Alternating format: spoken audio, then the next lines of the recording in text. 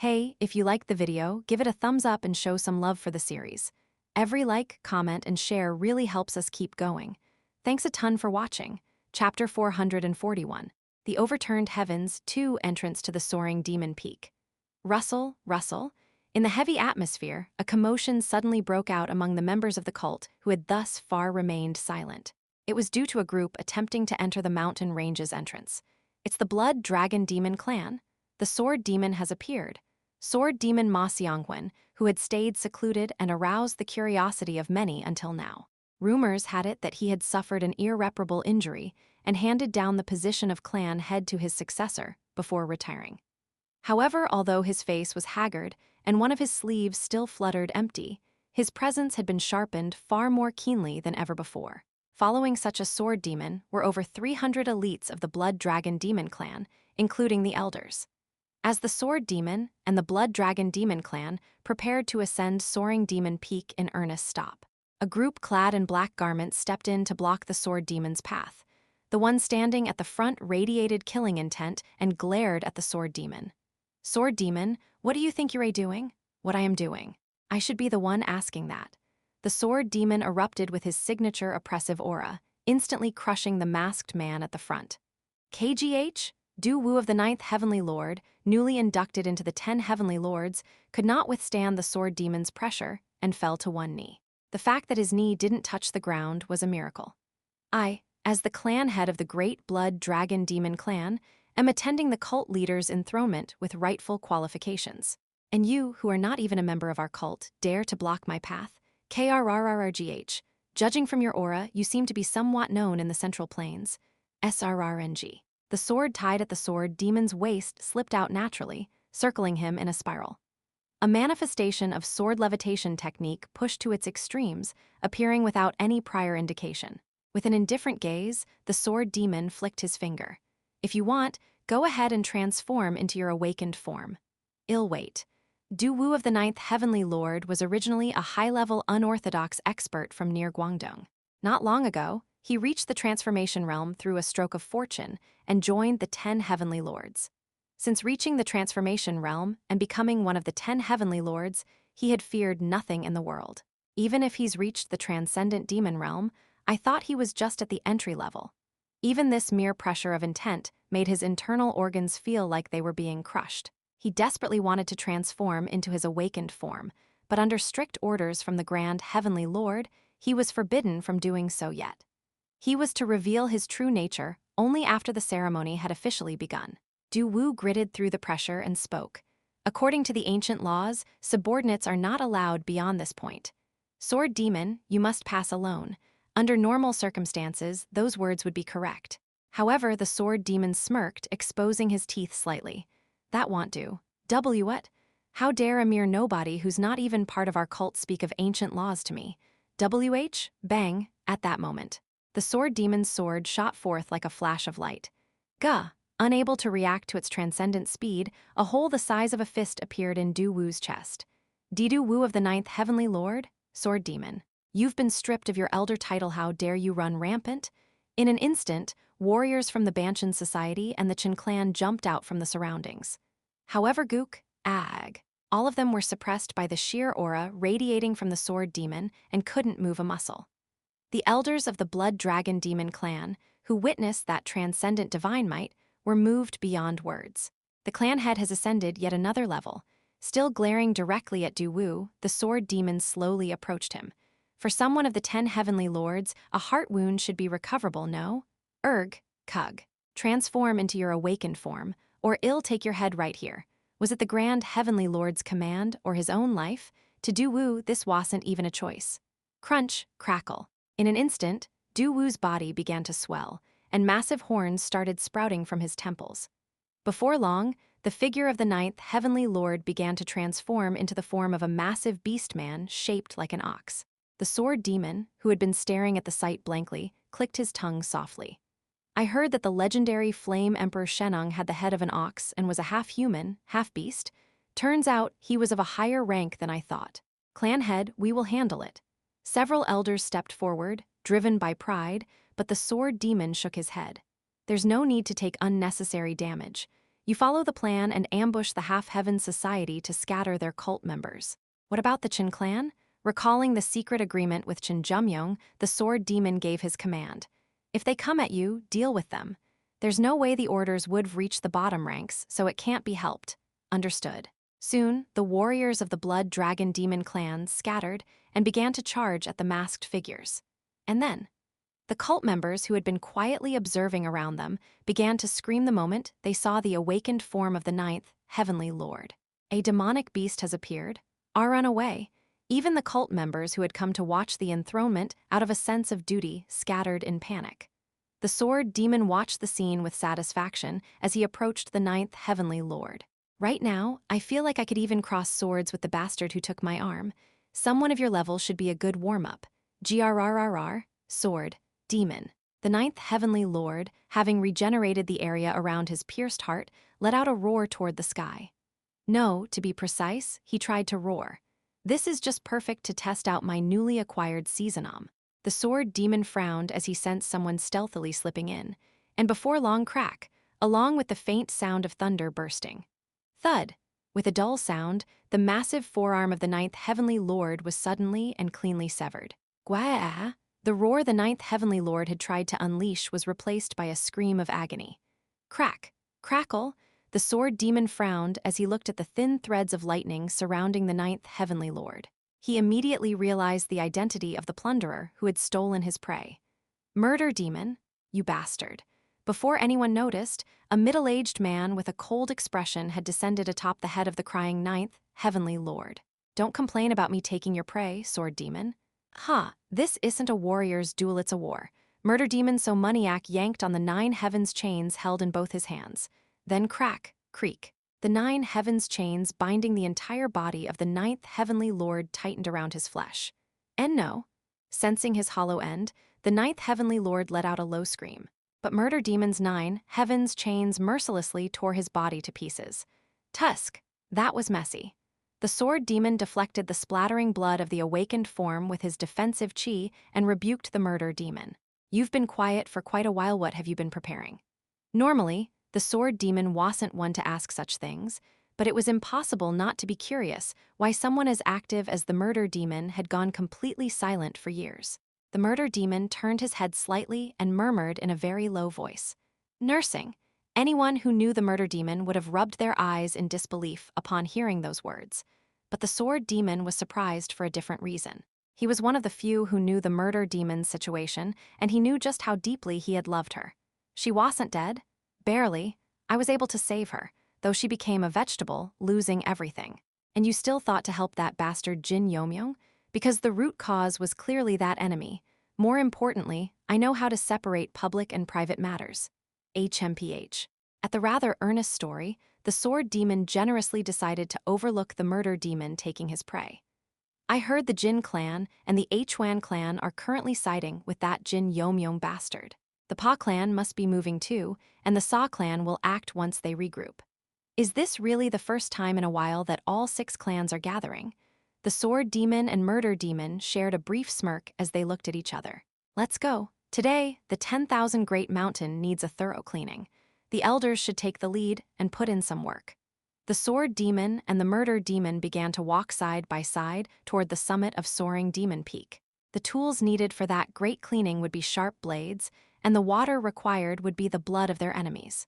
Grand Duke, the Extreme Saber clan has also begun to move. I received Nung Jahyun's report while keeping my eyes fixed on the map. Nung Jahyun glanced at me and cautiously expressed his opinion in a low voice. With the Heavenly Clan head's decision, we avoided a prolonged war. Now that the Demon Clan, So Clan, and Pa Clan have begun to stir, we too must act in time to wipe them out in one sweep. I asked, still without lifting my gaze from the map. Where is Yura? There was nothing at the location Vice Captain So mentioned. It seems they noticed and moved the cult leader's location. Grand Duke. Just as Nung Jahyun said, the situation was turning urgent. I had killed Dual, who had been holed up at the Hyukjeom clan, and reclaimed it. And afterward, I received a message from the sword demon, who had been in hiding, and learned of Jin Yeomyung's plan. Jin Yeomyung was prepared to die. Like the tale of Jing Qi and Fan Wuji, he had chosen to become Fan Wuji rather than Jing Qi. But even so, I couldn't make a decision. Because of Yura's safety, that matter had yet to be resolved. It's certain something will happen at Soaring Demon Peak. He's almost certainly keeping Yura there. But what if she's not? Even if I reclaimed the heavenly demon divine cult, if I lost Yura, everything would be for nothing. Why else would I be suffering like this in this life? I can't afford even the slightest misjudgment. If I lose Yura, everything ends. It was then, Grand Duke. A guard stationed outside came rushing in, wearing an expression as if he had seen a ghost. There is a guest here to see you? A guest? Yes, but the identity of that guest. Upon hearing the guest's identity, I frowned slightly. But at this point, I couldn't avoid meeting that guest. Let them in. And so, the one who appeared before me, how do you do, Grand Duke? Elder Nine Yin Bloodclaw, none other than the traitor who betrayed our cult and joined the Half-Heaven Society. Nine Yin Bloodclaw, Wang Garak. Seems like he rushed over in quite a hurry. I immediately noticed that Wang Garak's breathing was quite unstable. Even for someone old, it was rare for a high-level martial artist at the extreme demon level to appear so shaken. But that was that, and this was this. My mood is not the best right now. Did you come to beg for death? Sorry, but the place where I am meant to die is beside Lady Yomi, not here. When he mentioned Guang Raha Yojin, I frowned slightly. I still couldn't figure out what kind of scheme she was plotting. There must be a reason why the Chintijong told us to leave her alone. Then it happened. Perhaps isn't this what the Grand Duke needs right now? Wang Garak pulled something out from his sleeve. That. The moment I saw what Wang Garak took out, I slightly parted my lips. They were none other than the Heaven Demon Seal and the Heaven Demon Divine Sword. Chapter 442. The Overturned Heavens, 3, Heavenly Demon Seal, and the Heavenly Demon Divine Sword. Why were these in the hands of Wang Garak? In the end, the reason boiled down to one thing. From the beginning, you were a double agent. Kekek, indeed, Grand Duke. For a fleeting moment, Wang Garak's expression wavered. That kind of shift usually appeared in liars, but since the result is clear. I slowly drew the blade of the Heavenly Demon Divine Sword. Then, a very familiar demonic chi transmitted through my palm. The madness and potential stored within it clearly surpassed the Heavenly Record Immortal Sword. A genuine article, without even a sliver of doubt. Wang Garak slightly lowered his head as he saw my reaction. Now that I've delivered the item, I shall take my leave. Where are you going? It was now confirmed that Wang Garak had always been on our side. But from here on, shouldn't he act together with us? Why was he moving separately again? Lady Mi has begun the final act for victory. If he referred to Lady Mi, he must have meant Guang Raha Yojin. The final act? Lady Mi heard from the former cult leader that there is a medium binding the grand heavenly lord to this world. Could it be? Wang Garak turned away, self-mocking bitterness tinging his voice. Whatever the form, we likely won't meet again. There was a firm resolve in Wang Garak's words that left me unable to hide my surprise. I didn't know you were someone with such deep loyalty to the cult. I had grasped a general idea of what kind of life Nine Yin Blood Claw Wang Garak had lived. From what I understood, he wasn't someone likely to be loyal to the divine cult. Wang Garak let out a quiet laugh. Q-hoo-hoo, of course not. I simply acted in accordance with Lady Mi's wishes. Was that what had caused the initial change in his expression? To be honest, you and I, Grand Duke, are fairly similar types of people. Similar types, he said. Frankly, whether the heavenly demon divine cult is destroyed or not, it doesn't matter to you, does it? So long as the cult leader is safe. That's right. I agreed to his words without resistance. Some around us sent disbelieving gazes, but I had no intention of denying it. And if the cult leader sets a direction, you will follow it to the end. Of course, and I am the same. My eyes met Wang Garak's. She wished to protect the cult, and so I simply did the same. Is that so? As if further words were unnecessary, Wang Garak turned to leave. Has your heart been rewarded? Twitch. Apparently not expecting such words from me, Wang Garak's body halted for a moment. He stayed silent briefly, then answered my question. Enough. Was that reward satisfying? If you press the matter, then no. However, he turned his body and smiled warmly. Still, at the final moment, she chose me. Even if I must cross the river of hell, I can smile and go with her to the end. It was a smile unlike the mocking ones before Yon that radiated genuine happiness. And so, Wang Garak departed. I stood quietly for a while, gazing at the spot where Wang Garak had vanished. Yo-jin and Wang Garak would most likely D9 out of 10, perhaps. Even if they survived, they would never return to the cult again. A little envious. Even if one were to board the boat heading to the netherworld, to have someone to hold hands with while crossing that would truly be a happy life. At least, both Wang Garak and I thought so. I gripped the Heavenly Demon Divine Sword and the Heavenly Demon Seal tightly. Then I infused the demonic chi of the Heavenly Demonic Divine Art into both relics, resonating with them. TSSSSS. The remnants of the previous owner lingered in these artifacts. Based on those remnants, the location of the previous owners of the artifacts clearly flowed into my mind. There you are. The faint chi resonating with my Heavenly Demonic Divine Art from far away could only belong to Cheon Yura. Only then did I decide to move. Nung Jahyun. Why yes, Grand Duke. The Heavenly Scholar Jin Yeomyung, Nung Jahyun, responded, unable to hide his confusion. His bewilderment stemmed from the information Wang Garak had passed on at the last moment, that the head of the Jin clan is dead. Indeed, the death of Jin Yeomyung was unexpected even for me. It was hard to believe that he would sacrifice himself for someone else. But he had died by the hand of Gwang Rahai Yojin, and thanks to that, the Heavenly Demon Seal and the Heavenly Demon Divine Sword had come into my hands. I strapped the Heavenly Demon Divine Sword to the opposite side of my waist. It has been a while since I wielded two swords. Before reaching Transcendent Demon Realm, I used two swords to channel Resonance Chi. But after reaching a level where I could merge them into one, I had only used a single sword. The two swords spiraled around me.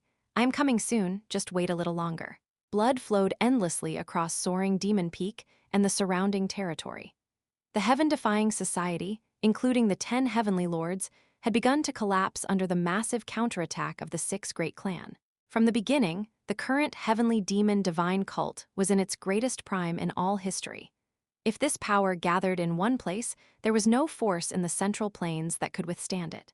North, near Western King Peak, has been cleared. And the remnants? The assassins of the So clan are pursuing them.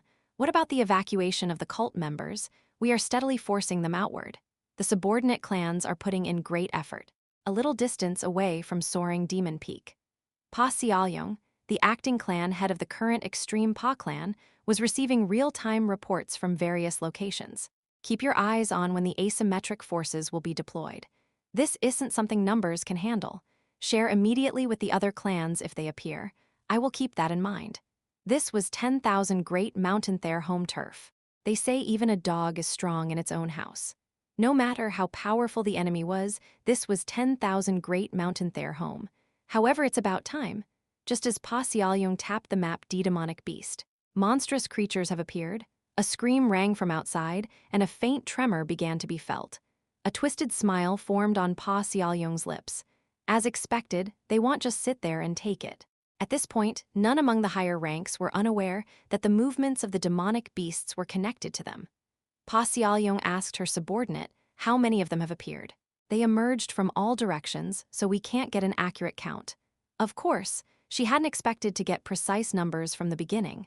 No matter how many appeared, they would all be slain anyway. Even when the cult leader was alive, these things were never a significant threat. Slaughter every last one that appears. Understood. Each of them might be beyond the reach of ordinary first-rate masters. But here, in the heavenly demon divine cult, warriors beyond first-rate were plentiful. Just as the subordinate who received the command was about to step outside enemy assault. Enemy assault? Dang, dang, dang, dang. From afar, the perimeter guards struck the alarm bell in unison, signaling an attack.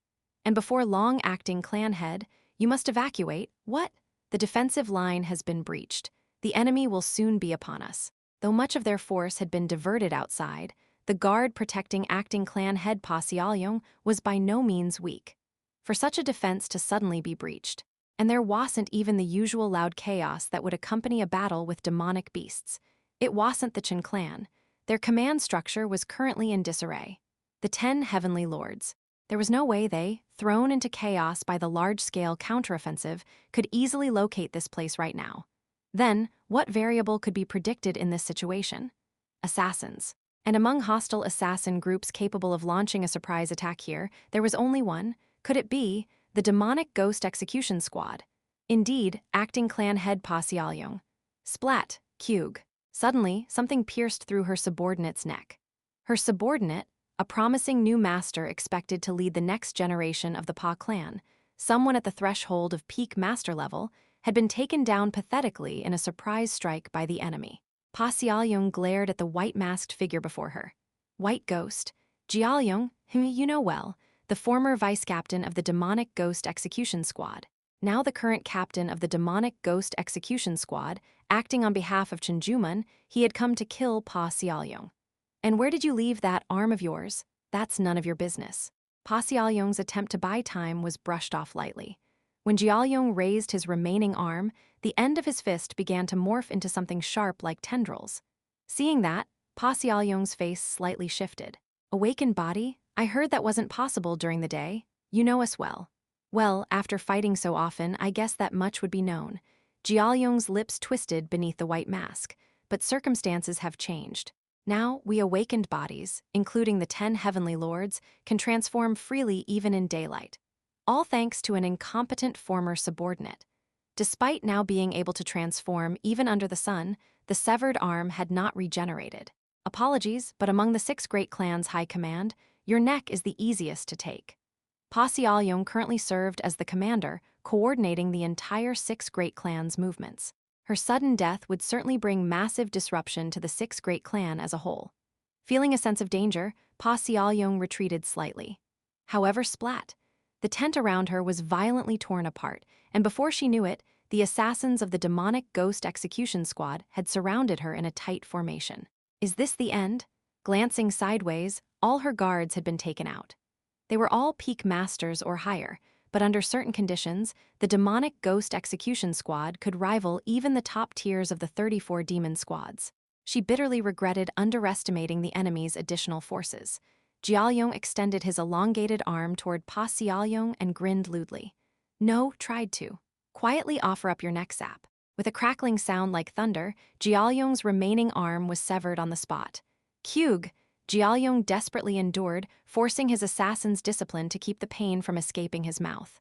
Who are you? A master capable of deceiving a top-class assassin's senses and successfully landing a sneak attack. There were fewer than 20 such people in the entire cult. And one of those 20 now appeared before Jeol-young. It's me. Though his face looked like a man entering middle age, the now thickly grown hair had changed his appearance completely. But no matter the changes, Jeol-young couldn't fail to recognize him. Byok, Chanun, that's right. Papapapat. In an instant, assassins from the Underworld King unit, including So Soryu, appeared around the demonic ghost execution squad. In one hand, Gu Chil held the Gutchen fist, and in the other, the demonic soul's first sword of Chunjumun, glaring at Jeol-young. Today, I will take your wretched life. Cheon Yura was dreaming. The underworld net sword she had fired with all her might clashed with the opponent's sword, devastating the entire heavenly demon pavilion. But even amid that destructive storm, her sword steadily pushed forward to shatter the opponent's sword intent. I could have one. As the battle intensified, she could see the movements of that white monstrosity called chaos beginning to slow. Seeing the sword intent waver and the sword unification fail to properly take hold, it was clear this battle had not begun by her own will. However, in the final moment when their ultimate techniques clashed, Grand Heavenly Lord, due to her precise intervention, the underworld net sword faltered, and Cheon Yura was defeated. Then, as her consciousness sank beneath the surface, a long dream began. Her mind suddenly awakened when, from far away, the chi of the heavenly demon divine sword resonated with her heavenly demonic divine art. Jin Yeomyung. Just as she called out her husband's name and was about to open her eyes, no, you mustn't. A soft palm covered her face. It's not time for you to awaken yet. With a face devoid of warmth, Grand Heavenly Lord Hanseon suppressed Cheon Yura's rising consciousness once more. Until we become one, you must not wake. At her gesture, Cheon Yura's awareness sank again beneath the surface. But then, at the very last moment, smile. Cheon Yura's lips curved ever so slightly at the corners. Did she hear him? Or was she perhaps dreaming a pleasant dream? Whatever the reason, the moment he saw that faint smile crack, a deep wrinkle appeared on Grand Heavenly Lord's face. Chapter 443. The Overturned Heavens. 4. Blood flowed. With every step I took, the metallic scent that rode on the wind wasn't my imagination. Throughout the 10,000 Great Mountain, factions centered around the Yuk clan rose in revolt, spilling blood extensively. I closed my eyes, feeling the flow of blood. All the karmic connections of this blood flowed far toward the soaring demon peak. The Jin clan is prepared. At that moment, Jin Gunak approached and stood shoulder to shoulder with me. We will move according to your wish. Give your command. Recently, the demonic Heaven's Jin clan had abandoned their main house following Jin Gunak's decision and joined me in Yunrugak. Although their losses were considerable while breaking through the encirclement of the heaven-defying society, Jin Gunak succeeded in preserving the main forces and arriving here. A command, huh? Who would have thought I'd hear such words from Jin Gunak of all people? I suppose if you live long enough, you see everything. It meant he was staking everything on me. My request was simple. Clear the path up to the entrance of the soaring demon peak. After that, I will handle things myself. That's not too difficult. For some reason, Jin Gunak smiled sinisterly.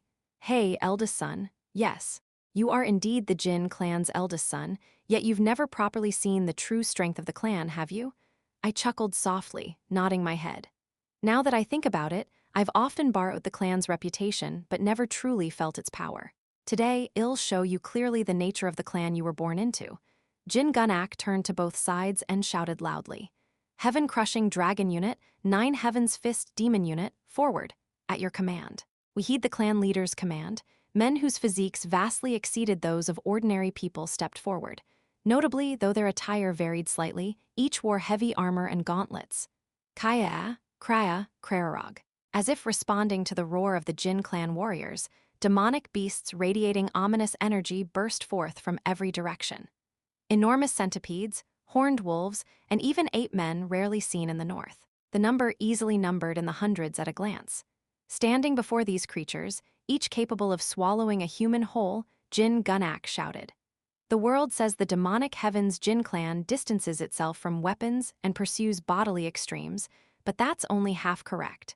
As he said, the Jin clan mainly focused on physical and fist martial arts, but in actual warfare, they didn't merely rely on their bodies recklessly. We don't disregard the effectiveness of weapons. Rather, crack. Clenching his fist, Jin Gunak smiled fiercely. A sturdy body capable of bearing the weight of weaponry is essential to properly wield arms. Jin Gunak unleashed a lion's roar toward the front. Charge, ooh-ah. At their leader's command, the warriors of the demonic Heaven's Jin clan charged forward in unison. The heaven-crushing dragon unit, the 9 Heaven's Fist demon unit, all directly under the demonic Heaven's Jin clan, elite warriors among the 34 demon squads of the cult. What stood out was that such elite forces usually formed careful formation techniques even when charging. But the Jin clan had none of that. They simply charged straightforwardly at incredible speed. Thump! Jin Guangho, the captain of the heaven-crushing dragon unit, known as the Fist Demon Immortal Beast, crushed an ape-man's skull head-on with his fist. Not crack, but thump. Considering these demonic beasts' hides were notoriously difficult to cut even with sword chi, it was an absurd display of destructive force. And it wasn't just Jin Guangho. The elites of the Jin clan drove the demonic beasts back like a whirlwind. Occasionally, an attack slipped through, resulting in a warrior being swallowed whole. Crunch, crackle. One beast, biting through the armor of 100 refined steel, stopped suddenly, unable to penetrate the muscular resistance, blinking in confusion. Grin, moments later, an iron fist literally smashed into the beast's face. Ha ha ha. Destroy them all? In this manner, the Jin clan elites cleared the path in a crushing advance. To think they'd beat them down like that. Watching from afar with Jin Gunak, I couldn't help but marvel at the Jin clan's war. Their strike was not a simple blow. Each hit was the culmination of the rising martial arts infused with the secret techniques of the master of the diligent hand. Jin Gunak shrugged his shoulders and asked, "Ha ha ha, how is it? The power of the Jin clan. Honestly, it's impressive. If warriors of the Pa clan or the Ma clan cut their enemies with overwhelming power, the Jin clan was like a tank crushing foes head-on. Most of those are just low-level brutes with big bodies. At this rate, we can break through easily." Just as he said, it seemed possible to carve a path all the way to the soaring demon peak with only the Jin clan's forces. However, things always had variables. Stop. Soon after, dozens of black shadow figures appeared alongside another group of demonic beasts ahead. These clearly emitted a presence distinct from ordinary demonic beasts. Among them, the 2 leading figures radiated an aura comparable to awakened bodies. 10 heavenly lords and awakened bodies, huh? Jin Gunak frowned upon seeing them. Troublesome bastards have shown up. Unlike the mindless attackers before, these ones could make proper tactical decisions. They said there were heavy casualties during the escape because of these guys, right? What was most troublesome about them was their tremendous regenerative ability. Unless their heads were completely crushed, even serious injuries healed instantly, which was a nightmare for martial artists who had not mastered extreme yin or yang arts. But it's broad daylight now, so they shouldn't be able to transform into awakened bodies, Crack, crack, huh. My prediction was completely wrong. Despite the sunlight, they began transforming into awakened bodies without hesitation. What is this? For some reason, the sunlight had no effect on them. Is it because the heavenly time has come, or is there another reason? Either way, the situation had gotten complicated. If they intended to trap us, even the Jin clan's elites would be stopped. I have no choice but to intervene. Just as I clicked my tongue and prepared to step forward, a voice came from behind. I implore you, leave them to us. The vice captain of the Supreme Demon Palace, the Ghost Shadow Demon, approached and pleaded. Though I have spent my whole life on battlefields, never before has my instinct so strongly warned me of danger as today. There is no need for you to be caught up by such foes. Many of the Supreme Demon Palace's warriors have mastered elemental demonic arts and can handle them. Leave it to us and proceed forward. If the Supreme Demon Palace was willing to take the lead and bleed, there was no reason to stop them. Then I ask of you. The Ghost Shadow Demon knelt on one knee and clasped his fists. Yes, we shall surely meet your expectations, Heavenly Demon. Huh, what did you just say? Even Jin Gunak, known throughout the world, was shocked by the Ghost Shadow Demon's words. Because he had recently joined, he hadn't fully grasped the situation. But those words went beyond imagination. W8, what did you say? He Heavenal, Usra King, there's no time for idle talk. Though older in age, the Ghost Shadow Demon sharply cut Jin Gunak off. Then he bowed deeply with utmost respect toward me. Please proceed. Very well. Ignoring my father's gaze demanding an explanation, I turned away and stamped toward the Soaring Demon Peak. At the summit of Soaring Demon Peak, Hu, betrayal in the end grand, Heavenly Lord glared at Gwang Raha Yojin, drenched in blood before her. Though still standing on 2 feet, Yojin's body was nearly at its limit. I once heard a saying, Yojin raised her blurry eyes, that the words trust and human can never coexist. Humans are much better paired with the word betrayal. Around her lay the bodies of Cheon and other Chin clan masters, brutally dismembered. Cheon and the Chin clan masters had slain all of Grand Heavenly Lord's guards and pressed her hard. But of course, Grand Heavenly Lord was an immortal who ordinary swords could not even touch. When she deployed 4 atrocity chaos, who had cornered Cheon Yura, the tide immediately turned. Because Grand Heavenly Lord's attention was focused on the Chin clan forces, Yojin's betrayal went unnoticed for almost 2 hours. Only after chaos annihilated the Chin clan's supreme masters did Grand Heavenly Lord notice Wang Garak's absence, grow suspicious, and interrogate her, exposing her betrayal. I don't understand. Did you really go to such lengths for some trivial item to hand over to them? Grand Heavenly Lord's words were not addressed to Yojin. They were meant for Jin Yeomyung, who had now vanished from this world. No matter what powers the Heavenly Demon Divine Sword and the Heavenly Demon Seal possess, it is too late. The ritual will soon begin, and all the lives in the 10,000 Great Mountain will become the energy for our fusion. Before Yojin's eyes was the figure of Cheon Yura lying still like a corpse inside a coffin. Although utterly motionless, Yojin noticed that Cheon Yura's breathing was faint but present. She's still alive for a moment, relief flashed across her expression. Thank goodness. What's so thankful about that? Thunk. Grand Heavenly Lord grabbed Yojin's neck. Exhausted of most of her energy, Yojin went limp under her grip. I could break your neck right here, but I have a sliver of curiosity left, so I'll prolong your life a bit longer. Squeeze, tell me honestly what plan you're plotting. It would take some time to unravel everything with the demonic spirit severing technique. The problem was time itself. A master who had reached the extreme demon realm possessed excellent mental strength, so proper brainwashing would require great effort. Yojin only showed a faint sign of pain but refused to speak at all. Grand Heavenly Lord clicked her tongue softly. Well, as expected. A stubborn bastard who foresaw this far would never confess easily. Losing even the little curiosity she had left, Grand Heavenly Lord gripped her neck tightly. Just die. At the moment when Yojin's head was about to be severed from her body. Drip. Huh. Suddenly, black blood flowed from Grand Heavenly Lord's nose. The strength of his grip instantly weakened. In shock, Grand Heavenly Lord released Yeo-jin and touched his own face. What is this, Master? Sangdo of the 6th Heavenly Lord, guarding Cheon Yura's coffin, rushed over in horror, but now was no time for the 6th Heavenly Lord to act. Power was fading. The law was collapsing. The divine form of Grand Heavenly Lord, standing on the boundary between reality and illusion, began to blur. There was only one possibility for this sudden event. The contract binding the contractor's body to realitize contract spirit was breaking down. Han Mubik, she shouted toward somewhere. Han Mubik, what on earth has happened to you? Gulp.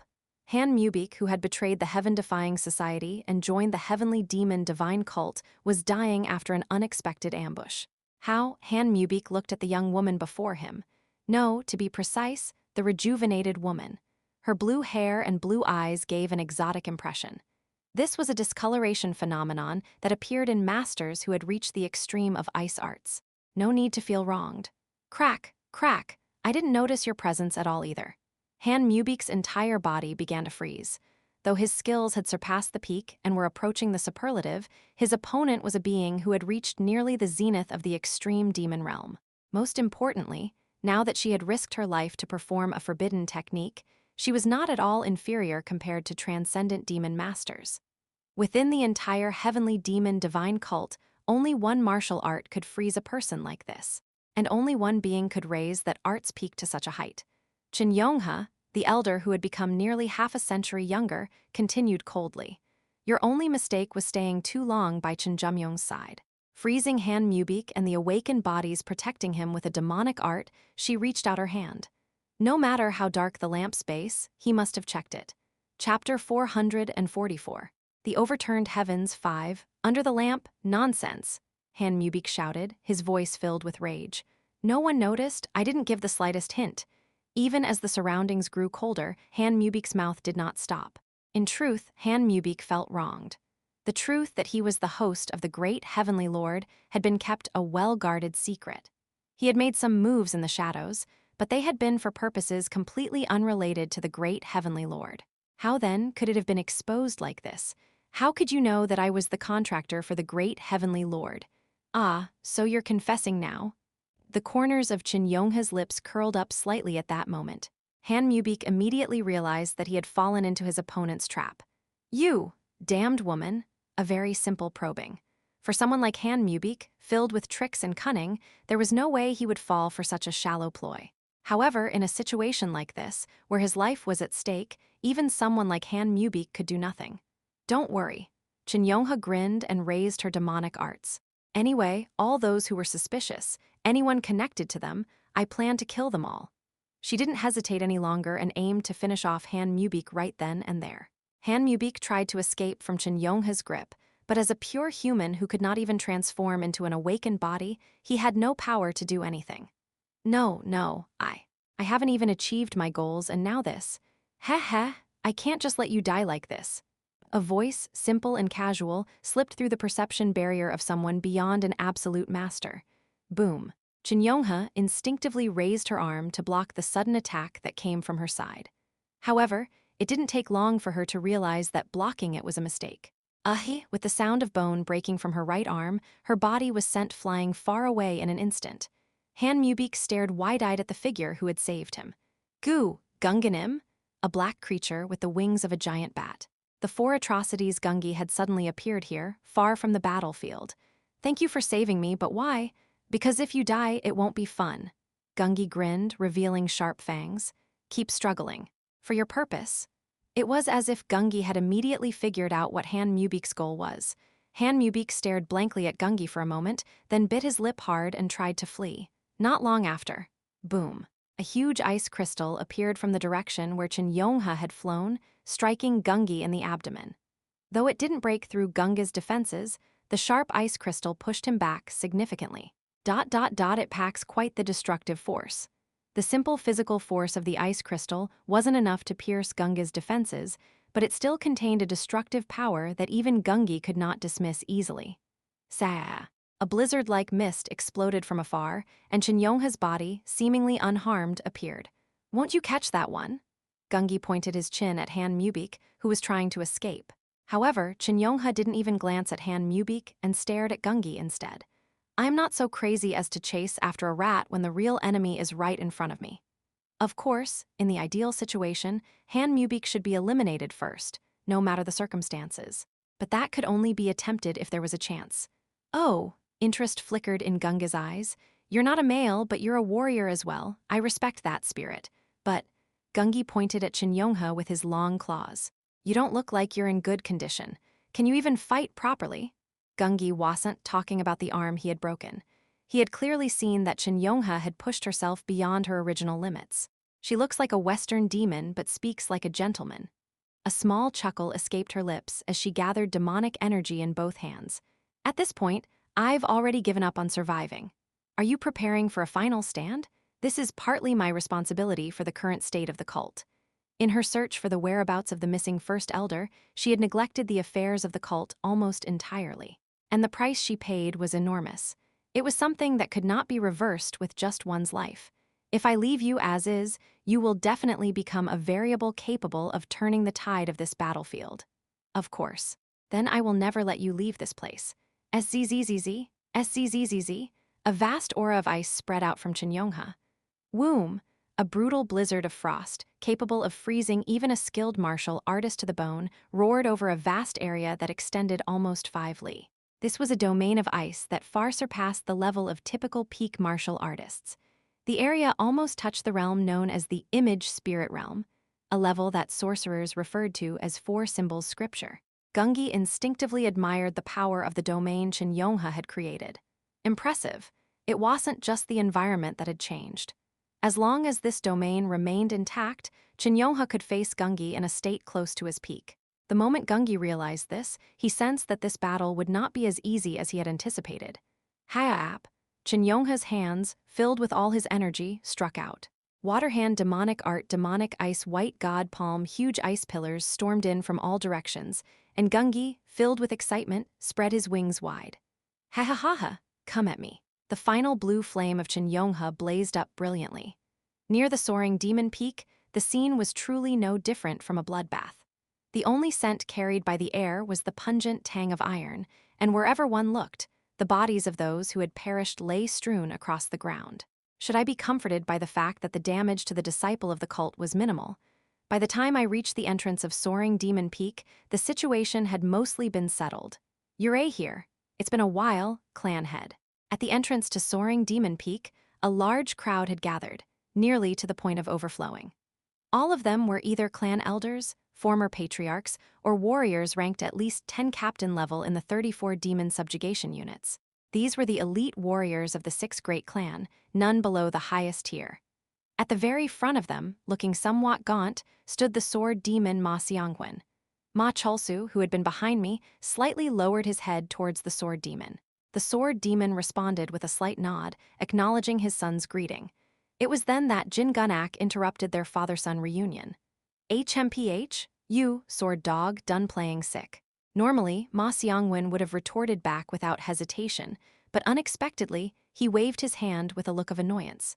I'm fit enough to walk outside. Stop wandering around for no reason and don't go dying on the streets. Just hand over the position to your son and take a good rest, will you? Though his response was sharper than expected, I understood Jin Gunak's reaction. He's gotten stronger. After waking from a coma, something must have clicked for him. The realm he had been stagnating in had made a noticeable leap. Now, if I faced him, it would make for a good match. Wait, I suddenly froze. Only after hearing someone's name did it hit me. A presence I had been unconsciously ignoring suddenly surfaced in my mind. Master. The master, who must be somewhere within the 10,000 Great Mountain, had yet to reveal himself. As soon as I realized this, an indescribable sense of foreboding gripped me. The sword demon sensed my unease and quietly asked, "Is something wrong?" "No. Even if there is, make sure to hide it thoroughly." The sword demon, now close beside me, whispered softly, "Every action, every gesture you make will affect the morale of everyone around you. Of course, I know, no one understands it better than me. The burden that weighs on my shoulders when all expectations fall upon them.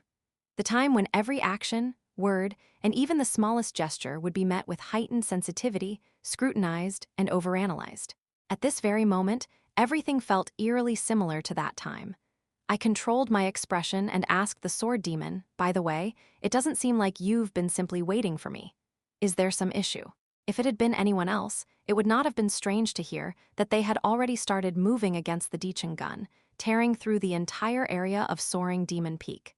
But despite this, they were still lingering near the entrance. "Ah, sharp as ever, huh? Yes, there is." He raised his finger and pointed to the peak of Soaring Demon Peak. "Watch carefully." As I followed the sword demon's finger, my sight shifted, and only then did I clearly see the peak of Soaring Demon Peak, which had been obscured by red clouds. And at the peak of Soaring Demon Peak, Yu family's sacred mountain, it was something akin to a barrier brimming with immense poison, similar to what I had seen at Yu family's sacred mountain earlier. That something surrounded the peak of Soaring Demon Peak, closing in without a gap. That barrier is a problem, but the real issue lies elsewhere. The poison is the problem, right? The environment around Soaring Demon Peak was eerily similar to Heaven of Sacred Spirits, but with a far more intense and venomous atmosphere. Even a demonic being who had reached the peak would have found it difficult to endure. However, no, the poison isn't the issue. Isn't it? Take a closer look at the surroundings around the peak. Following the sword demon's words, I examined the area around the peak of Soaring Demon Peak, where the barrier spread out. And soon, I realized what he was referring to. Life force. That's right. More precisely, from the middle of Soaring Demon Peak upward, everything seemed as if it had been drained away, leaving the area barren. The once sparkling trees had lost their color and turned into withered trunks, and the grass had all wilted into dust. Just past the middle of the mountain, the martial artists lost their energy and nigong rapidly. There was nothing that could be done. Peak martial artists could endure, but honestly, I am not sure if they could perform at their full capacity. If he had made that judgment, then it must have been accurate. In reality, no matter how elite the group, when it came to the mountain peak, the only one capable of fighting was Ma Xiangyun. More importantly, a strong competitive spirit and hostility appeared on his face. That white monster that struck the cult leader, it's guarding the entrance. I wanted to fight it recklessly, but to be honest, I wasn't so confident. "So, I've been waiting for you." I was greatly surprised when I heard the sword demon admit weakness. After advancing one more step and reaching the complete stage of Talmado, for him to acknowledge defeat without facing it head-on was remarkable. It was surprising, even considering that the opponent was a member of the Sa Hyung. That means the opponent is extraordinary. At that moment, by the way, the sword demon stared intently at my face and then let out a slight breath. "I feel a similar aura from you to the previous cult leader." "I can't believe it, but have you truly surpassed the wall?" I nodded quietly in response to his words. "That's correct." Surprisingly, the sword demon didn't seem shocked by this revelation. "Is that so?" In that case, he hesitated slightly, an unusual trait for him, before asking, "Do you intend to stand at the peak of this divine cult?" Both Jin Gunak and So Muniak, who were present, immediately understood the meaning behind the sword demon's words. "Only until Yura returns to the position of cult leader. The time I spoke of could be a day, or perhaps longer than expected." "I see." The sword demon slowly nodded at my words, and then, with deliberate slowness, he unsheathed the sword at his waist. He then approached me, knelt on one knee, lowered his head, and offered his sword still in its scabbard to me. Blood Dragon Demon Clan, Sword Demon Ma Xiangyun, pays respects to the heavenly demon. It didn't end there. Right beside him, So Muniak also lowered his head, presenting a silver dagger and bowed. Hidden Shadow So Clan Head, Murder Demon So Muniak pays respects to the heavenly demon. The sudden actions of the Sword Demon and Murder Demon caused the many onlookers to let out silent screams filled with shock.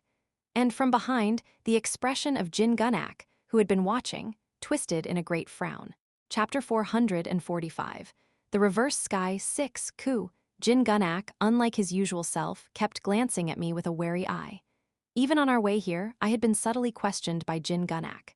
In the end, I had confirmed what kind of level I had reached, but even the great Jin Gunak could not have expected this situation.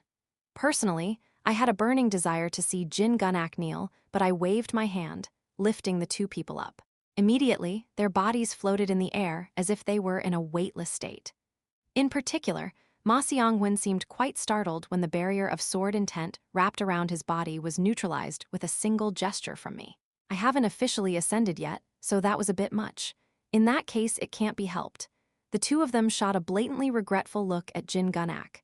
Jin Yeomyung, however, did not retaliate to their gaze and abruptly turned his head away. Is there anything else unusual? The problem lies with the forces of the Cheon family that turned on us. Ma Seong-won, who had still been staring intently at Jin Yeomyung, stroked his beard and made a troubled expression. Jin Yeomyung tried to join forces with the last remaining of the 7 elders of the 7th elder to strike at the enemy's leader. But when things went awry, the top-level masters of the Cheon family, including the 7th elder, entered the soaring demon peak, and then contact was lost. So Moneyak's words were tinged with the voice of a sword demon, filled with dread. I heard that only a very few people in the Cheon family know about that plan. Because of that, after the contact was lost, there was a disruption in the command structure of the Cheon family. That means the distinction between friend and foe has disappeared. Correct. Although on the surface, most of them opposed us, who were considered enemies currently, the forces of the Cheon family were scattered throughout the vast area of 10,000 Great Mountain, continuing to resist. The problem was that many of them were top-level martial artists, surpassing even the elite of the 6 Great Clan. If this continues, the entire divine cult will suffer greatly. It seems so. Ma Seong-won replied indifferently. For others, as long as the core forces of the family were intact, it wouldn't matter much if other people died. But for me, who had to take care of everyone, the situation was different. As I just said, I haven't officially ascended, yet I pulled the heavenly demon seal out from my robe. Then, I infused the essence of the heavenly demonic divine art into the heavenly demon seal. Womb. A strange resonance began to emanate from the heavenly demon seal. This resonance didn't just remain within the soaring demon peak, it spread across hundreds of li, reaching the entire 10,000 Great Mountain. Boom, boom, boom. Ancient pictographs etched into the heavenly demon seal began to glow. The moment everyone's gaze fixed upon the heavenly demon seal, I spoke. I will issue a command to all the cult members gathered here, as well as to all the members of the divine cult present in 10,000 Great Mountain, through the heavenly demon seal. Obey, boom, boom. In an instant, hundreds of martial artists unknowingly kneeled and prostrated themselves. At least those who had reached the extreme levels of martial arts could resist the influence of the heavenly demon seal to some degree. However, even they obediently kneeled on one knee and lowered their heads. I silently observed the now quiet space. Those who had mastered demonic arts, specifically those who had cultivated the demonic arts derived from the heavenly demonic divine art, could not refuse the orders of the heavenly demon seal. And nearly the overwhelming majority of those who had learned the demonic arts within the heavenly demon cult had started from the 6 great demonic beasts, who had cultivated the demonic arts derived from the heavenly demonic divine art. In essence, if the heavenly demon seal could be used, it could dominate all the demonic practitioners of the heavenly demon cult. From now on, all disputes within the divine cult are prohibited. All martial artists who have mastered martial arts must protect the cult members and do their best to evacuate them as far as possible from the soaring demon peak. Do your best, do your best, do your best, the language and sword intent resonated with the power contained within the heavenly demon seal. Thus, a massive invisible net spread across 10,000 Great Mountain, resembling a spider's web. My command would be absolutely etched into the souls of all demonic practitioners that the net touched, forcibly executed. If they are in the main area like the 1,000-day pass, the heavenly demon seal won't reach them, but this should be enough to put out the most urgent fires. The previous cult leader did not use the heavenly demon seal in this way. His authority was so firmly established that even if he merely activated the heavenly demon seal with words, all the cult members would naturally obey. But my position now is quite different. Those who were experiencing the force of the heavenly demon seal for the first time were likely in chaos by now. Even the martial artists in front of me seemed dazed, their bodies and minds feeling disconnected. Ma Seong-won muttered, furrowing his brows. It's been a long time since I've experienced the force of the heavenly demon seal. Nonetheless, Ma Seong-won seemed to be different from others in that he was not particularly subjected to coercion. Has the previous cult leader ever activated the heavenly demon seal? Only once before. It wasn't a pleasant experience. With the power of the heavenly demon seal forcibly shaken off by his will, he asked me, "By the way, are you planning to climb the soaring demon peak alone?"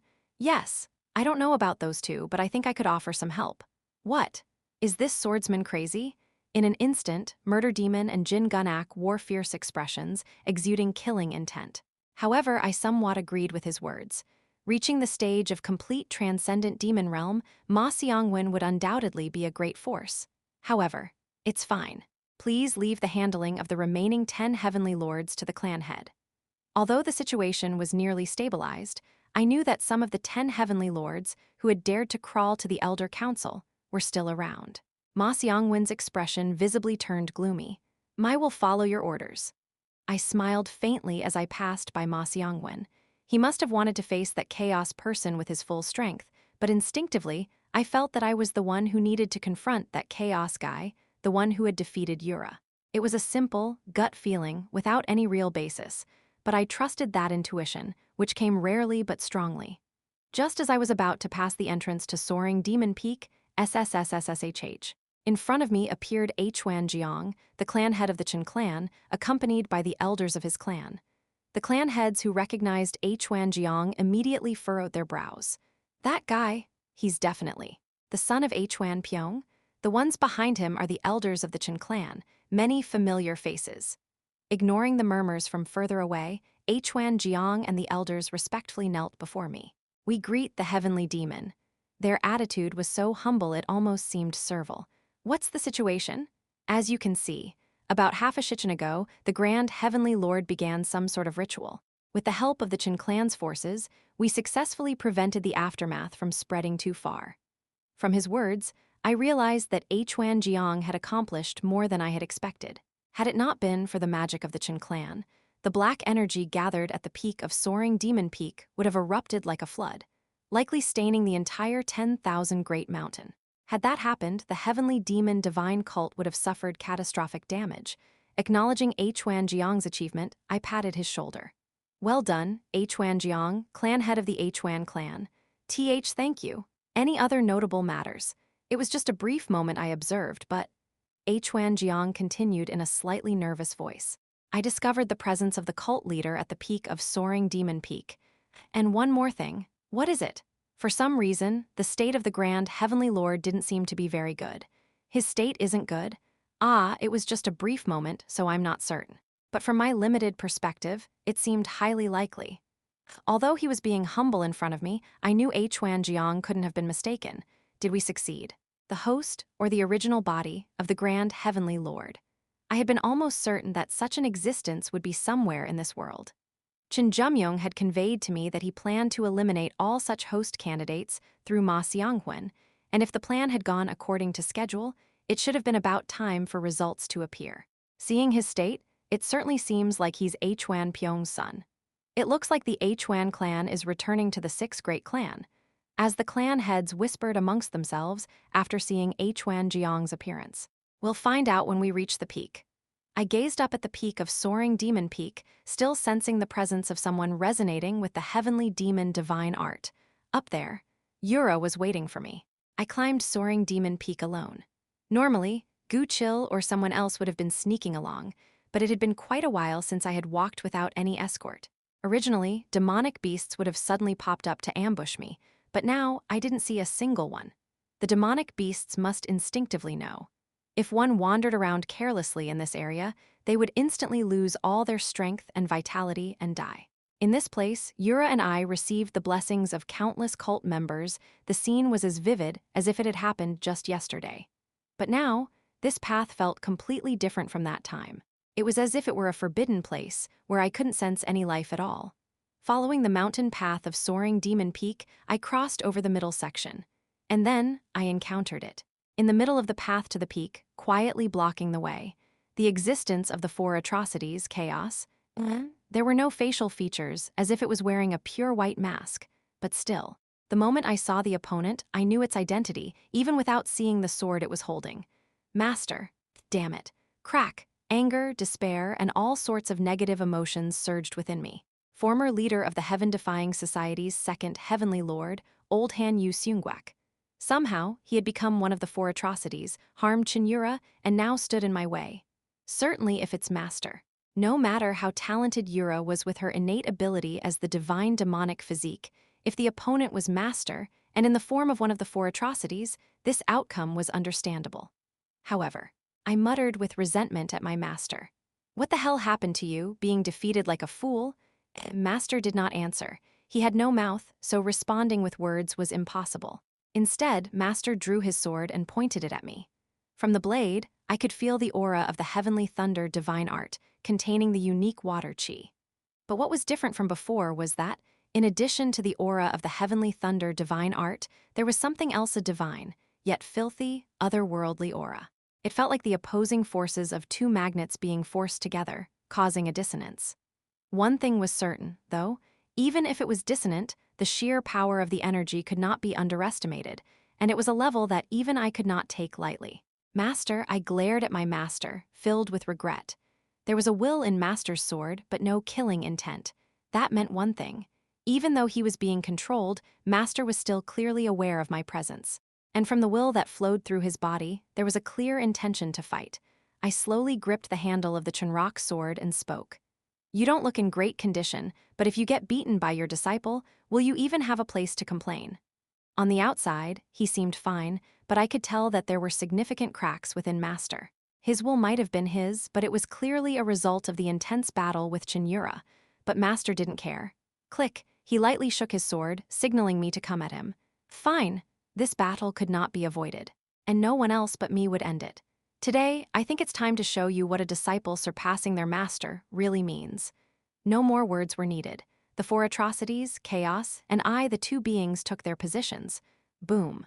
Immediately, one corner of soaring Demon Peak exploded.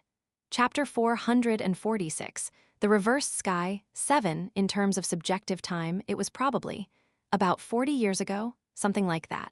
At that time, I was a carefree drifter, wandering the back alleys of Myeok Fortress even in the middle of the night. It was a place swarming with demonic practitioners, but it wasn't particularly dangerous, thanks to Gu Chil. In fact, the real danger wasn't the demons in the back alley, it was my younger sibling, who was always scheming to take my place in the family. Anyway, it was around that time that I met my master. Is he a passerby? A man sleeping somewhere in the shabby back alley, his face resting on the hilt of a sword. The reason I found him intriguing was because of the sword he had. Even though he has shabby clothes, he's carrying a sword. That's strange. In the heavenly demon cult, weapons are not allowed for the weak. A sword, even a cheap one, is still a valuable item. Even a poorly made, inexpensive sword would cost at least half a nyang at a blacksmith. Because of this, in dangerous back alleys like this, a person without the strength to protect themselves would quickly be stripped of their sword. Could he be a swordsman with decent skill? The hilt of his sword looks much more refined compared to his clothes. While there were no jewels or gold plating, I could tell that the sword hilt in front of me was of fine quality. Still, being from a prestigious family, I had the discernment to recognize this. Well, it might be too meddlesome to probe any further.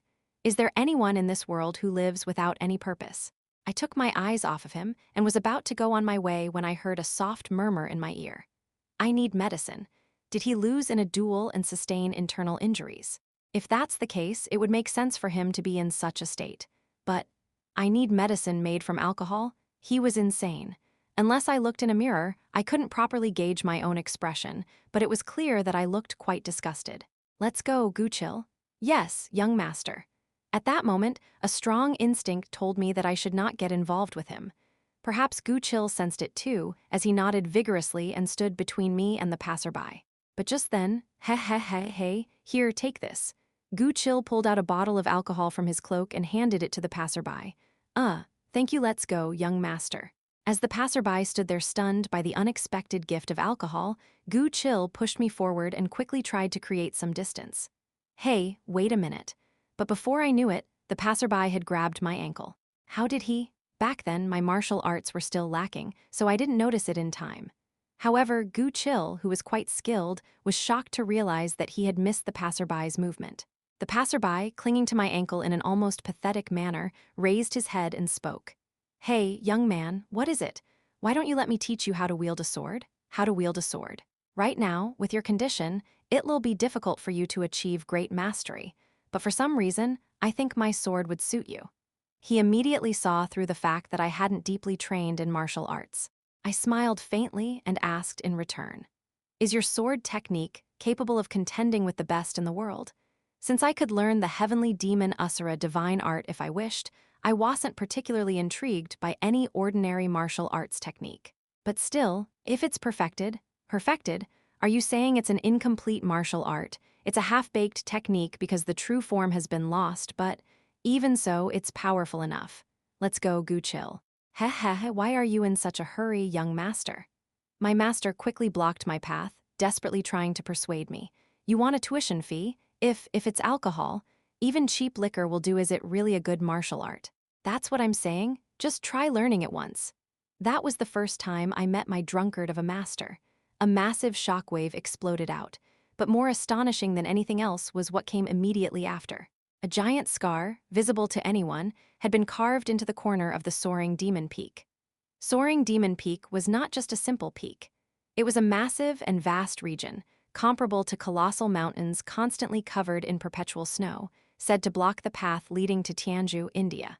Leaving behind a scar that visible in such a place was something even a master who had reached the extreme demon realm could not achieve. Fuoa, a gust of wind, mixed with dust and perpetual snow, blew through. My master and I faced each other unharmed. The four atrocities, chaos, I couldn't be sure whether that last strike had been his full power or not, but one thing was certain. Master, I am stronger. So wouldn't it be better to step aside quietly? Still clinging to lingering feelings, I made a suggestion to my master. But my master instead revealed his fighting spirit by unleashing a sword form. He is definitely conscious. Whether he could control it or not remained uncertain, but unless it was purely overwhelming authority, someone overtaken by consciousness could not possibly perform techniques this precisely. Without a doubt, my master desired a duel with me, as if to say, without surpassing me, you cannot overcome what comes next. That resolve came through loud and clear. Very well, master. I discarded the last lingering attachment in my heart. If that was what my master truly wanted, then I could only show him my growth, right before his eyes. SRRNG. I even drew the Heavenly Demon Divine Sword and immediately unleashed the dual intent sword technique. Viwuum, two swords spun smoothly in circles around me. I assumed a stance similar to my master's with bare hands. Here I come. Once again, my master and I dashed toward each other. Left sword. Heaven-slaying strong chi, underworld king severing right sword. 10 heavenly record chi, heaven-piercing annihilation. Two techniques burst forth from the blades with unstoppable force and shot straight toward my master. Rather than countering, my master shifted his stance and executed a defensive technique. The moment I saw the familiar spiral energy form on his sword, I instantly recognized what technique he was using. Heaven and Earth Ultimate Progression. The Heaven and Earth Ultimate Progression, even among the 10 heavenly record swords, specialized in counterattacks. A variation of the technique different from mine, uniquely my master's, unfolded and gently absorbed the strikes of Underworld King Severing and Heaven-Piercing Annihilation. As expected of master, it was truly the profound essence of transcendental harmonization beyond extremity. Even Dao Zun would not have dared to absorb that strike just now, but this was no time for admiration. He was coming right away. 8-branch sword water extreme flashed the strike that my master returned after absorbing the two ultimate techniques I had unleashed came back like karmic retribution. But this situation was partially within my intentions. Bright Net Sword 10 Swords Ascension, the reason I intentionally didn't merge them using resonance chi and instead unleashed them as separate ultimate techniques. It was to weaken, even if slightly, the power of the counterattack technique my master would unleash. My master's Sujuxium collided directly with Bright Net Sword Ascension. The result, naturally quaquaqua. The strike of Ascension pierced through Sujuxium and surged straight toward master's heart. Perhaps he hadn't expected it to be nullified so easily. Master's body momentarily flinched. If you have no hidden trump card, this ends here, master. Bright Net Sword 10 Swords was not an ordinary sword art or technique. Each sword of the 10 was a high-dimensional strike infused with the enlightenment of the supreme demon realm. A single strike was on par with Senior Brother's Complete Heart's Path, transcending resentment, or Lady Ma's Blood Divine Power. Just as the sword of Bright Net Sword Ascension was about to pierce Master's heart paw, a small wing on my master's back suddenly spread out gigantically, and the previously blank white face split open, revealing a mouth beginning to form. Ka-ah-ah-ah. The wings protruding from his back bent inward and began to wrap around the area near his heart. Is it the authority of chaos? Something strange and sacred could be felt from the wings. That energy resembled the power of her that once nestled near my own heart. And before long, kagagagak, with a sound like metal grinding, my master's body was flung far back. Soon after cooing, with a thunderous roar, master was slammed straight into a smooth cliff like a sheer precipice. It was blocked. I immediately sensed that bright net sword 10 swords had failed to finish him. The unknown power emanating from the white wings had clearly nullified a technique that twisted the very laws. That isn't my master's skill. Is it the authority of chaos? I was confident this strike just now held such transcendence that it could have annihilated someone like Gungi, whom I had faced before. Even the seal of the heavenly demon of Chintijung might not have withstood it. I let out a small sigh inside and clenched my fists. If possible, I had wanted to end this without pain. My master would not return. Not more accurately, he had no intention of returning. I didn't know why, but the moment I sensed his battle spirit, I instinctively understood that truth. As I was contemplating why my master had made that choice, my disciple master, from deep within, a voice that was nearly a soliloquy flowed out. I cautiously approached master, ready for a possible ambush. It really burned, didn't it, master? Is that you? Yes, you brat. Though his features were non-existent save for the mouth, the voice that came from it was undoubtedly that of my master. Why did you do it? A question heavy with layered meaning. My master calmly answered. My battle with your lover was not of my own will. The battle with Yura wasn't of his own volition. Then that meant was this fight with me your will, master? To some extent. Why? Because it couldn't be avoided. Just as I had posed a question filled with implications, my master answered with layered meaning. As he stepped out from the cliff, master asked me, do you remember what happened at you family's sacred mountain? Of course. When you entered isolated training, I met the founder and received one arrangement from him. An arrangement? From the moment I joined the heaven-defying society, I became bound to the grand heavenly lord. Even if it wasn't now, eventually, I would have stood in your way. What the founder gave me was a power capable of twisting something absolute only for a moment. Master caught his breath and raised his sword again. I shall now pass that on to you. Jejiojak. With time, Master's split mouth was slowly closing. Is the injury healing and he's returning to the four atrocities chaos? The glow from the wings on Master's back was intensifying. As the authority of chaos revived, the weakened mental constraints were once again growing stronger. To gain this, you must do just one thing. This transmission wasn't some martial art you could acquire through a mere close-range bout. It could only be passed on by prying open a sliver within the boundary of life and death and twisting through the restriction of the grand heavenly lord. A faint smile crept to Master's lips. With your full strength, kill me. Chapter 447, The Reversed Sky 8, Kill me with your full power. Right after he uttered those words, Master's lips shut completely. I instinctively knew Master would never again utter a word from his mouth. TSSTSSTSSTS, Master's power was growing even stronger. Now, he had fully embraced his identity as four atrocities chaos and was beginning to fuse with it in earnest. No, he might have even become stronger than the original chaos. Hostility pierced my skin. A being that could kill a living creature with nothing but killing intent without a single word, completely on a different level from the incomplete dual. Flash, for a moment. A slash tore through the space like it pierced the rift of time itself, erasing all idle thoughts at once. The slash grazed my nape with a thin, clean line. Rumble. Soon after, a heavy crash echoed from somewhere behind. Anyone else wouldn't even have reacted to that. I brushed the torn skin on my neck with the tip of my finger. There was no blood. My body had already shed the guise of a human to a certain extent. Still, I didn't expect to be injured by an ordinary slash. Even without using any particular chi technique, the toughness of my body now was comparable to Jin Gunak with his full power as the Asura god. In other words, even Jin Gunak couldn't be certain of survival if struck by that slash. Kill me with your full power. Master had resolved himself to die, and I, too, respected that decision. There was only one unusual point in Master's final words. Full power. Master wouldn't have used the term full power without reason. If I were to use full power here, I had never truly unleashed my full power before, but the calculations in my head were clear. If I miscalculate, this entire Soaring Demon Peak might be obliterated. If Soaring Demon Peak was destroyed, Grand Heavenly Lord's ritual would most likely be broken. But the real problem was that something would definitely happen to Yura. Master has even fought alongside the former cult leader. There's no way he would speak lightly. Simply killing Master wasn't enough. There was a condition that I must do it with all my strength. I hesitated for a moment, but coming to a decision wasn't difficult. The top priority behind all my actions is Yura, but even if not to the same extent, Master is precious to me too. Understood, if that is Master's will. I clasped my hands and performed a clasped hands greeting toward Master. Disciple Jin Yeomyung, I shall grant Master peace with my full strength. I grabbed the two swords circling around me.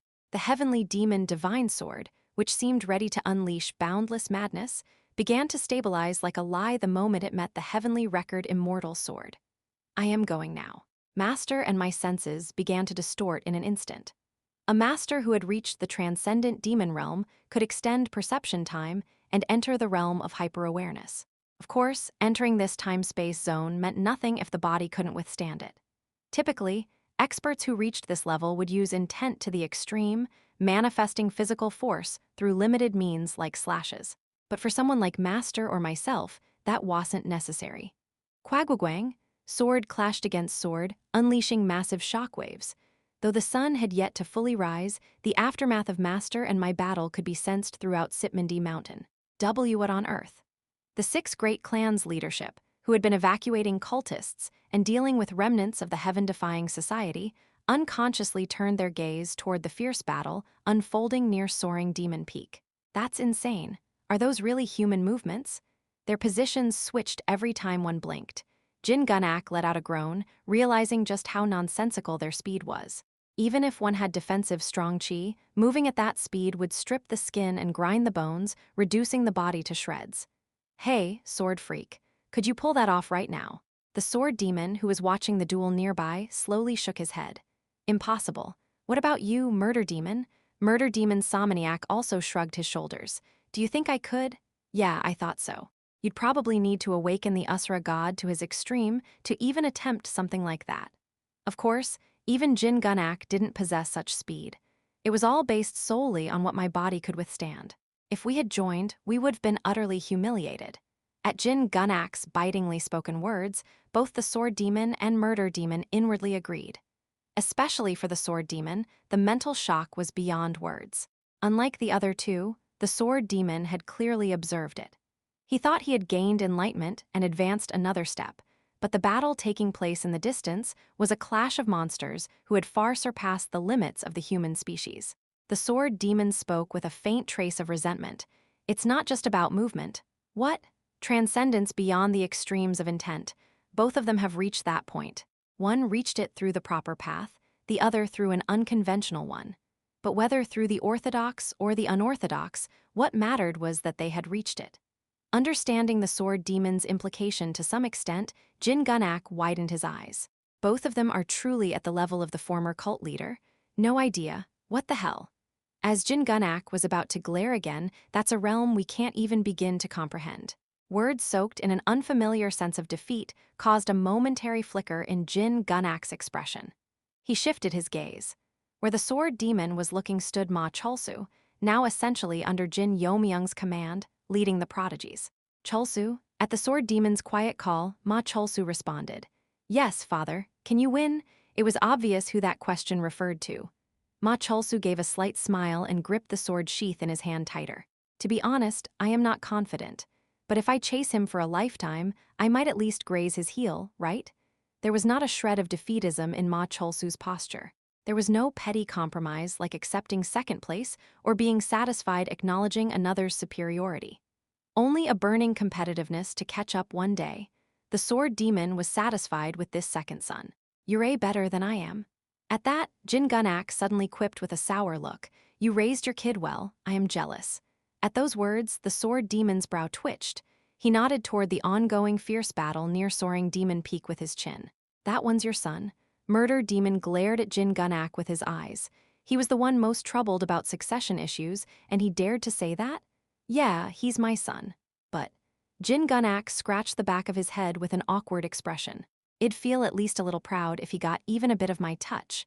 But the guy just grows on his own every time I look away. There's no room to feel accomplished. Not just the two, but many who heard that quietly agreed.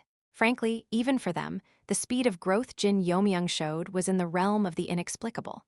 Sometimes, he looks less like my son and more like a monster wearing my son's skin. Normally, such words would be steeped in fear or dread. But Jin Gunak's face was smiling. Realizing all those earlier words had been nothing but deceit, the sword demon and murder demon exuded vicious killing intent. Wipe that smile off your face before you say crap like that. That damn bastard.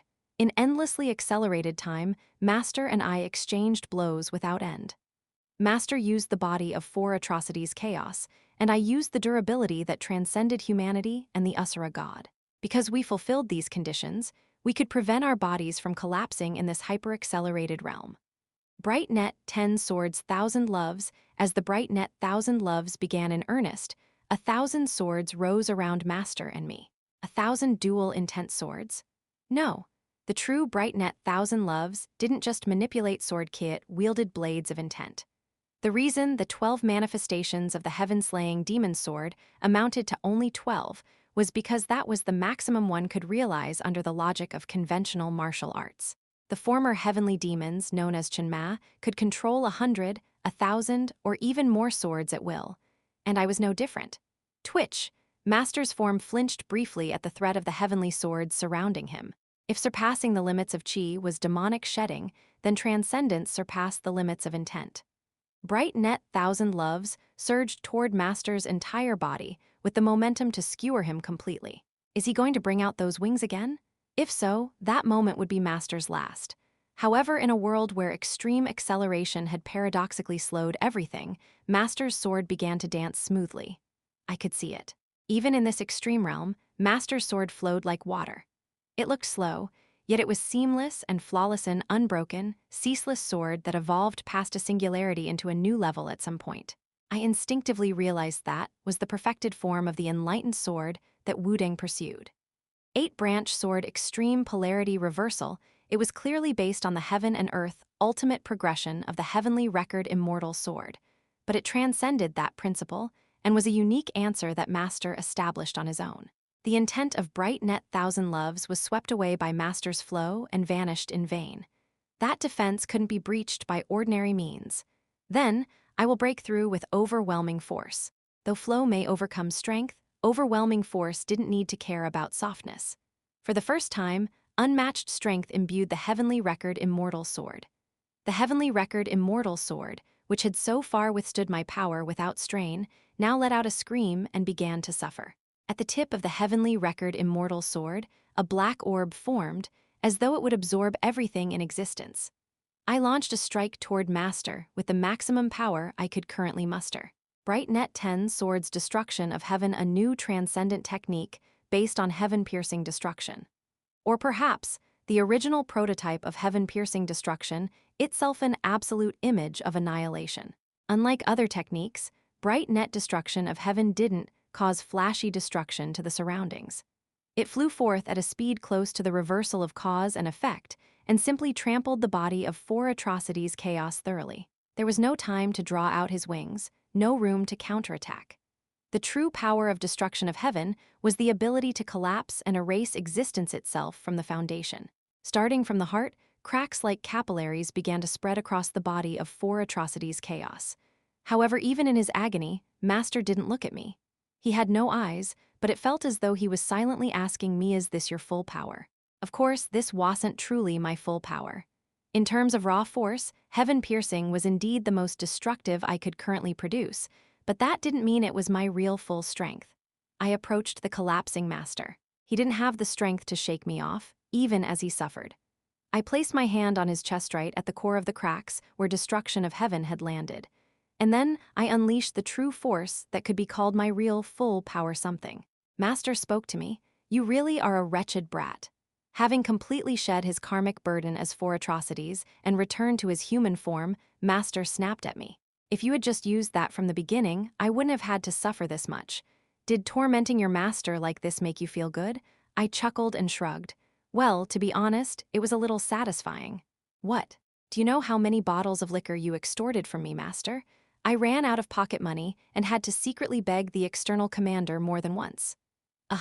This was something no one but me could remember, a matter from a distant past. It was from an entire kalpa ago, but the current master would understand what I meant, because this place was that kind of special space. Well, sorry. As long as you know, Master apologized without resistance. By the way, I am curious. What's the name of that technique? It's not something that can be explained by the conventional logic of martial arts. This technique is I was about to explain the principles of this space in detail, but soon shook my head. The time allowed for Master was nearly up, and I didn't have much strength left to maintain this space either. However, just the name should be fine to share. The final sword I established among the 10 swords bright net karmic fate. Chapter 448. The reversed sky, 9 karmic fate. Is it my words wavered on my tongue, and suddenly Master chuckled under his breath. That's no name one would attach to a martial art. Then again, this isn't really martial art, so it hardly matters. He reached out a hand toward me. Here, take it.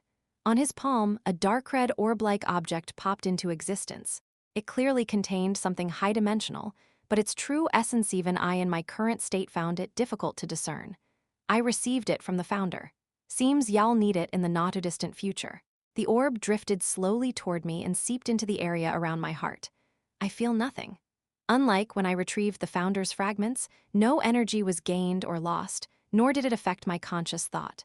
Only a ripple, slight as a single drop falling into a silent lake, was all I perceived. I didn't intend to give it to you like this at first. I wanted to give you something under better circumstances. Master offered an awkward smile and bowed his head. As your teacher, all I did was trip you up. What a disgrace to my reputation. That's not it. Don't give me that. Still, I'm glad I could do my part in the end. He slowly embraced me.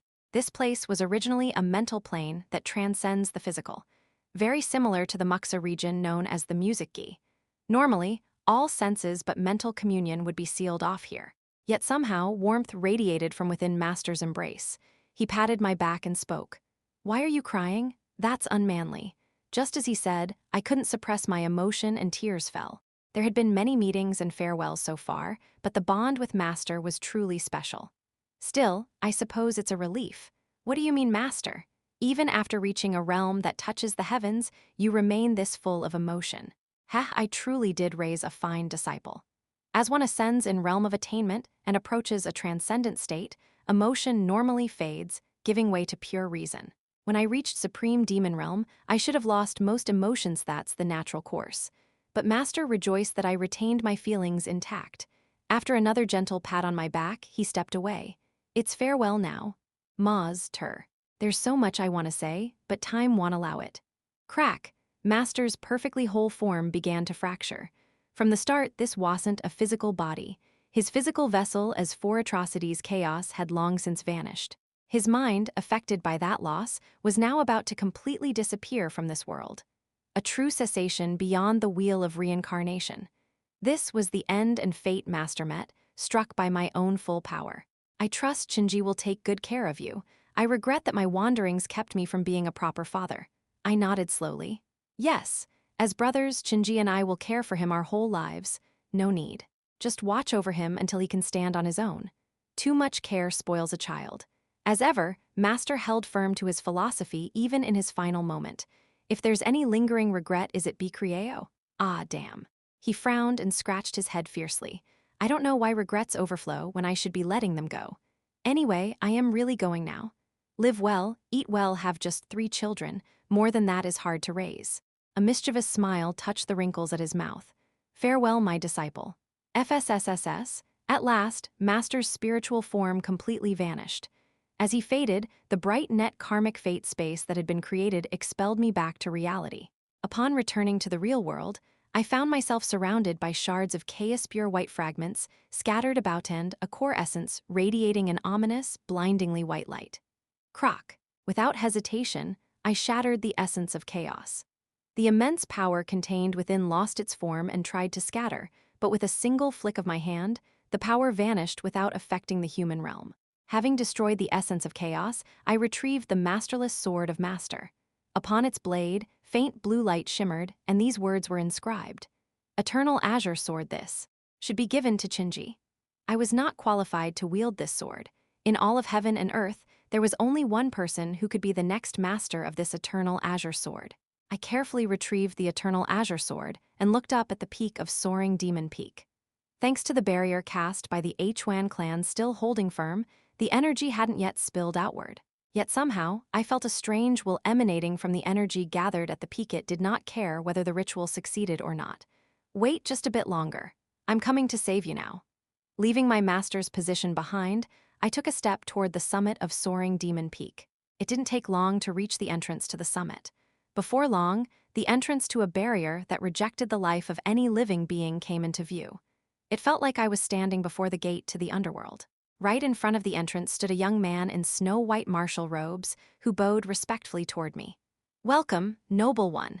His appearance had changed greatly, but there was no way I wouldn't recognize him. "I figured you'd return eventually, but you look better than I expected." He was an elder of the Haenam sect, the cult leader of the heavenly demon divine cult, and also the grand advisor of the imperial court. The priest of heavenly evil, 6th heavenly lord Sanxian. The 6th heavenly lord gave a small, self-deprecating chuckle. "Isn't this what it means to have a leash around one's neck? A man who could not even die unless the will of his master permitted it. That was the existence known as the 6th heavenly lord. Killing this one would be meaningless. Now, he was nothing more than a punching bag, nothing more, nothing less. Unless he dared to provoke me first, there was no need to touch him. The grand heavenly lord awaits you with bated breath. She's waiting for me." Had he not stationed my master halfway up the peak to desperately prevent me from arriving, if what he said was true? "Go on ahead." The 6th heavenly lord stepped aside and gestured politely inward. "Go and fall into despair." I let out a hollow laugh at his pathetic attempt at provocation. Step, step. I was about to pass him and head toward the summit of soaring Demon Peak when smack. Without hesitation, I reached out and grabbed him by the neck. GHK, caught off guard, the 6th heavenly lord struggled instinctively. "I prohibit you from using all the power you possess." With sword intent, I pressed down on everything he was, and his weak resistance died out immediately. An incantation? All his internal energy and sorcery sealed, the 6th heavenly lord looked down at me with terrified eyes. An incantation? Well, something like that, I suppose.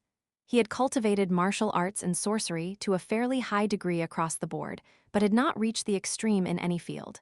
That was why he was completely helpless against my sword intent. A being like you, venting your anger, on a lowly one like me? Yes, normally I wouldn't even bother reacting to the provocation of a lowly creature like you. I looked up at the 6th heavenly lord, who was thrashing in my grip, with cold eyes. But I am an emotional person, and I get angry easily. What? Right now, I feel like I'll go mad if I don't slaughter every last one of those heaven-defying society bastards who did that to my master. Crack, creak. Demonic chi of the heavenly demonic divine art flowed into his throat. "Even if you kill me, it's meaningless. I will be resurrected. You think you can come back. Do you really believe that?" A faint fear appeared in the eyes of the 6th heavenly lord. He must have witnessed the annihilation of chaos here with his own eyes. Me words weren't something he could laugh off. Draining energy to shatter your immortality is a huge loss, but I immediately activated Yeo-myung's sorcery. As expected, the fire inside me still won't settle. Heavenly Flower Devouring Technique 10,000 feedings, this is. In the way it shattered the target's origin, Heavenly Flower Devouring Technique shared a similar nature with Bright Net annihilating the heavens. But unlike the still rough Bright Net annihilating the heavens, Heavenly Flower Devouring Technique was a perfected divine sorcery, polished over thousands of years by Yeo-myung. More than anything, when dealing with a sorcerer, few techniques were as lethal as Heavenly Flower Devouring Technique. The sea contract.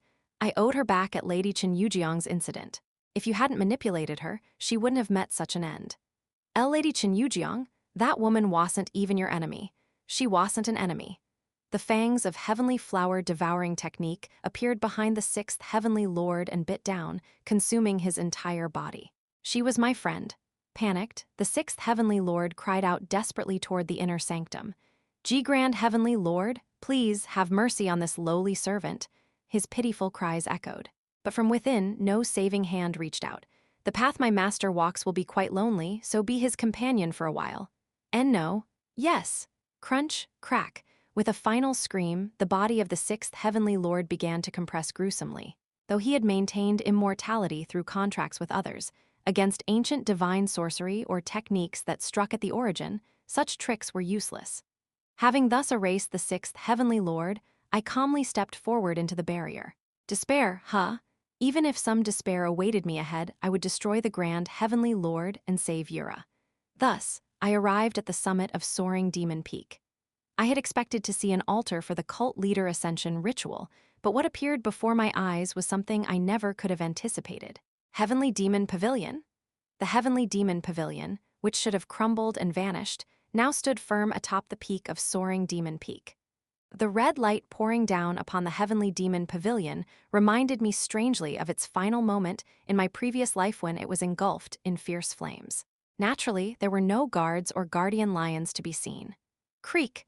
I slowly opened the iron doors of the Heavenly Demon Pavilion and stepped inside. A sense of déjà vu swept over me.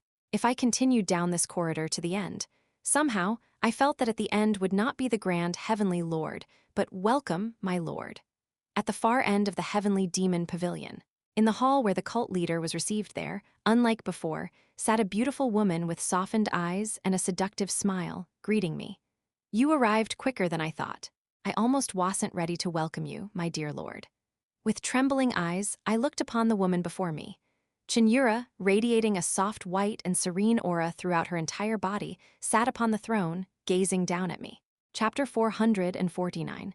The Reverse Sky, 10, I quietly examined Cheon Yura, who was seated on the jade throne.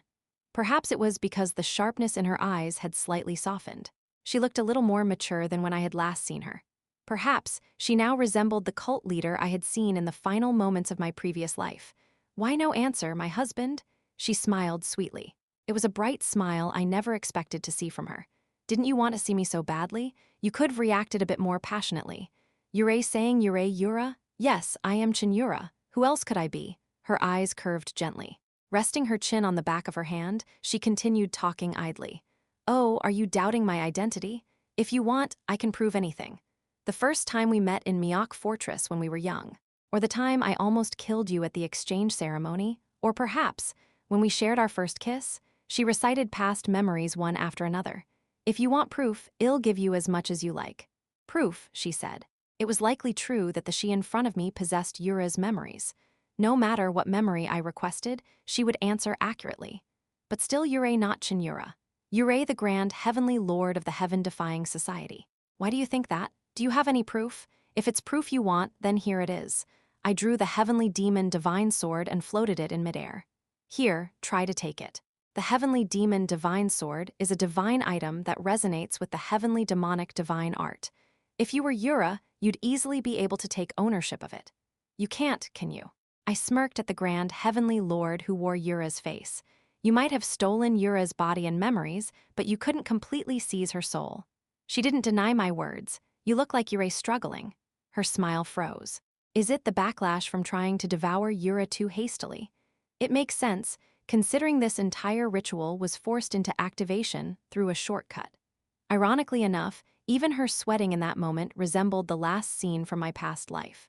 Did you achieve the awakening into heavenly evil as you wanted? I didn't stop my taunting. No, that can't be. If you had become heavenly evil, there's no way you'd be acting out Yura's personality so poorly. The grand heavenly lord's expression turned icy cold.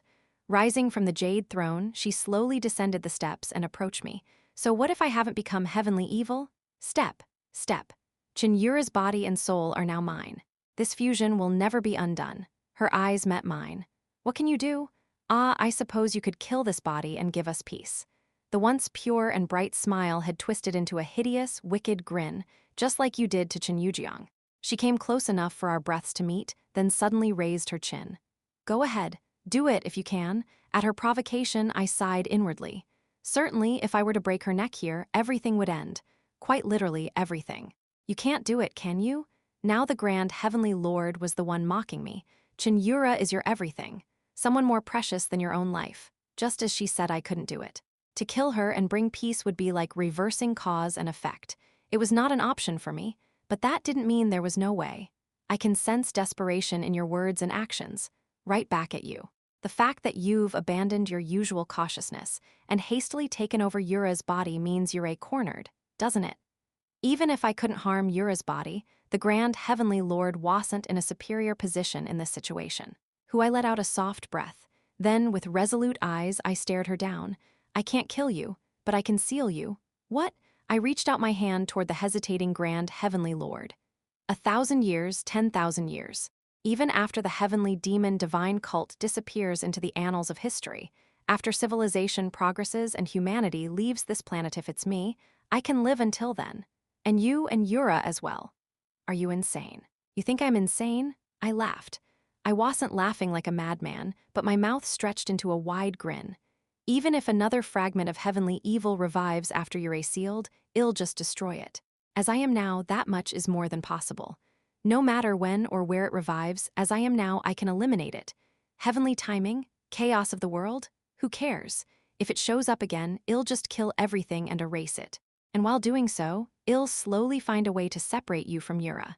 To be honest, as long as Yura is safe, I don't care what happens to the heavenly demon divine cult or to the world. Perhaps she sensed the sincerity in my words. The Grand Heavenly Lord screamed like she was having a fit. Don't make me laugh. Her hand shoved my arm away roughly. You're going to seal me? By the time that happens, my soul and Cheon Yura's will have become completely unified, to the point they can no longer be separated. Do you think it's possible to separate black and white from a gray-dyed paint? Even with divine sorcery, that's impossible. Is that so? Grip. I grabbed the Grand Heavenly Lord's neck. A twisted smile bloomed with joy. Then that means it's not too late yet. In that instant, the emotion of I've been had flashed across the Grand Heavenly Lord's face. This was a battle of nerve, a showdown where the one to show a gap while holding each other's weakness would lose. But the Grand Heavenly Lord quickly returned her expression to normal. So, I've said it again, and Agin, what can you do? Watching your current condition, I've come up with a few hypotheses. Squeeze, KGH. While clutching her neck, I continued. In order for you to fully be reborn as heavenly evil, you must perform the Bongxian ritual. I am certain of this because I've experienced it before. If it's before that, you can still be reversed. On what basis do you say such a thing? Because that's how Cheon Yura came back. At Yu family's sacred mountain, Cheon Yura and the 6th Heavenly Lord performed the Bongxian ritual. Cheon Yura had her personality stolen by the 1st Grand Heavenly Lord Yeo-myung. But in the end, she returned to being the original Cheon Yura while holding the power of heavenly evil. The ritual at Yu family's sacred mountain was a failure from the start, an incomplete ceremony prepared only with the size of the offering in mind. The same applies here. Even if you conduct the ritual at Soaring Demon Peak, it won't be a proper one. To truly be reborn as heavenly evil, you'd need to conduct a formal Bongxian ritual at Mount Tai. The Grand Heavenly Lord's eyes began to tremble. In that case, before I could finish my sentence, Kwang. Suddenly, one corner of the ceiling of the Heavenly Demon Pavilion collapsed, and someone appeared through the opening. A black figure appeared, flapping its characteristic giant bat wings. The 4 atrocities, Gungi. I feel kind of bad. Seems like I keep breaking promises.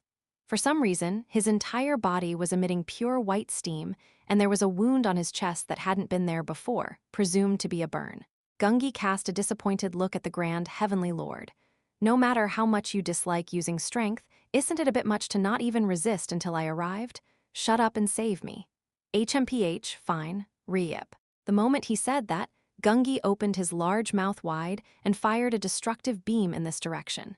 As if he didn't care what happened to the Grand Heavenly Lord. He's stronger than expected. Even though there was no preparatory movement, I realized that beam carried power no less than master slashes. Clicking my tongue, I tried to evade while still clutching the Grand Heavenly Lord's neck. How arrogant. Holding your enemy in your hand and still thinking you can face me? Right after firing the beam, Gungi immediately rushed in close to me. I launched 2 swords to restrain Gungi. But HMPH, crunch, crack. Gungi didn't hesitate even with the 2 swords stabbing into his body, and instead delivered a direct punch at me. Kwang! Truly, it was the resolve to sacrifice the flesh to claim the bone. Caught off guard by Gungi's unexpected act of self-sacrifice, I ended up letting go of the Grand Heavenly Lord's body. With his body severely wounded, Gungi seized the Grand Heavenly Lord. You let go more easily than I expected. What's your scheme? Nothing in particular. Clicking my tongue, I retrieved the swords embedded in his body. Yurei later than I thought. I had quite an entertaining fight on my way here. Gungi bared his teeth in a grin. He pointed to a wound on his chest that hadn't been there before. As expected, humans of this era are fascinating. To think a human capable of wielding such cold energy exists, not a divine beast, no less. Cold energy. The moment I heard that, I instantly realized who had grabbed Gungi by the ankle. I see. From long ago until now I've done nothing but accumulate debt to that person. If Gungi had been here from the start, it would have been a disaster. If he had interfered from the beginning, I wouldn't have been able to pull any tricks on the grand, heavenly lord who had taken over Cheon Yura's body. Kyuhuhu, don't worry too much. I gave them all the respect due to a warrior. Is that so? Even so, TSSSSS. Vengeance must be taken. Heavenly annihilation gathered upon the heavenly record immortal sword I held in my right hand. Noticing the transcendence completely different from before, Gunga's eyes lit with interest. Impressive. How about it, care to receive it? Ordinarily, he'd have gladly accepted. But this time, he calmly shook his head. I'd love to clash with full force, but unfortunately, I have a contract to fulfill. I'll concede victory on this battlefield, but the Grand Heavenly Lord am taking her with me. Tucking the Grand Heavenly Lord under his arm, Gungi spread his wings. Didn't I say it when we last parted? I'd wait for you at the place we first met. Whoosh. Suddenly, a black mist spread out from around Gungi. That was unmistakably a type of ground shrinking technique using spatial movement. If you want her back, come to that place. With those words, the black mist began to whirl like a storm inside the heavenly demon pavilion. And not long after, once the mist dissipated Gungi and the Grand Heavenly Lord's body had vanished as well. I stared blankly at the spot where they had disappeared. Truthfully, I wanted to end it here. But to expect a miracle like, with Jin Yeomyung before Yura's life, was too precious to gamble on. The reason I let the two of them go was for one reason only. They haven't completely merged yet, which meant they can still be separated. Back then, he who consulted me on sorcery said this. If the Grand Heavenly Lord stole Cheon Yura's body, how could it be restored? First, you'd need to determine whether they've completely unified or not. If they have, then there's no way. If they haven't, then there's a chance. The most certain way is to interrupt the Bongxian ritual first. What?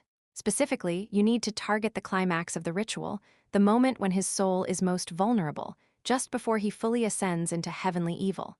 How do you even aim for that precisely?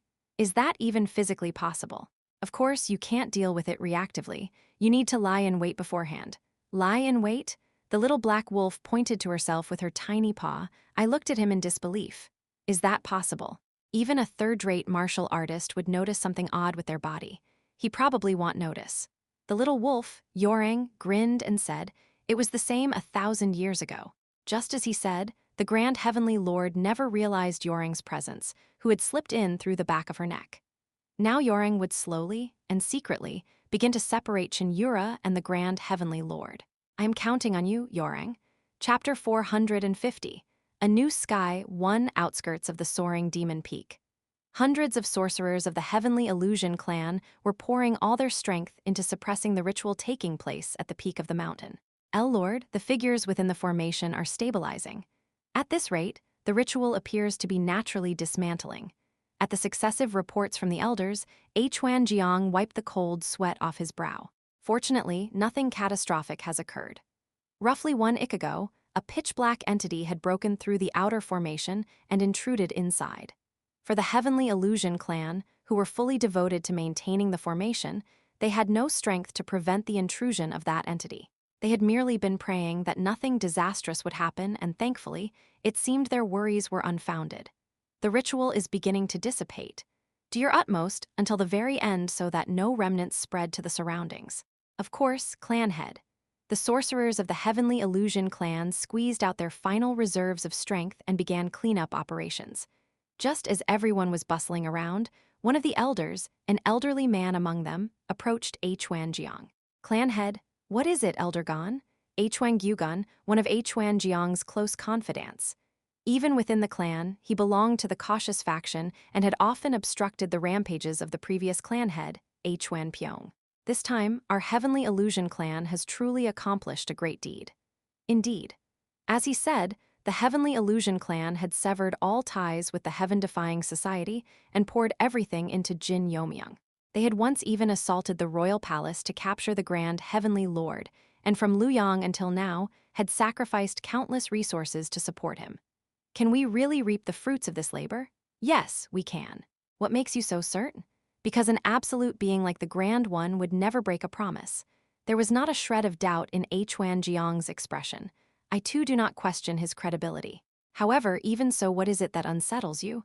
After a moment of deep breathing, he quietly muttered, "If one does not become the final victor, then does any of this matter?"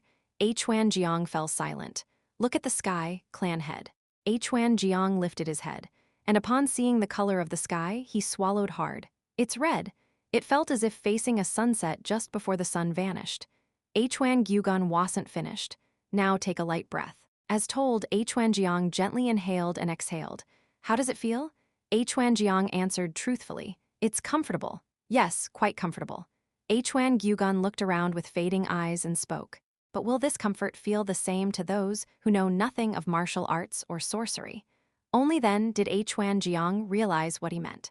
The concentration of qi mingling into the natural world has increased significantly. Yes, in fact, the main reason our clan's sorcerers have been able to endure until now without difficulty is due to this. The world is about to be overturned. Soon a world will come where mere survival will be difficult for common folk. The change in the world they had warned of so many times. Now, the time was approaching where anyone could feel it in their skin. It's already far too late to speak of such things. We've already bet everything on the Grand One's victory, and live or die, we must entrust ourselves to it. Cheon Yeomyung looked around at the gathered members of the Heavenly Illusion clan with firm eyes. No, rather, this crisis might turn into an even greater opportunity for our clan. What do you mean? Whatever it may be, it is now his era. Perhaps, for the first time, a cult leader not born of the Chin clan the heavenly demon may descend upon this world. We will return to the 6 great demonic clans under the prestige of such a one. But to reclaim our original glory, even several generations may not be enough. The return of those who had once betrayed. No matter what accomplishments they claimed, no other among the 6 great demonic clans would welcome the return of a rival. Normally, they would endlessly check and stalk us from behind, scheming to bring about our downfall once more. But what if everything was in chaos like it is now? If it's us, can we not deploy a sorcery formation to forcibly lower the concentration of qi? Are you saying? Cheon Yeomyung smirked. The 6 great demonic clans will surely desire our assistance, because they'll have no other choice. The scenery of the Heavenly Demon Pavilion, once almost indistinguishable from reality, vanished as if it had all been a lie. The peak of the soaring Demon Peak, which had effectively become otherworldly due to the ritual, began returning to its original state. I stood alone in the center of the altar, where, under normal circumstances, Jin Yeomyung would have held his enthronement ceremony. It's over, but not truly over. The situation of the heavenly demon divine cult had now calmed, but the true final battle was yet to come. If we lost that final battle, everything would end. I am still all right. There's still one last resort left. Even if something truly irreversible occurred, there was still one chance to reverse it. The remaining time is about half a year, perhaps. If time flowed normally, the moment of maximum effectiveness to hold the Bongxian ritual would be in about half a year. But the Grand Heavenly Lord would surely blockade the area near Mount Tai and unleash demonic beasts to accelerate the timeline. For now, I should tidy up our cult and begin the expansion into the Central Plains.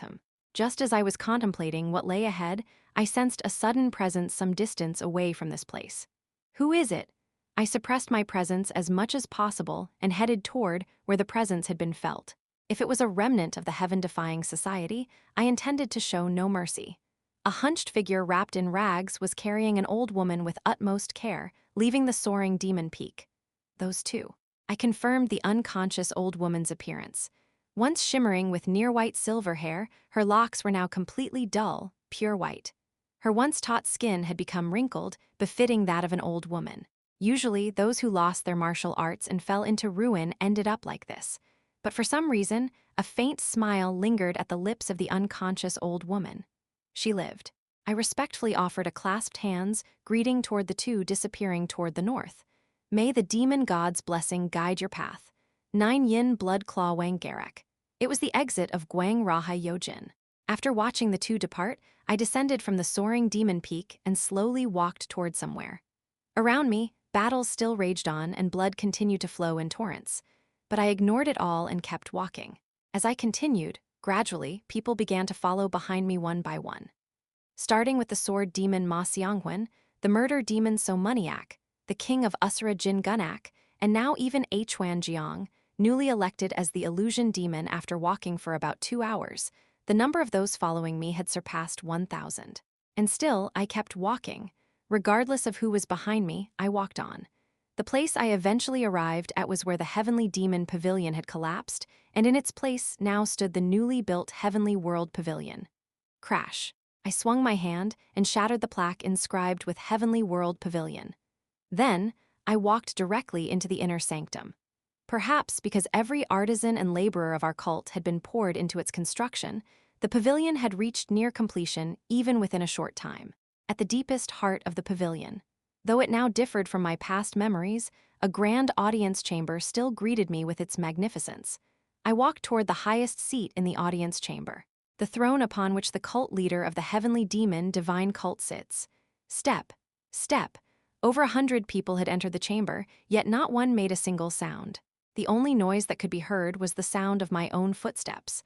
I climbed the steps and briefly examined the throne. And then I sat upon it. All be seated. Only after my command did those at the entrance begin entering one by one and take their seats. The clan heads of the 6 great demonic clans, the captains of the 34 demon squads, the elders of the 5 great halls and 9 demon halls who fought at my side. Though not everyone had gathered yet, this would suffice. From this moment forward, I, Jin Yeomyung, shall become the 30th cult leader of the Heavenly Demon Divine Cult and the great master of the demonic faction. There was no dissent. I continued speaking. And furthermore, from this moment forth, I shall reign as the 4th heavenly demon of our cult. Zitting, the heavenly demon seal and the heavenly demon divine sword floated before me, radiating immense demonic chi. GRRHK. Those who had not reached the level of extreme demon realm struggled under the oppressive aura emitted by the heavenly demon divine sword and the heavenly demon seal. These 2 artifacts shall testify to my status, but by the principle of the strong dominating the weak, I will accept any challenge from those with objections. The position of cult leader is only temporary. The moment the 29th cult leader Cheon Yura returns, I shall step down and resume my original position as the demonic faction lord. At the place where all gazes were fixed upon me, I solemnly issued a warning. Anyone with objections may challenge me at any time. However, remember well that due to the current situation, I cannot guarantee your survival. Once again, I called for challengers, but as expected, no fool stepped forward to declare one. No one, then, as the 4th heavenly demon of our cult, I shall issue my first command. Many looked toward me with either anticipation or unease. First and foremost, the structure of the 6 great demonic clans will be reorganized. Some showed joy, some revealed mild irritation. Others had concern etched upon their faces. At that moment, the 6 great demonic clans will be reorganized into the 7 demonic clans. The 7 demonic clans, the form that the Heavenly Demon Divine Cult was originally meant to take. But naturally, the shock of hearing the term 7 clans was far from minor. No way could it be the Cheon clan. Just as someone was about to make a grave assumption with a serious expression, that's not it. Jin Gunak, who had some understanding of the circumstances, sneered. The opposing clan. Or rather, should we now say the Yu clan? The Yu clan. Some who did not know the history of our cult looked at one another in confusion. I declared to them, the pure heaven Yu clan. The ones who left us 1,000 years ago shall now be brought back into the fold of our cult, and we will reorganize into the 7 clans. The clan head of the pure heaven Yu clan shall be Yeo-myung, the last surviving member of the Yu clan, and all future restoration and funding of the Yu clan will be jointly covered by the 6 great demonic clans and the Heavenly Demon Pavilion. Though the 6 clans would suddenly incur enormous expenses, they wouldn't have the leisure to complain now. After all, a 7th pillar had just been added to the 1,000-year-old foundation. I continued to hammer down commands. Clan head of the Heavenly Illusion clan, Cheon Yura. Yes, Heavenly Demon. In recognition of your merits in aiding me in expelling the heaven-defying society, the Heavenly Illusion clan shall be reinstated as one of the 6 great demonic clans. Furthermore, the clan head Cheon Yura shall be acknowledged as a member of the Council of Elders and shall succeed the former position of 5th Elder, which previously belonged to Cheon Pyong. Are there any objections? Would I dare to object? I swear anew to our cult's cause. Cheon Yura bowed his head in deep gratitude. There shall be a large-scale reform of the Council of Elders. Particularly, aside from Yama Blade and Bloodflow Spear, all elders below the 7th seat will be replaced. Keep this in mind. From the conclusion of this meeting onward, anyone who brings me the head of the white-faced demon general shall be given priority to ascend to elder. In an instant, greed began to ripple through the assembly. White-faced demon general Jang Gilsan, the bat who betrayed Cheon Yura and sided with the heaven-defying society. Naturally, there wasn't even a thought of letting him live. That was the extent to which I was offering such unprecedented rewards in exchange for his head. But at that moment, Murder Demon Somaniac, who had remained silent until now, opened his mouth with a reluctant look. That bastard.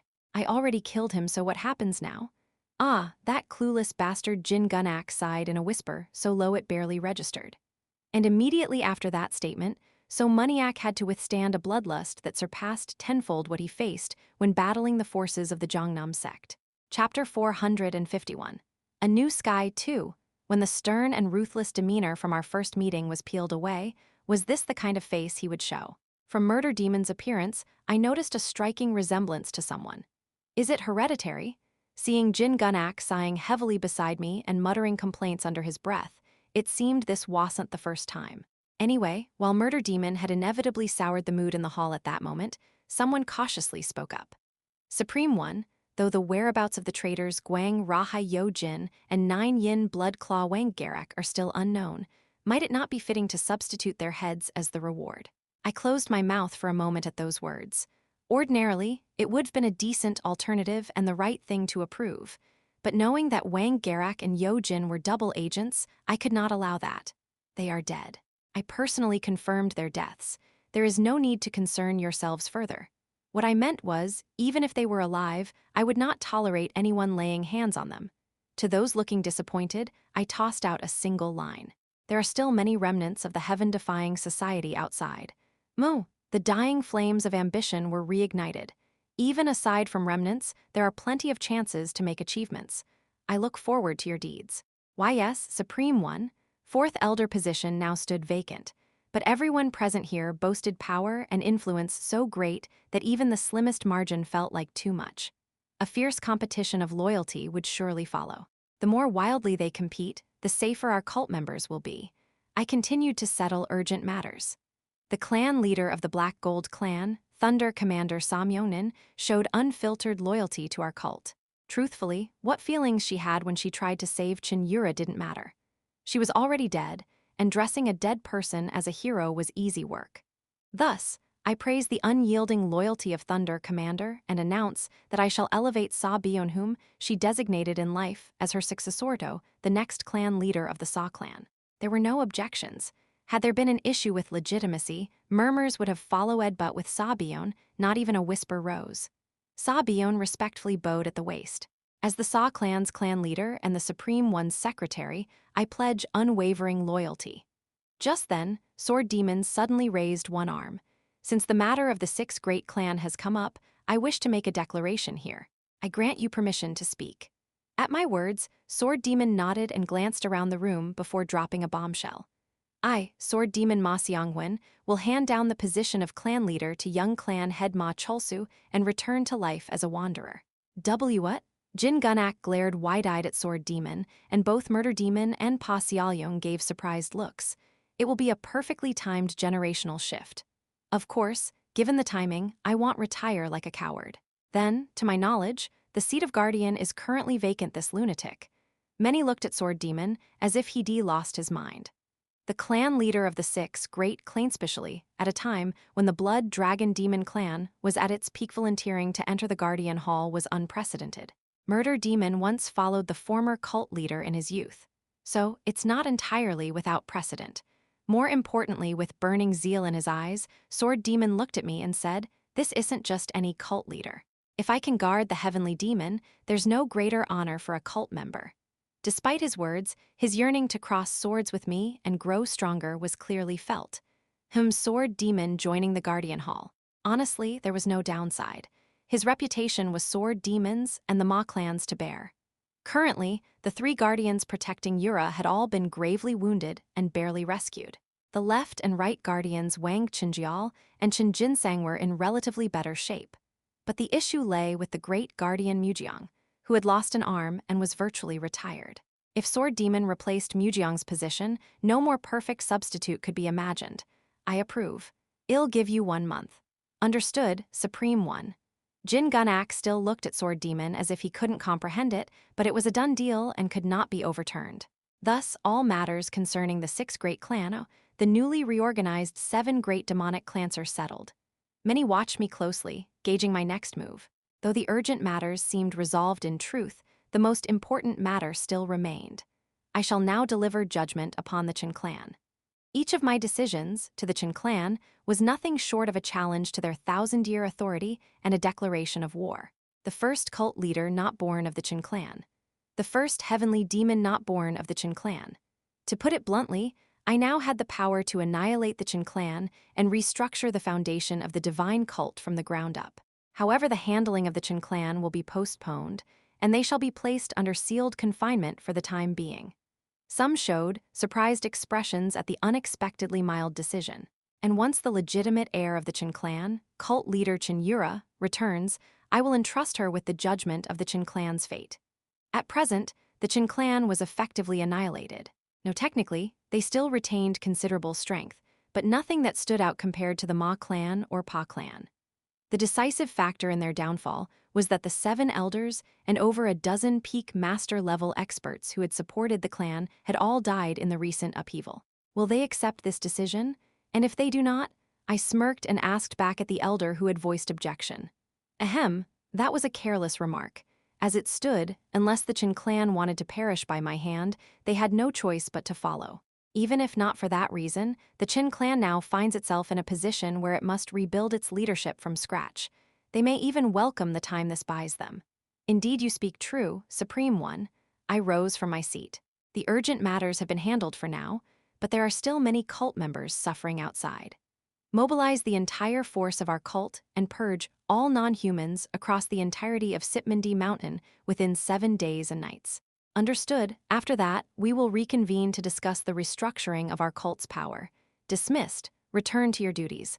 Though I said duties, everyone here now had only one task: hunting. With ominous chi radiating from them, the demonic practitioners stepped outside. Determined to earn merit, and I, too, began moving to finish the remaining tasks. Sword Demon, your command. Could you recover the body of Great Elder Jin Yeomyung? Sword Demon looked mildly surprised. With help from the Hwan clan, you should be able to track back the route that the 4 atrocities Gungi took. I shall carry out your will. Murder Demon. Yes, there is a manor in the outskirts of the Chen clan's territory where the Heavenly Brain clan once resided. Search the area and check for any survivors. Murder Demon lifted the corner of his mouth in a faint grin. Understood. If the Chen clan refused the search, it would result in a spectacularly bloody festival. After all, Murder Demon bore the Heavenly Demon's seal on his back, and King of Asura, ahem, your command. Jin Gunak cleared his throat repeatedly and averted his eyes from mine. Sword Demon and Murder Demon glanced between me and the King of Asura, curiosity in their eyes. With a wry smile, I spoke. Father, you shall come with me. It seems Gu Chil has not returned, meaning the matter remains unresolved. Haha, of course. Jin Gunak's face immediately brightened and he clung to me. Chtesque. The 2 who had been hoping for something clicked their tongues in disappointment. Contrary to expectations that the battle had not ended, the clash between the Underworld King unit and the demonic Ghost Execution Squad had already concluded in the Underworld King unit's favor. There was only one reason Gu Chil had not returned. How is her condition? I was speaking not to Gu Chil, but about the woman in his arms. After the battle with the demonic Ghost Execution Squad, Gu Chil had headed north to the location discovered by So Soryu. There, he had slain a spider beast in humanoid form that guarded the place, and unlike Cheon Yura, he had managed to rescue Myung-oh, who was still alive. Gu Chil replied in a gloomy voice, "It's not good. Honestly, it's a miracle she's still alive." I lightly flicked my fingers toward Myung-oh. "Myung-oh, can you hear me?" However, Myung-oh, lying in Gu Chil's arms, did not respond. She seems conscious Myung-oh's body was covered with traces of brutal torture and bloodletting. Even if her consciousness remained, it was clear her body had been pushed past the point of endurance, to the extent it no longer obeyed her will. I recall they called Myung-oh a completed product.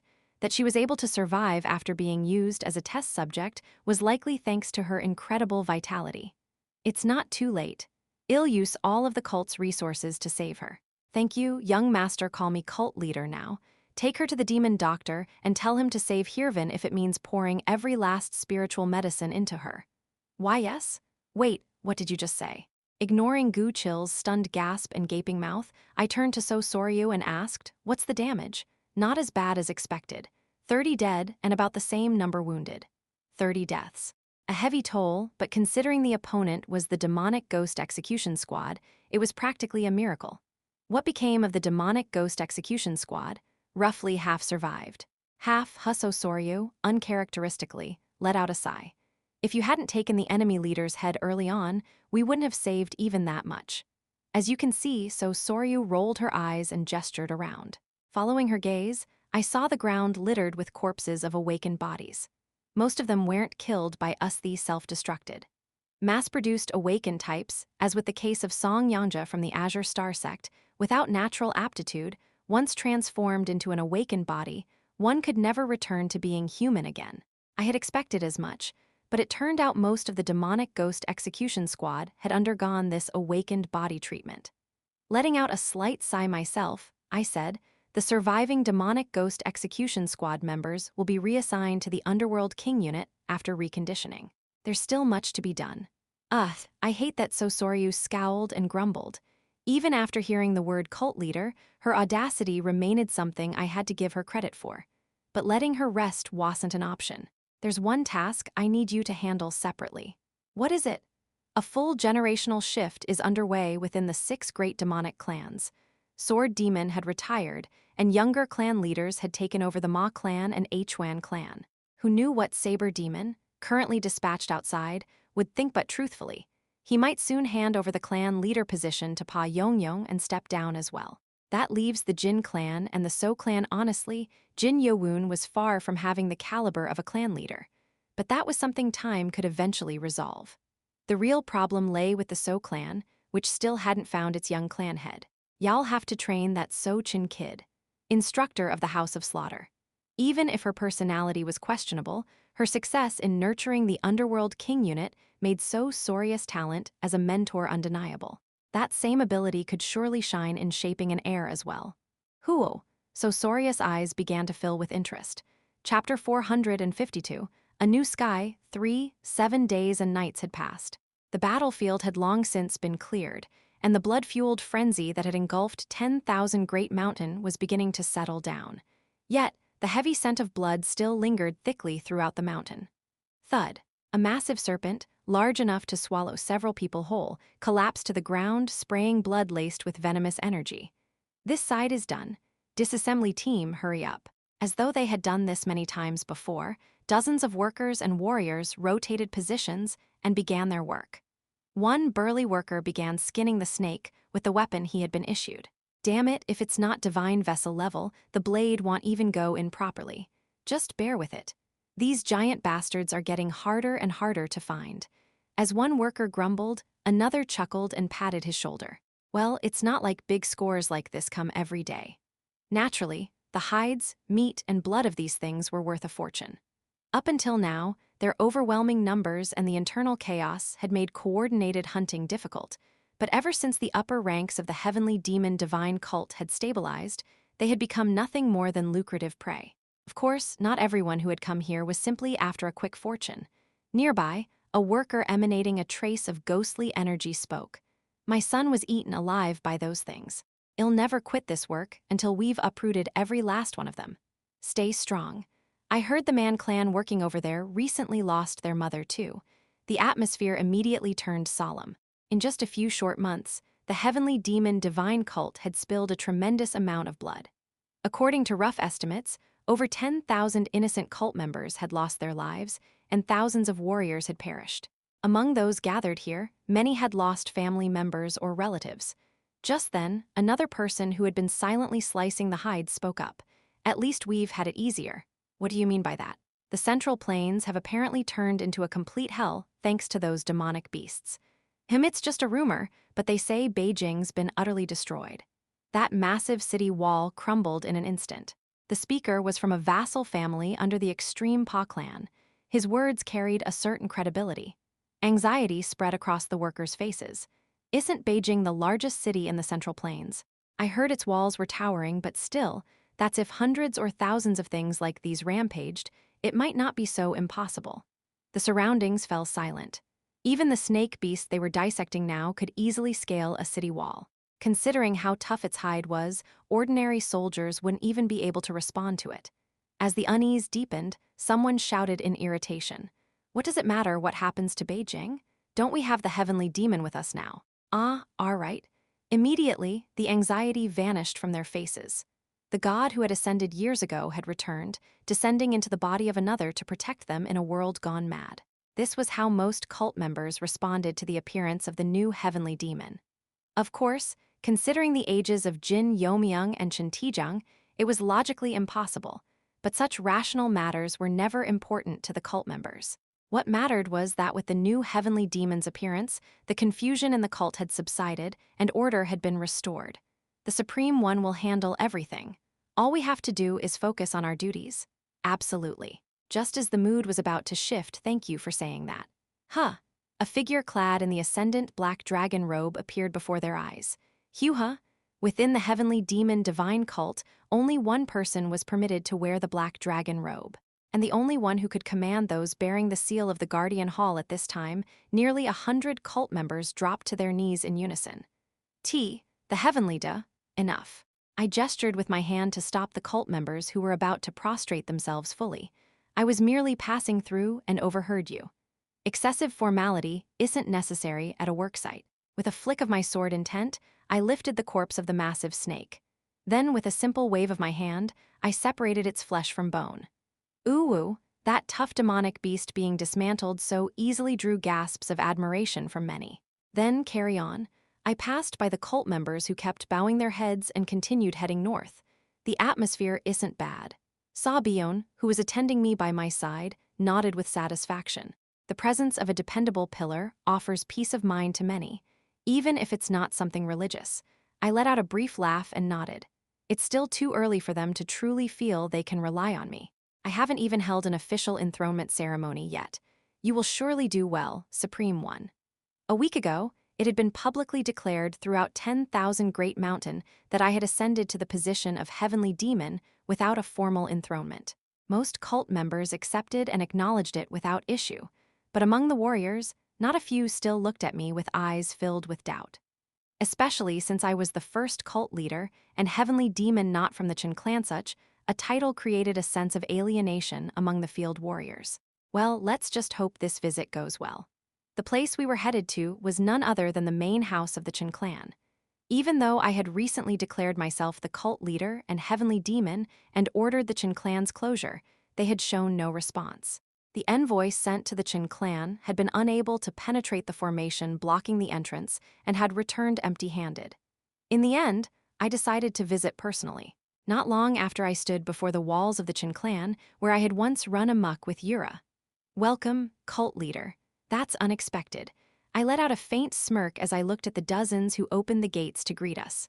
Seems like you've finally sorted out the internal turmoil. At my question, the elderly man with the wiry build at the front nodded. There were significant losses. Only now have we managed to restore the family's discipline. On either side of the old man stood others of similar age, shoulder to shoulder. All extreme demon realm truly. The strength of the Chen clan is astounding. From what I knew, over 10 extreme demon realm experts, including the 7 elders, had been mobilized to strike at Dichen Gun at the time, and not a single one of them had survived. Yet the Chen clan still had extreme demon realm experts. I am Jin Yeomyung. The old man in the center bowed respectfully. I serve as the second elder of the Chen clan's elder councils. Second elder, there were 3 who had stepped forward, yet he called it the elder councils. Jin Yeomyung elaborated. The first elder, who now has difficulty moving, has decided to continue advising in a consultative capacity. Thus, I have become the second elder. It seems you are older than expected. If he referred to the first elder without any honorifics, then he must be of such seniority that even within the Chen clan, few could match him. A figure of the previous generation, then? That is correct. So he did not enter the Supreme Demon Palace. Traditionally, retired elders of a certain realm were to enter the Supreme Demon Palace. Of course, a figure from the Chen clan could easily ignore such rules. Jin Yeomyung gave a wry smile. Being under the Heavenly Brain clan is something that, pride-wise, was hard to accept. Ah, I understand. I understood immediately. The current lord of the Supreme Demon Palace was none other than Heavenly Researcher. Given that the Heavenly Brain clan, to which he belonged, held a rather ostracized position even within the Chin clan, it wasn't difficult to understand. Well, I am not here to fuss over such things. Thank you. What I require from your clan are 4 things. At the mention of 4 conditions, the expressions of Jin Yeomyung and the elders briefly stiffened, but they soon nodded calmly. We shall listen with utmost respect. First, the Chin clan shall acknowledge my status and authority and publicly declare it. Second, as previously stated, you will acknowledge the existence of the 7 clans and seal your gates for the next 50 years. At the word 7 clans, their expressions stiffened visibly this time, but I ignored their reactions and continued. Third, from this day forth, all authority of the Chin clan will be transferred to cult leader Cheon Yura. That much had already been announced publicly, so they should be aware. What is the final condition? The last is simple. Hold a grand funeral for the fallen elder of the Chin clan, Jin Yeomyung, within the clan grounds with me in attendance. None of these are easy. Jin Yeomyung let out a deep sigh. The final condition may have seemed simple on the surface, but it was essentially no different from allowing a non-Chin clan member into the core of the clan. You will answer here and now. What if we refuse even one of the conditions? You will be annihilated. By my own hand, today, I completely shut down any attempt to test my limits. Not a single one of the 4 conditions could be compromised. We have no choice then. Jin Yeomyung raised his hand. Immediately, the elders beside him and the 50 elites they had brought all released an overwhelming surge of combat chi in unison. Interesting. The sword demon, who had been quietly hiding his presence in the back, tried to step forward, but I lifted a hand to stop him. This wasn't a case of negotiations falling apart, as they hadn't shown any true killing intent. As expected, Jin Yeomyung had not come with the intent to become my enemy. These individuals were selected from among the survivors of the recent upheaval. In essence, if judged by current active strength alone, they represent the final power of the Chin clan. I see. I briefly swept my gaze behind Jin Yeomyung. All of them were at the peak master level or above, and none appeared to be mere beginners. They had not called them the final power of the Chin clan without reason. If these individuals aged 10 more years, they would become the senior Supreme Demon Palace elders I had once faced at the Heavenly Thunder Core. Defeat all of us, including myself, without inflicting a single injury. If you succeed, we shall recognize you as one of the 4th great heavenly demons and accept all your conditions without protest, without a single injury, to subdue high-ranking elders of the Chin clan who would charge at me with their lives on the line. Such absurd nonsense. The sword demon behind me muttered his dissatisfaction. Even for the sword demon, this was an impossible task.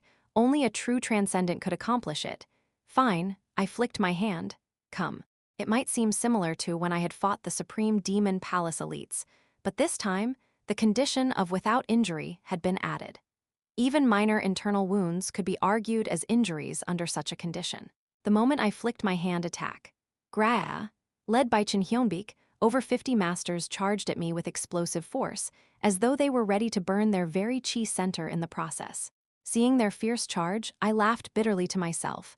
If I even tried to counter them, they'd suffer internal injuries from the recoil. That's how furiously they were raising their energy. It can't be helped.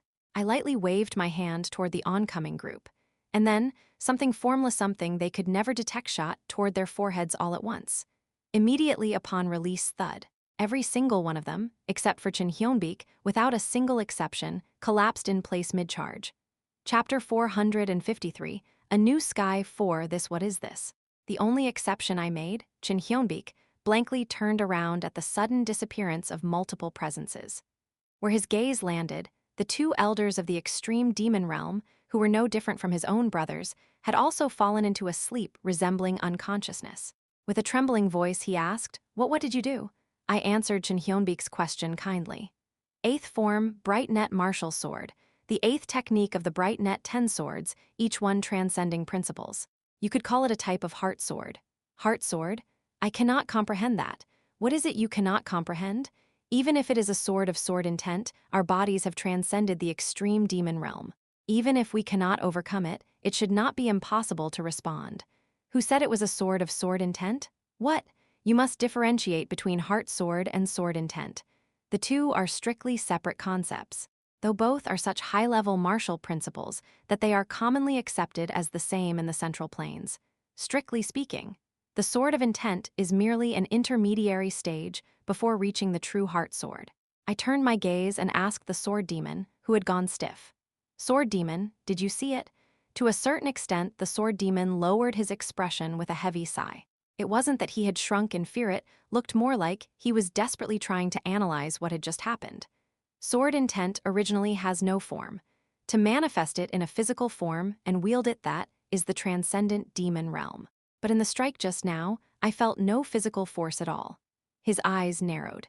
It couldn't have simply been well hidden. After pondering briefly, the sword demon let out a sigh and shook his head. This one, I'll have to experience it myself to get a sense of it. Please show me next time. Ho, sure. Being someone who knew how to separate official from personal matters, the sword demon didn't dwell on it. I turned my gaze back to Jin Yeomyung. Will you continue? I trust you won't call the scratches from falling over wounds. Who? Jin Yeomyung closed his eyes and let out a deep sigh. An absolute, undeniable defeat. There was no room for rebuttal. Thud. At last, his knees hit the floor and his forehead followed shortly after. I, Jin Yeomyung of the Sun Mad Demon Lord, pay respects to the heavenly demon of the new era. Will you accept all the conditions I've mentioned? There is nothing to accept or not. The word of the Supreme One is absolute, more obedient than I expected. Good, I like your promptness. As announced beforehand, I will accept any challenge if there are objections. However, you must personally manage the public sentiment of the Qin clan so that no impure movements arise. I will keep that in mind. At that moment, Jin Yeomyung, still bowing his head, showed hesitation. Heavenly demon, there is something I must tell you. What is it? The reason our clan could not respond to the Supreme One's visit was partly due to internal chaos, but there was another reason. Another reason? Jin Yeomyung, with a face clouded by concern, led me somewhere. I shall guide you. Please follow me. Jin Yeomyung led me to an old, decrepit manor at the outskirts of the Qin clan's domain. This place overgrown weeds and dilapidated buildings. Just a glance told me it had been abandoned for over a decade. What was stranger was that corpses, presumably of the Qin clan's martial artists, were strewn about. To not even have retrieved the corpses, this must have been quite an intense battle. I examined the wounds on a fallen Qin clan warrior and furrowed my brow slightly. An awakened body? Yes, I see you recognized it right away. Upon closer inspection, the traces of battle and the positioning of the corpses all pointed in one direction. The far end of that direction. I pointed toward a passage leading underground and asked, "What's in there?" What's in there even I do not know. What? To be exact, with my shallow insight, I cannot accurately identify what is in there. Jin Yeomyung's face was filled with unease. First Elder will explain it. I issued the order without hesitation. Command the guardian lions and secure the area. By your command. The sword demon, true to his nature as a born martial artist, bowed his head calmly without showing any curiosity. Leaving the guardian lions behind, I proceeded underground. I arrived at the end sooner than expected. Smaller than I thought. If I had to compare, it was about the size of the heavenly demon cult leader's exclusive training chamber that Yura used. Of course, that alone was at least 20 jang in all directions, but compared to the previous location, where the divine demonic vessel had been studied, it was an insufficient scale. And at the far end of the space, welcome, Supreme One. First Elder, seated in a wheeled chair, quietly bowed his head. And behind First Elder, there was a massive glass capsule containing something. That's I frowned upon seeing what was inside the capsule. It wasn't just my imagination that made me think the figure within hadn't fully matured. Yura alive, what a great relief. Ho, it must be that this old man's life is unusually tenacious. On the contrary, I apologize. This old man failed to control the Qin clan and caused this situation. First Elder's face was filled with guilt. I heard you were struck by the heaven-destroying poison. No matter who had been there, the result would have been the same. Even with my consolation, First Elder shook his head. Even so, as the leader of the 7 elders, I must bear responsibility. I intend to relinquish all things for the rest of my life and atone for the Qin clan and the cult. I beg for your permission. I will prepare a seat for you at the Elders' Hall. Please assist me as much as you can until Yura returns. First Elder was Yura's strongest supporter and someone who had actively promoted my position. Even after losing his martial arts, his commitment to fulfill his duties to the end made him a true elder and a paragon within the cult. Thank you, Supreme One. By the way, what is that behind you?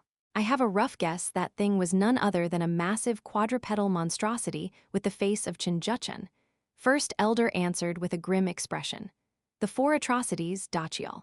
Or more precisely, a failed specimen that could not fully transform into Dachial a failure? Who said that? The Jin clan leader, or now rather, the great sinner Jin Yeomyung. More precisely, he said it would become a failure. He saved me, secretly brought me here, and entrusted me with guarding it. Jin Yeomyung had truly prepared much. What was amazing about him was that he had achieved most of what he intended with a single life. The heaven-defying society must have tried to retrieve it. Yes. Fortunately, we succeeded in protecting it, but in the process, Third Elder Chin Rain was killed by the enemies. Chin Rain? At the unexpected name, I tilted my head slightly. Chin Rain is dead? Only then did I realize I had completely forgotten about him until now and awkwardly shrugged my shoulders. A regrettable loss. A noble sacrifice. First Elder looked at me with a strange expression. Even I must not have looked particularly regretful. Chin Rain was a master of the extreme demon realm, but due to grudges from a previous life, and more importantly, of course, probably didn't want to be involved in anything dangerous, so he skipped the mission of the 7 elders and ended up dying here. He wasn't someone I felt sympathy for. Good riddance. Better to leave the Great Elder seat vacant than give it to that man. Currently, the corpse of Great Elder Jin Yeomyung, who died near Soaring Demon Peak, was being recovered, and preparations for a funeral of the highest honors were underway. I would have had to give the now vacant Great Elder seat to him, but if he's dead, I can no longer keep that promise the 4 atrocities. Dachial, I slowly approached the glass capsule. Still sensing a significant spiritual nature from it, it was clear the creature possessed tremendous value in sorcery. But I had no need for it. I reached out to destroy Dachial. Crack. Just as a crack began forming on the glass capsule containing Dachial Supreme One. Please wait a moment. Sensing a familiar presence behind me, I withdrew my hand for a moment. Even the world's greatest stealth technique couldn't fool my senses, unless they never appeared there in the first place. Heavenly Researcher. Clan leader, an old man as decrepit as 9 Yin Blood Claw Wang Garak. The Lord of the Supreme Demon Palace, Heavenly Researcher Chen Mui, appeared before me. It has been a long time, Grand Duke. No, I must now call you the Heavenly Demon, Supreme One. Heavenly Researcher bowed deeply before me in full prostration. First, allow me to congratulate you on your victory. The Grand Heavenly Lord has retreated, leaving behind only one loyal subordinate. In truth, the Heavenly Demon Divine Cult shall now return to its golden age under the Supreme One's leadership. Enough of the compliments. Why are you here? It is because of that. He raised his finger and pointed at Dachial. May I have that? You want it? For a brief moment, in the air, my gaze and Heavenly Researcher's intersected. Though it is incomplete, the corpse of a member of the 4 atrocities holds a value thousands of times greater than ordinary demonic beasts. More than anything, within that lies the essence of Dachial, though not fully matured. And so, if you entrust it to me, I shall craft the finest divine relic for the cult. I remained silent at those words. Heavenly Researcher bowed once again and spoke. That divine relic shall be bound solely to the Supreme One. It will not belong to the Chin clan, nor to anyone else. Separate from the treasures of the Heavenly Demon Pavilion, it shall be a divine relic that will glorify your prestige throughout the world. Neither I nor First Elder could speak. A divine relic certainly, if Dachial were used as material, a tremendous artifact could be made. However, you bastard, you finally show your true nature after all this time. Crack, crack. The sound of grinding teeth came from First Elder's mouth. A sidelong glance showed an expression on First Elder's face that could hardly even be called hatred. I lightly rested my hand on First Elder's shoulder and shook my head. He had lost his martial arts. If he let his fury boil, his health could suffer. Let me ask one thing first. Ask what you will. You haven't forgotten that it is your son, have you? As the words implied the 4 atrocities, Dachial more precisely, Jin Yeomyung, who had become the host of Dachial, was none other than Heavenly Researcher's biological son. And now, this man was declaring his intention to process his own son into an object. In that situation, Heavenly Researcher's reply was truly something. More precisely, he was my son. I don't see any particular issue. He ignored my words and betrayed the cult. If he can atone in death, it is not a bad end for him. Upon hearing Heavenly Researcher's logic, I fully understood First Elder's anger. Within the Heavenly Demon Divine cult, which operated under iron-blooded principles, those words might seem reasonable.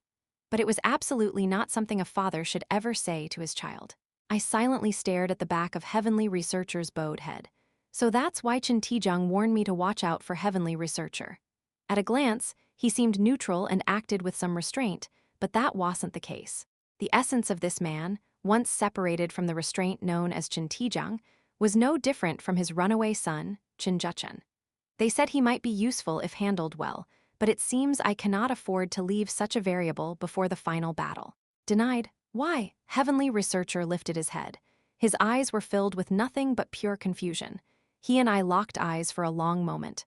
Staring vacantly, he gradually realized the true intent in my gaze, and his face turned ashen. Why, you can't be. The man desperately tried to fold space to escape my grasp.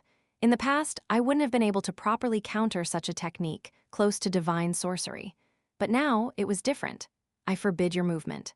The moment I uttered those words Fuok, Heavenly Researcher spewed blood from his mouth. Chapter 454, A New Sky, 5, Kihyok. The reason he coughed up blood was none other than this. As the sorcery was cancelled, its backlash returned straight to his old body. How can this be? Even in his dazed state, the Heavenly Researcher looked up at me with trembling eyes. I knew you had entered the Supreme Demon Realm, but to already dominate space so effortlessly.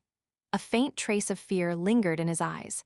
Which part of my proposal did you find disagreeable? Why must I be discarded by you? The Heavenly Researcher had read my thoughts with perfect clarity. Though it was unintentional, I've become a disposable pawnbut, someone like you cannot be left alive. I slowly walked toward the Heavenly Researcher and reached out my hand. If I acknowledge your merits and let you be, you will one day surpass even your own progeny and become another grand Heavenly Lord. The Heavenly Researcher shouted in a fit of desperation, shock plastered across his face. You can't do this to me? Yes. Ordinarily, I would have recognized your efforts and rewarded you accordingly. But I grabbed his throat and lifted him into the air. No matter how I think of it, leaving you alive during Yura's reign would only invite catastrophe. I would do anything for Yura. I could repay any favor with enmity, and I could reverse the notions of good and evil as I pleased. To strike down the grand Heavenly Lord, don't you need my help? Even as his neck was gripped, the Heavenly Researcher flailed and tried to offer me a deal. There are things only I can do, things the Illusion Clan cannot. I must stop the grand Heavenly Lord's ritual. No, there's no need for that. I coldly cut off the Heavenly Researcher's words. You die here. The Heavenly Researcher's aged body began to exude immense sorcerous power.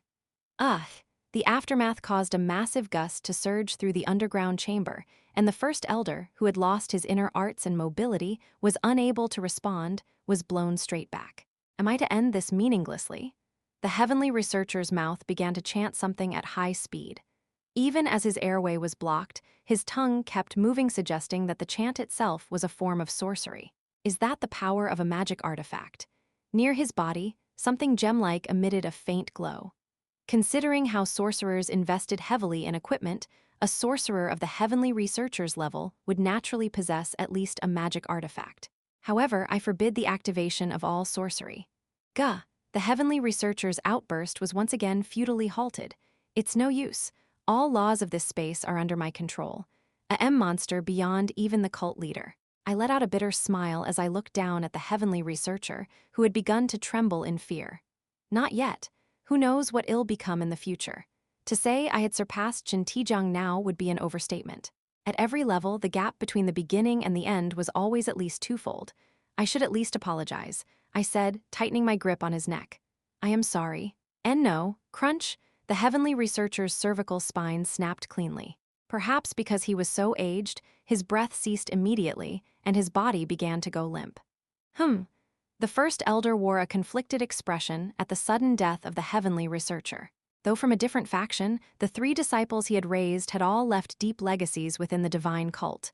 Regardless of his character, he was exceptionally capable.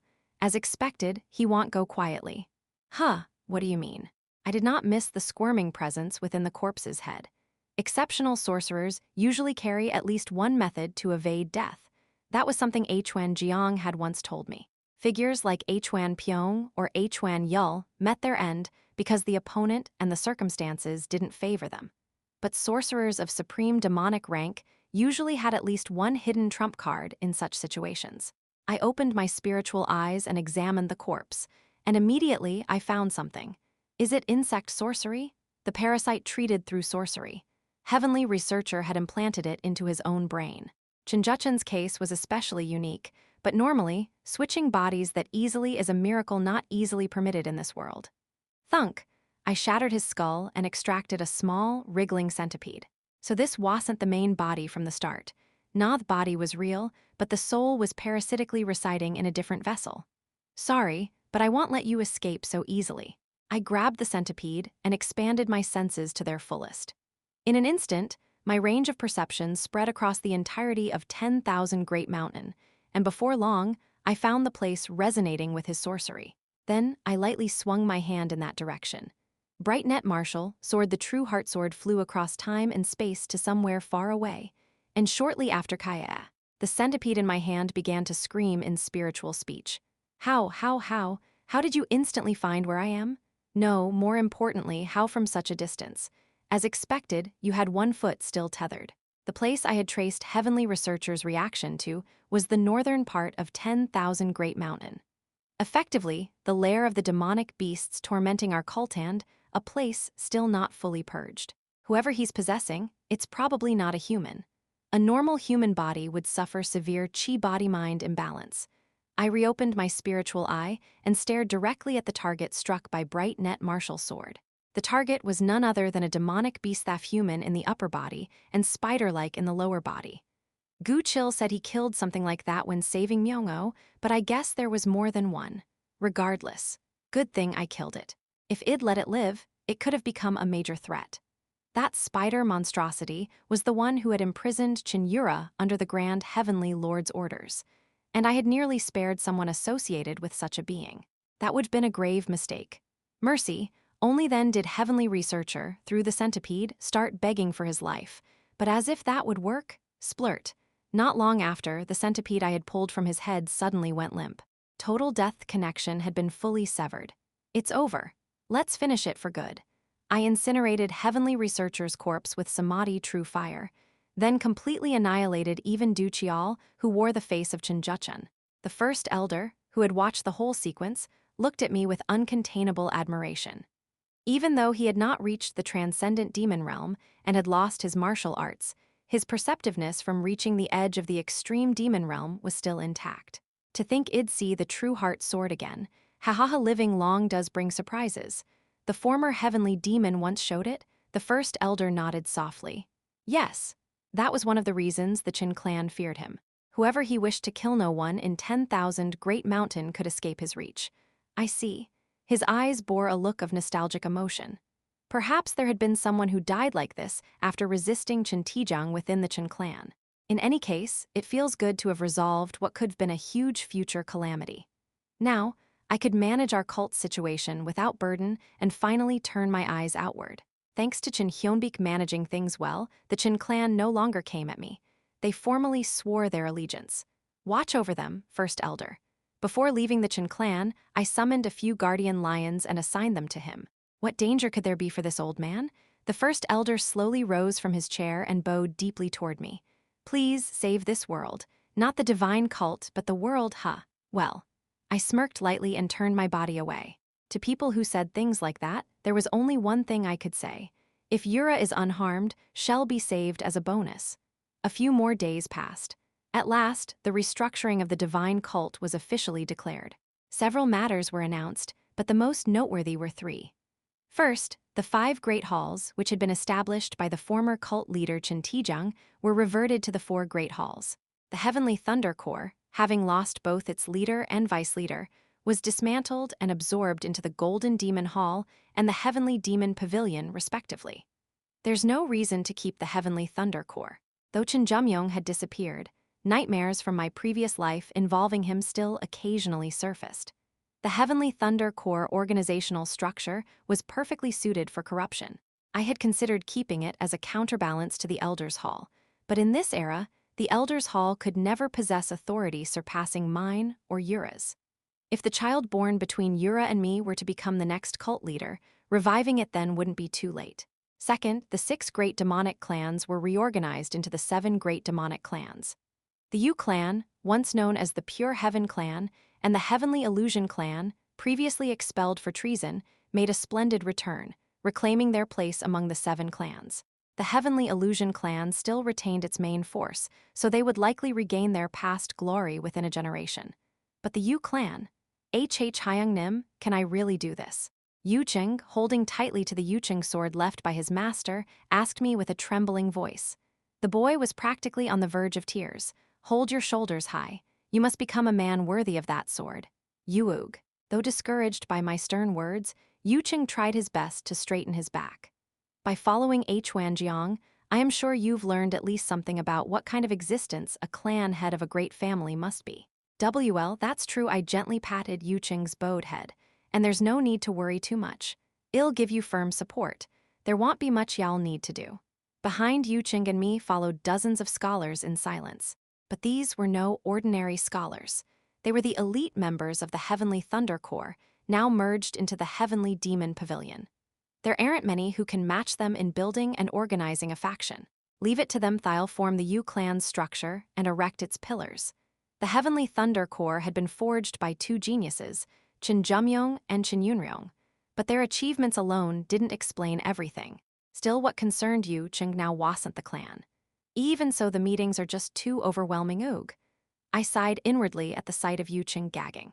For someone who hadn't even reached the Transcendent Realm, attending the Heavenly Demon Pavilion and Elders' Hall meetings gatherings only for those above Extreme Demon Realm was clearly taxing. As the new 7th Elder of the cult, he would now have to attend every Elders' Hall meeting. But if he was like this already, that too you needn't worry much about. Why not? Because unlike before, from today, there'll be quite a few familiar faces. Creak, I lightly opened the door to the Heavenly Demon Pavilion's audience chamber. Then, those seated on either side stood up simultaneously. Normally, the most honored seats would be occupied by the Sword Demon, Saber Demon, and Jin Gunak. But just for today, an entirely different scene unfolded. You're all here. We greet the Supreme One. A dozen figures at the Extreme Demon Realm level bowed deeply to me. I looked over each of their faces. First Elder Proxy, Pa Clan Young Mistress of the Extreme Saber Clan, Pa Yong-yong. Second Elder, Lord of the Blood Dragon Demon Clan, Blood Dragon Heavenly Sword Ma Cholsu. Third Elder, Head of the Hidden Shadow So Clan, Murder Demon So Muniac. Fourth Elder Proxy, Young Master of the Demonic Heavens Jin Clan, Fist Demon Immortal Beast Jin Yeomyung. Fifth Elder, Lord of the Black Gold Sa Clan, Thunder Queen Sa Byeon. Sixth Elder, Lord of the Heavenly Illusion Clan, Divine Illusion Demon Hwanjiang. And the 7th Elder, Lord of the Pure Heaven Yu Clan, Yucheng. In addition, the 8th Elder seat was held by Blood Flow Spear Yang So Byung, and the 9th Elder by Yama Blade Mu Jin. The 10th, 11th, and 12th Elder seats were filled by those from the 6 great demonic clans who had made great contributions. And finally, the 13th Elder seat was held by the newly emerged Lord of the 10,000 Mountain Clan, Ak Chin Ho. More than half of the Elders' Hall had been filled with fresh young blood. A truly new sky had opened. Chapter 455, Advancing into the Central Plains. 1. I examined the newly appointed elders. The position of the first elder remained vacant as it had yet to be filled. But the notable point was that Jin Yeomyung, who had recently completed his secluded training at the 1,000-day pass, had taken the seat in place of Jin Gunak. I inwardly clicked my tongue at the sight of Jin Yeomyung, constantly gauging my reaction. He's scared, that guy. The guy had broken through the peak master level at the 1,000-day pass and had developed the Asura God technique to this extent. He had now grown to a level where he wouldn't be easily pushed back even against experts of the extreme demon realm, and had displayed confidence befitting that growth. But in a recent match against me, his pride had been utterly shattered so thoroughly that no shred of dignity remained. It's not that he lacks talent, no. Considering the history of the Machin-jin family, Jin Yeomyung's talent would undoubtedly be ranked among the top. He had broken through the peak master level in his early to mid-20s and had already reached a level where he could stand alongside experts of the extreme demon realm. But that doesn't mean I can go easy on you, little brother. At my level, allowing even a single blow from Jin Yeomyung would be a disgrace beyond measure. It would be grounds to abandon martial arts entirely. That lunatic Jin Yeomyung would laugh like a maniac and point fingers at me. Of course, as the elder brother in our fraternal relationship, asserting my authority was equally important, so there was no such thing as leniency. Well, the matter of his shattered self-esteem would be resolved over time, so I decided to let it pass for now. Take your seats, for now. At your command. The elders responded powerfully in unison and sat down all at once. I promptly got to the main point. First, we'll address the reorganization of the 34 demon squads. Among the 3 matters publicly announced by the heavenly demon divine cult that sent shockwaves through the world, this was the final one. It was the full-scale reorganization of the 34 demon squads, which had symbolized the heavenly demon divine cult. As you all know, our cult has lost numerous experts due to the many incidents in recent times. The atmosphere turned heavy immediately. With various misfortunes compounded, more than half of the 34 demon squads had either been annihilated or collapsed to the point they could no longer function. In particular, the damage to the direct units of the Chen clan had been especially severe, and half of the units being reorganized were those affiliated with the Chen clan. The 34 demon squads will be reorganized into the 24 demon squads. Furthermore, I swept my gaze over the assembly and declared, the 5 squads that were directly under the Chen clan will now be placed directly under the Heavenly Demon Pavilion. It was a subtle move to strengthen the power of the Heavenly Demon Pavilion, but no one objected. In any case, the numbers meant little when my individual power was absolute, and taking in those squads essentially meant stripping the Chen clan of its strength. At that moment, Pa Yong-young, seated at the highest position, raised her hand. I have a question. Granted. All eyes turned to Pa Yong-young. She gave a slight cough before speaking. Judging by the budget allocated from the Golden Demon Hall, the funds dedicated to the cult's reconstruction are far less than expected. Is there a reason for this? It was a far sharper question than anticipated. There's a reason, of course. Though the casualties are severe, it shouldn't be due to a lack of funds. Is the money being allocated elsewhere? As she said, the heavenly demon divine cult had amassed a tremendous fortune until now. Even during the conflict with the Chen clan, though the distribution network was blocked, there had never been a shortage of wealth. However, there was a very clear reason why the budget for this recovery effort was so limited. Preparations for war. Gasp. Again? For Pa Yong-young, who had suffered through her last expedition to the Central Plains, the idea of being deployed again was distressing. Though she was obsessed with martial arts, she wasn't a battle maniac. Naturally, aversion was only to be expected. Instead of replying, I called upon a woman seated in a corner. Divine Ghost Unit Captain. Yes, Your Excellency. Bu Ilhwa, who had recently been promoted to Divine Ghost Unit Captain, handed me a letter. I raised the letter before the elders and spoke. This arrived just yesterday from the Central Plains. I've just learned that the Southern Murim Alliance has been completely annihilated. The annihilation of the Southern Murim Alliance. Though they had lost in their battle against the Northern Murim Alliance, their power had remained formidable. Especially after their involvement with the Heaven-defying society, they had even gained the ability to deploy demonic beasts. If I may ask, does this mean they were annihilated by the Northern Murim Alliance? No. If it had simply been due to their battle with the Northern Murim Alliance, I would not have urgently ordered preparations for war. They were wiped out by thousands of demonic beasts and monstrous creatures. The Southern Murim Alliance had been abandoned, completely, by the Grand Heavenly Lord. They say Xinjiang of Henan Province, where the main base of the Southern Murim Alliance was located, has turned into such a hellscape that barely any corpses could even be recovered. Sounds of suppressed sighs were heard here and there. Those who had faced demonic beasts countless times could vividly imagine the horrors. And it seems the horde of demonic beasts that wiped out the Southern Murim Alliance is now slowly advancing northward toward Luoyang. Northern Murim Alliance. Luoyang housed the main base of none other than our cult's greatest ally, the Northern Murim Alliance.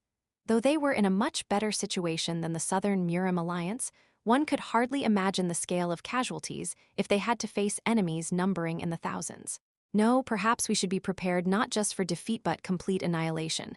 And one more thing. There's more. I pulled out another letter. This letter came directly, not through the Pa clan. Pa Yongyong instantly realized who had written that letter, and her face stiffened. With a sigh, I let out a shocking truth. Beijing has fallen. Beijing, did you say? Yes. That means the imperial family has collapsed. The chamber grew even more silent. In a silence so deep even breathing seemed forbidden, I read aloud the content of the letter sent by Saber Demon. Though they managed to barely evacuate the emperor, crown prince, and a few others, the majority of the royal family and nobility were massacred. The royal guard was annihilated, and during the chaos, the northern garrison even launched a rebellion. Pa Yongyong asked in a trembling voice, "What of the clan head?" Saber Demon evacuated the emperor and his family to Liaodong. He believed that would actually be the safer option.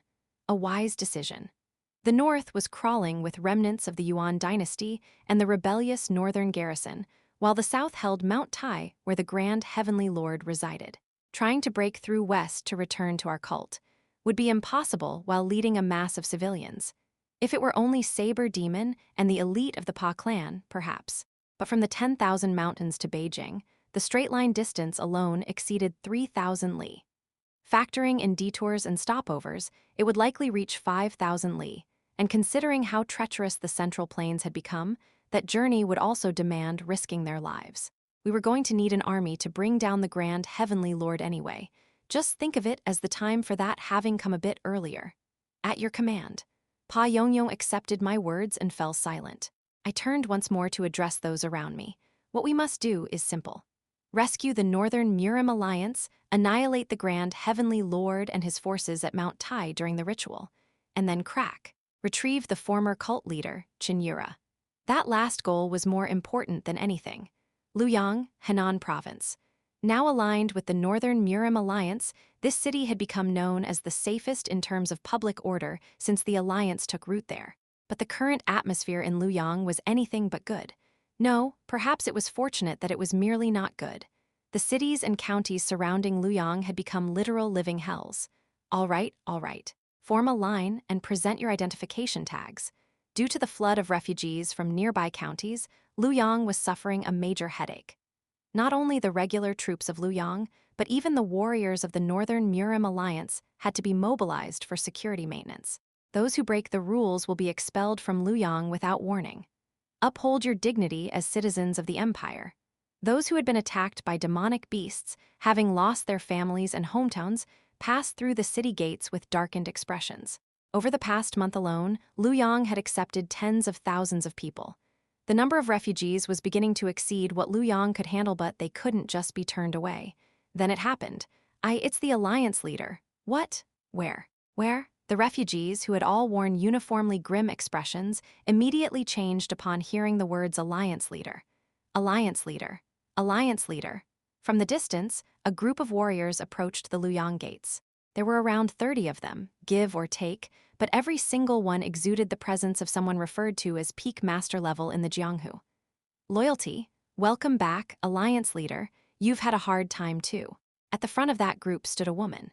North Murim Alliance leader, heaven-slaying sword Empress Beek Sangha, waved to the welcoming crowd with eyes weary from fatigue. At that moment, her presence was tantamount to that of a goddess in the region around Luoyang. How was it today? The same as always.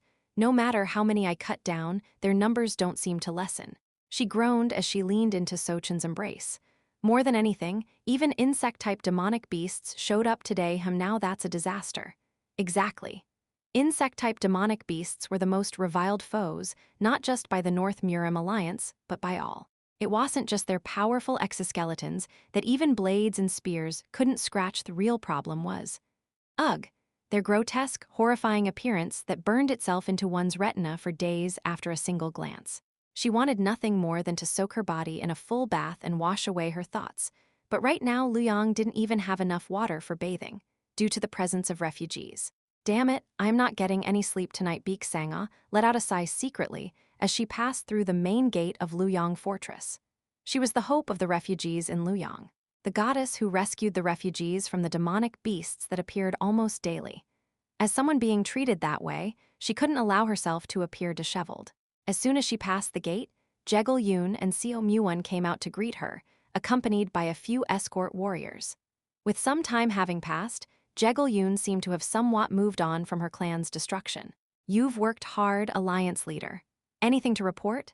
Yes, there is. There is. Beek Sangha's expression twisted. Given how much she toiled in the field, most matters big or small were usually handled by Yeo-myung or Yeo-myung. The two strategists knew of Beek Sangha's burdens and wouldn't report anything unless it was truly serious, while the Alliance Leader was out on a subjugation mission. Survivors from the Southern Murim Alliance approached us. The Southern Murim Alliance? Her expression contorted. Understanding that reaction, Yeo-myung nodded. They said they want to join the North Murim Alliance. Ha! She wanted to tell them to get lost. But since the matter had been brought instead of dealt with directly, it clearly wasn't something she could dismiss lightly. Even if the Southern Murim Alliance had effectively been annihilated, Luoyang still needed every expert it could get. Not just the Southern Murim Alliance. Those who had remained neutral, watching and waiting, are now lining up to unconditionally join us one by one. Yeo-myung suddenly gave a short laugh. Strangely enough, they all said the same thing in unison. They want to proclaim you, Alliance Leader, as the true leader of the Murim Alliance. Chapter 456. Advancing into the Central Plains, Tu-ha, the true Alliance Leader of Murim? Beek Sangha let out a derisive laugh at those words. With the Southern Murim Alliance annihilated by the demonic beasts, the Northern Murim Alliance was now effectively the only remaining Murim Alliance. Above all, they were the ones who betrayed the Central Plains Murim and sided with the inhuman beings. From Beek Sangha's and the Northern Murim Alliance's perspective, it was not even worth reconsidering. Originally. Of course, emotionally, it would be unacceptable. Yeo-myung continued with a serious expression, but even so, we must accept it.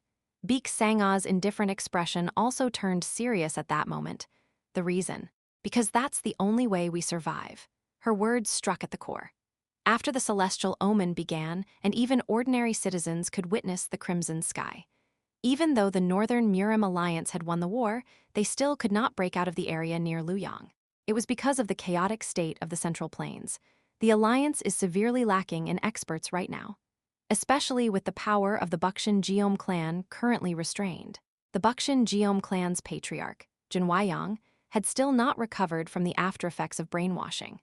During the time their forces were dispersed externally, the patriarch led the family's elite to assault the alliance leader in unforgivable crime, no matter the excuse.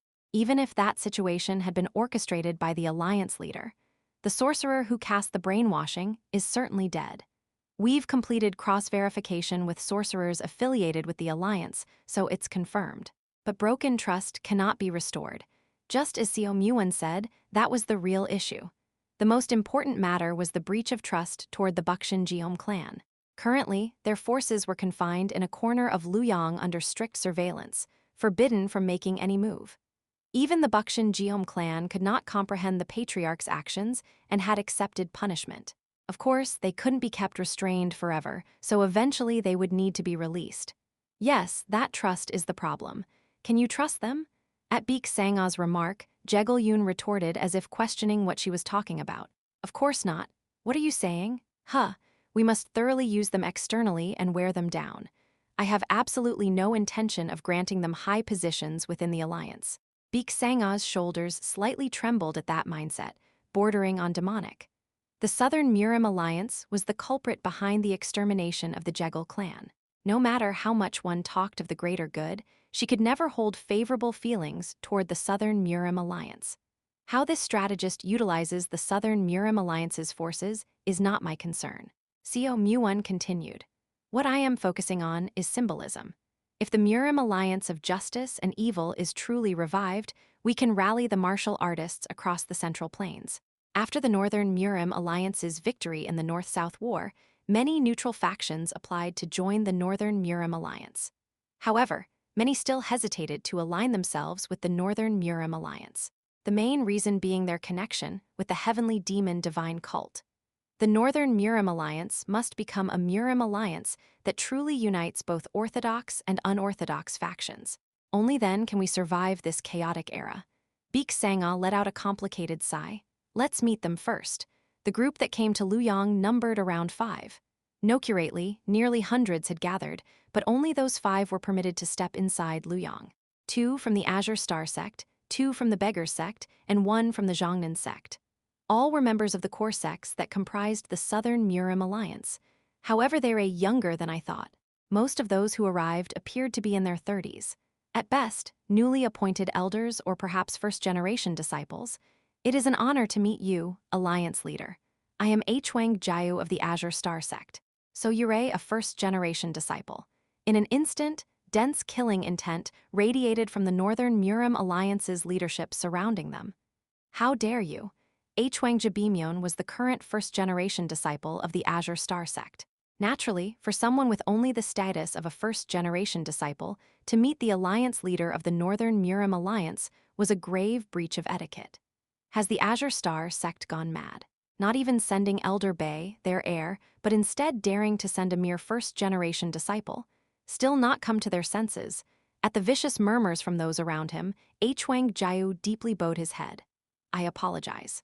I was recently appointed as an elder of the Azure Star Sect, and I have come as a representative of sect leader Yeo-myung, so I humbly ask you to withdraw your anger. What did you say? That statement implied that the Azure Star Sect had undergone a generational change. Yeo-myung Jayu spoke with a troubled expression, delivering an unexpected message. Currently, the Azure Star Sect has no heirs from the Bay lineage. Beek Sangha furrowed her brows and questioned back. No heirs. Even if they're not in elder positions, there should still be dozens from the Bay lineage, no? Most of them died at the Southern Murim Alliance's main headquarters, and those who remained at the main sect were all expelled from Azure Star Sect a few months ago. Yeo-myung Jaya's words were simple, yet they carried immense implication. That meant the Azure Star Sect had undergone not just a generational shift, but a revolutionary overhaul. Soon, the beggar next to him bowed his head. I am Yeo-myung, recently appointed elder of the Beggar Sect and a disciple of the 7th level. 7th level, while the Beggar Sect did not traditionally use generation names like other 9 sects, someone at that age reaching the 7th level usually meant they were a young sect leader. To her knowledge, the current young sect leader of the Beggar Sect went by a different name, which meant Yeo-myung must also be a newly promoted elder. Yeo-myung Jayu spoke. Our sect's Azure Star, Zhongnan, Beggar Sect, and others that once composed the former Southern Murim Alliance have purged the predecessors who betrayed the Central Plains Murim and have set our intentions to restore the discipline of our sects. Judging from the situation, it seemed they hadn't just set intentions but had already taken action. So what? At Beek Sangha's cold tone, Yeo-myung Jayu slightly recoiled. Originally, we should remain sealed until the spiritual energy of our sects clears once again, but unfortunately, we now face a survival crisis. A few nodded in understanding. How could demonic beasts know the principles of the Central Plains? Even the Northern Murim Alliance suffered nightly attacks from them, with beasts breaching Luoyang's walls and preying on civilians. Sect bases located in the mountains must be facing an existential threat. Thunk! Yeo-myung Jayu slammed his forehead to the floor. I beg of you, please give us the chance to atone for our sins under the Alliance leader's command. We will serve in white robes, offering our lives to wash away our wrongdoings. I plead with you, please protect the innocent disciples of our sects with your boundless mercy, Alliance Leader. How dare you covet the Alliance Leader's grace irk? Someone near Beek Sangha burst out in outrage, but before anyone could even reflect on those words, the source was silently subdued. Protection, huh?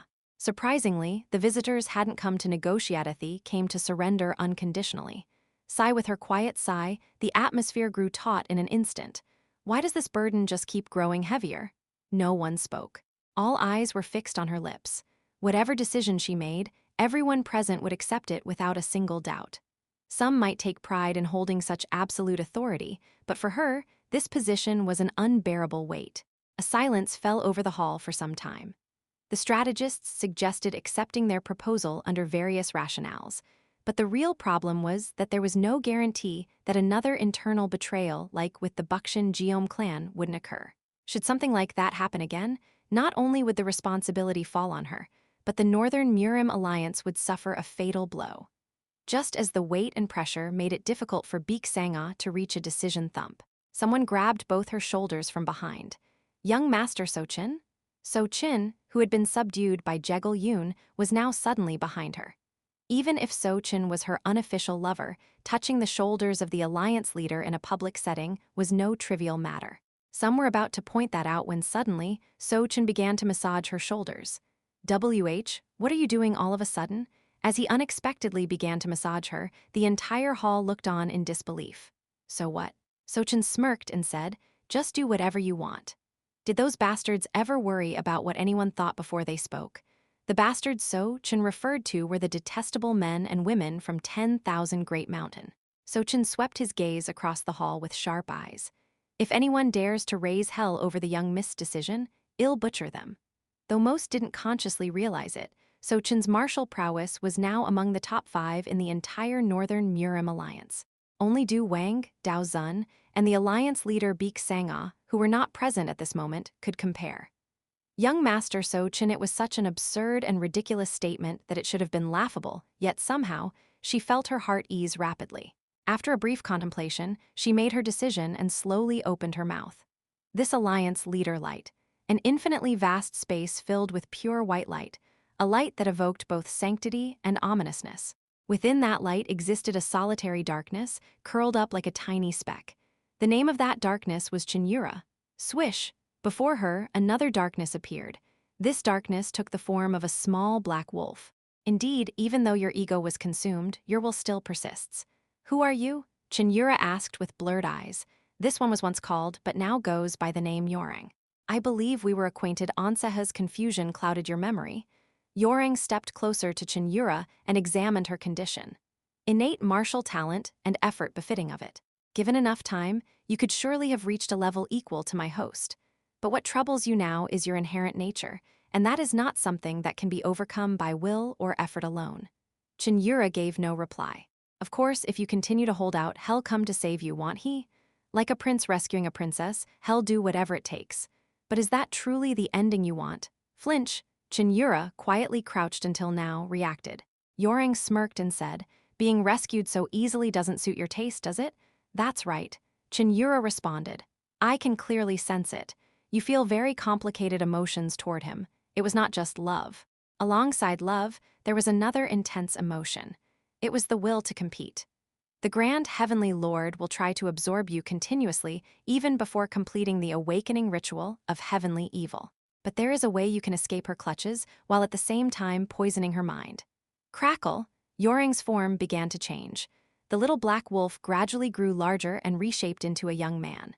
At last, Yeomyung, now appearing as a handsome young man, spoke directly, "Martial arts." Cheon Yura reacted upon seeing his human form. The features might have been slightly different, but she could never forget that face. The young man continued, "You and the Grand Heavenly Lord are now nearly one. By now, she might already be able to use the martial arts, you know. He could likely wield even the heavenly demonic divine art without trouble. Though for now, it would only be a superficial understanding. That's why you must continue training in martial arts and strike enlightenment into the mind of the one who has merged with you." Cheon Yura looked confused. Wouldn't the situation worsen if the Grand Heavenly Lord, already a grandmaster of sorcery, also gained martial prowess? Of course, the Grand Heavenly Lord will grow stronger by mastering martial arts. Jin Yeomyung will suffer even more trying to save you. Yeomyung imagined the situation and laughed joyfully. But the stronger she becomes, the further she strays from the essence of heavenly evil. Swish. The young man, more precisely, Yeomyung in the image of the heavenly demon founder in his youth, summoned a sword. "This one doesn't know martial arts, but thanks to my host, I can replicate the realm to some extent. The various transcendent techniques and ultimate forms from the heavenly demonic divine art used by the heavenly demon founder in the past, though it may only be superficial. It would be more than enough to train the current Cheon Yura. If you elevate your level far beyond now and touch transcendence, then you could become heavenly evil Cheon Yura, not heavenly evil Hanseon." F-whoosh. Yeomyung's sword flew straight toward the center of Cheon Yura's forehead. "Come at me. There will be no time to rest until she finds you." Chapter 457, Advancing into the Central Plains, 1 month. That was the deadline I gave to the Elders' Council to reorganize the divine cult. In truth, even a year wouldn't be enough to recover from the damage, let alone just 1 month. But there was no choice. As urgent as the external situation was, we couldn't afford any leisure on our side either. The month I gave might amount to no more than applying salve and wrapping bandages, but at least it would serve to let the wounds settle a bit. While watching the warriors and cultists busily moving outside from the top floor of the Supreme Demon Palace, The scale of the expeditionary force heading to the Central Plains has been roughly decided. How much is it? 34 demon units no, it's now 24 demon units. 15 of the 24 demon units will be mobilized. If that many were frontline combatants, then the number of subordinate units in charge of supplies would exceed twice that. So around 7 to 10,000 in total. At this scale, it was comparable to the heavenly demon divine cult's previous expeditions into the Central Plains. Seo-myung held out a thick bundle of documents and answered. All of them require the cult leader's seal. I took the documents with a bitter smile. Even if I've ascended to the position of Supreme One, the things I need to do haven't changed. Just pressing on them showed they were thick as a thumb. At least over 100 sheets. Even with most things getting filtered at the Elders' Council, it still amounted to this. With Seo-myung's assistance, I went through stamping the documents. While pointing out the contents of one, she suddenly spoke in a somber tone. Cult leader, will the former cult leader be all right? Yes, for now, she should be fine. I responded with some certainty. There was a simple reason for my confidence. Because the contract with Yeomyung hasn't been severed. The contract between Yeomyung and me, bound by a spirit eater pact, was tethered under a transcendent vow. Unless the realm itself changed, we could sense each other's conditions regardless of distance. Next on the schedule is the funeral for the Great Elder and the fallen warriors, and a meeting with the 13th Elder. The one who had taken the lowest seat of the Elders' Council was none other than that Ak Chun-ho. The world must be ending. Of course, I was the one who approved Ak Chun-ho's position as an elder, but I couldn't help the bitter taste in my mouth. How many years had it even been since an outsider became an elder? Even though Blood Flow Spear had publicly declared him as his successor, Ak Chun-ho's appointment only emphasized how much our cult's talent pool had diminished. What's that Ak Chun-ho bastard like? Is he doing well? He's moving with considerable enthusiasm. He's popular among the younger prodigies of the cult. Is that so? That guy? Popular? He has to be. As the official successor of Elder Blood Flow Spear and an extreme demon realm expert from outside the 6 great clans. A young blood with strength equal to even the next generation of clan heads. And with his defection from the orthodox sects kept secret, there's no reason for him not to be popular. Receiving far more praise than expected, I realized I was starting to feel oddly annoyed. That bastard, who dared call my Yura plain-looking, was being lauded like this. Looks like I'll have to step on him a bit during the meeting. Also whether she noticed my petty thoughts or not, Seo-myung suddenly bowed her head. My apologies. We ultimately could not recover that one's body as you instructed. Is that so? We deployed personnel to thoroughly comb the vicinity where the great elder's body was found, but as her voice trailed off, I waved my hand. Well, that's fine. If that's the case, then he probably escaped alive. Call off the search. Acknowledged. Even though I said that, I still felt a bit bitter. The one I had been searching for was none other than First Order Han Mubek. From the moment Grand Heavenly Lord successfully took over Yura's body, the fact that the bastard was still alive became clear. If he were dead, everything would have been resolved. How regrettable. But I couldn't say that aloud. It would be an insult to Cheon Yura, who had given everything to kill him. The failure was only due to the intrusion of the extraordinary being Gungi. If not for that, the bastard would have died at the hands of the Great Elder without question. It can't be helped. I have no choice but to treat his existence as a variable. His level was at most first-rate peak. Moreover, we had removed his ability to transform into an awakened one for infiltration purposes, so if he showed himself, I could kill him on sight. However, the more I thought about him, the more an unshakable sense of unease crept over me. The funeral for Great Elder Cheon Yura concluded without incident. As the heavenly demon and cult leader, I personally burned and cremated her and the bodies of the fallen warriors. Surprisingly, the atmosphere wasn't bad. Rather than grieving, many even envied or blessed the deceased, having received grace through the sacred flame. May they enjoy eternal life in paradise. The samadhi, true fire of the being known throughout history as the heavenly demon, was considered sanctification. And it was passed down in legend that those cremated by this sanctification would ascend to a true paradise after death to enjoy eternal life. And the overwhelming majority of cult members believed that legend to be true. Not just the ordinary cult members, but even the top brass of the 7 great clans. The heavenly demon was not merely an authoritative figure, but literally a living god. Because it was that god who personally guided one to paradise. I finished the funeral by scattering Jin Yeomyung's ashes at the foot of the mountain. I don't know if she really went to paradise, but I hope she did. At times, she had been the warm-hearted grandmother next door, at others, the Usra of the three heads, six arms, and at times, a reliable and wise advisor. Another bond that had continued since the previous life had now come to an end. Thus, the funeral concluded successfully, and an unexpected person came to see me. Great Guardian. The Great Guardian, now the former Great Guardian 1000 kills a day Mujeong suddenly appeared. I pay my respects to the heavenly demon. You should still be recovering, shouldn't you? As I said, Mujeong had lost an arm and suffered serious injuries in his final battle with Master Chaos. He was even told he might have to accept the loss of his martial arts, so his arm wasn't the real issue now. It's fine. It's a bit hollow to retire like this, but I should have laid down my hands when that person ascended anyway. I knew those words were a lie. If he truly had no lingering regrets, he wouldn't have accepted the position of Great Guardian in the first place. But I swallowed that truth and asked, so, what brings you all the way here? Then Mujeong said something unexpected. I would like to borrow Byok Chinun for a while. Gu Chil? Yes. After some thought, I asked, don't tell me you plan to train Gu Chil yourself. I've heard that the sword demon will succeed me, but he can't remain in that position for decades. We must consider the next Great Guardian.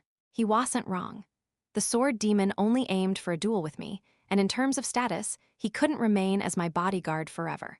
Of course, I had been considering Gu Chil as the next Great Guardian, but he was still in a position to lead the Myung Wangdi and wasn't quite fit to be entrusted with the role of Great Guardian just yet. I heard that you have no intention of making Byok Chinun into So Chinun. That's correct. Then allow me to take him under my wing. It's quite different from what the So clan offers, but I have confidence that I can raise him to the next level. These were the words of none other than the cult's greatest assassin. As far as I know, Gu Chil inherited the style of senior brother So Jeong. But beyond that, he's still far from being a top-class assassin. Still, I couldn't send Gu Chil to the So clan. If I sent him recklessly to Murder Demon, who urgently needed an heir, Gu Chil might return with the surname So, or even engaged to So Soryo. Having made up my mind, I nodded. If the Great Guardian is willing, that would be more than welcome. Thank you, Your Eminence. However, may I ask one thing? Why are you stepping forward yourself? Given Mujeong's personality, it was hard to understand him volunteering to guide a junior. Unlike Murder Demon, he didn't seem particularly attached to the matter of succession. At that moment, a faint smile touched Mujeong's lips as he heard my question. It's a simple whim. A whim?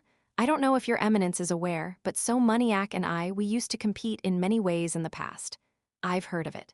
That So Muniac had once been the bodyguard of Chin Tijang.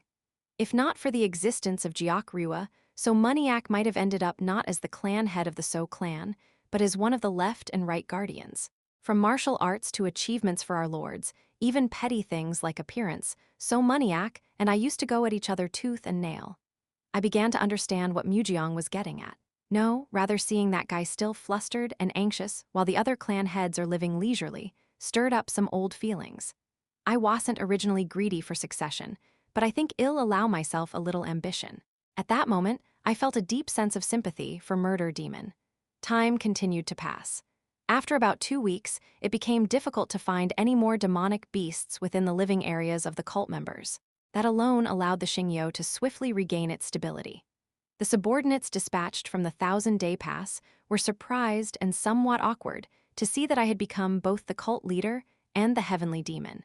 I placed the 3 attendants, San Dojian, and even Ma Jinseong, who had come from the 1000-day pass, under the Hall of Guardians, more precisely, under the direct supervision of the temporary Great Guardian, the Sword Demon. The subordinates who had silently endured within the 1000-day pass even while outer storms of wind and rain blew were now mostly at the entry level of peak master level. At this level, they were more than qualified. On the first day, the subordinates donned the attire of the Guardian Lions, Bu Ilhwa, who was practically a mother to the 3 attendants, burst into tears like a waterfall, but that's a tale for another time. When the 1 month I had mentioned at the Elders' Hall was nearly over, I was enjoying a rare moment of rest as, like a lie, all my work had diminished. There are still no major issues with the contract with Yoring. In other words, things were progressing well without being exposed, but I could feel it intuitively. If things were delayed too long, something irreversible might happen. As I sat alone in the audience hall of the Heavenly Demon Pavilion, deep in thought, I softly opened my mouth toward the empty space before me. Come out, there was no answer. Must I drag you out by force? I slowly rose to my feet and stared in the direction the uninvited guest was hiding. Ha ha ha, your senses are far keener than I imagined. For someone who had sneaked in like a rat, his voice was unexpectedly booming and hearty. Soon, the space parted, and the intruder revealed himself. Using a technique similar to that of the heavenly researcher, the one who emerged was a young man with golden hair. Hair that couldn't be found in the Central Plains unless it was forcibly dyed. But that appearance wasn't the issue right now. From this individual, I could feel a divine and mysterious energy that even I couldn't easily ignore. In that instant, I had a strong intuition. This one is not human. Though in human form, there was a distinctly inhuman quality about him, something I had only sensed from beings like Gungi or Dual. The man raised his voice cheerfully. I greet the king of humans in this era. The king of humans? And who are you? In response to my question, the man answered with overflowing confidence. An honor to meet you. I am the dragon among the 4 divine beasts Lin, Feng, Gui, and Long. Chapter 458. Advancing into the Central Plains. 4. A blonde-haired youth who introduced himself as a dragon. I examined his face once again, carefully. He's not a color-dye foreigner. He was simply a Central Plains person who had dyed his hair blonde. But perhaps because his original appearance was decent, it suited him surprisingly well. Even that must be the result of artificial sculpting. While I silently observed the opponent SSSSSK. Suddenly, guardian lions emerged from the surroundings and encircled him. The guardian lions were extremely wary of the outsider who had made it this far without any obstruction. Hoo-hoo! The youth laughed with his hands behind his back, as if he found the guardian lions laughable. Just as they were about to make their move to subdue him, stop. Thud, as if it were a lie, the guardian lions froze in place. He came for a conversation. Stand down. The guardian lions cautiously widened the distance, still watching the youth warily. At that, the youth smiled. You are far too wary. I am, after all, one of the so-called divine beasts. If you had killed even one of them, even if you were the Yinglong of all creation, I wouldn't have spared you. Who you thought I wouldn't notice the killing intent subtly hidden beneath your smile? The smiling youth's expression slightly stiffened. You are more dangerous than I anticipated. Well, I suppose you'd have to be for me to have made the trip here. If you're just going to spew nonsense, get lost. Speak only of the main point. How cold-hearted. Clicking his tongue slightly, the youth Yinglong it to the point. I came to propose an alliance. An alliance? You're aware that heavenly evil is soon to resurrect, are you not? So you want to join forces to eliminate him? Yes. I'm glad we understand each other. I slightly furrowed my brow. I don't understand. What do you mean, your existence, and this entire situation? I crossed my arms and glared at the one called Yinglong. He's definitely not easy. He's not an opponent I can't defeat. He's cleverly hiding his capabilities, but even from the surface aura alone, it's clear he's a notch above Dual, whom I fought before. Even so, he seems significantly weakened compared to his prime. You beings haven't appeared in history at all in the past 1,000 years. Even when the heavenly demon founder was active, who was at the peak of an era, you were never mentioned. If beings like them had been active at the time, surely Master or my senior brothers would have left some word about them. And one more thing. If you're among the divine beasts known as the Linbong ghost dragons, you'd be at the pinnacle even among that group. If 4 beings like you gathered, you should be more than enough to eliminate the weakened Grand Heavenly Lord. So why did you come to me? Of course, if they truly acted to eliminate the Grand Heavenly Lord, that would be terrible news for me. It would mean the chance of getting Yura back would be reduced to near zero. No matter how intact Gungi is, there's no way I could handle 4 beings of that level. A fair question. Yinglong nodded calmly. First, let me answer the first question. We only recently awakened. 1,000 years ago, as you mentioned, we were still asleep. And another thing. As you said, we attempted to strike at the current candidate for heavenly evil alone. And we failed. What? They failed? Considering the unstable state the Grand Heavenly Lord was in when I last saw her, it's something that shouldn't have failed. Are you serious? Dragons do not lie, more importantly crunch. A sound of grinding teeth came from Yinglong. If we had not failed, I wouldn't have come to propose an alliance with a mere human like you. That arrogant nature of looking down on humans. But precisely because of that attitude, I found him more believable. Heaven and earth are inherently heartless and view all beings as straw dogs. Even if he is a divine beast, it seems he still sees humans not as equals, but as insignificant creatures. I understand even less now. How did you end up losing? I understand that your pride is hurt, but if you cannot clearly explain that part, there will be no alliance. Yinglong shut his mouth. His expression was clearly filled with hesitation. But before long, he opened his mouth again. First of all, not all of us Linbang ghost dragons have awakened. Had that been the case, there's no way we would have lost to a mere candidate. Then, only the Killin and I have awakened. The Phoenix and Spirit Turtle are still asleep. And then, to some extent, I could understand. 4 and 2 there's a world of difference in power. While the Killin held back Gungi, I stormed the hiding place of the heavenly evil candidate myself. And you lost? Yes. Honestly, I was confident. Especially because the place she had taken refuge in was none other than where my blood relatives were buried. It seems they clashed at Mount Tai. Another name for Mount Tai is Mount Bakryang. Was she able to draw upon the power of the dragon that remained there? But that was a huge miscalculation. Swish. Suddenly, Yinglong began to remove his upper garments. Just as I was bewildered at what he was doing flinch, I frowned at the sight of the dense sword scars etched across Yinglong's torso. That's unbelievable. Those marks carved into his torso were none other than the sword paths of the heaven-slaying demon sword. Yinglong pointed to the scars on his upper body and spoke. That one wielded a human weapon and used bizarre techniques that went beyond what a human should possess.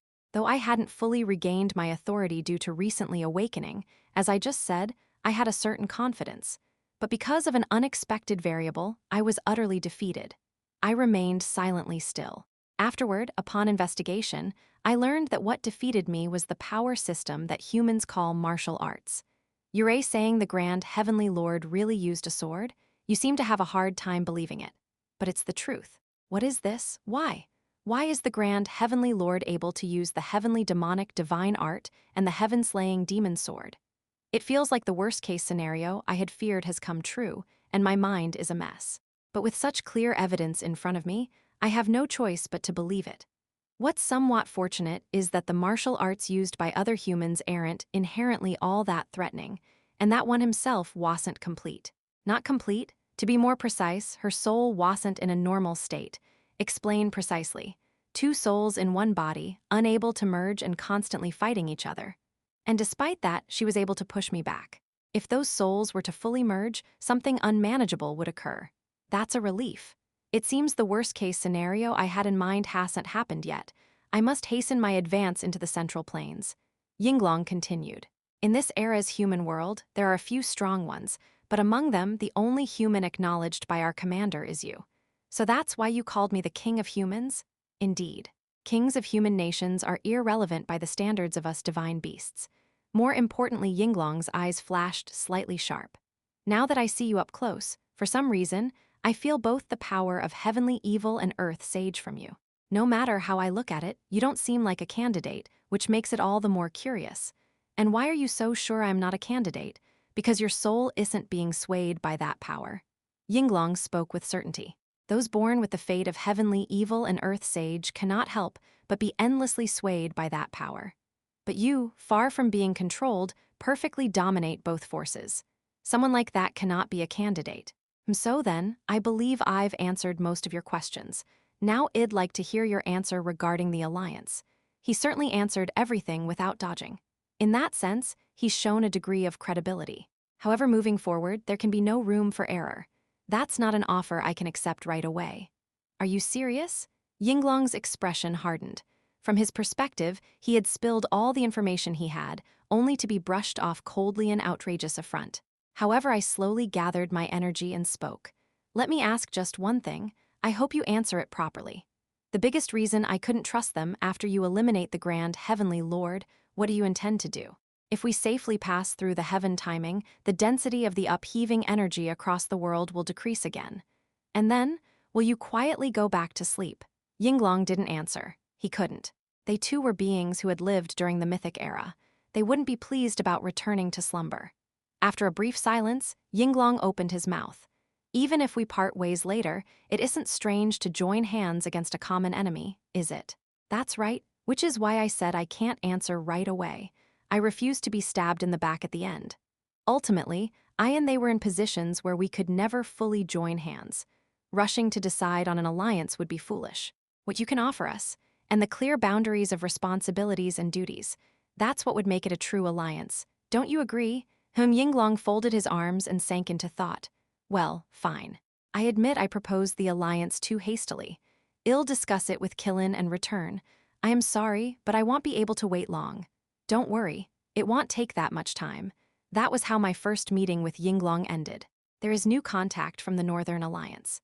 I opened and read the letter Bu Ilhwa had brought. The letter contained a short greeting, some reproach towards Sochin, and the main point abolishing the names Southern Alliance and Northern Alliance and re-establishing under the name Murim Alliance. Not a bad choice. The status of the Murim Alliance in the Central Plains would soon become absolute.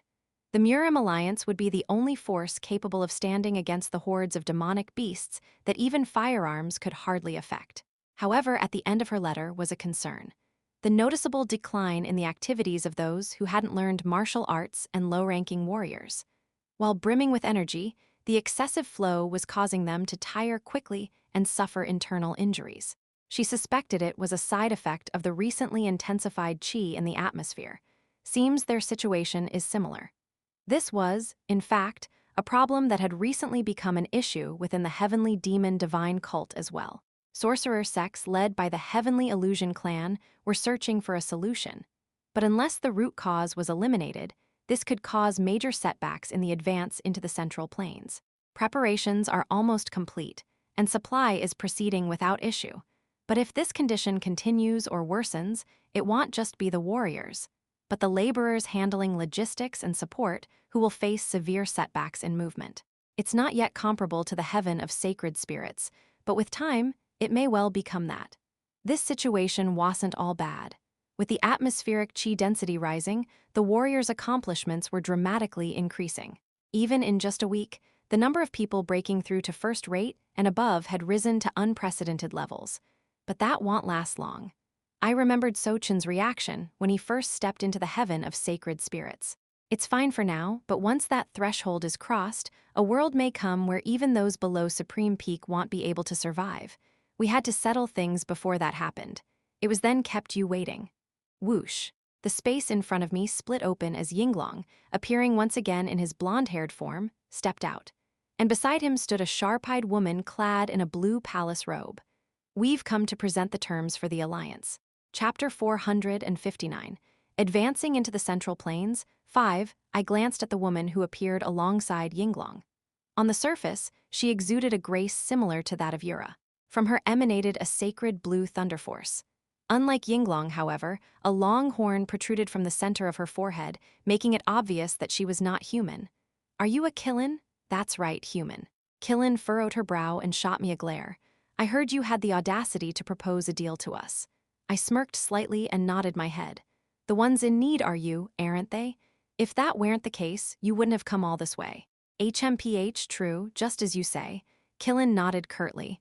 But let me say one thing beforehand. What is it? At the moment, we have nothing to offer you. At her bold statement, I momentarily lost my words. Yinglong and I exhausted everything in the final phase of the Great War and fell into slumber. We only woke after several thousand years. Naturally, all divine artifacts and treasures we once possessed were lost. So, at my retort, Killin's face twisted. So what do you mean so? Since we can't pay the price for the alliance, we're suggesting a different arrangement. So that's what she meant by offering a different condition instead of a price for the alliance. A different arrangement? I cast a sidelong glance at Yinglong. Seeing the similarly troubled expression on Yinglong's face, it was apparent that they seemed to think of compensation purely in material terms. I think I get the reason. It was highly likely that they had reigned as sovereigns even in the ancient mythic era. They were used to being offered tributes and bestowing rewards in return. But in exchange involving personal effort, they weren't accustomed to such things. Smirk, human, why are you making that expression? Noticing the smirk tugging at my lips, Kilin scowled again. Oh, it's just that I thought of a fair exchange. Exchange? Teach me divine sorcery. In an instant, their expressions stiffened. Human, do you even understand what you're asking for? Of course, I do. This wasn't simply asking to learn a martial arts technique. Divine sorcery was the caster's identity and symbol itself. It was no different from someone asking me to teach them the heavenly demonic divine art as payment for an alliance. Of course, I am not asking for your ultimate technique. Then what? Kilin and Yinglong's expressions softened slightly. I need a way to reduce the concentration of qi that's become pervasive in the atmosphere. For a moment, Yinglong and Kilin looked at each other in confusion, not comprehending my words. If things stay like this, humans won't be able to adapt to the changed environment and will perish. We need a countermeasure for that. Ah, indeed, I see now. So that was the issue. After a moment of contemplation, the two finally nodded as if understanding the meaning of my words. We never considered such a problem would arise. Indeed, at this rate, things will go just as you say. Though they bore no malice toward humans, they were fundamentally indifferent. That indifference must have led to this gap in perception. Nonetheless, there was no doubt about their capabilities. That's a simple issue. No need for divine sorcery. Is that so? Yes. A low concentration is a problem, but a high one isn't much of an issue. Yinglong raised a finger. There are two methods. One is to erect a large-scale formation to lower the qi concentration. There's more than enough power to sustain it, so it won't be a problem. Kilin added, there was a technique used in the past to prevent the extinction of weaker races. We can provide that to you. Though it may not cover the entire Central Plains, if it can encompass a whole province, then at least the cult members within the 10,000 Great Mountain will be safe. However, unless we plan to stay holed up in the 10,000 Great Mountain forever, this is no fundamental solution. What's the second method? Yinglong answered. The second method is simpler. It is to revive all of our divine beasts. If he meant the remaining divine beasts, then he must be referring to the phoenix and the spirit turtle. Especially if the spirit turtle is revived, it could greatly aid in the survival of humans. The spirit turtle, I roughly understood what Yinglong was getting at. Though I hadn't seen the original spirit turtle, I had seen something similar in the past. The colorful flower lord was said to have inherited the spirit turtle's bloodline. Though he was helplessly pierced by Yura's heaven-slaying demon sword, the awakened form of the colorful flower lord at that time had the authority to absorb all the surrounding energy. But this is a bit burdensome. Given how the relationship with them might change, supporting the resurrection of the other two is a heavy burden for me as well. Yura hesitating. Well, I understand. Kilin let out a soft chuckle. But it would be wise not to hesitate for too long. What do you mean? The candidate of heavenly evil won't just stay quietly embedded in the altar waiting for her time. Soon, much blood will be shed in the human world. Alliance leader, what are you saying? You're leaving Luoyang? The Lord of Luoyang, shocked by Baek Sangha's declaration that she would head east out of Luoyang, rushed forward in panic. Do you intend to abandon the people who braved perilous paths to come here, trusting the Murim Alliance? Please, calm down, Lord. Baek Sangha pressed her forehead, looking at the Lord of Luoyang who was, quite literally, clinging to her hem. Though he had been groaning under the rising concentration of energy, in situations like this, he had boundless vigor. As you know, there have been almost no attacks near Luoyang in recent weeks. That's true.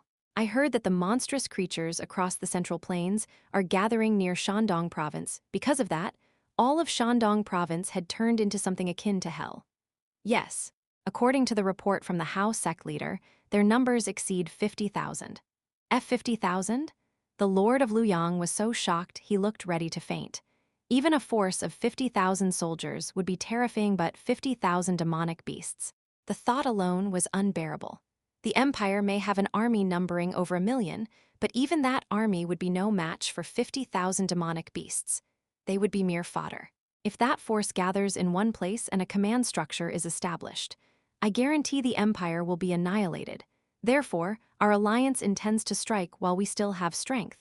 What? The Lord of Luoyang looked at her like she had lost her mind, but Baek Sangha responded calmly. Our alliance has now declared the formation of a unified Murim Alliance encompassing both orthodox and unorthodox factions. In response to our call, many masters from all over the Central Plains are gathering. A month ago, the declaration of the unified Murim Alliance by the Northern Murim Alliance had surprisingly received overwhelming support. Unlike the past, where people hesitated due to their ties with the heavenly demon divine cult, now that survival was on the line, everyone changed their stance. Some for survival, others for justice. News came even from distant Sichuan and Yunnan that masters had been dispatched despite the danger. But we do not have the time to wait for everyone to gather. Even you, Lord, are unable to rise from your bed. That's true, but in fact, the Lord of Luyang's condition was worse than most. Unable to control his energy with inner arts, and having consumed spiritual herbs or elixirs carelessly, he failed to adapt to the current environment. If not for the experts sent by the Alliance tending to him regularly, he would have collapsed long ago. In 1 month. In 1 month, the 9 orthodox sects, the 7 great clans, the Black Lotus Union, and the evil overlords of heaven will combine their forces and head east. The Lord of Luyang wasn't a fool. The situation was worsening by the day, and within a year, it would be questionable if Luyang could remain habitable. Whether exterminating the demonic beasts gathered in Shandong would improve things was uncertain, but at least they were making a decisive move before the worst came. The Lord of Luyang sighed deeply. It can't be helped. We'll just have to defend Luyang with those who remain. Thank you for your understanding. I believe you will somehow bring back victory. With Beijing fallen and His Majesty missing, the Empire needs a miracle to restore hope. If the Murim Alliance's expedition to Shandong failed, it would all be over, but the Lord of Luyang didn't voice that thought. Just then, Alliance leader, we're under attack. Suddenly, the urgent voice of Yeo-myung came from below. As soon as she heard that rare urgency in Yeo-myung's voice, Baek Sang-ah drew the sword from her waist. Excuse me for a moment. She opened the window and leapt straight down from the pavilion. An attack, you say? How many have gathered? That is, Yeo-myung fumbled, unable to give a proper answer. Baek Sang-ah furrowed her brows at her uncharacteristically unsure demeanor. It would be best if you confirmed it with your own eyes. Though puzzled by her reluctance, Baek Sang-ah understood immediately upon ascending Luyang's outer wall. Lady Cheon, beyond the city wall. There, amidst the cluster of dozens of demonic beasts, Cheon Yura was gazing at them with a faint smile on her face. The situation was so unexpected that Baek Sang-ah was left speechless. Why is Lady Cheon? She had heard the general outcome of what occurred at 10,000 Great Mountain through letters. If those letters were true, then that was not Cheon Yura. It had to be the Grand Heavenly Lord in Cheon Yura's form. But wasn't she heading toward Mount Tai? Even if not, why would she appear here, lady? At that moment, Sochin beside her raised a finger. That thing, though its form has changed slightly, that's definitely Gungi. The black, quadrupedal beast supporting Cheon Yura on its back, it had shed its beastman form and fully transformed into a beast. But just as Sochin said, it was unmistakably the 4 atrocities Gungi. Watching the situation, Saber King muttered quietly, "It seems they wish to talk. I'll go out there. Alone? It's too dangerous." Everyone around tried to dissuade Baek Sang-ah from her words. Normally, yes, she turned her head and called out to Sochin. "Young Master Sochin." "Yes. Y'all protect me, right?" Sochin stood beside her with a grin. "Of course." Even in the worst-case scenario, the two of them could retreat. With that plan in mind, Baek Sang-ah and Sochin crossed the wall and approached Cheon Yura and Gungi. "It's been a while. Please don't act familiar, Grand Heavenly Lord." "Grand Heavenly Lord?" At Baek Sang-ah's fierce response, she spoke in a dazed voice. "I am now both the Grand Heavenly Lord and Cheon Yura." "What?" "I remember it all clearly. The day you sought to become the Black Lotus Union leader, the moment you reached out to me to borrow the mask." "Why, you?" "That's why I have no particular desire to kill you. Once my objective is achieved, I promise to leave peacefully." "Objective? And what is that?" "There's something I need to retrieve from beyond that." She pointed her finger directly at the area near the residence of the Lord of Luyang. Chapter 460. Advancing into the Central Plains, 6, that place. The pavilion that rose most steeply even among the structures of Luyang. It was none other than the residence of the Lord of Luyang. What could be there? While Baek Sang-ah hesitated for a moment in thought, Sochin glared at Cheon Yura with a hardened expression. "Do you have business with your master?" "Master." The only one she and Sochin could refer to as a master was murder demon Sojiang. However, the master Sochin referred to now was not Sojiang. Cheon Yura nodded her head. "Yes, because I must retrieve that which he sealed away." Seongyongchin. Sochin trailed off at the end of his words. Only then did she realize who Cheon Yura and Sochin were referring to. The former heavenly demon founder who had trained Cheon Yura, Jin Yeomyung, and Sochin in the past. At the time, Baek Sang-ah had just ascended to the position of the Black Lotus Union leader and could not follow them, but she had heard what had happened there. What is this thing that the lady refers to? At Baek Sang-ah's question, Cheon Yura answered without hesitation. "My fallen body." "Your body?" Beek Sang-ah, unaware of the truth, tilted her head in confusion, but So-chin, whose memories of Seong-yeon were vivid, understood what she meant. Though it was shattered long ago in death, if I can retrieve it, it could help hasten my resurrection. That must be stopped, lady. So-chin stepped forward with a stern face. I may know nothing of sorcery, but letting this proceed will definitely not lead to anything good. She agreed as well. For some time now, a maddening sense of dread had been prickling and surging through her whole body like needles. Beek Sang-ah discreetly signaled toward the rear. Even if the others didn't notice, Saber King or masters who had reached a certain level would surely catch it. Lady Chin, we are friends, aren't we? Cheon Yura nodded. Yes, we are friends. Then, as a friend, may I ask you to simply turn back? That is not possible. Naturally, a flat rejection came immediately. This is my final mercy. Step aside. Backing down was not an option. If they backed down now, something irreversible was sure to happen. At that moment, So-chin crossed his arms and glared at Cheon Yura. No matter how I think about it, your claim of turning back quietly is a lie. What? Your promise to spare us may be that sincere.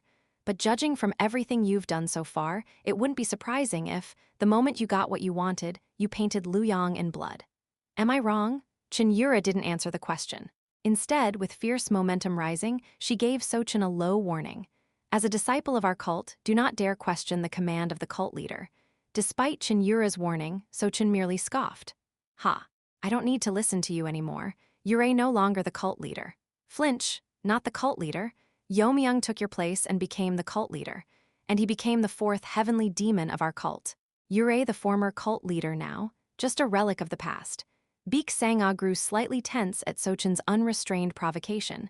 They'd have to fight anyway, but excessively provoking the opponent wasn't beneficial. Jin Yeomyung. At that moment, Cheon Yura's expression became dazed again. Jin Yeomyung, heavenly demon, heavenly demon. She kept repeating Jin Yeomyung's name as if possessed. The man who cherished me more than anyone, the man I love. And for some reason, a sinister smile crept onto Cheon Yura's lips. The one I want to surpass more than anyone. I want to defeat him. I want to kill him, preserve him. If it's you, you can accept all of me, right? At the sight of her muttering ominous words with a vicious smile, So-chin and Beek Sang-ah unconsciously gulped. She really seems a bit off mentally. If her mind was intact, that'd be even stranger. So-chin prepared to draw his weapon without flinching, wrapping 9 heavens thread around his hand. Just as Beek Sang-ah began to feel a strange stirring from his reassuring stance alliance leader. Are you all right? Led by Saber King and Dao Zun, the core masters of the alliance arrived all at once after receiving the signal. Damn it, I had a bad feeling, and it turned out to be true. Dao Zun Jin Yeomyung, standing at the front, glared at Cheon Yura, who was still muttering to herself. She swiftly untied the cloth draped around her shoulders. Use 6-path reversal. We have to subdue her here no matter what. Sister, is that even possible? At Saber King's question, Dao Zun snapped. If it's not, are you going to run away? Whether it turns into porridge or rice, we have to end it here. But someone like Saber King couldn't possibly miss the slight unease in her tone. Damn it, even at best, maybe half will work. Unfortunately, the 6-path reversal had not yet fully recharged since it was last used at full power for Chen Tijung and Jin Yeomyung. It was only barely usable now, because her energy had replenished somewhat normally. It should have been sealed away for a year. I heard from him that the Grand Heavenly Lord fused with the cult leader is not in a good state. If we can get past that black demon beast bastard, we still have a fighting chance. Before the words could finish, dozens, perhaps hundreds, of crimson sword chi blades began to emerge behind Cheon Yura. There was no doubt. That was none other than heaven-slaying demon sword. How? Those with even a basic grasp of sorcery were shocked by the sight before them. To see both the heaven-slaying demon sword and the heavenly demonic divine art being unleashed meant that Cheon Yura before them was very likely not just a mere replica, but the real one. A divine might that had clearly far surpassed the realm of demonic shedding. Yes, I've decided. Cheon Yura shouted, revealing a crazed smile. I'll kill them all and greet him at Mount Tai. We'll hold a wedding grander than ever before. She's completely insane. Or perhaps being insane was a blessing? Even amid that, Dao Zun sharply observed Cheon Yura's state. 2 energies are interfering with complete unification. One near the upper Danshan, another near the lower Danshan. Was it a hallucination that she felt separate life forces from the alien energies stationed at her upper and lower Danshan? But Dao Zun couldn't ponder that for long. Die, all of you. As madness gleamed in her eyes, hundreds of heaven-slaying demon swords swept across the area. What do you mean by a lot of blood will be spilled? In response to my question, Killin replied, exactly what it sounds like. The candidate for heavenly evil won't just wait quietly at the altar. For perfect resurrection, she'll try to retrieve her fragments hidden across the world. Fragments? Yes, especially if she realizes her ideal, it's inevitable. For example, she might go to find the gate that once opened in the human city called Luoyang. Smashing a place filled with humans would speed up the advent of Heavenly Timing, killing two birds with one stone. The corpse of Heavenly, evil, the body of the giant deity that had once reached beyond the clouds if it had properly taken form. Even if only the bones remained and were decayed, if the grand Heavenly Lord opened the gate to Seongyoncheon and sees that corpse master will be there. So the worst-case scenario shouldn't happen, but I am still uneasy. While I stayed silent, Killin continued. You should know this already, but we have half a year at most, and even that could drastically shorten if things go awry. Do you think you have the luxury of time just because we're pressed? Choose wisely. We'll concede as much as we can, but Yao'll have to accept a certain degree of risk as well. Killin's tone was resolute. Indeed, if all the legendary divine beasts, the Linbang ghost dragons, were to revive, they could become powerful allies in the final battle against heavenly evil. However, I knew that the initiative in this negotiation hadn't fully slipped from my grasp yet. Why did they offer the resurrection of the Death King's true chi as part of the negotiation terms? It's simple, if I think about it. For the spirit turtle and the phoenix to resurrect, there's a part I must absolutely assist with. Knowing that, there's no scenario in which I would be at a loss. Let's settle the terms. After the agreement with the Death King's true chi was successfully concluded, barely a few days had passed when Divine Ghost Unit Leader Bu Ilhwa urgently requested an audience. Cult leader, it's an urgent report from Luoyang. I hastily unfolded the letter she brought, and after reading it through to the end, I quietly cursed under my breath. Damn it. The content of the letter could be summarized as follows. In the vicinity of Luoyang, the forces of the Murim Alliance clashed with a figure presumed to be the former cult leader Cheon Yura. As a result of the clash, Luoyang was half destroyed. Tens of thousands were killed. Alliance leader Baek Sangha and most others involved in the clash are missing. Outcome unknown. Though the Murim Alliance has not collapsed, it has clearly taken a critical blow. Acting on behalf of the Alliance leader, military strategist Yeo-myung is currently handling the aftermath and requesting assistance from our cult. I burned the letter and turned my gaze to Seon, who was waiting below. Clan head Sa? Yes, cult leader. Is the deployment ready? Seon replied confidently. At any time. Thanks to the tireless efforts of Seon and many others, the Heavenly Demon Divine Cult completed all preparations in less than a month. I raised the Heavenly Demon Seal and issued orders to the heads of the 7 clans. From this moment, the Heavenly Demon Divine Cult marches for the Central Plains. The first target is Luoyang. Ultimately, we advance to Mount Tai and purge all enemies who dared disturb our cult. We obey. Seon, the heads of the 7 clans, and the elders all bowed their heads in unison. I led them directly out of the Heavenly Demon Pavilion.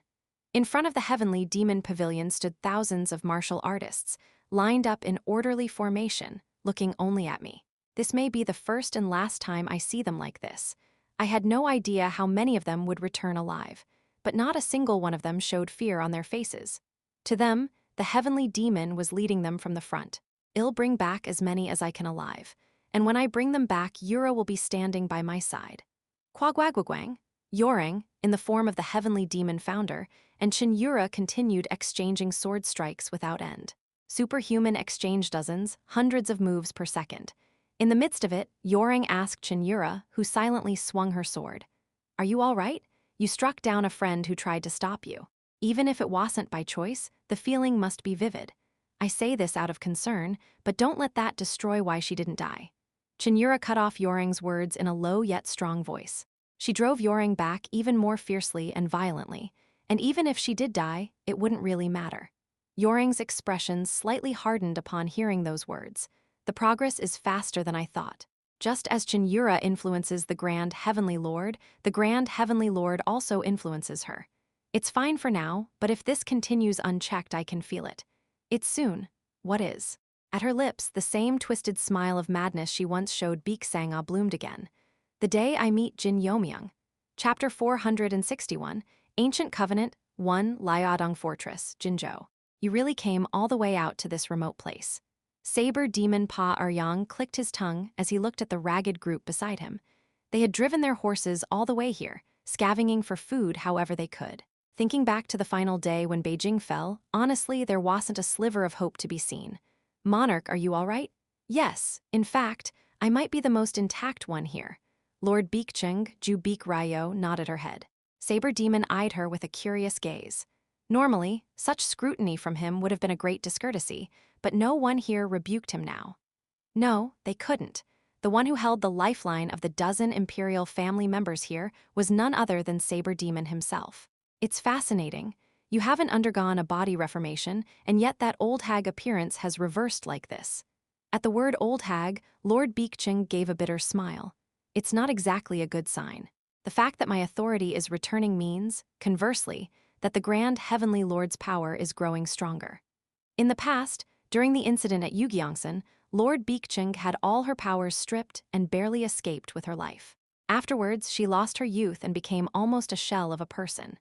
But ever since the skies turned red, her wrinkled skin rapidly smoothed out, and in barely a month, she regained her youth.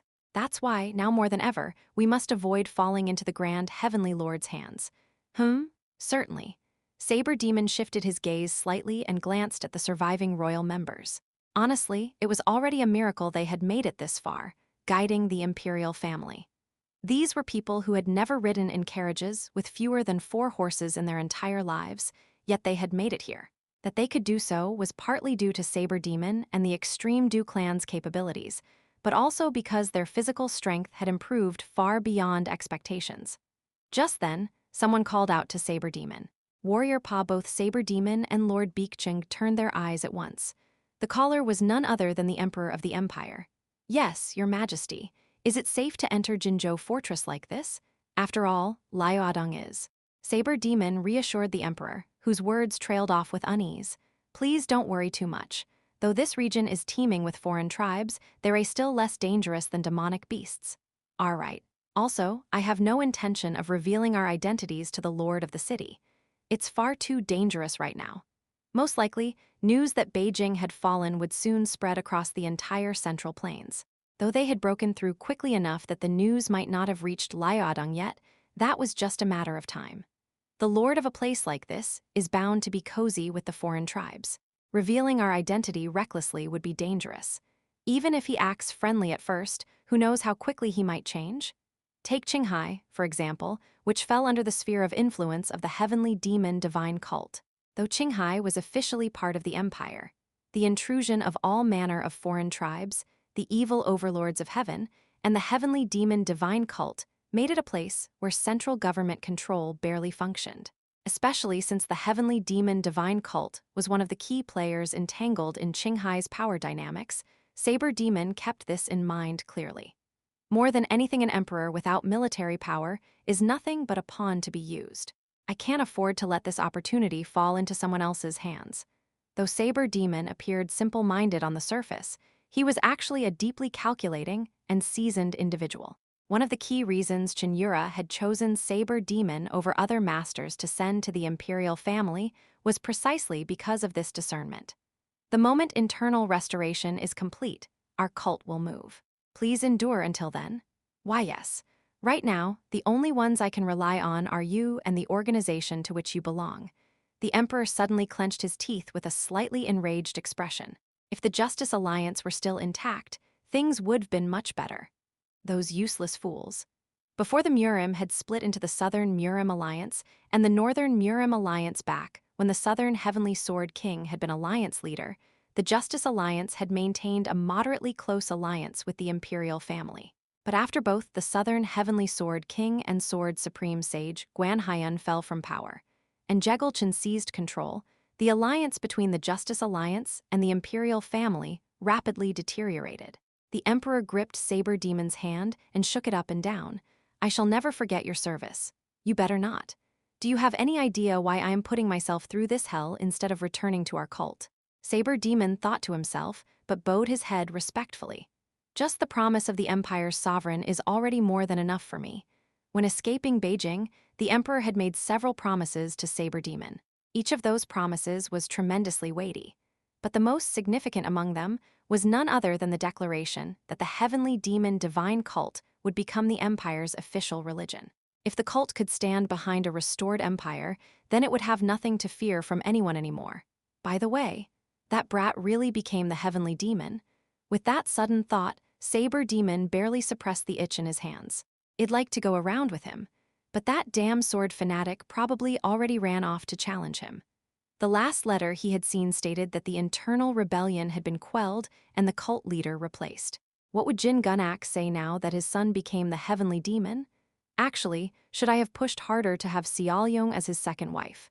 Even if not a concubine, there's always the excellent system of a second wife, isn't there? If the cult leader has disappeared, maybe it's not too late. Even if he knew it was a vain desire, if there was any chance, he was willing to cling to it. That had been the driving force that enabled him to raise the Pa clan to the top among the 6 great clan until now.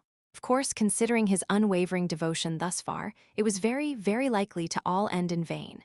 It was then. Rumble, rumble, rumble. A massive earthquake, as if heaven and earth had flipped over, erupted without warning, and I, along with Saber Demon and the others, flinched and quickly began surveying our surroundings. And before long, what in the world is that? Saber Demon opened his mouth wide in shock at the bizarre phenomenon unfolding before his eyes. The number of personnel the Heavenly Demon Divine Cult had mobilized for this Central Plains campaign totaled a staggering 20,000, including both combatants and non-combatants. Of them, a vanguard force of 2,000 troops broke free from 10,000 Great Mountain and rapidly moved south into the Shanxi region. Horrific. There isn't a trace of human presence, though many cult members set out from 10,000 Great Mountain, ablaze with passion for the invasion of the Central Plains. It didn't take long for that atmosphere to die down. There's no one to be seen in the county. There was a large earthquake recently. Maybe they fled elsewhere. Even if Shanxi province was treated as a remote region within the empire, it was still a place divided into administrative districts with stationed regular troops. And yet not even the slightest sign of life could be felt in a county where at least a few hundred should have been living. Captain, we've found something. The newly appointed Blood Dragon Demon Clan Lord and Sword Demon Ma Cholsu, who had been designated as the vanguard commander, moved toward the site reported by his subordinates. Where Ma Cholsu arrived was none other than the government office place where the county magistrate conducted his duties. It seems they gathered here to make a last stand and were wiped out. Ma Cholsu clenched his teeth as he looked at the bodies of government soldiers and civilians strewn miserably across the area. Brutal. Parts of bodies had been torn away, and intestines were spilled across the floor and already hardened. Even in 10,000 Great Mountain, such a scene of carnage was rare. Damn it, this is just depressing. One of the subordinates accompanying Ma Cholsu ground his teeth in a low voice. But no one rebuked him. Everyone was feeling the same way. We've come this far, and not a single sect is reacting. Ma Cholsu's remark reflected just how far gone the Central Plains had become. Normally, the moment they stepped out of 10,000 Great Mountain, countless sects should have gathered to check and confront the vanguard. But up to now, the only battles they'd experienced were fending off a few reckless demonic beasts that dared to attack. At this pace, well reached Xi'an in a day. Xi'an, isn't that Mount Hua's territory? Yes. Originally, Xi'an, the capital of Shanxi province, had been the domain of the Zhongnan sect. But after Zhongnan sect's near collapse, Mount Hua took control of Xi'an. Well, if it's Xi'an, at least it's a major city who can rest there. The Mount Hua sect had once been a key sect in the northern Murim Alliance. In the past, things might have been different, but now they were no enemy to the Heavenly Demon Divine Cult. However, Sea Captain. The moment the Heavenly Demon Divine Cult's vanguard arrived near Xi'an, Ma Cholsu, upon seeing the state of Xi'an, spoke a single word. Report to the main force. His gaze was fixed not on a city, but on a demonic realm that had once been Xi'an. Upon receiving Ma Cholsu's report, I immediately separated from the main force and rushed to Xi'an. You arrived quickly. I said nothing, instead locking my eyes on the state of Xi'an. I've seen many ruins in my time, but never anything like this. No doubt about that. The city of Xi'an, a major metropolis, was now entangled in massive tree roots and plant-like things that emitted deadly energy across the entire area. Not only that, but a dark purple aura surged and flowed throughout the city. Have you tried entering? Are you mad? Ma Cholsu scowled as he shot back. That's no ordinary evil Kinver. Before have I seen such a clearly death-laden energy. You expect us to just stick our necks into that and see what happens. Fair enough. As the leader of the unit, Ma Cholsu's judgment was correct. I frowned slightly as I sensed the aura surrounding Xian. It's familiar and similar. Salma Sojiang. Then Beek Sanga, So Chin, and Gu Chil, who inherited Sojiang's progress. The deathly aura those very individuals had released was strikingly similar to the one flowing from Xian right now. I could just pass by, but something feels off. There must be a cause behind that state. As I focused my mind to observe the state of Xian, I sensed a massive presence from deep within the city. Ma Cholsu. Yes. You come with me alone. The rest, wait here. Huh? Why me of all people wait? C-cult leader, hey, you. Ma Cholsu's protest came from behind, but I ignored him and vaulted over the walls of Xian. The moment I crossed Xian's walls, what greeted me were numerous corpses dried up like mummies. But there was one peculiar detail. There are quite a few demonic beast corpses too. Many demonic beasts had perished, leaving only outer hides behind without much resistance. I can barely endure this without reinforcing my body. Ma Cholsu, who had followed me in, couldn't withstand the intense evil chi and began circulating his internal energy at full strength. If Ma Cholsu, whose true inner power was near the supreme demon realm, was struggling this much, others wouldn't even last a moment. Something's not right. As I surveyed the surroundings, I felt a strange sense of dissonance. Beneath the dark purple energy, the scene resembled the abandoned villages often seen in the House of Slaughter. This doesn't seem like the work of the grand heavenly lord. Perhaps it's the subtle logic of thesis-antithesis synthesis. This phenomenon, which should become a great disaster in the world, was now suppressing the excessively rising energy in the air by absorbing the surrounding vitality. Maybe I should've brought either Kilin or Yinglong along. Those guys could probably explain what's going on. Ma Cholsu, and I continued moving deeper into Xian. Naturally, there wasn't a hint of life to be felt. But then at the center of Xian, in front of the pavilion where the lord of the city would have resided, stood someone wearing a black judge's robe, face obscured. Welcome, successor. Sensing the formidable presence from the stranger, I instinctively summoned the heavenly demonic divine art, the heavenly demon founder and all the former heavenly demons, the founder's disciples, and even the necrotic tremor and the four atrocities Id faced just recently. Compared to them, the presence before me wasn't inferior in any way. Who are you? I am called Jin Guang. Unexpectedly, the stranger responded politely, clasping hands in greeting. Then before anything, would you care to exchange a brief greeting with me? A greeting? SS smirk. His face was covered by black cloth, but I could tell the man was smiling. Rumble. A massive earthquake shook the entirety of Xian. Damn it, what the hell is that? Ma Cholsu screamed at the surreal phenomenon that had suddenly begun. Though I didn't speak, I fully empathized with Ma Cholsu's reaction.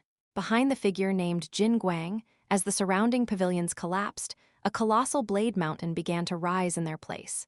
Chapter 462. Ancient Covenant 2. A massive blade mountain appeared in the very heart of Xian Fortress. At first, Ma Cholsu stared in astonishment, but then suddenly frowned. Something feels off. What do you mean? That mountain, it doesn't feel real. Ho! I gave a faint smile at Ma Cholsu's rather sharp perception. Because the sight was too surreal? No. The deafening rumble echoing endlessly through the surroundings and the blatant changes in terrain were undeniably real. However, that blade mountain itself could be either reality or illusion. That's a type of thought domain. Thought domain? Well, for a martial artist, it's a domain that only sorcerers who have surpassed the realm of transcendent demon realm can use. Even Huan Yul, the former elder of the heavenly Huan family, couldn't unfold such a domain without borrowing the power of Upjeong's ability. But that person isn't some mere sorcerer. To dismiss him as just a sorcerer would be an insult to his level. Jin Guang, that person was undoubtedly the culprit who had turned this Xian into a land of death. Yet there was just one thing I couldn't comprehend. Successor, of whom? Just who did he refer to as my predecessor? My thoughts spiraled endlessly, but there was no time for deep pondering. Whatever the case, the opponent was challenging me to a duel. I'll ponder it later. Whether it's a duel or a quarrel, I never avoid a fight once it comes. I stepped forward lightly with one foot. A mountain of uncountable blades. If there was one curious thing, it was that each of those blades was smaller than expected. To compare, They were more akin to small knives used for peeling fruit. No, the size isn't what matters. Each blade, soaked in dark red blood, exuded a vicious malice. Looking at them alongside the black judge's robe Jin Yeomyung was wearing, it felt as if he had judged countless sinners and consumed their grudges. Jin Yeomyung asked with a faint smile, "Are you prepared?" "Of course, come whenever you please." "Very well, then I shall begin." The moment those words ended, whoosh. Before I realized it, thousands, tens of thousands of blades were already right before my eyes. I wasn't careless. I had prepared to react to any swift lethal technique, yet for some reason, the opponent's strike ignored all of that. Within the very slowly flowing time, I watched as the blades began lightly pressing against my skin. The force isn't that strong. Of course, not strong was from my perspective as Yeo-myung like Ma Cholsu would be reduced to minced meat instantly. I could dodge them, but since it had come to this, why not test it? Asura God 3 stages demonic sky body in an instant. My entire body turned black, and the blades hurled by Jin Yeomyung failed to pierce my skin and began to be repelled. Unexpected. Jin Yeomyung tilted his head slightly at my response. "I was curious to see what kind of counter you'd use, but I didn't think you'd foolishly endure it with your body." "Well, I do come from a family known for physical prowess." "Your body, now that you mention it, such a being did exist in the past.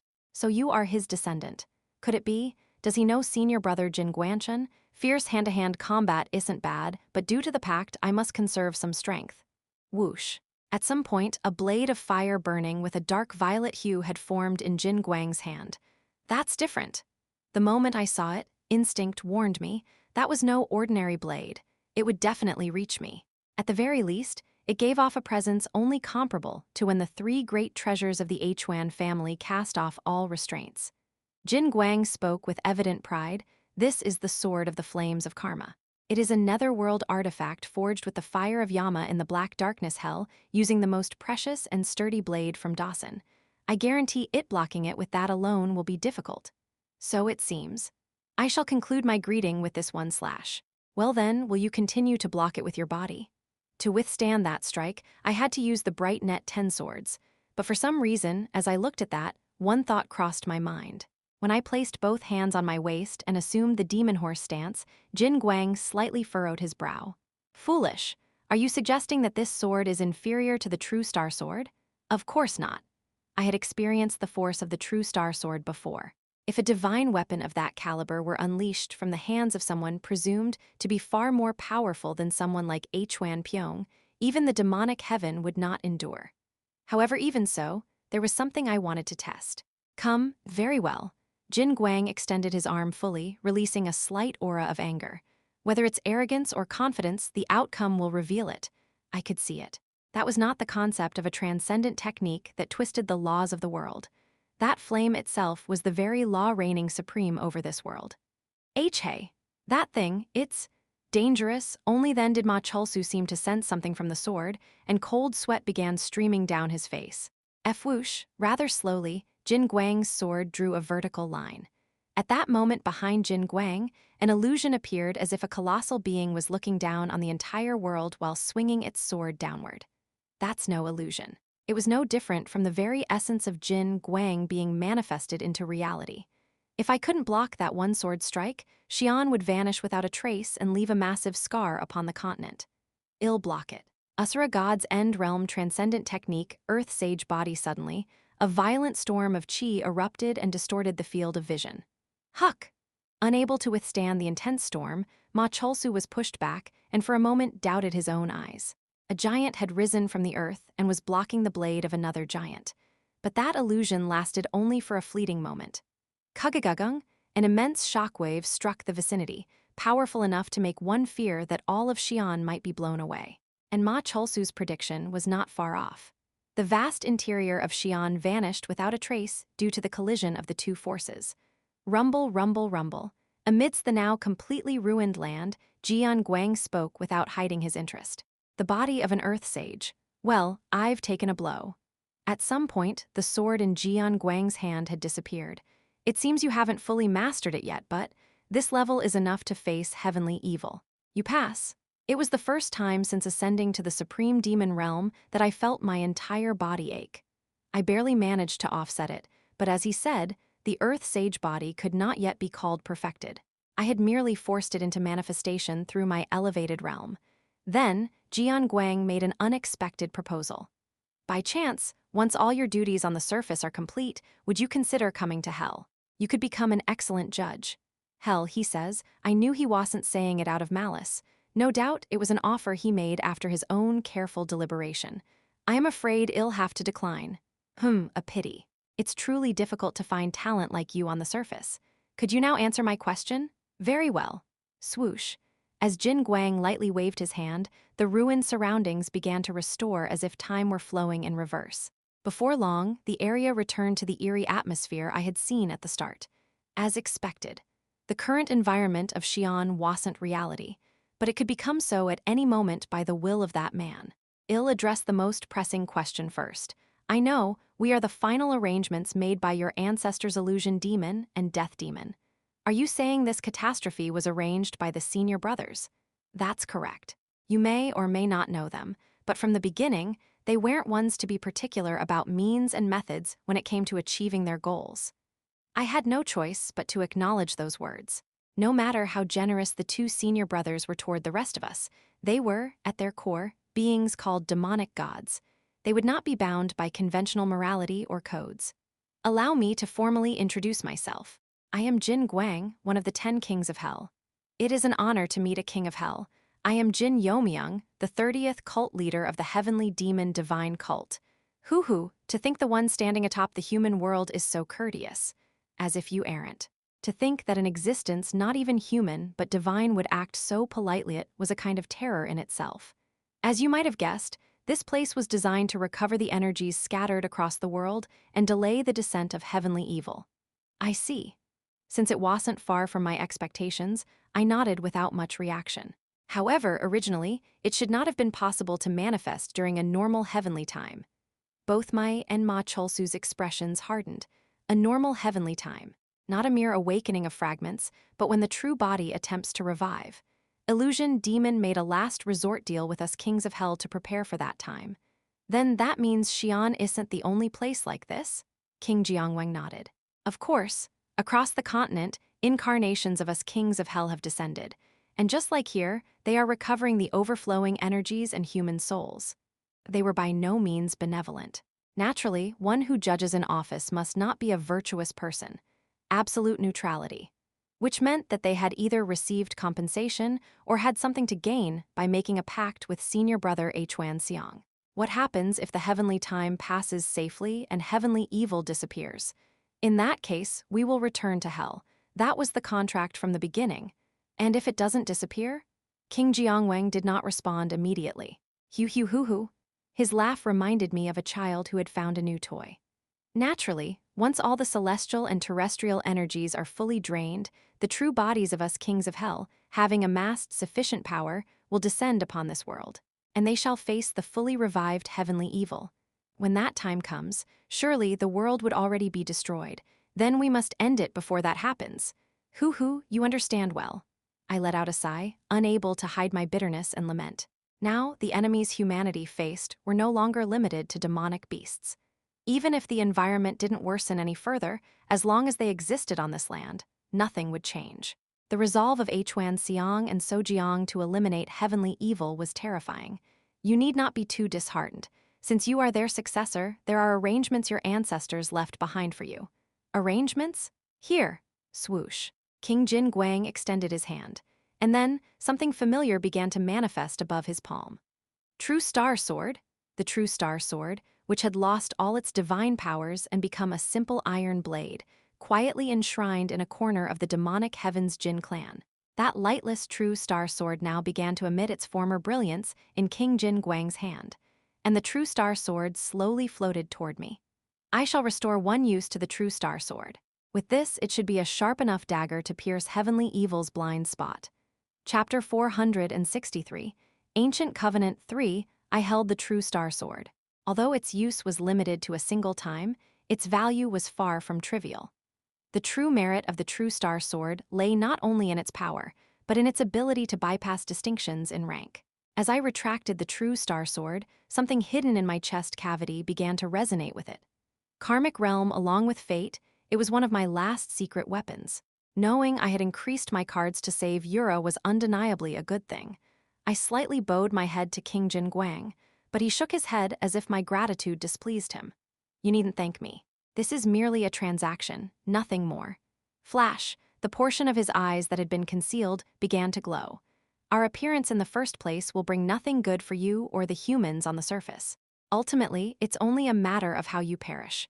Of course, he was right. I had summoned them out of malevolence toward heavenly evil and his subordinates in hopes of using poison against poison. The more I thought, the more I understood the intentions of the 4 execution kings. No matter how one perishes, it's a matter of whether one can attain repose afterward. Ho King Jin Gwang's gaze shifted slightly. The 10 kings of hell are the ones who judge souls after death and send them into the cycle of reincarnation. If heavenly evil's true form manifested and the age of myth arrived, all life on the surface could neither be dragged into hell nor escape eternal exploitation by those judges. Perhaps the senior brothers had wished that, rather than letting people suffer endlessly, they would at least find peace at the hands of the Hell Kings. Of course, the wills of the humans subject to that choice still had no bearing at all. King Jin Gwang, his expression subtly changed, asked again, "Your insight is quite sharp. Do you have no intention of becoming a judge? Someone like you could become the chief judge in a short time." When such a being says a short time, it's certainly not a few years. It could be centuries or even millennia. I still have much to do on the surface. I want to enjoy the joys and sorrows of life before choosing my next path.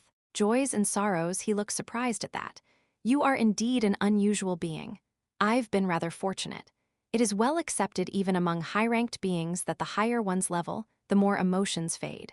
Thus, my display of emotion even at the supreme demon realm must seem strange to him. Very well. Frankly, we do not relish forcibly harvesting in defiance of the natural order either. He gathered his long sleeves and bowed lightly. Please, complete your task without undue delay. I nodded my head and returned his bow. I sincerely hoped this meeting would be both the first and the last. Ma Cholsu and I exited the blood-thickened stench of death lingering over Xi'an. Ma Cholsu, who had observed everything from beginning to end, asked me, "Are you not going to finish it?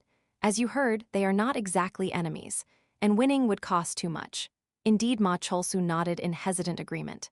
If we could use blood divine power, perhaps there would be a chance, but for now, it's best not to clash. Ma Cholsu seemed more concerned with the cost-benefit of confronting King Jin Gwang than the horrors in Xi'an. Well, his essence was that of a demon spirit. But as for Muho, was not innately a demon. I bowed my head slightly toward Xi'an, which had become an unwilling graveyard in this chaotic era. After praying for the repose of those who had unwillingly become the dead, I decided on my next destination. Let's go to Nakyang. The army of heavenly demon divine cult moved from Xi'an directly toward Nakyang. The distance between Xi'an and Nakyang was roughly 800 li. A typical convoy would have taken at least 15 days, but Chenma Xingyou managed to arrive within 3 days after merging with the main force. And as soon as they reached Nakyang, the site of one collapsed section of wall in the 1,000-year-old capital confronted them. But it looks surprisingly intact, doesn't it? Indeed. Though one side of the wall had collapsed completely, soldiers and masked warriors appeared to be filling the gap by establishing a camp. I feared Nakyang might have suffered as badly as Xi'an, but thankfully it seems not. Still, an unmistakable tension remained. Both soldiers and warriors wore troubled expressions. While we were assessing the situation in Nakyang, dozens of mounted riders galloped toward us from afar. At the front rode none other than Jegal. Why, young master? No, young master Jin, and no, sea cult leader. She was so flustered that even this clever woman couldn't get her words straight. Only after she had practically rushed right up to me did she manage to calm her breathing, and only then did Yeo-myung offer a respectful greeting. I greet the cult leader of the heavenly demon of divine cult. I am Yeo-myung, strategist of the Murim Alliance. Nice to meet you, strategist Sama. A few subordinates behind her looked puzzled, and among those escorting her, the ones who knew my identity let out faint smirks. Yeo-myung glared with wide, scolding eyes that seemed to ask, "Is this really the time for jokes?" I shrugged with a slight smile. My apologies. I had heard the Alliance's strategist was once praised as the sacred daughter of the Sama clan. That nickname was given arbitrarily by your people. No, never mind. Yeo-myung let out a sigh and slumped her shoulders. Though it was Cheon Yura who arbitrarily gave her the Sama surname, she had used it so freely since then that there was no room left for excuses. I'll escort you inside the Alliance for now. Let's speak in more detail within. Very well. Currently, the Alliance leader and all of the Alliance's core experts are missing. All of them? Yes, everyone who fought against the previous cult leader, Cheon Yura, including Beek Sanga and Sochin, and also Dao Zun Jin Yeomyung, Saber King Hyun Yonghu, and Plum Blossom White Sword Jo Gongmyung. All of the top-tier and extreme demon realm experts were said to have vanished. What about the bodies? Strangely, none were found. Is it possible they were attacked so thoroughly that not even corpses remained? Flinch. Yeo-myung's shoulders trembled greatly for a moment, and strategist Wisdom Talent glared at me with an expression sharp enough to kill. But even so, it was a question that had to be asked. I believe the possibility is low. Your basis? Because of young Master Sochin. Yeo-myung's expression, which had momentarily wavered, hardened once again. But because her emotional state was already unstable, she seemed like she might collapse at the slightest push. No matter the circumstances, even if the cult leader was the opponent, young Master Sochin would have ensured the Alliance leader his lady escaped. Though it was a weak basis, I surprisingly found it quite plausible. Sochin may not have stood out due to his loose personality, but he was deeply obsessive and persistent. More importantly, he hadn't been alone. Dao Zun and Saber King were with him. With such powerful experts around, escaping wouldn't have been impossible if they tried. Even if trapped in a conceptual domain or something, that bastard Sochin might figure out a way. It seemed genuinely plausible, enough that I was surprised at myself. Good, let's assume for now that they're trapped somewhere. What is the current state of Nakyang? As you likely saw on your way here, it's not good. Yeo-myung's face turned grim again. I too quietly clicked my tongue. Frankly, I had never imagined that proper supply lines would be impossible in a major city like Nakyang. The food shortage seems serious. Yes, with trade routes to other cities virtually severed and a large influx of refugees from nearby provinces, we've run into a major food crisis. Fortunately, there were grain-producing areas in the southwest, near Naksu and Isu. And also, crops have been growing at an abnormal speed, which has helped us hold out, at least for now. This was one of the few beneficial side effects of the rapidly strengthening heaven and earth energy. I am sorry. We can't afford to provide provisions for the forces of the heavenly demon of divine cult. I understand. We'll find a separate solution for the food issue. Yeo-myung lowered her head deeply in guilt. The heavenly demon of divine cult was, for now, a savior, not an invader. She wore that expression precisely because she knew that. There are 3 things I want to know. 1, her condition who appeared in Nakyang. 2, what she sought here. And finally, the current state of Mount Tai. For now, I can answer the second and third right away. After hearing Yeo-myung's initial responses, I stepped into the heart of the ruined city of Nakyang, into the inner castle where the Lord of Nakyang once resided. The real destination lay beyond the entrance that still existed here. It's been quite a while since I last visited this place. The uniquely heavy, sticky air welcomed me once more. I let out a deep breath, savoring the atmosphere of heaven of sacred spirits for the first time in ages. Comfortable. Unlike the past, when I used to feel only oppressive pressure, now I felt nothing but comfort and tranquility. That this place now felt more comfortable than the mortal world was proof that my level had surpassed the realm of humanity. Yura Itzert, the grand heavenly lord, passed through here. She had broken through the Murim Alliance's defensive line, including Beek Sanga, and after pushing through to this place, she had suddenly vanished. The surroundings were savagely torn apart, both the terrain and the energy. But unlike before, there was one thing that had not changed. In the distance, I could see the heavenly demon founder in his youth fishing along the riverside. I swiftly approached and bowed my head to him. It's been a while, Master. It was at least fortunate that he remained unharmed. But far behind him, a portion of the once majestic heaven of sacred spirits, which had resembled an ancient primeval forest, had been utterly ravaged. The heavenly demon founder in his youth smiled calmly, unchanged. It's been a while, disciple. Retrieving his fishing rod, he continued. There's only one reason you've returned to this place. It must be because of the other disciple, correct? The other disciple. His words clearly referred to Cheon Yura rather than Grand Heavenly Lord, and I stiffened slightly at the remark. The heavenly demon founder glanced at me and said casually, "You're quite alike." What do you mean, in essence? Essence, huh? What do you mean by that? Hoo-hoo, are you questioning me even though you likely already have an idea?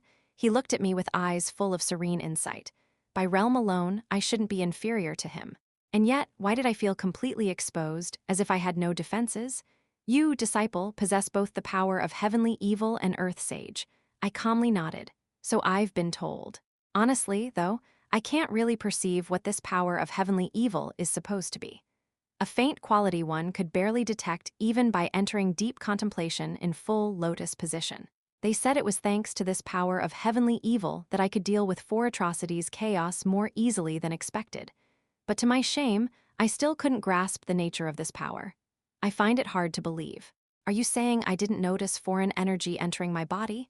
Normally, you would have noticed immediately.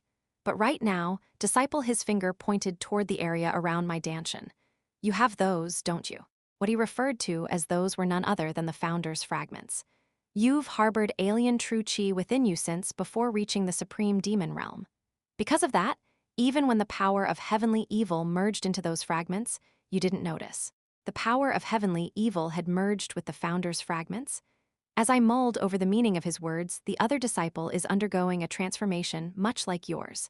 Though unlike you, she is in a far more unstable state. More importantly, you did something amusing, albeit rather dangerous to her, didn't you? So you noticed. The heavenly demon founder had instantly seen through the fact that I had embedded Yeo-myung into her body. Of course I noticed. How could I not know the essence of my own being? However, the expression of the heavenly demon founder, which had been composed the entire time, dimmed slightly. It is a very dangerous gamble. I understand your intent, but if mishandled, it could turn on you and devour you instead. Chapter 464, Ancient Covenant 4, the heavenly demon founder's words struck me like a reprimand. Injecting a third force to blur the boundaries of essence is a good attempt. However, if something goes wrong, instead of separating, the personalities could merge in an entirely different direction. Judging from the recent events, that's very likely. If it's about the recent events, Yura definitely came to find Master, and she fought, and merging in a different direction. That meant she could become something else entirely, neither Yura nor the Grand Heavenly Lord. If that happens, it's not a matter of mere complete awakening. I understood what the heavenly demon founder meant. Something even more dangerous than the true form of heavenly evil might descend upon this world. A malevolent god possessing both the power of heavenly evil and earth sage could be born the worst in history. You wouldn't have done it without knowing that, would you? I trust Yura. This isn't something to be justified with mere trust. Rumble, a chilling killing intent, surged from the heavenly demon founder's entire body. Can you truly bear the aftermath, the calamity that might befall the world because of it? In that figure, I felt a glimpse of madness that sought to save the world even while losing his mind. Placing one hand over my chest, I replied, I will save her. I would save her no matter what. I wouldn't let the world fall into ruin. Unlike the heavenly demon founder, I had long lost any sense of duty. But this land was where Yura, I, and our descendants would live. I take pride in having made all the necessary preparations. The heavenly demon founder, who had been observing me for a while, nodded his head. So it seems. But isn't the most crucial part missing? The most crucial part? Please grant me your teaching. Her innate danger. Do you know that she harbors complex emotions toward you?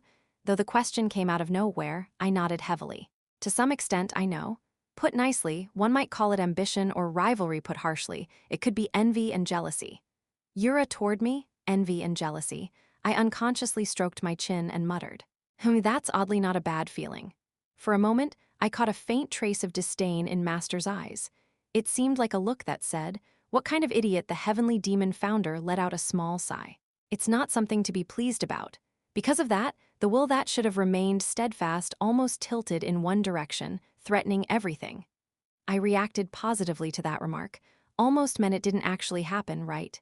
But the following words made my pleased expression freeze. To halt that progress, I had to give up heavenly evil's corpse. I hastily expanded my sense of chi. Gone. The colossal corpse of heavenly evil, which seemed like it could reach the sky, had vanished without a trace. But even that was merely a way to buy time. If she perfectly assimilates even heavenly evil's body, then even the thing you so firmly believe in will no longer work. Even so, can you save the world and save her? This was not just a question. I could instinctively tell. If I showed even a hint of weakness here, the heavenly demon founder would never leave me alone. Perhaps he might seize my body himself and step out to fight in the final battle. I slowly bowed my head to him. First, thank you for your help, Master. That was sincere. You say otherwise, but I believe it was because you trusted me that you didn't bring the fight to a conclusion with her when she came here. The heavenly demon founder gave no reply. To prove that trust, I shall dare to show you through martial arts. I drew the heavenly demon divine sword and the 10 heavenly record immortal swords simultaneously. Then, with telekinesis, I sent the heavenly demon divine sword toward Master and spoke. Will you examine your disciple's proof? The heavenly demon founder slowly caught the heavenly demon divine sword flying toward him. His expression turned to disbelief. Confidence bordering on arrogance, it could even be called sheer hubris. A chill ran down my spine. From the outside, it felt like the two were one from the very beginning, an unreal sense of unity. Handing this sword over to Methet implies that you believe you have surpassed me in my prime, doesn't it? If I couldn't even manage that, how could I hope to save my beloved or the world? Hess, not wrong. However, the heavenly demon founder lightly extended the sword, proving that will be immensely difficult, disciple. With that, he swung the sword horizontally. In that moment, rumble, a colossal black wave surged forth. Like an avalanche descending from a 10,000-year-old snow mountain, it blanketed everything. The single strike he casually unleashed devoured all of heaven of sacred spirits as it advanced. That's not a technique, that was simply a greeting, nothing more. I want to evade it. Ill-deflect it, I immediately unleashed Ascension and split the founder's strike. Flash, the massive black wave that had covered the heavens and earth split in two and dispersed. But only briefly. You, and many descendants after you, must have thought of this at least once. The heavenly demon founder, suddenly before my very eyes, swung his sword toward my neck. So fast that even my accelerated thoughts couldn't keep up. But it wasn't to the extent that I couldn't react. Clang, clang, clang, clang. A close-range duel with longswords erupted instantly between me and the heavenly demon founder. Even as we frantically exchanged strikes and dodges, his mouth never paused. The 3 treasures Yeo-myung acquired by passing the trials of the 10 kings of hells, and the 3 sacred relics I left to my descendants. If you compare the two, one might think the latter are significantly inferior. I couldn't deny it. Among the 3 sacred relics, the only one whose true function I had confirmed was the heavenly demon seal. Even that wasn't particularly useful to me now. You even brought the black dragon robe properly. The heavenly demon founder didn't miss the black dragon robe I wore over my outer garments. I am the cult leader of this era, after all. Unlike the other 2 relics, the black dragon robe was usually used in ceremonies and stored in the demonic pavilion, but even after becoming the heavenly demon, I continued to wear it like a cloak. Disciple, let me tell you a truth. Even as his sword moved with supersonic speed aiming at my head, the 3 treasures Yeo-myung brought back from hell were in fact modeled after these 3 sacred relics. It was the first I had heard of it. Come to think of it, they are similar. The true star sword and the heavenly demon divine sword both take the form of a sword. The 6 paths veil takes the name of a veil, but Dao Zun Jin Yeomyung always draped it over her shoulder. Even though the heavenly demon seal and the mirror of karma differ as a seal and a mirror, is it that their abilities are similar in essence, not form? Perhaps reading my confusion, the heavenly demon founder smirked. Judging by your reaction, you don't place much value on the 3 sacred relics. Then allow me to give you a sample. Chill. Once again, something from the heavenly demon divine sword stirred my instincts. Bang. I unleashed a powerful palm technique to use the recoil to widen the distance urgently. Of course, considering the level between us, this couldn't truly be called creating distance, but at least I would have a sliver of time to respond. Or so I thought. The heavenly demon divine sword, or as some call it, the heavenly demon sacred swordies in the truest sense, another me, a god-slaying sword. What? I couldn't see it with my eyes. I couldn't perceive it even with my spiritual sight. But, having mastered the heavenly demonic divine art to the realm of the supreme demon, there was something I could instinctively sense. The heavenly demon founder, in a single instant, released the something that had been binding the heavenly demon divine sword. And the moment that something was released, puck. Ignoring all cause and effect, the lower dantian was pierced straight through. That wasn't all. Cough. All my protective energy, defenses, and blessings shattered at once, and blood flowed from my mouth. The true star sword is certainly a splendid sacred relic. As long as it has a power source, it's highly versatile and can be wielded by anyone. However, the limitations of the true star sword are clear. It can wound heavenly evil, but it cannot inflict a fatal blow. I knew this because I had experienced both. There was definitely a difference in sealing. If he had slashed with full strength, I would have suffered a fatal blow, unable even to rise. Swick, the heavenly demon founder, lightly waved his hand. And just like that, the internal injuries to my ruptured lower and middle dantian were restored as if it were a lie. I wiped the blood from my lips and stood up. What do you mean by saying it is another me? Exactly what it sounds like.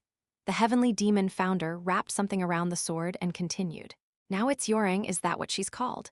The sorcerers of the sun and moon divine cult used fragments of the soul of the demon lineage to forge me. However, I was not the only one they made from the demon immortal soul. That meant this heavenly demon divine sword was also another Yeo-myung, and at the same time, another heavenly demon founder. I had thought Jin Yeomyung handed the heavenly demon divine sword to Cheon Yura simply because he had become strong enough not to need it. That was only half true. Jin Yeomyung had no enemies left to challenge him, even while wielding the heavenly demon divine sword, so he simply handed it over to Cheon Yura. Of course, the potential within your first slash was quite impressive. Had we fought with all variables eliminated, perhaps the result would have been different. Even without dissecting my techniques, the heavenly demon founder had already assessed my abilities in detail. But it's not enough. At this rate, you will lose to her. Even knowing all my techniques and strategies, that's the conclusion, but there was no time to question it. Please, supplement the shortcomings of your foolish disciple. Even if I had reached the realm of the supreme demon, even if I had become what they call a half-god. If there's a shortfall, I'll kneel and beg to fill it. If I can save Yura, there's nothing I wouldn't do. The heavenly demon founder gave no reply and instead slowly approached me. Then he picked up the 10 heavenly record immortal sword lying on the ground and spoke. Come forth. Yeo-myung. A mighty resonance rang out from the 10 heavenly record immortal sword, and something like smoke began to pour out from the blade. And the moment that smoke took the shape of a human, I widened my eyes and whispered a name. First senior brother. Though he now looked like a wrinkled middle-aged man, not the young figure I once knew, there was no way I could forget that face. First senior brother Yeo-myung. Standing before my eyes, there was no mistaking it was him. Chapter 465. The night before one before long, I shook my head. No, the appearance was certainly Yeo-myung, but I couldn't sense the usual wave of a soul from the figure before me. You are not senior brother. The time for judging people by appearances alone had long passed. The one appearing as Yeo-myung nodded calmly. That's right. Are you the guardian of the heavenly record immortal sword? Guardian? At those words, the opponent tilted his head slightly. I am the sword's intent, not something like a guardian. Sword's intent. Familiar, yet unfamiliar for some reason, I sense multiple sword intents with that feeling. I could not detect a human soul from that being. That meant it was a fabricated imitation, mimicking only the outer appearance. Though I couldn't feel a soul, I could sense the various wills that created it. So complexly intertwined that it was hard to identify them clearly, but at least 5 different intents were involved in crafting the sword's will standing before me. A sword possessing self-awareness isn't particularly strange, but I was curious why it had not responded to my call until now. I wanted to ask the reason right away, but the heavenly demon founder spoke first. The reason I summoned you is simple. Please speak. For some reason, the one who had leapt out from the heavenly record immortal sword knelt politely on one knee before the heavenly demon founder. Assist the disciple in his training. If it's here, you should be able to show him. You can show me? The sword's intent in the form of Yeo-myung gazed at the heavenly demon founder with a somewhat wistful look. But before long, it slowly lowered its head. I shall obey your command. After all, you are no longer the god of destruction of the past. Swoosh! Whether it was truly the sword's intent or not, as the being extended its hand, the sword held in the founder's hand vanished through space and appeared in its grasp. Training, huh? Indeed, this place, where the boundary between reality and time was distorted, was quite suitable for refining one's skills before the final battle. The only doubt was whether this entity before me would truly be of help in my training. I asked the being standing before me. Let me ask again. As I am now, I shouldn't be lacking in qualification. Why have you remained silent until now, refusing my call? Was it only responsive when facing minions of heavenly evil like the 4 atrocities? But then, the response was unexpected, because you lacked the qualification. What? To be precise, it is more accurate to say you lost the qualification. Lost qualification? I quietly mulled over the meaning of those words. There was one thing that caught in my mind, making it hard to argue back immediately. Don't tell me because I didn't fully master the mystic heaven divine art. You understood correctly. The being offered the sword to me and spoke. This sword and I were prepared for the successor who mastered the mystic heaven divine art. But in the end, you chose the heavenly demonic divine art instead. Aren't the essences of both arts the same? The corner of its eye twitched slightly. For someone of your level to say that it's an incomprehensible folly. Even if they originated from the same root, must they flow toward the same destination? For someone bearing the gentle face of senior brother, he sure had a sharp tongue. Still, his words were not wrong. Then, what must I do to fully qualify to wield you? Is it necessary? The intent replied with a confused expression. It pointed at the heavenly demon divine sword in my hand. You have that. Its rank is even higher than mine, so receiving recognition from that sword would be better in every way. I am sorry to say. I gave a slight smile and shook my head. Even if those words were true, I am greedy. I have no intention of giving you up. You were my first beloved sword, and more than anything. There was one reason above all why I couldn't give up on that sword. It's the sword passed down to me by my one and only senior sister. There's no way I could give it up so easily. Senior sister, huh? An unreadable emotion briefly flickered across his face. Very well. His eyes locked onto mine. Regardless of prior conditions, if you can manifest the subtlety of heart's path transcending resentment, I shall acknowledge you as my master. The subtlety of heart's path transcending resentment. I could use heart's path transcending resentment to a certain degree. At this point, its power probably wouldn't fall far behind the senior brother's technique I saw at Yu family's sacred mountain. But the heart's path transcending resentment he spoke of surely referred to something far beyond that level. Since the master has given an order, you may not focus solely on training the heart's path transcending resentment. Should you fail, I will never acknowledge you again. Will you still take the challenge? My answer was obvious. Of course. Good. The figure nodded lightly and took position. There was no scabbard, but the stance resembled the moment before a sword draw. That's the opening the heavens. The first form of the heavenly record immortal sword, the starting stance. A posture I, too, had assumed countless times. He had taken that exact stance. I am but a partial inheritor of their intent. Merely a fragment, thus inherently unstable. But here, things are a little different. Astounding. From the opponent who had assumed the stance, I couldn't detect the slightest opening. No, if it were just a lack of openings, that would be fine. If none existed, I could just twist and force one open. What shocked me was that, the moment he assumed the stance, I could no longer read any of his energy. He cloaked his entire body with sword intent, concealing his presence. This wasn't just a simple cloak. Without any waste, he had spread it to its thinnest and most efficient form, concealing everything. Normally, one would detect the nature of a technique's power or trajectory through the quality of sword intent, aura, or inner strength. But now, with not even a flaw in posture to observe, he was giving me absolutely no information. This is the sword that severed the master. True heart's path transcending resentment, his sword swung in a graceful arc. It wasn't particularly fast, but I couldn't afford to lower my guard. The essence of heart's path transcending resentment was crossing space itself. I pulled the sword toward my chest and unfolded a defensive form. Bright net, unified wall, an impenetrable defense, inspired by the seal of the heavenly demon from Chintijang. Bright net unified wall did not only block physical force, but rejected everything that defied my will. Even if space itself was cleaved, it didn't matter. Even if space was split, the bright net unified wall would seal that gap. Indeed, I expected you to have prepared something. However, he stated coldly, I told you, didn't I? This is the sword that severed the master. Do you think your level can perfectly defend against it? PSSHT? In an instant, I instinctively yanked my sword-holding right arm back. A burning pain radiated through the nerves in my arm. Just like before. Just like when the heavenly demon founder split my lower dantian with the heavenly demon divine sword, the heart's path transcending resentment pierced all of my defenses and left a wound on my forearm. How? If I hadn't moved instinctively, my right arm would have been severed. At that moment, the heavenly demon founder stepped forward. That previous strike. Did you understand it, disciple? To be honest, I did not. I lowered my head, feeling somewhat empty. With the bright net unified wall, I believed I could block even divine arts. It was a perfected technique I devised in preparation for battles against minions of the Four Atrocities, Gungi, and even Cheon Yura, who had become Gun. Certainly, strength was not the issue. Of that much I was sure. There was no one in the heavens or earth who could overwhelm me with strength, not even the heavenly demon founder standing before me. The heavenly demon founder readily agreed. Yes, that is true. It was not due to lack of strength that the injury was shallow. The piercing itself was not a matter of power.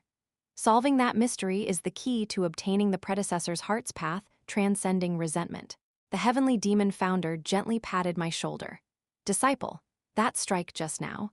The realization contained in that strike, without a doubt, it reached the supreme demon realm, a realization that surpasses even your current level. Naturally, you could not respond to it. A realization beyond my own level. I had no argument to offer against those words. If disciple Cheon Yura unleashes a strike that surpasses even this level, will you be able to withstand it? Cheon Yura unleashing a strike of this level, if you bring out everything you've prepared, perhaps you could manage to subdue her. However, you are in the position of having to overpower her. Even if you utilize every arrangement and preparation, you would need to be at least 2 stages above her to do so.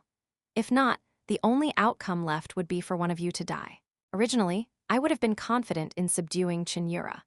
But now that she had begun awakening as heavenly evil through her fusion with Gun, the only one who could truly discern how far her potential had bloomed was the heavenly demon founder who had faced her himself. This is a rehearsal. He slowly walked toward the will of the heavenly record immortal sword. From this point on, disciple, you will experience the strikes of all your senior brothers who have ascended to the supreme demon realm except Seoyin. Experience and master the complete answers they have each reached. Once you've refined your own level to the utmost at the end, for a moment, a sense of solemn resolve emanated from the founder. You will face the god of destruction, one who has lost everything and is consumed by his mission, the god of destruction. There was no way I didn't know who that referred to, but I promise you this overcoming that god will require everything you possess, including these swords. If you cannot overcome that trial my gaze met, that of the heavenly demon founder. In that instant, I felt a chill creep down my spine for the first time. Then just die here. That would be a far happier ending for you. Eastern Mount Tai. Once the most perilous of the 5 peaks, this place had long since become an uninhabitable demonic realm ever since Cheon Yura made it her domain. Not merely because demonic beasts ran rampant.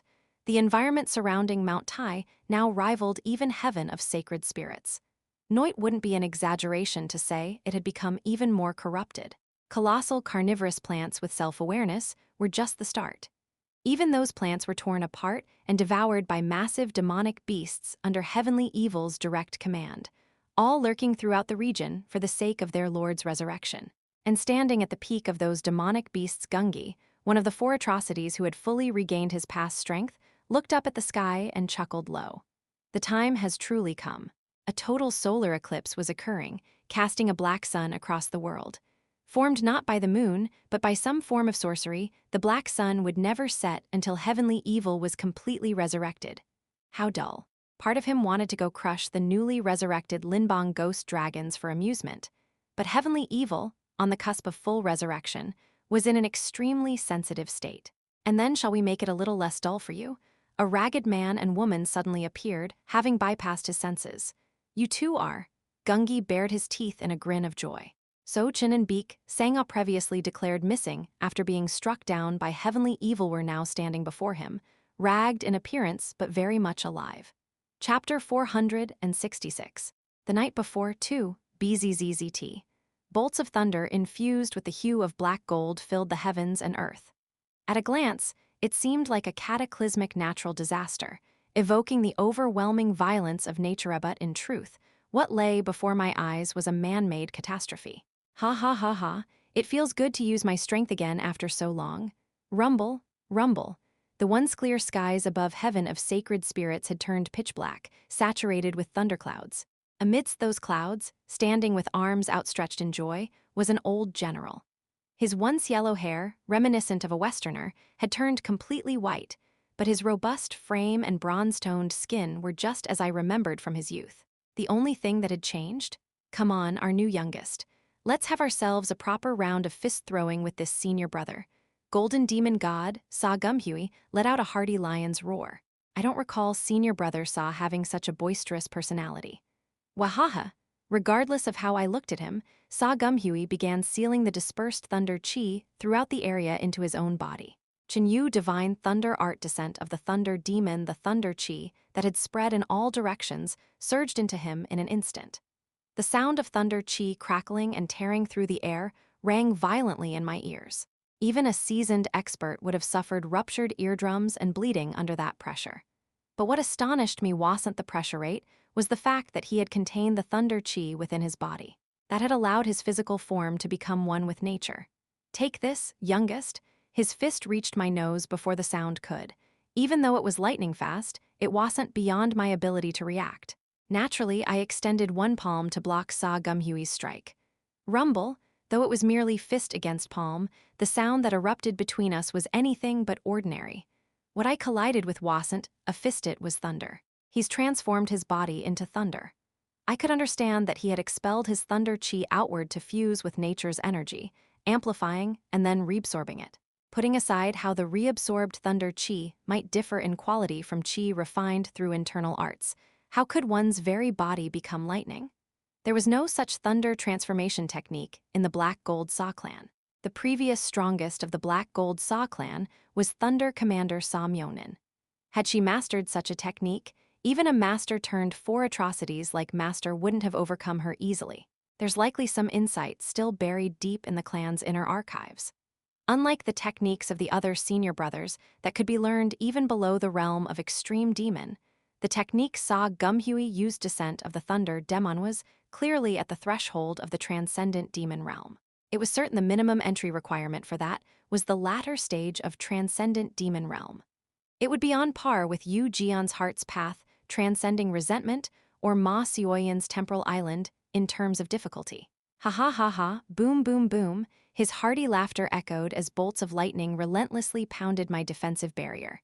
It wasn't just the speed. The real marvel was the precision. Though it seemed violent and chaotic, this barrage was in truth the epitome of controlled stillness within motion and artfully calculated onslaught. Just then, the heavenly demon founder's voice softly rang from afar. Do not get buried in the thunder transformation. Even if that technique looks miraculous, if you understand its principle, you too can perform it. The heavenly demon founder continued. What you need to focus on is how he handles the thunder transformation.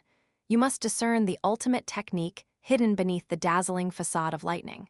He, too, was an absolute being who had reached the supreme demon realm by finding his own answer.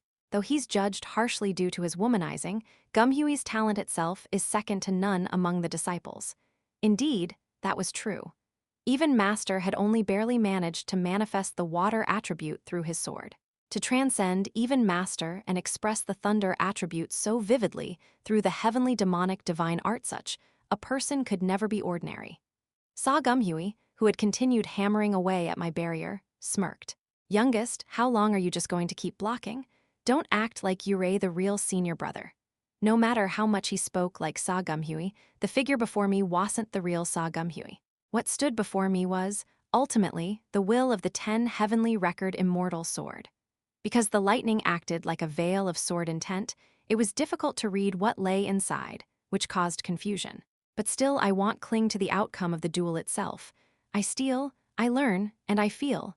Desperately, I began breaking down and reconstructing the technique known as Descent of the Thunder Demon.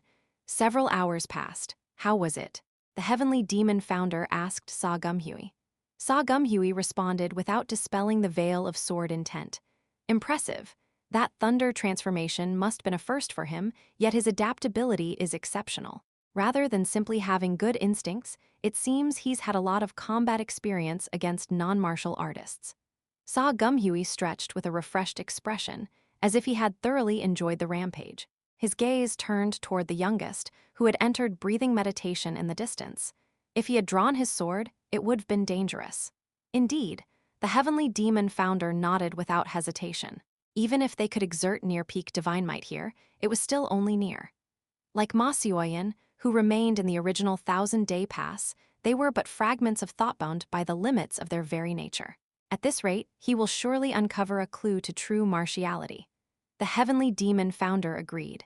It wasn't something to say lightly to someone who had come this far, but his potential was undeniable. But is there truly a need to keep hiding it?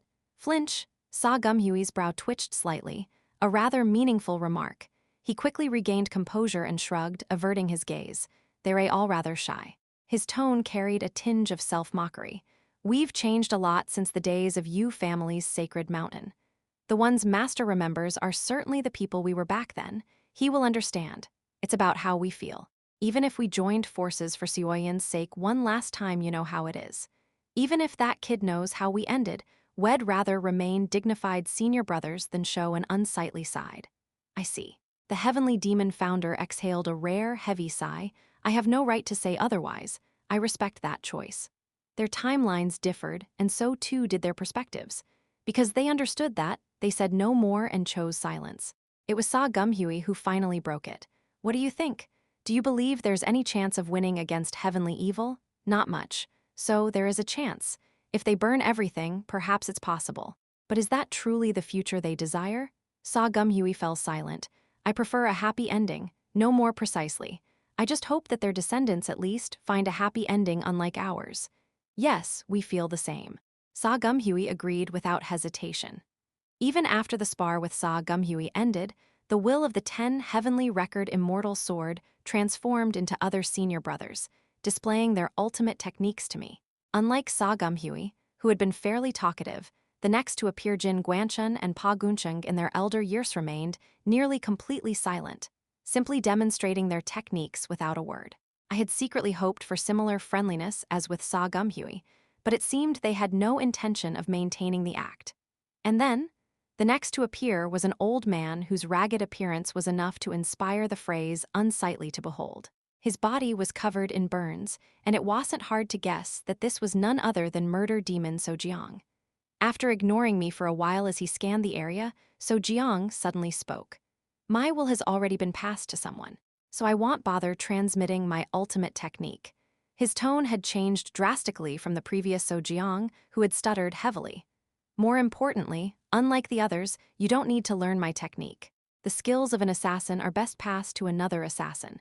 You'd be better off learning countermeasures for divine arts from Hwan Jiang. But TSSSSS. In an instant, an intangible killing intent began to pour from So Jiang's entire body. The skin all over my body bristled in response. Still, it's best to see it at least once. The essence should be the same. Chill from the 10 heavenly record immortal sword in So Jiang's hand, something dark and ominous pulse different from anything seen until now. You'd better draw it now. The highest tower you've built. So Jiang truly intended to kill me. If you don't, y'all die before you ever stand beside Master. True kill. So Jiang did something in an instant.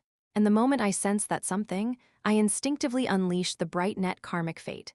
Slice. A thread-like capillary opened across my neck. I immediately gave up counterattacking and clutched my nape with all my strength. Oh. A faint murmur of astonishment escaped So Jiang's lips. You blocked it? Can that really be called blocking? If you're not dead, then it's blocked. So Jiang withdrew his sword. For a brief moment, I felt a massive spatial distortion centered on you. That distortion saved your life. Unlike when I unleashed it on Master earlier, there had been no grand change. Before that change could even begin, the bright net karmic fate had been nullified by So Jiang's strike. Just as So Jiang said a moment ago, if I hadn't instantly drawn out the bright net karmic fate, I definitely would have died. No matter how special the environment of heaven of sacred spirits was, if I had died from that strike, would I really have resurrected? Honestly, I couldn't say for sure. If it had been properly unleashed, it would have been quite spectacular. Perhaps it could have completely blocked it, but my true kill was faster. Please teach me. Suppressing the bleeding as much as possible, I bowed my head to So Jiang. So Jiang nodded and explained. The principle is the same. Just like how Master pierced your abdomen after breaking through your defense, this is of the same essence. But I still hadn't grasped what that essence was. Only by understanding that essence could I obtain the core of Heart's path, transcending resentment, from the will of the 10 heavenly record immortal sword. You manifest force through power, fix form with thought, and distort law with will. Then, what comes next? No, what is the Wuji in the first place? If divine arts are the peak of a sorcerer, what's the pinnacle for a martial artist? I was about to answer transcendent techniques, but held my tongue. Somehow, I had a strong instinct that wasn't the answer he was looking for. True martiality. That's what we call the techniques wielded by martial artists who reach the realm of gods. SSSHK? Before I realized it, So Jiang had leaned his head in close, just in front of me, attained true martiality. Only then can you kill heavenly evil and save your beloved. You can reach a different ending from ours. So please drip. Don't fail. I was left speechless as I saw the blood beginning to stream from So Jiang's eyes. Chapter 467. The night before 3, the moment I saw So Jiang's tear of blood, a question I had never once considered coiled itself in my mind. Was the figure of So Jiang before me truly an illusion of the heavenly record immortal sword? However, I must have shown a moment of disgrace. As if it had all been a fleeting illusion, the blood that had streamed down So Jiang's cheek had completely vanished. I'll continue explaining. So Jiang, who had returned to a composed appearance in an instant, continued speaking. True martiality, or divine martiality, is something even we haven't properly obtained. I suspect the same applies to the current master. Even though the current senior brothers should have reached their prime, or at least a state comparable to it, if I had to describe it, it would be no more than an imitation of its form. It's akin to scratching the surface of a transcendent technique while in the transcendent demon realm. How can one obtain this true martiality? To be precise, I don't know. At So Jiang's utterly unflinching words, I found myself momentarily speechless. It's impossible to be certain of something one has yet to completely obtain. But among the senior brothers, a hypothesis has been proposed. Please enlighten me. I extended a clasped hand's greeting, and So Jiang nodded and continued. Mind, chi, and body must all reach the divine domain.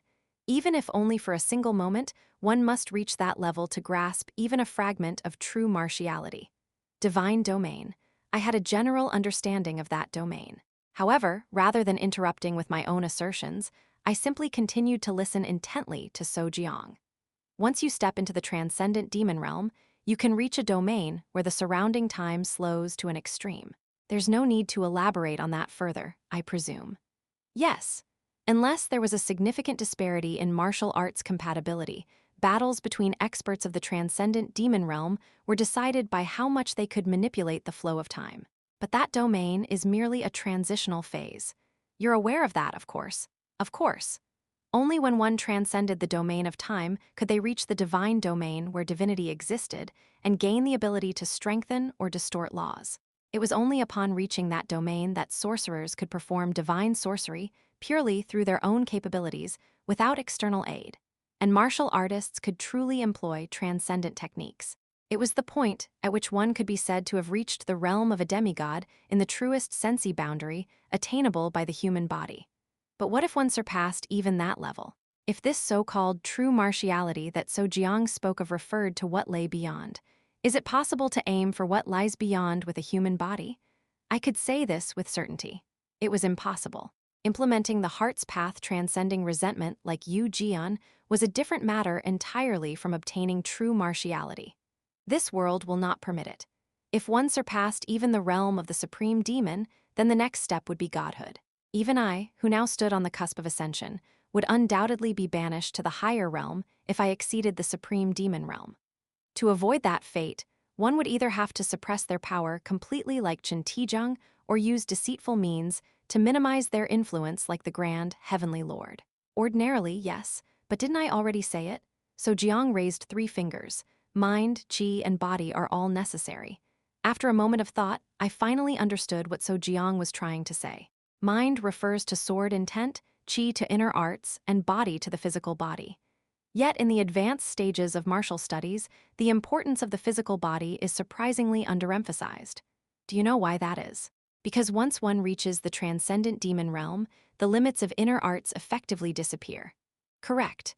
Moreover, at that level, a martial artist wouldn't be outclassed physically no matter where they went. Take sword demon or saber demon. For example, if their muscular forms were compressed and refined through actual combat, even if it didn't show outwardly. But what senior brother meant is that even that is far from sufficient. In the world of time, it's possible to shape sword intent and overlay it onto the body for resistance. That's why the body's significance is even further diminished. Attempting to follow accelerated thought with an unprepared body would simply result in the separation of flesh and bone. But the so-called standard of using sword intent as a barrier is, in truth, not a standard but a mere shortcut. A shortcut, you say? One more question. Can you move in an accelerated world without the barrier of sword intent? To a certain extent, I think I can.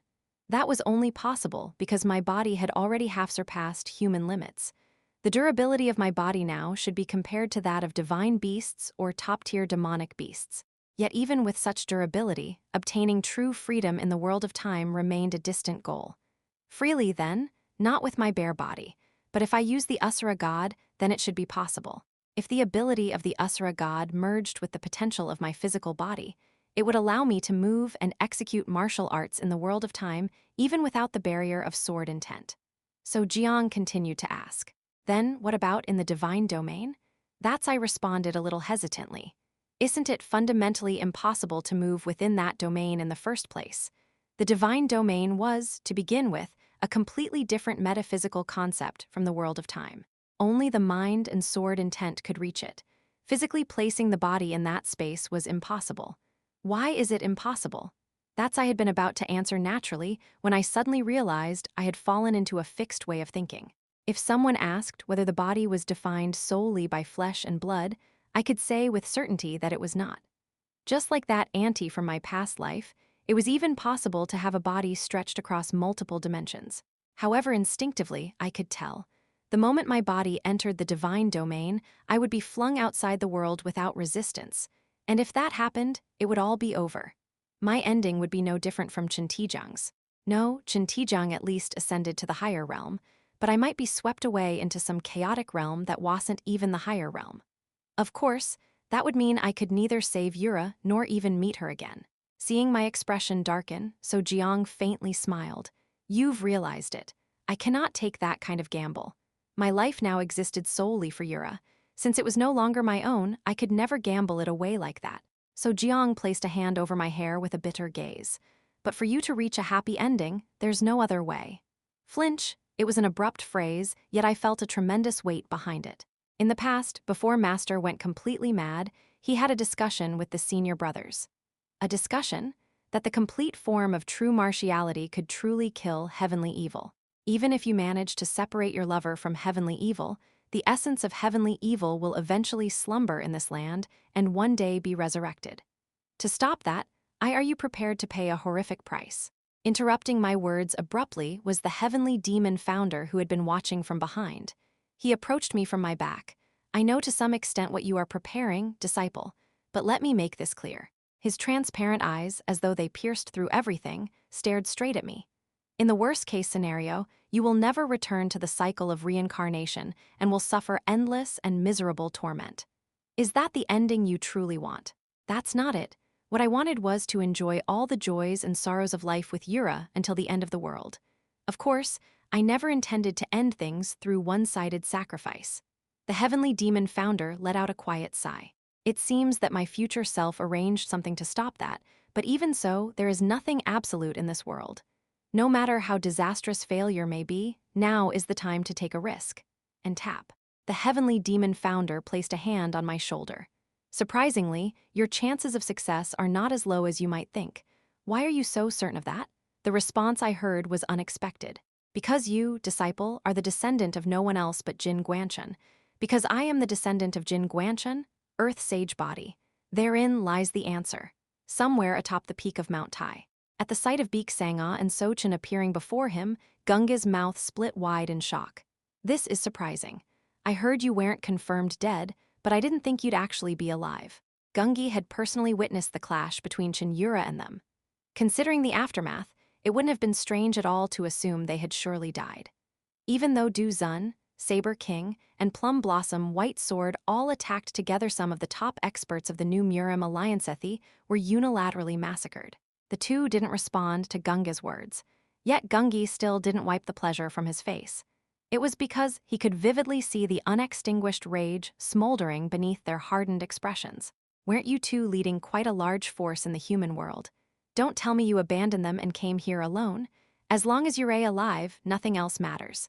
With a cold expression, Sochin unfastened something from his waist. That object, now reduced to nothing more than rags, was none other than the last of the three great treasures of the Hwan family Six Paths Veil. Ah, I remember now. A divine item from the underworld. Not something a mere human should possess. Are you sure you're okay with that? A mocking smile appeared on Gunga's face as he looked at the Six Paths Veil. No matter how I look at it, that thing seems to have lost its function. Just as he said, the Six Paths Veil, which once shone in 6 brilliant colors, had lost most of its hues and seemed to have ceased functioning as a divine item. I can use it. One last time. Oh. Blood vessels surged in Sochin's eyes as he could no longer suppress his emotions. Clench, Sochin gripped the Six Paths Veil tightly and emitted a sharp killing intent, because it contains the will that Master left behind. Then why didn't you head for the summit instead of coming for me? Gungi asked with genuine curiosity. You two could have reached the summit undetected, I think. He didn't know what method they had used, but they were survivors who had escaped Heavenly Evil's blade. With that kind of bug-like tenacity and stealth, it was entirely possible they could have slipped past his notice. But the answer came not from Sochin, but from Beek Sangha. Our target from the beginning has always been you. With that single line, Gungi understood their intention. How wise. So you chose a realistic compromise instead of an impossible revenge? So you're leaving Heavenly Evil to Jin Yeomyung then? Fine by me. Gungi fully spread his wings, igniting his fighting spirit. But I'll teach you just how arrogant the delusion of excluding me from your plan really is. He beckoned toward the two of them. Come. Sochin didn't hesitate and activated the Six Paths Veil. While Sochin and Beek Sangha were preparing to clash with Gungi not far from there, at the summit of Mount Tai. There, Cheon Yura sat quietly in meditation with her eyes closed. Unlike the surrounding region, which had become completely demonic, the summit where she sat was surprisingly no different from a normal environment. There was only one reason for her calm demeanor, even as the critical ritual for complete resurrection approached. Right now, she was replaying in her mind the 2 battles that had occurred recently in Luoyang. Chapter 468. The night before, 4 Kwagwagwagwang, hundreds of heaven-slaying demon swords swept through the area like a black storm. An overwhelming onslaught that allowed no resistance, no screams at least, it seemed that way. Yet right after the heaven-slaying demon swords ravaged the area, Saber King emerged surprisingly unscathed, revealing his undamaged state. Are you all right, Nuna? I'm fine. Dao Zun responded to Saber King's urgent shout. She too had emerged with minimal injury, despite the sweeping storm's aftermath. Saber King quickly checked on the others. Confirming that Beek Sangha and Sochin, who had been at the front, were also unharmed, Saber King finally sensed something strange. There were casualties, certainly but far fewer than expected. Nuna, could this be? Yes. Dao Zun clicked her tongue as she surveyed the ruined surroundings. It definitely looks like the heaven-slaying demon sword, but there's no ultimate technique within it. There were indeed many unfortunate ones who died after being swept up in it, but at least the masters of Hwajong level and above had emerged completely unscathed. The signature control of the heaven-slaying demon sword is nowhere to be seen. It's a mere mimic in appearance only. In other words, that person isn't the cult leader? That we can't be sure of. But one thing is certain, a resolute light settled in Dao Zun's eyes. Even if what stands before us is truly the cult leader, if we don't kill them now, we'll be the ones to die. Everyone, focus. Especially you, Sangha.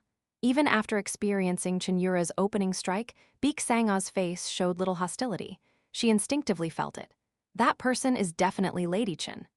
Beek Sangha had faced Cheon Yura's heavenly demonic divine art and heaven-slaying demon sword countless times.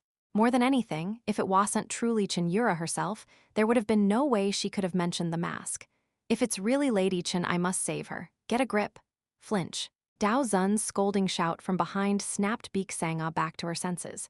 Regardless of who the enemy is, think only of the weight you bear on your shoulders. Master is right, lady.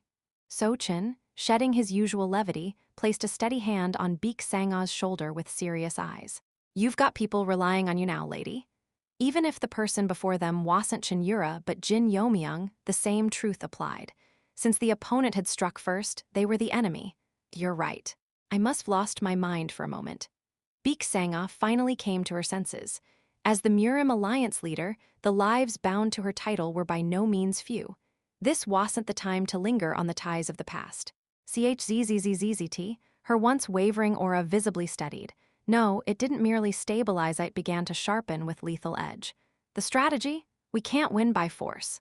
Beek Sanga calmly assessed the situation. Even after scattering hundreds of heaven-slaying demon swords, their opponent's presence hadn't faltered. Clearly, their tier was at least above transcendent demon realm, so even a prolonged battle wouldn't give us the edge. Then what?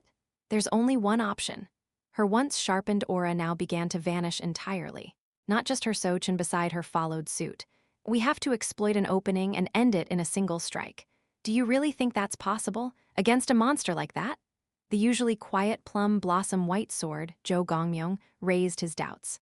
Their opponent's martial arts were from beyond the heavens. They were more overwhelming than any enemy they had ever faced. To expect an opening from such a high-level opponent was dangerously optimistic. However, if it were the original Lady Cheon, then no, it wouldn't be possible. Beek Sanga's gaze briefly passed over Dao Zun and Saber King, but as some of you may have noticed, there's significant awkwardness in Lady Cheon's sword right now. That's right. Saber King nodded at her assessment. Whatever the reason may be, it feels like she's wearing clothes that don't suit her. Yes, that's exactly the gap we need to exploit. It's decided then. Dao Zun raised her 10,000 phase Tai Kai to its fullest. I'll take the vanguard with Saber King's bastard and force an opening. You strike at that gap. Though he called it the vanguard, it was essentially the role of a meat shield. Right now, even for two people, Cheon Yura's firepower was beyond manageable levels. Plum Blossom White Sword rested his blade on his shoulder. Then, our role would be to hold down that black monstrosity. Elder Plum Blossom White Sword. Beek Sanga's expression instantly darkened. If 4 of them were to launch an assault on Cheon Yura, then naturally, the rest would have to pin down Gungi even for a single second.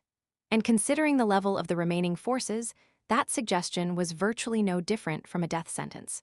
Don't make that face, Alliance leader. Plum Blossom White Sword scoffed as he turned his gaze to the beast-shaped Gungi. A martial artist always lives with death before their eyes. In a way, this is just as well. His eyes contained resolve, regret, and a mix of complex emotions. To die not over petty power struggles, but fighting for the world, that's a luxury in itself.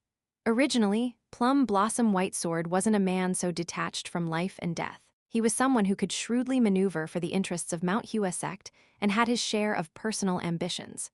What changed Plum Blossom White Sword's heart must have been the world itself, stained red and overturning all earthly power struggles like nothing. The masters of the Alliance who followed her took their stance behind Plum Blossom White Sword to face Gungi. Go, Alliance leader. Please return victorious. She sensed it instinctively. They were going off to die. Once this battle ended, how many of them would survive to meet again? But in the end, the only words she could utter were, "To all of you I wish for good fortune in battle." As planned from the beginning, Saber King and Dao Zun stood in the lead, while Sochin and Beek Sanga took the rear. After dispatching Plum Blossom White Sword and the others, Beek Sanga exhaled deeply with her eyes shut. "You know, lady?" she provoked Cheon Yura, who stood there silently, gazing her way. "Your eyes are completely messed up right now. So what? I don't know what side you're on anymore, lady, but I must say you're utterly disappointing." Disappointing?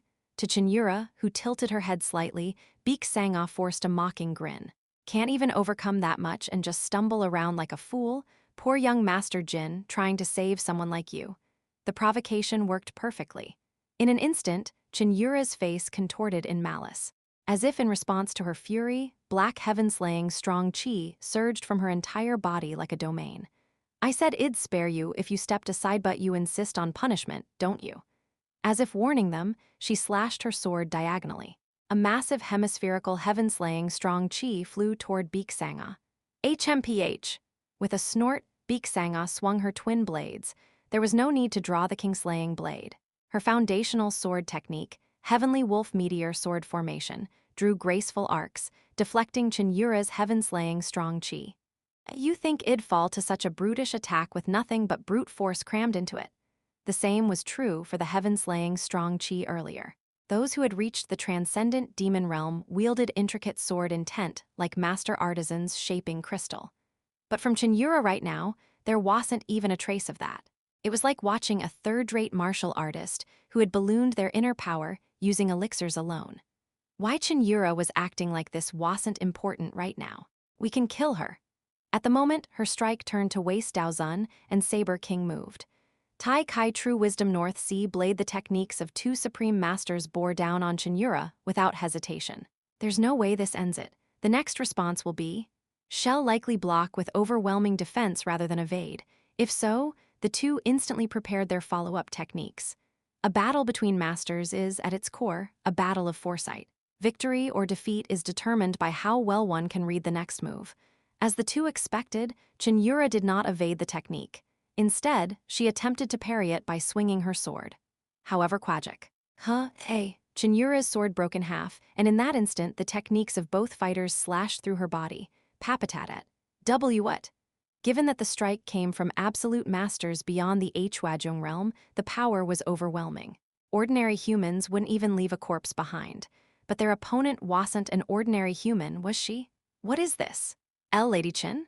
Even so, Chin and Beek Sanga, who had been preparing a follow-up attack, faltered at the sight of Cheon Yura falling so easily.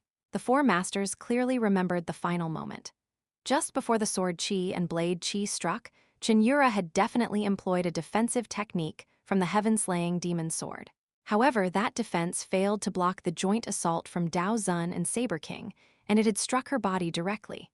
Limbs blown away, her entire body soaked in black blood. A gruesome scene. It happened so quickly that no one could speak right away. Did I misjudge my strength? A quiet voice slipped from the lips of Cheon Yura, who had been lying like a corpse. Chzzzzzt. The blood and flesh scattered around her began to converge toward a single point. Nuna, I know. Though younger, So Chin and Beek Sanga were slower than the veteran Saber King and Daozun. Daozun, refining her sword intent, launched a strike aimed at Cheon Yura's regenerating heart. However, black flames spiraled out from around her. Heaven-slaying strong chi reverse soul flame. Unlike before, a perfectly formed heaven-slaying strong chi neutralized Daozun's strike entirely. A flawless technique that even neutralized refined sword intent. Not even the real Cheon Yura whom Daozun once knew could have blocked that so cleanly. SSSHHH. She stood again, unharmed, with both feet planted on the ground. Through her tattered clothes, her pale white skin bore not a single wound. Cheon Yura glanced at her broken sword and smirked. So this is how it's done. I remember it clearly now. You remember? Thanks to you, it's starting to feel familiar. If I keep going, I think I can completely make it my own. A sinister smile, unfitting for her face, twisted her lips. Let's continue. Seeing Cheon Yura's ominous state, a deep shadow crossed Daozun's expression.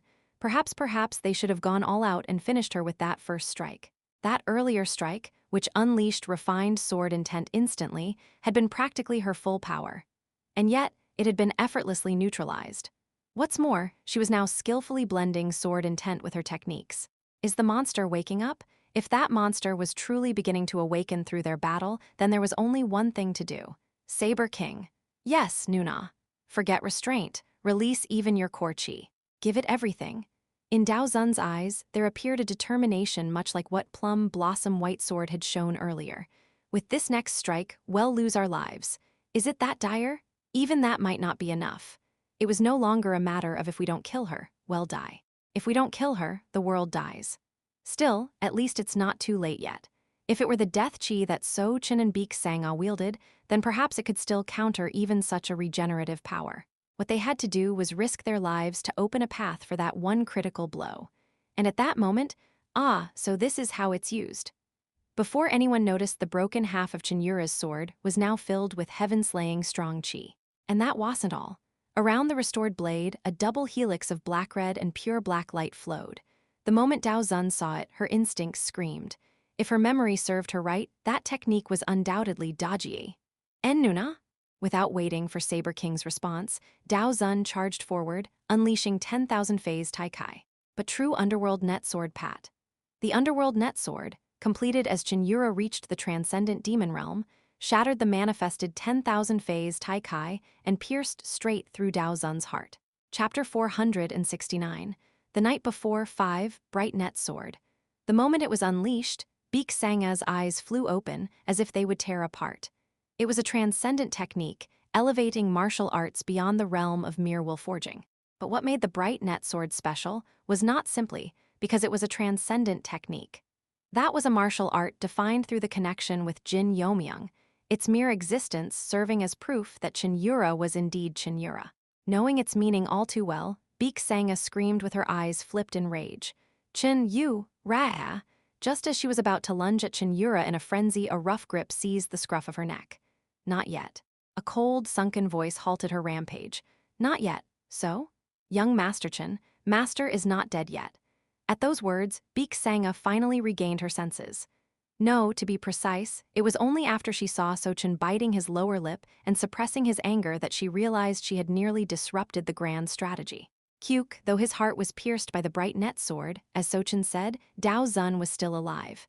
Incredible. Cheon Yura sneered at Dao Zun, who clutched near her heart. Your upper body should have been utterly blown apart.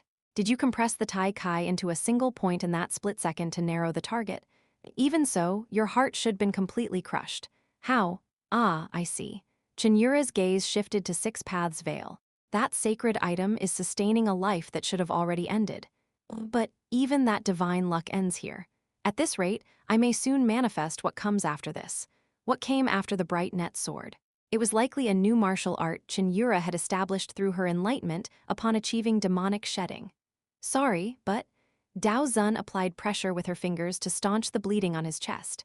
I won't let it go that far. Can you guarantee that? Of course. Before anyone noticed, Saber King had approached Dao Zun's side.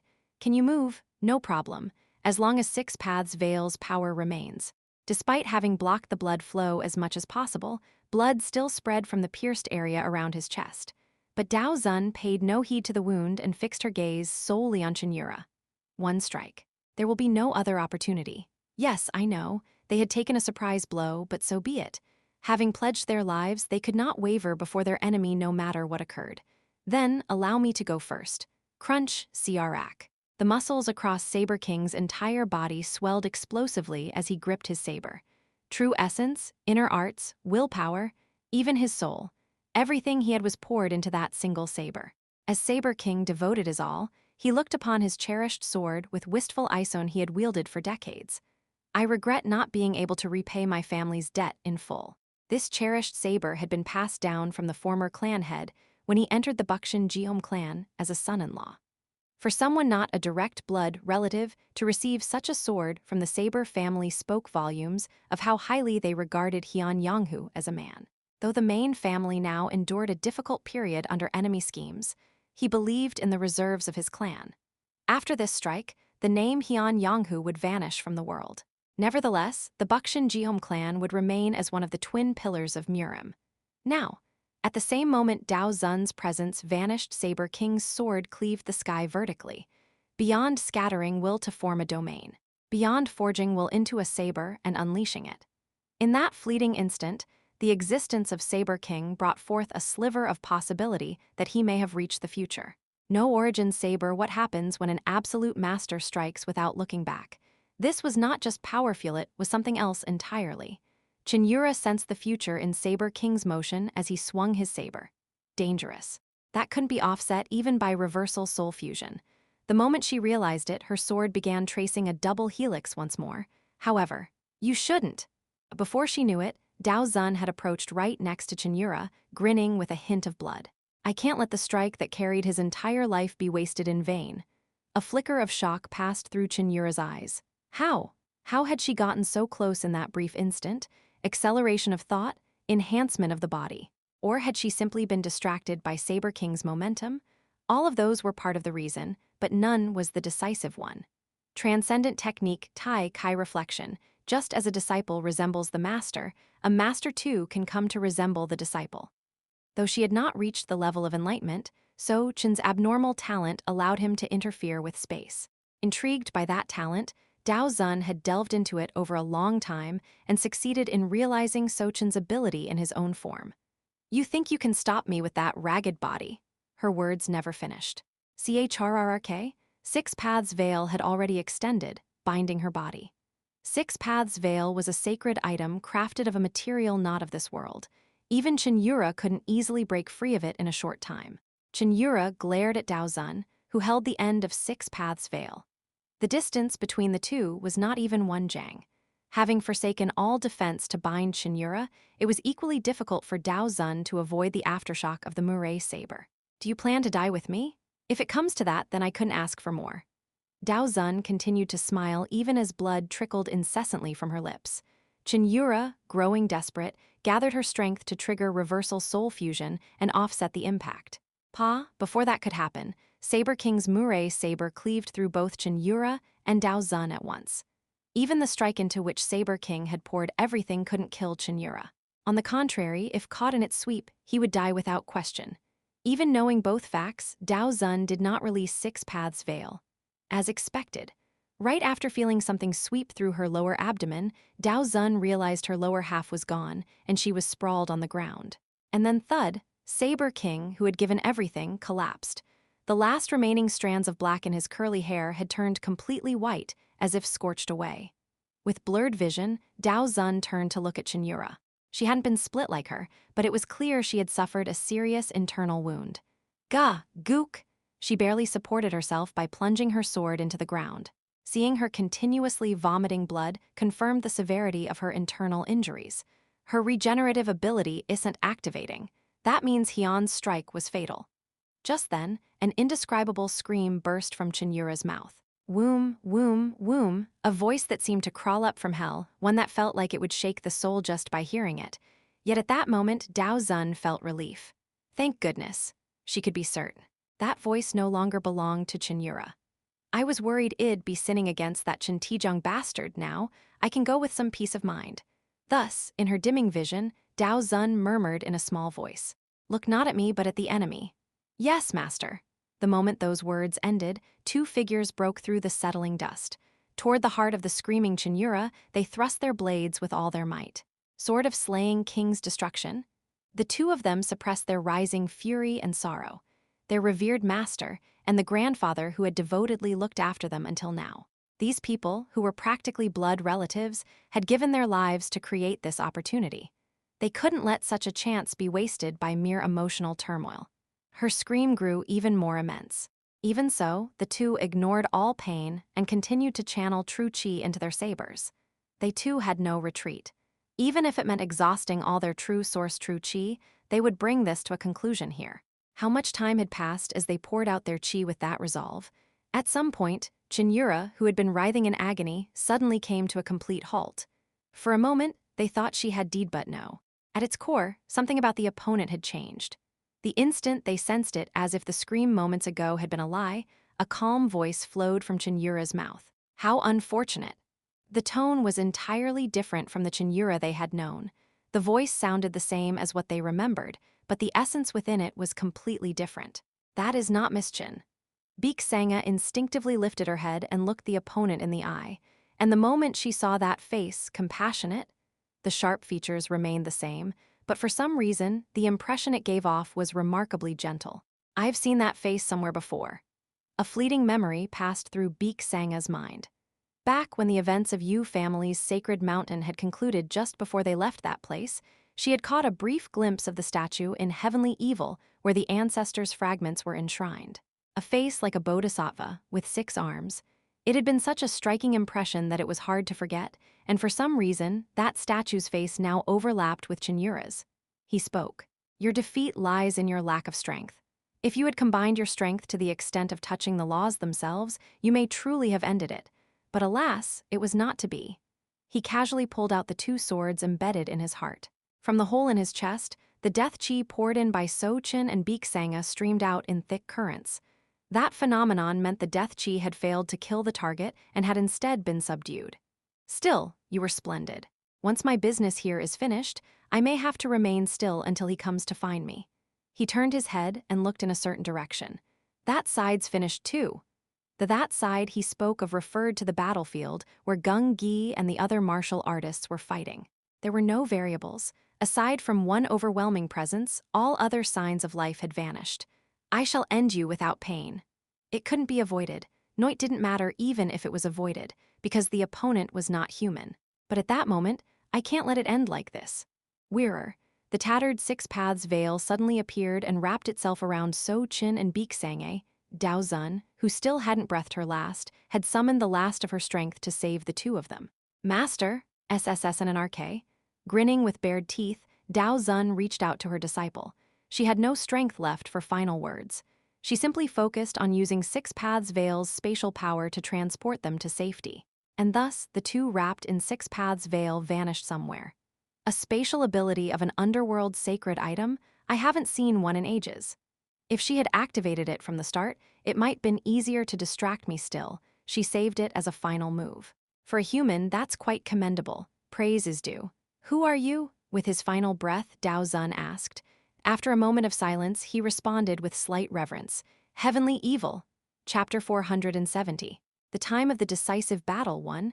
I didn't know what kind of impression my final answer had left on Dao Zun, because her breath had already ceased. After gazing at Dao Zun with an unreadable expression, I lightly waved my hand. Then Dao Zun's corpse began to scatter like sand. Come out. I know you've been watching. My apologies. Before I knew it, Gungi appeared before my eyes, his body drenched in blood. With rare hesitation, Gungi asked, "Have you recovered your memory?" I shook my head. It's only temporary. By that, you mean I let out a faint chuckle and continued to stare at the crimson sky. After being defeated by Earth Sage and sealed within the fetters, I thought I'd never regain my sense of self again, but when coincidences overlap like this, such things can happen. Coincidences? Talk, talk, talk. The ego of a human named Cheon Yura, a fragment of the fallen Earth Sage, and the new life this body has conceived. I lightly tapped my head, heart, and abdomen with my fingers. When these three factors blend together with divine timing, I, by sheer chance, was able to awaken for a brief moment. Then what happens now? As I said, it's temporary. I chuckled faintly. It's just a fleeting distortion. It will soon be mended, and this ego shall return once more into the fetters. Still, it's not all bad. I've gained an opportunity. I raised my sword and suddenly began to dance. Like a swordmaster who had trained for decades, I moved with refined grace, unfolding a sword dance with elegance. In truth, every movement I made was a complete unfolding of the sword art, known as the heaven-slaying demon sword. How is it, martial arts humans do create rather impressive things? Had things like this existed in the past, perhaps humans wouldn't have been such a feeble race. I see. Gungi responded with a disinterested tone, devoid of any emotion, causing me to pout ever so slightly. Even now, all you do is blindly rely on brute strength. That's why you fail to comprehend the wondrous logic embedded in this dance. Unwilling to be outdone, Gungi fired back. It was you who once said since your body is strong, there's no need to use your head. Flinch, did I? You did. Among the four atrocities, Gungi was particularly known for lacking in cleverness. As befit the name Four Atrocities, he wielded cruel and merciless hands, yet he always enjoyed crushing his enemies head-on. Perhaps it was that simplicity that allowed him to get along with the divine beasts to some extent. And above all, it was you who mindlessly relied on brute force in the fight against Earth Sage now. That's enough. I pressed down on Gunga's words with authority, cutting him off as he tried to bring up the past, though Gungi jutted out his lower jaw in protest. In any case, ignoring Gunga's reaction, I continued. To you, humans may still be nothing more than frail and pitiful creatures, but the end of this path is far from shallow. Should one reach the very end, they may even Gungi didn't respond, but inwardly he agreed. There was someone who came to mind immediately, Yeo-myung, who surely held the potential. That's why I want to bet on this possibility. You mean a faint shadow flickered across my eyes. The fact that my ego has awakened now means that I've been acknowledged, if only temporarily, as a part of this world. I took a deep breath and closed my eyes. Then, smiling brightly, I stretched my arm toward the sky. Eradication or another chance. It means I can choose between the two. Flinch. Gunga's shoulders trembled slightly. From me radiated an endless madness. No matter how benevolent I seemed, no matter how far from authority I appeared, my true nature was evil. And the madness in my laughter deepened evermore. I am looking forward to it. Just how strong has my husband become to stand in my way? The awakened ego was gradually merging with the previous one. As mentioned at the beginning, this appearance was merely a temporary phenomenon born of overlapping coincidences. Yet the madness he exuded, which I hadn't faced in a long time, still radiated with the power to devour the entire world. After devouring all of Earth Sage's plans, I shall truly regain my freedom. And then I shall annihilate all life on Earth and fill this world anew with my vassals, to return once more to that peaceful time. A single opportunity. It was, in truth, the final chance, but conversely also the greatest.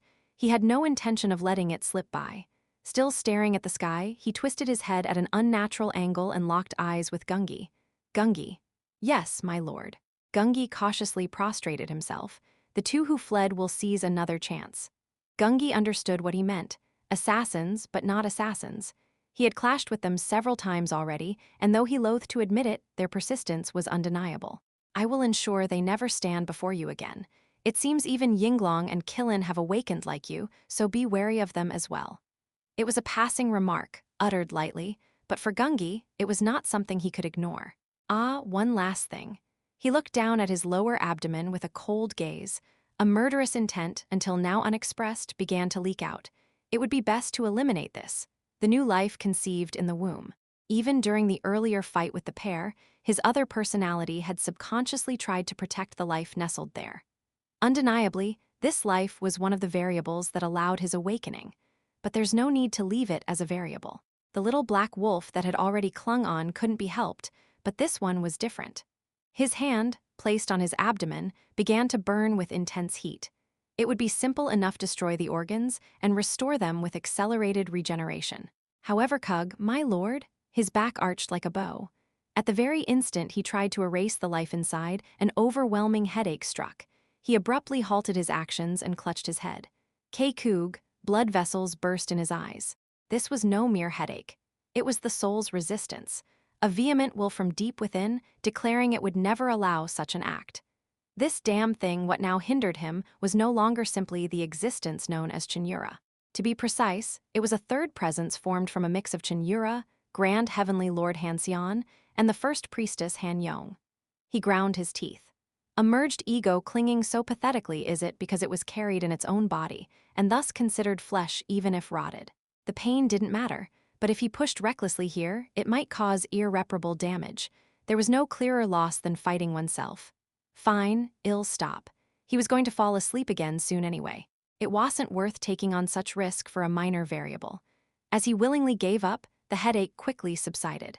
But the only reason I am stopping is because I am confident I will win. He gave a stern warning to the other self crouched within him. Remember this. You are me. You can never again return to being the object known as Cheon Yura. Even if he brings something unknown to me, I will never let you go. His final words etched themselves into the slowly awakening other ego. At the peak of Mount Tai, Cheon Yura, who had been in meditation, opened her eyes. Slowly regaining consciousness, she gradually stood up, and then extended her hand forward. TSDSDS. Black smoke flowed from her hand and soon formed into the shape of a little black wolf. Cheon Yura murmured a self-mocking whisper to Yeomyung, as if confessing to herself. Your and Jin Yeomyung's plan has ended up only half successful. I am me, but I've become something that is not me. Yeomyung gave no reply. What would Jin Yeomyung think of seeing me like this? Yeo-myung. A gray aura stormed across her entire body. The energy, reminiscent of scattered ash, was a power entirely different from the heavenly demonic divine art she had wielded until now. Nor was it the white-tinged power of the heavenly evil. It was a wholly new type of power, born from the fusion of the heavenly evil's power and the heavenly demonic divine art. What the former heavenly demon founder had once feared had, to some extent, come true. Cheon Yura smiled faintly. The worst part is, I don't even feel bad about it. She had nearly killed her dearest friend and that friend's lover. At last, the heavenly timing had fully arrived, and the human race in this world faced extinction. Yet even now, she felt not a shred of guilt. Yeomyung asked her, then what emotion are you feeling now? Will to fight. The ashen aura gathered into the form of a sword. I want to confirm which of us Jin Yeomyung or I, who possess both the power of the heavenly evil and earth Sage's truly superior. Us, Yeomyung wasn't focused on the word us. Rather, it was the point about having gained both the power of the heavenly evil and earth sage. Cheon Yura didn't answer that curiosity and instead looked off into the distance. Isn't that right, Jin Yeomyung? At her words, a man appeared before her, dressed in plain black martial arts robes with two swords crossed on his back. That man's name was Jin Yeomyung. Cheon Yura wore a faint smile. It doesn't seem that long since we parted, but the time each of us experienced since then feels quite long. Indeed, I nodded calmly. The time I experienced from obtaining true martiality at Heaven of Sacred Spirits in Nakyang to reaching this place felt vastly longer than the actual passage of time. I looked at Yura. Since she was connected to Yeomyung, I knew the result the moment I saw her. Yura slowly approached and spoke. Do you know this? Know what? That I love you deeply, but also to that same extent feared you. Yura came right up to me, then gently reached out and caressed my cheek. I've always known what I was born with. Talent. An overwhelming talent. Though it had been created by Grand Heavenly Lord and the Heavenly Researcher, the magnitude of that talent was unrivaled by anyone in history. That's why I never once doubted my talent itself. But then you suddenly appeared one day. On the day of the exchange ceremony, the person named Jin Yeomyung who appeared before Cheon Yura was baffling in many ways. Of similar age and barely on the brink of first-rate martial artist level, and yet, every time I took my eyes off you, you grew exponentially stronger, and before long, you had surpassed me by far. Yura let out a soft laugh. Sometimes, remembering that fact made me so jealous I couldn't stand it. That someone existed with greater martial talent than me, I had some inkling, but Yura truly had. Oh, not that I disliked you. As if reading my thoughts, she pressed her index finger to my lips, because I knew that your reason for becoming strong was me. There's no way I wouldn't know the devotion you gave your life for. She slowly put some distance between us. But a tremendous pressure suddenly poured from her entire being. The true nature of that pressure was none other than battle chi. Even so, I wanted to settle things with you once, with all my heart. What she meant by settling wasn't just a simple duel. It meant throwing everything away as martial artists and facing each other with life and death on the line. Even while loving me, she harbored the pride of wanting to defeat me as a martial artist. That pride must be what led to the current distorted butterfly effect. Right, I removed one of the swords strapped to my back and tossed it to her, scabbard and all. Recognizing the identity of the sword, she looked at me questioningly. Why are you giving me the heavenly demon divine sword? I replied with a faint smile, because this way wouldn't be fair. Are you serious? Of course. Fine. Yura did not refuse a second time. As she slowly drew her sword, I too drew the heavenly record immortal sword from its scabbard. How we managed to reach this point. What happened with the Bongxian ritual? What state each of us was in now? Who ended up how? There were many complicated matters that ought to be discussed through conversation. But between us now, no more words were necessary. Then, let us begin. Chapter 471. The time of the decisive battle to Henan Province Shaolin Temple. Block Themum. At the shout of a young Arhat, dozens of Shaolin warrior monks charged toward the incoming demonic beasts from all directions. Bangwu. Is the demon subjugation formation still not ready? Evacuate the civilians first. Soon, Elder Bay of the Munja faction will arrive with reinforcements. Among the 5 peaks of the Central Plains, Shaolin Temple, located on Song Mountain, could be said to be shedding the most blood even among the major sects of the current Murim, because they did not hesitate to bleed for the people. The destined moment had arrived. Unlike many sects who dismissed it as a temporary calamity, Shaolin, seeing the situation as dire, had emptied out everything they had stored up. Not only did they release all the wealth they had amassed over decades, but they also opened the spiritual medicine vault and even lifted the bans on martial arts techniques once forbidden for their excessive lethality. Indeed, if confined to the current generation, they had unleashed enough power to rival even the South and North Heavens and contend for the title of the greatest sect under heaven. And yet the situation showed no signs of improving. There are too many of them. At this rate, well be pushed back, swarms of demonic beasts surged in from all sides. In contrast, the defending force here barely numbered over 30. Damn it, if only those dispatched to the Alliance were here. Even the scholarly monks had been mobilized, but it still wasn't enough. At that moment, a black demonic beast resembling a leopard broke through the defensive line and bit into the arm of the commanding Arhat. Bangwin's senior brother. You bastard!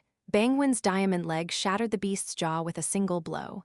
Don't mind me. Focus on the front. Bangwin acted as if nothing was wrong, but everyone could instinctively tell. His arm hadn't been torn off, but he wouldn't be able to use it for a while. The tide of defeat was thickening. They were holding out thanks to their superior outer arts, but one by one, their energy was depleting. We were collapsing. Just then, someone watching the situation from behind let out a scream.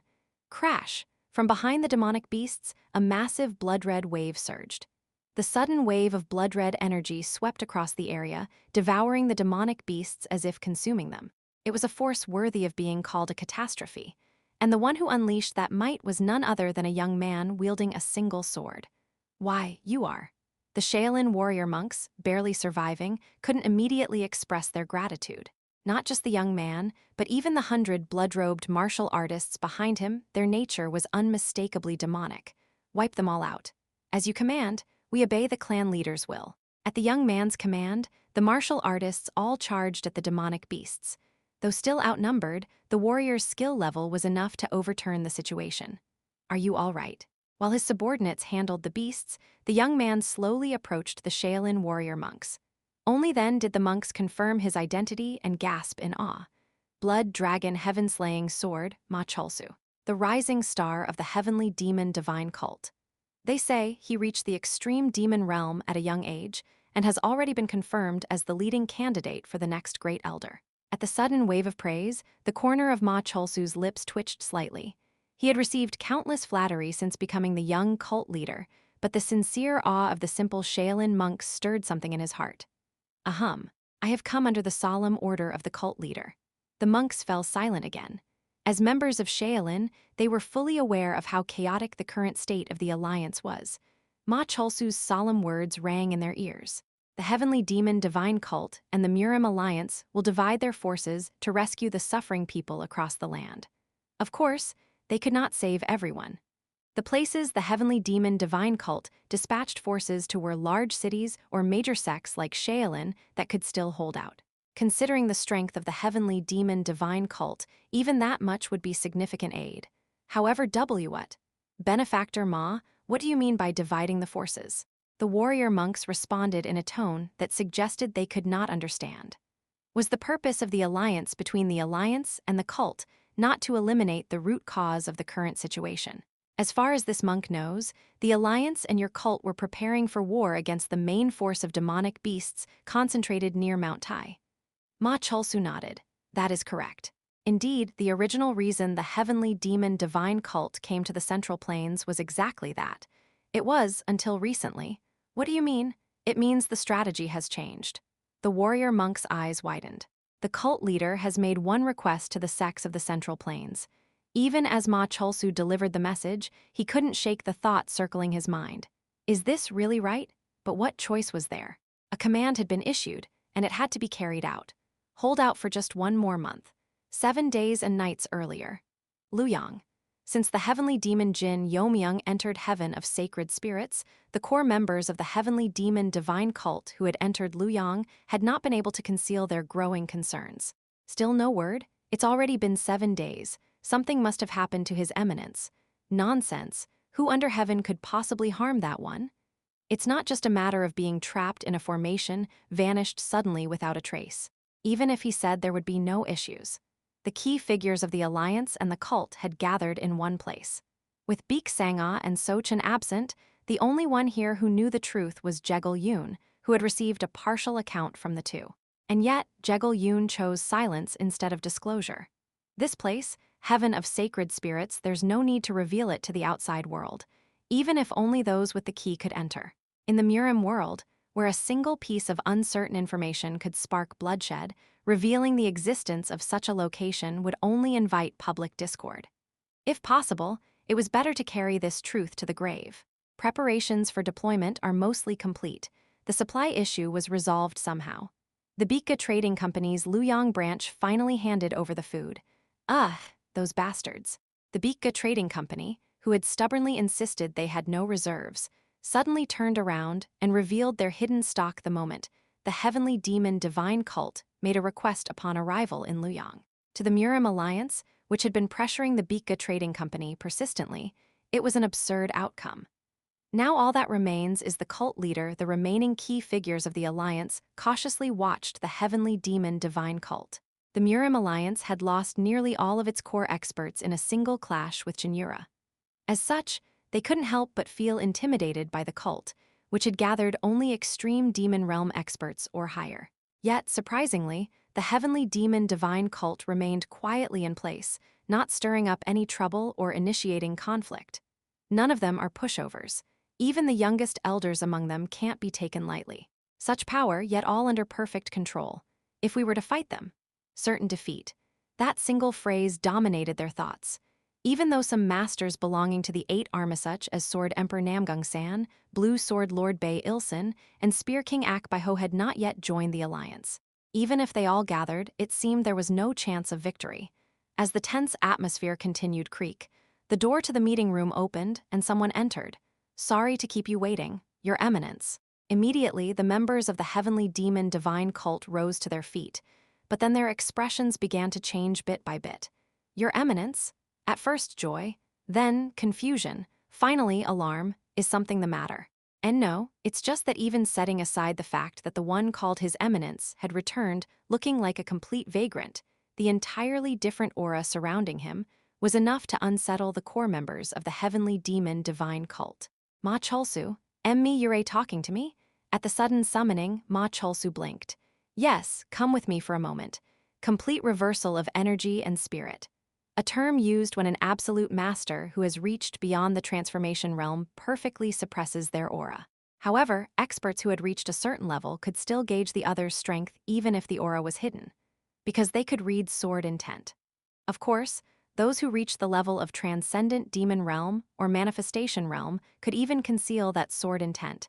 But ever since Jin Yeomyung had ascended to the position of heavenly demon, he had not hidden himself much. But Ma Cholsu kept glancing at me since earlier and asked, "Did something happen in that short time? Why do you ask?" "It's not like you're trying to hide it or anything," Ma Cholsu muttered, unable to conceal his frustration. "It's just that right now, from you I can't feel anything. Nothing at all." At that moment, Ma Cholsu suddenly shook his head. "No, if I had to say there's one thing I can feel." Ma Cholsu paused, choosing his words carefully, then opened his mouth. "Divinity? Yes. If the you from a while ago was like an unattainable Mount Tai, the you now is like a sacred sky that one isn't even permitted to climb. Damn, what am I even saying?" Ma Cholsu scratched his head violently. Surely, saying such things to me must have bruised his pride. I smiled faintly and asked him, "Do you know why I called you separately?" "No idea. I called you alone to reward you for your insight in discerning my current state, Sword Demon." "A reward?" "Yes. The Sword Demon may someday even surpass Transcendent Demon Realm." Ma Xiangwen had continued to guard the place I entered Heaven of Sacred Spirits from. Though it was a temporary position, he had fulfilled his duty as Great Guardian. And when I emerged after concluding everything within Heaven of Sacred Spirits, the Sword Demon pierced through the changes in me with his unique intuition.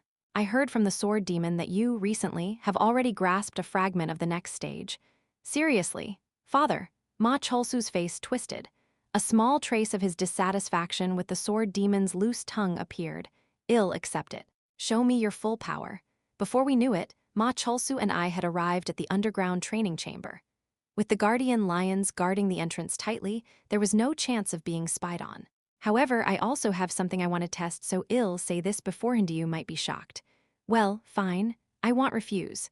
Ma Cholsu's eyes settled into a cold calm. "This technique, even if it's you, Father, it won't end without injury." For him to say such arrogant words to someone who had reached the level of transcendent demon realm, a bloody energy surged from Ma Cholsu's entire body and began to multiply rapidly by dozens of times. Soon, his pupils turned crimson. Heaven-slaying chi, first stage blood-eyed manifestation. I was already aware that he could use the first stage blood-eyed manifestation. But that alone didn't qualify as a trump card. Then, at that moment, Heaven-slaying chi, second stage blood-eyed fate melody 7-0, blood-eyed fate melody.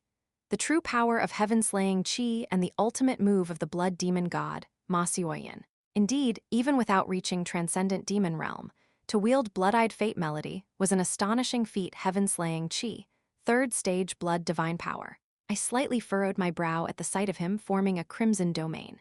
For someone at his level, to use blood divine power wasn't just surprising, it was shocking. But with Ma Cholsu's current capacity, blood divine power was a ticking bomb. At best, he would maintain it for a few seconds before his body exploded. Transcendent technique blood C-flash. At the fleeting moment he maintained blood divine power, Ma Cholsu's strike, embodying his entire being, tore through space and flew toward me. Amazing.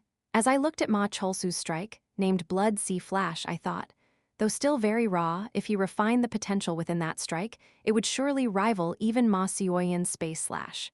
I can't treat this lightly. Even if he had borrowed the power of Heaven-slaying chi, Ma Cholsu's accomplishment now was worthy of a grand celebration by the entire Blood Dragon Demon clan. In response to Ma Cholsu's achievement, I raised my fingers. True martiality. I drew a light horizontal line. Bright net virtuous flow. Chapter 472, Heavenly Evil Cheon Yura 1, Blood Sea Flash. It was no coincidence that Ma Cholsu's strike, forged by drawing out all his capabilities, resembled Ma Seoyun's space slash. One of the abilities of heaven-slaying chi memory of blood. Ma Cholsu had swum through the depths of that memory and succeeded in regressing through Ma Seoyun's history. A strike that seemed to have pulled forward the full potential of the man known as Ma Cholsu ahead of its time.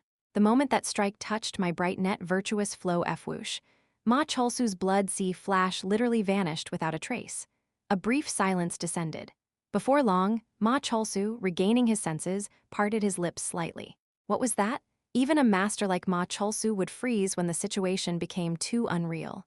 He stammered, unable to comprehend what had just happened. Why did my blood see flash indeed? Now I can be sure. I nodded after reaffirming how bright net virtuous flow functioned. As my master said, true martiality isn't just a convenient power. Jin Yeomyung, what the hell was that just now? Ma Cholsu shouted harshly, calling me as he once did. I could sense a faint trace of despair from Heimvidence of how great the shock was and how much confidence he had placed in that strike. True martiality, bright net virtuous flow. A technique I established after surpassing Supreme Demon Realm. Ma Cholsu's expression stiffened.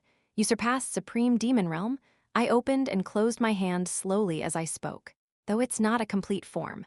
Honestly, even reaching the threshold in such a short time was nothing short of a miracle. Ma Cholsu stared at me with a furrowed brow. Then, why do you look so grim despite such an achievement? Are you saying you're not satisfied? No, that's not it. The reason for my dark expression when speaking of true martiality was simple. Because completing this technique meant a complete farewell to my master and the senior disciples. Ma Cholsu pressed me again. So then, what exactly is that technique? How did it erase my strike so completely? This is martial arts and yet not martial arts. What are you saying now? This is a power that can only be activated toward those I share a connection with. To be precise, the moment I gained true martiality, I imposed that restriction upon myself. But then Ma Cholsu hesitated a moment and said, "That what is it? For just the briefest moment I think I saw you approaching something radiant like overlapping visions." What? Ah, never mind, I must have been hallucinating. Forget it. Ma Cholsu shook his head, but I couldn't take those words lightly. He saw that. To use true martiality, one must approach the divine domain and manipulate its laws directly. That form should be invisible in reality, and yet he saw it as the power of heaven-slaying chi influencing spiritual perception. Or is it simply his innate talent? Either way, it was intriguing enough to make me consider training him seriously later. So that's why the sword demon yielded to him. As I gazed at Ma Cholsu with growing interest, he sheathed his sword and said, "Well, now that you're back, all that's left is to march on Mount Tai and wipe them out." Ah, about that. I popped his swelling expectations with a needle.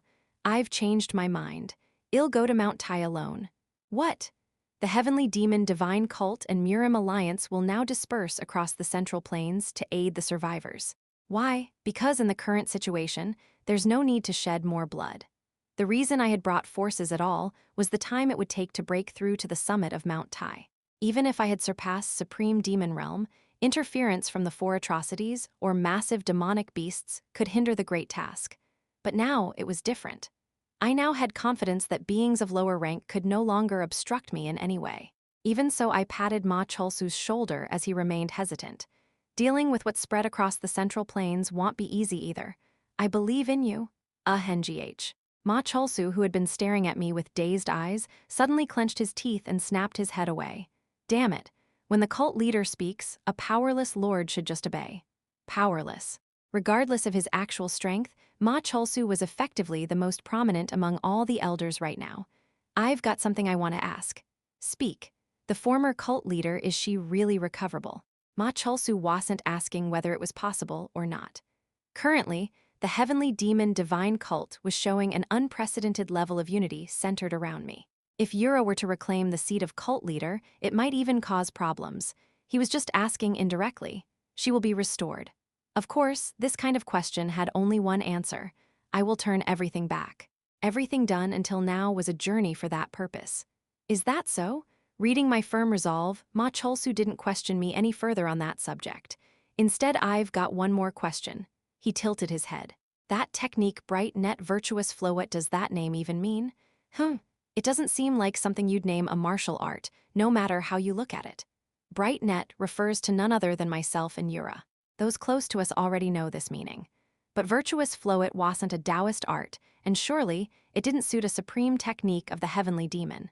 Still, the reason I named this true martiality technique virtuous flow was it's a child's name.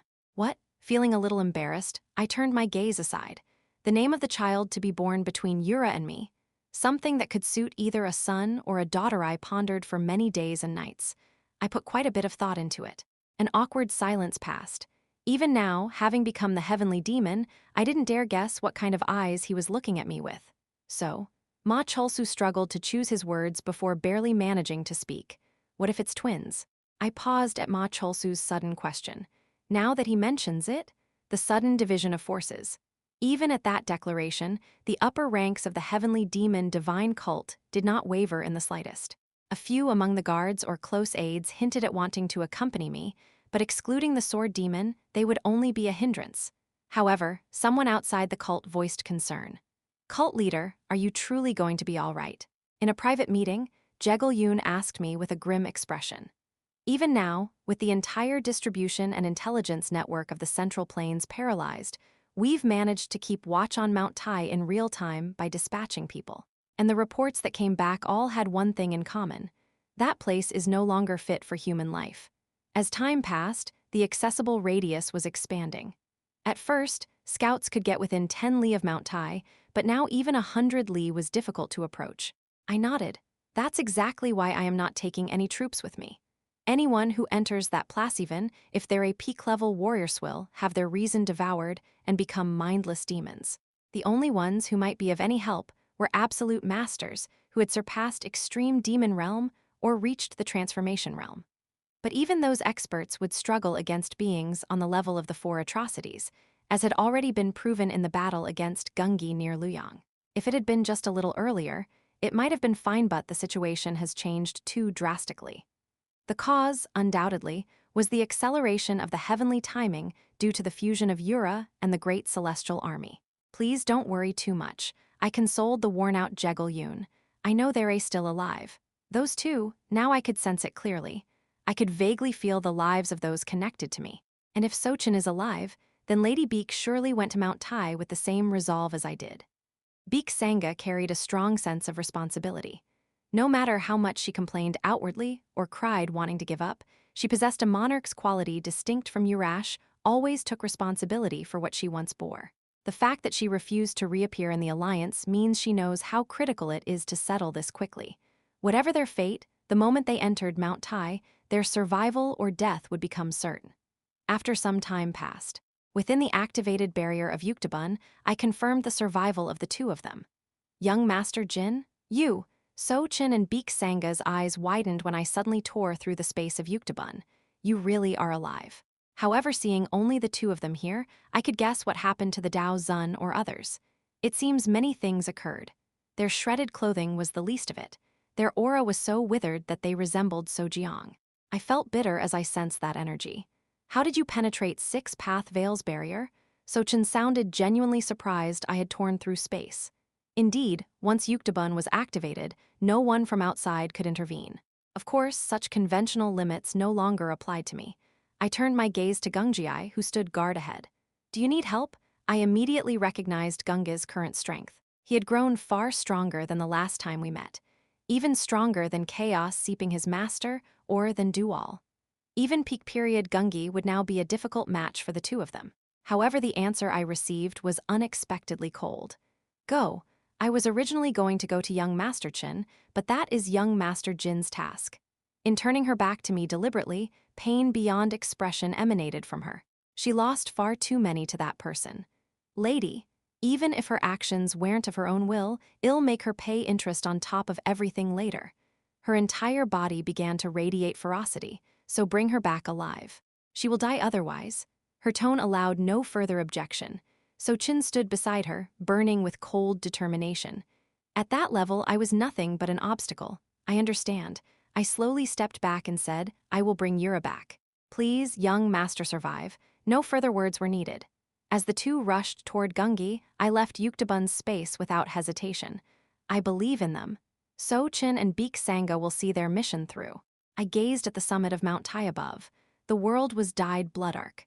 Amid that darkness, there was a place that was piercingly blue and white, like a sanctuary. In my former life, there was a day called Heaven Opening Day. To commemorate heaven opening if such a day existed, this would be how it felt. I walked past the demonic beasts crawling around, exuding fierce energy, and slowly headed toward the summit of Mount Tai. Even without sensing it, I instinctively knew. Yura is there. Chapter 473. Heavenly Evil Cheon Yura, too, it has begun. When the clash of two colossal beings erupted atop the summit of Mount Tai, two other beings, nearly equal in might, began observing their battle from afar. But still the divine beast awakened in this era, the 4-star Killin, clicked her tongue lightly. Aren't we a bit too far from it? From the long horn protruding from her forehead, spiritual energy surged more densely than before. The wound you suffered at the hands of heavenly evil has fully healed. Gungi is also tied up by some mere human. She stared at Yinglong, not hiding her dissatisfaction. If we lent him our strength now, we could truly discuss the odds of victory. So why are we hiding here like rats, watching from afar? As she said, they weren't even near Mount Tai at the moment. In fact, they were at a distance where intervening would be virtually impossible in a short span of time. Look, Yinglong. The Killin pointed with her finger toward a direction. Not far from where they stood, black death energy, different from the red energy covering the world, was surging and billowing. The kings of the underworld are watching. If that human loses, they will erase every living being in this lower realm as per the contract. They will. Yinglong, who had remained silent all along, finally responded. And when that happens, we'll have to return to slumber, deeper and longer than before, until the beings of the higher realm descend once more to rebuild this world. The Killin felt uneasy. Of course, if that time came, the world would return to its original form, but with heavenly evil still intact, it would be no different from their defeat. However, that will not happen. Unexpectedly, Yinglong flatly denied that possibility. Then why? The puzzled Killin looked toward Yinglong, who revealed his resolve with determined eyes. For our ultimate victory. You don't tell me. Realizing something, the Killin's expression immediately turned ice cold. Her eyes no longer reflected those of a comrade who had spent long ages together. Are you saying Yao'll betray the alliance? If necessary. You bastard. The Killin's hand roughly grabbed Yinglong by the collar. Her fury was so intense that her human hand momentarily transformed into that of a divine beast.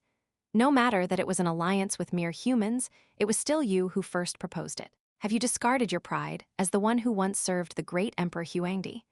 Yinglong's words were none other than this: to break the alliance with Jin Yeomyung and plot mutual destruction, to intervene at the right moment and eliminate both. This is not betrayal. It is merely the end of a contract that failed to fulfill its promises. What? The condition of our alliance with him was the resurrection of the tortoise and the phoenix. But that human broke the promise and charged into the final battle. All he took from us was the technique to protect a human. That is indeed, one of the alliance's conditions was the resurrection of the spiritual turtle and the phoenix. Of course, the primary fault lay with those two for not having awakened until now. A contract is a contract. Since he broke it first, we have no reason to maintain the alliance. The Killin fell into thought as she stared at Yinglong's back. Watching him make such pitiful excuses, she felt a strong sense of déjà vu.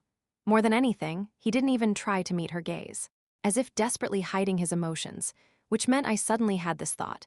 Could it be Yinglong? Are you afraid? Flinch, that our strength might not even help him. That rather than aiding, we might get caught in their clash and die a meaningless death. Seeing Yinglong maintain his silence to the end, the Killin became certain. Among the divine beasts of old, the apex was the spirit command. The phoenix was the bravest, the spiritual turtle the most calm, the Killin the most cruel, and the dragon the wisest. But being wise didn't mean being a coward. Even during the great war of the past, he had never once abandoned his pride. If that's not the case, then why would someone planning betrayal settle so far away? Am I wrong? Though not on par with Yinglong, the Killin was also a wise and intelligent being. Above all, recognizing the anomaly in a longtime comrade was an easy task for her. You're right. Only then did Yinglong admit it honestly. The potential captured in the dragon eye of those two, even I can no longer dare to measure it. Yura took the initiative with a light thrust for her first strike. Her sword passed through 6 transitions, aiming for all the vital acupoints of my body. Considering her original realm, the transformation was almost dull. But instead of dodging, I chose to parry that 1 second. In the same second, the 10 heavenly record sword flowed out, canceling out the 6 sword roots. 6 spirit demonic path. This technique was the first heaven-slaying demon sword she had ever used against me during the exchange ceremony. You remember, I wouldn't have back then, but now there's no way I wouldn't, because I too had learned the heaven-slaying demon sword. Then, do you remember this as well?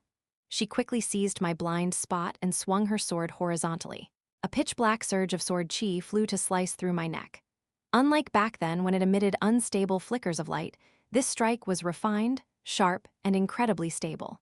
Of course, such a level no longer posed any threat to me now. Unlike back then, when I had barely reached first rate, now I could hold my neck out confidently without suffering a single scratch. But the very fact that she showed me this stance meant one thing: she truly intends to kill me. Back then, Yura had swung her sword fully intent on taking my life. And if Jin Yeomyung hadn't intervened, that moment would have marked the end of my last reincarnation. As Jin Yeomyung had done before, I intercepted the blade, targeting my neck, with both palms in the empty hand embracing the white seal. Crunch, taking it step by step and exchanging swordplay is fine, but you'd better start getting serious soon, Yura warned coldly. Otherwise, you might die before unleashing all that hard-earned power. Thanks for the advice. Despite Yura's warning, I showed no sign of exerting any real strength. Even as her sword grew faster and more fierce, I responded like a martial artist of the Wudang sect, unleashing an unceasing flow of seamless swordplay, using only the minimal force required to block her strikes. And then, at some moment, from the heavenly demon divine sword, an explosive energy unlike anything before began to surge out. If you're going to toy with me until the end, then just die. Transcendent technique. True bright net sword. Unable to hold back, Yura finally unleashed a transcendent technique from her sword. Bright net sword. Originally, the bright net sword was a high-level technique that fused 2 forms of energy into a single unified technique. It should have felt different from my own bright net sword, which was based on the profound heaven divine art. But as they say, all rivers flow to the sea. Shockingly, her bright net sword bore an uncanny resemblance to mine in nature. Quagwagwagwang, the overwhelming might of the bright net sword exploded, blowing apart the summit of Mount Tai. The aftershock was so powerful that it scattered the red energy that had thickly enveloped the area around Mount Tai in an instant. However, the fact that the bright net sword's shockwave had spread outward was by no means an intended result for her. Whatever the case, the bright net sword was still a sword. It existed to pierce a single point, not to cause such flashy destruction all around. Is that all? The bright net sword Yura unleashed with all her might failed to pierce even the heavenly demon seal I casually raised, and dissipated right there. Naturally, even the bright net sword I used before couldn't pierce the heavenly demon seal. I dare say, I am not inferior to Jin Yeomyung of that time. If she continues to recklessly unleash transcendent techniques within the framework of demonic shedding, I was confident I could receive them all. Of course, only within the framework of demonic shedding. Use divine sorcery. What? If you want to find a chance of victory against me, stop mimicking Yura half-heartedly and come at me with divine sorcery or your authority. Her face twisted. Surely, the personality, currently at the surface, must be Yura. But the one I was speaking to now was something else lurking within that personality. Though hidden beneath a benevolent mask, it was the absolute evil more malevolent than anyone else wishing for the end of the world. I could now clearly perceive the presence of that other entity dwelling inside Yura. And Yura's sharp intuition had caught that contradiction perfectly. Who do you think you're talking to? Quack-quack-quack. The gray heaven-slaying strong chi, now materialized, burst forth and formed a domain. The one standing before you is no one else. Even if this began not from my will, what stands before you now is solely my own will. She charged at me with a fierce shout. Look at me, Jin Yeomyung. Even though the bright net sword had been blocked, her momentum hadn't diminished one bit. Rather, her intent and energy surged far beyond the realm she had originally reached. Her gray domain expanded wider and wider. An unrealistic scene began to unfold, as if it would soon engulf the entire Mount Tai, invading the blood-red zone. Sorry, Yura. I never intended to respond to that resolve of yours to fight me at the cost of your life. What? Because the current me is living for you. To fight you, risking our lives, was never an option to begin with, so just endure a little pain. I activated the first move I had prepared. At some point, a sword other than the 10 heavenly record sword had appeared in my left hand. The pure and original Yura might not have cared what this sword was, but the Yura now fused with heavenly evil would surely recognize the identity of this sword. You! Just as she, in fury, was about to unleash her sword, True Star Sword, activate. The final of Cheon family's 3 great treasures, charged and ready, activated and sliced diagonally through Yura's upper body. Kyug, her upper body wasn't physically split. The true function of the True Star Sword was its metaphysical ability to sever even in the realm of concepts. What I severed with the True Star Sword was the domain separating Cheon Yura and heavenly evil. Once clay of different colors is mixed, you can never separate them again unless you paint over them anew. But the True Star Sword makes it possible. Its power had reached, even if in a limited form, the realm of reality manipulation. Of course, given the scale of the opponent, it wouldn't result in a clean separation at best, it would create a crack. But right now, that's enough. The move I used wasn't just the True Star Sword. Kyug, while Yura clutched her chest in agony, a small hand mirror appeared in my hand again. Another of the 3 great treasures of the Cheon family, once used on me by Elder Cheon Yul. Life and death, intermediate realm, hell. The right of the 5th 7 shall now be offered here. The same activation phrase once spoken by Cheon Yul flowed from my lips. O Lord of Mount Tai, the final offering of Bongxian is delivered here. Truly coincidental. The location where I recited this request to the original owner of this treasure, Lord of Mount Tai, was none other than Mount Tai itself. Mirror of Karma, activate. The required energy for activation had already been imbued in advance. Crack, CRK crack. With the final allowed use of the Mirror of Karma vanishing, it turned into stone and began to crack everywhere. 2 of the 3 great treasures of the Cheon family exhausted their lifespan here, but they had fully served their purpose. What is this, seeing the gradually transforming surroundings? She scowled. To that Yura, I spoke with hollow eyes. I can't let you stake your life on this. But I can let you rampage as much as you want without risking it. It was similar yet different from what happened with Jin Yeomyung. This time, I would extract heavenly evil from Yura without her ever being sacrificed, safe and certain. Come at me. This time, I'll fight you with everything I've got, just as you wish. Chapter 474. Heavenly Evil, Cheon Yura 3. If it was within this space of the Mirror of Karma, then safety and full power, these 2 contradictory concepts could coexist. However, I deliberately refrained from activating the thought domain. When the thought domain was activated through Mirror of Karma, it rendered both parties equal, and within that, who knew what kind of variables might arise. Come at me. As a martial artist, I will receive your full strength honorably. I declared to Yura with pride. Jin Yeomyung, she, who had been gasping in pain, barely managed to steady her breath. You damn scammer. Yura, having regained her composure, glared at me as if she wanted to kill me. Spit it out truthfully. What other crap have you hidden? I calmly lied through my teeth. There's nothing else. Don't talk nonsense. Do you think I'd fall for that when you and I are not strangers? At her sharp denial, I swallowed my sigh inwardly. To see through my thoughts this accurately, since she carried Yura's memories and identity, she was nothing short of troublesome.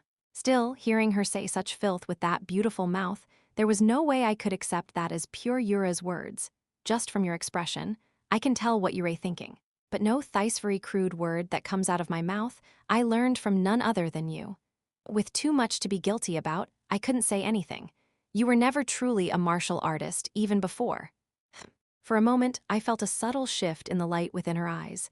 And yet, at some point, you grew strong enough to surpass me, ignoring all environmental constraints. That's before I could say anything, she interrupted me. I know. The reason is her eyes, for some reason, turned slightly warm. That this isn't your first life. The moment I realized that, I also understood why you kept avoiding speaking. She reached her arm forward. Then, atop her outstretched palm, something complex like the circuitry of a machine began extending toward the sky. Causality. That thing was a manifestation that made the law of causality principle constructing this world visible to the naked eye. It was an impossible feat for the current Yura. But now, coexisting with heavenly evil, it wasn't entirely out of reach. Even after learning the source of your talent, I can't erase this one thought. A twisted smile formed at the corner of her lips. That I want to kill you even more. Is that so? Rather, I acknowledged her words with gladness.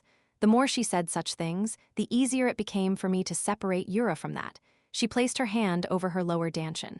More than anything, if I kill you, I feel like I can also erase this thing stirring inside.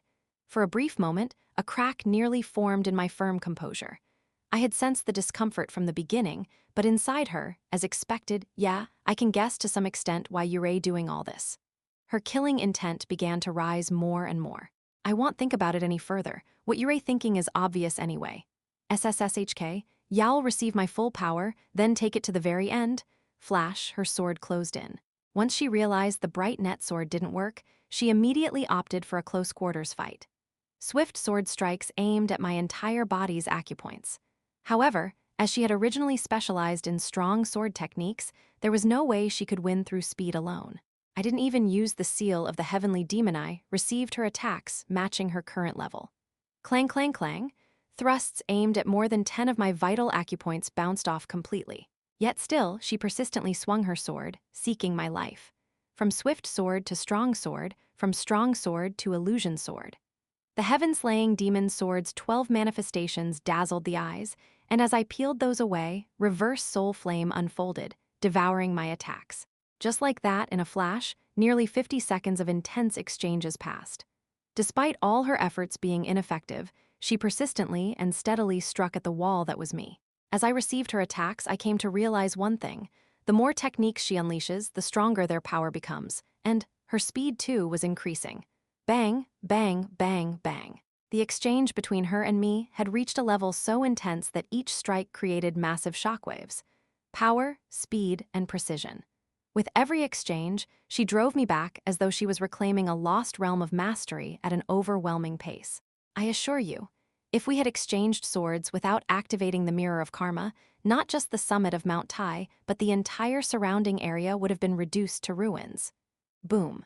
At some point, Yura spread a massive shockwave, shaking off my advancing form. And the moment my body was pushed back slightly, a double helix gathered once more on the blade of the heavenly demon divine sword. There was no way someone like her, a genius of combat, would reuse the bright net sword after it had failed once, without a reason. As expected. Unlike before, this time, a strand of the spiral embedded within the heavenly demon divine sword emitted an ominously pure white light. That was undoubtedly the power of heavenly evil. Die! Her sword shot toward my heart, ignoring space and time. Heavenly net, I once again refrained from using the heavenly demon seal and instead unleashed a portion of my full power. Bright net opening the heavens, one of the 10 transcendent techniques I had established upon reaching the realm of supreme demon, the first style of the bright net 10 swords. The potential infused in her sword at that moment had so thoroughly exceeded my expectations that I had no choice but to respond with it. Her piercing heavenly net sword collided directly with bright net opening the heavens. Flash. As the slash and stab collided, the space at the impact point began to warp. The space of Mirror of Karma, even the subspace of Mirror of Karma, which hadn't flinched even when Hwan Yul had unleashed her divine sorcery, began to crack under the aftermath of these two techniques. In the end, her heavenly net sword and bright net opening the heavens mutually annihilated, but I was somewhat shaken by her growth, which had far exceeded my expectations. I see. So this is how it feels. Perhaps because she had drawn upon power beyond her current realm, she looked a little fatigued. However, originally, this would have taken quite some time, but regardless, I've reached it. She smiled, clenching her left fist tightly. Just a bit more, and I'll be able to fully adapt. Something slumbering within me is whispering, telling me how to wield this power, how to use it. Her eyes were hazy, like a patient addicted to drugs. Not the kind of person who climbs the mountain slowly and reaches the summit through effort, but someone who, with outside help, is suddenly thrust to the next Levella classic case. A rapidly transformed environment, a sudden expansion of perspective. The moment a martial artist realizes they can see further and do more, they feel a supreme ecstasy beyond anything. A phenomenon common in those who break through realms by force through miraculous encounters or spiritual medicine, and the most likely moment they succumb to chi deviation from intoxication with power. Originally, her natural talent was so high that such a thing should never have happened. But the realm of Supreme Demon is high enough to devour even the gift of the divine demonic physique. Originally, I should have been pleased with her condition. The deeper she delved into martial arts, the higher she climbed in realm, the weaker her union with heavenly evil should become here, so I had thought. However, for some reason, the moment I saw her now, I felt that I had made a misjudgment. That power is not one you built up on your own. That's right. She agreed without resistance. But in the end, all things are perfectly harmonized and unimpeded, so it doesn't matter what path you take as long as you reach the extreme. That phrase isn't meant for this kind of situation. She coldly cut off my words. Indeed, you think I borrowed someone else's power to reach this, but this power, too, is originally mine. Of course, the self born at the end of this path may differ from the original me. She smiled slyly and touched her temple with her index finger. But that self will still be a being called heavenly evil, so the result is the same. You and that little black wolf seem to have made a plan to awaken forgotten martial arts and separate the essence. The sword force of the heavenly demon divine sword stood upright, locking onto my heart. I dare proclaim that plan has utterly failed. Now then, what is it you can do? She mocked me with a sneer. Aside from killing me, what can you even do? As I received her heavy barrage that began once again, I countered with a question. What can I do, you ask? The answer to that question came again from my mouth. Many things. There were still many cards left. What I had prepared was not yet exhausted. However, since the situation was clearly worse than expected, I had to play my decisive move before it was too late. Even as her offensive raged like a storm, I calmly closed my eyes. How dare you? Crack. It is said that for those of our level, sight is not of much importance. But in truth, vision is the most valued of the five senses and accounts for over 70% of human perception. To voluntarily shut off such a sense meant, among martial artists, an act of scorn or looking down on the opponent. Even to the end, all you think about is mocking me. Not really. The reason I closed my eyes now was not to disrespect her. Rather, it was to fully acknowledge her strength and exert my full power. F-whoosh. In an instant, the skin across my body turned red. But that red skin soon began to turn black and eventually started to morph into a form akin to external armor. Only then did she realize what I was doing and began to concentrate all her power into a single strike. Foolish move. Just as her full-powered thrust was about to pierce my heart, the blackened flesh began to shine, as if embodying a cosmos filled with starlight. Asura God Final Realm Transcendent Technique, Earth Sage Body, the ultimate and strongest power of the demonic heavens Jin clan, and the apex all martial artists of the Jin family had sought for 1,000 years. The Earth Sage Body, which surpassed even the demonic sky body, fully activated and repelled the sword imbued with the power of heavenly evil. I grabbed the blade of the heavenly demon divine sword, which was being pushed back, with my hand. Whether her claim of adapting was not a lie, her sword continued to grow stronger, even pushing against the resistance of the Earth Sage body. At this rate, if enough time passed, she might even pierce through the defenses of the Earth Sage body. But I had not activated the Earth Sage body solely for defense. True martiality. Twitch. At the mention of that name, her pupils trembled. Bright net virtuous flow. It was slightly earlier than expected, but now was the final chance to bring this to an end while minimizing sacrifice. Flash. Not the abridged version I had used against Marchialsu, but the full-powered bright net virtuous flow unfolded, and the massive light engulfed both her and me. Chapter 475. Heavenly Evil, Cheon Yura 4, True Martiality, Bright Net Virtuous Flow. After narrowly escaping death multiple times, I awakened the Earth Sage body, and using it as a stepping stone, I finally stepped into the realm of true martiality. At that moment, I instinctively realized one thing.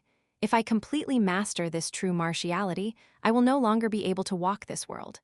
Though it presents itself as martial arts, this is the perfect domain of a god. The moment I complete the true martiality, all the divine protections that had shielded me before would be rendered void, and like the Chintijang, I too would surely be forcibly exiled to the higher realm. Of course, it'll be safe for now. For the time being, the chi of that heavenly evil, which had stained the entire world crimson, would protect me. Ironically, the heavenly calamity itself would serve as a breakwater to shield me. But in the end, it was only a temporary reprieve. Once the heavenly evil was eliminated and the heavenly chi receded, the conclusion I would face would remain unchanged. Then, should I complete the true martiality or should I leave it unfinished? The answer was simple. I must complete it, no matter what. The heavenly demon founder let out a faint smile upon hearing my answer. Hoo-hoo, how grandly arrogant. I thought that smile was a mocking one. Indeed, this was a realm that could rightfully be called the pinnacle of martial arts. A realm that even the so-called world's best of any era, let alone the vast majority of martial artists, would pass through life without even recognizing its existence. To claim I was judging whether to complete such a realm if I were in his shoes, as my master, I too would be dumbfounded. But unexpectedly, he wasn't mocking me. To think a disciple who stepped into the domain of the gods still chooses to live for the sake of others, I envy you. From his eyes, I felt a sincere envy directed at me, and to such words, the answer had always been the same. Realms are merely means. My purpose has never changed, not from the beginning until now. All this hardship I endured for the sake of one person alone. And, isn't that the same for you as well, Master? The heavenly demon founder, too, like other martial artists, had not pioneered realms for his own sake. His expression, which had carried a smile, slightly dimmed at my words. Who knows? A self-deprecating murmur escaped his lips. Unlike you, who resolved to turn the entire world into an enemy for the sake of one person, I became ensnared by the ideal of saving the world and failed to properly see that one person. While we both pursued martial arts as a means, the paths walked by the heavenly demon founder, and I stood on completely opposite extremes. That is why, as I've said before, I hope your conclusion is different from mine. I responded to those words with self-mockery. If only things could go the way we wished. Just then, suddenly, the body of the heavenly demon founder began to be dyed in darkness. To bring about that ending, as your master, I shall now fulfill my final role. Crack, crack. Suddenly, spiderweb-like cracks began forming throughout the surrounding space. That was the sign that heaven of sacred spirits had begun to collapse. Master, truly, I have lived far too long. This place was a realm disconnected from the original flow of time. Accordingly, the units of time that passed here differed greatly from the real world. When the heavenly demon founder spoke of too long, it surely did not refer to mere centuries. I apologize, disciple. Though I call it my role in the end, I've placed yet another burden on you. His eyes slowly closed. Farewell. And the heavenly demon founder conveyed a few parting words via telepathy. I nodded, savoring his words. Yes, I will remember them. Hoo-hoo, good. I've said all I needed to. Now, at last, his slowly closing eyes fell upon the heavenly record immortal sword that I held in my grasp. Please take care of the youngest, everyone. His eyes closed completely, and soon, a new eye began to open on his forehead. Kagagagung, a massive quake shook all of heaven and earth, and the once peaceful heaven of sacred spirits began to overturn. I watched as the being that had once been the heavenly demon founder grew ever larger. Having shed the persona of the heavenly demon founder completely, he was now the end that he had originally met in history, a fallen fragment of the earth sage body, or perhaps the entity once called the demon immortal. In a single moment, the soul crossed beyond the current world and headed somewhere else. In that fleeting instant, as I finished a brief flashback to the past, I opened my ice-naked in an unknown place, a location where a massive pillar of light stood. A place unlike both the material realm and the higher realm, a metaphysical realm that did not exist in reality. A place where the mind, chi, and body must all surpass singularities to reach the divine domain by some, and the formless realm by others. Among the mortals of this age, I alone had reached this place. I slowly extended my hand toward the pillar of light unfolding before me. The moment I reached out and resonated with that pillar, I would be able to manifest my own ideal in the lower world in the form of true martiality. Just as I was about to activate bright net virtuous flow, so, you have transcended humanity and finally reached this place. A voice was heard that should not have been. A presence that should not exist was now felt beside me. I slowly turned my gaze toward the source of the presence that had appeared. There stood a naked figure, seemingly in the shape of Yura, staring in this direction. I called it Yura's shape and not Yura herself because, unlike me, her face was covered by a pure white mask. Although I could not see her expression, I could tell she was mocking me. What's wrong? Did you truly believe you alone were qualified to come here? How? This place was the divine domain. Since it was a divine realm called heavenly evil, She certainly had the qualifications, but Yura's physical body shouldn't be able to reach this place. Even if she had the divine demon body, her physical form itself had not yet reached its pinnacle. Originally, it should have been impossible for her to reach here. Curious about the reason? I suppose I could tell you. She tapped the mask she wore lightly. Now that I looked, something unusual was emanating from that mask. After a moment of focus, I finally understood the true nature of that mask. The body of heavenly evil that had fallen in heaven of sacred spirits. She had used that body to cheat her way into this place. Impressive. To think a being of the lower realm could reach this far. Not even that one from 1,000 years ago or the two from 400 years ago made it here. She slowly reached out toward the pillar of light. But now is the most perfect time in all of history. Blame your misfortune on being born in the wrong era. At that moment, I instinctively sensed that something had activated alongside bright net virtuous flow. True word, erasure of karmic hindrance. At the moment bright net virtuous flow was activated, something also activated from Yura's entire body. A pure white light enveloped us, and that light soon transformed into a massive pillar soaring toward the sky. Kugagagung, a tremendous resonance shook the world. The resonance that echoed through the heavens and earth lasted about 1 moment, then vanished. Yura and I were gripping each other's collars, staring into each other's eyes. Surprisingly, despite everything that had occurred, nothing had happened between us. Neither was exactly one thing that had happened. The disappearance of the subspace created through mirror of karma. Before we realized it, she and I had been flung to some place on Mount Tai. Amazing. SSSK. Yura was the first to release her grip from my collar as she spoke. The power to erase karmic hindrances from countless lives. For you, it's practically a natural enemy. Yet you managed to counter it with a mutual annihilation. Countless lives. The most fitting way to describe my current self. You called it bright net virtuous flow. Indeed, that technique is a natural enemy to what I am now. She didn't immediately follow up with another move and took a breath instead. From her expression, I could sense she was slightly fatigued. Even though her essence had grown close to heavenly evil, that true word just now had clearly consumed an enormous amount of energy from her. However, that didn't mean the current situation was particularly advantageous for me. What now? You won't be able to set foot there again anytime soon, will you? As she said, true martiality was not something I could activate twice in a short span, even now. This was a desperate secret art that twisted and distorted the laws of all creation on that had to be used with the resolve that it was all or nothing. And I would also have to brace for the backlash if it didn't succeed. She raised her sword and smiled.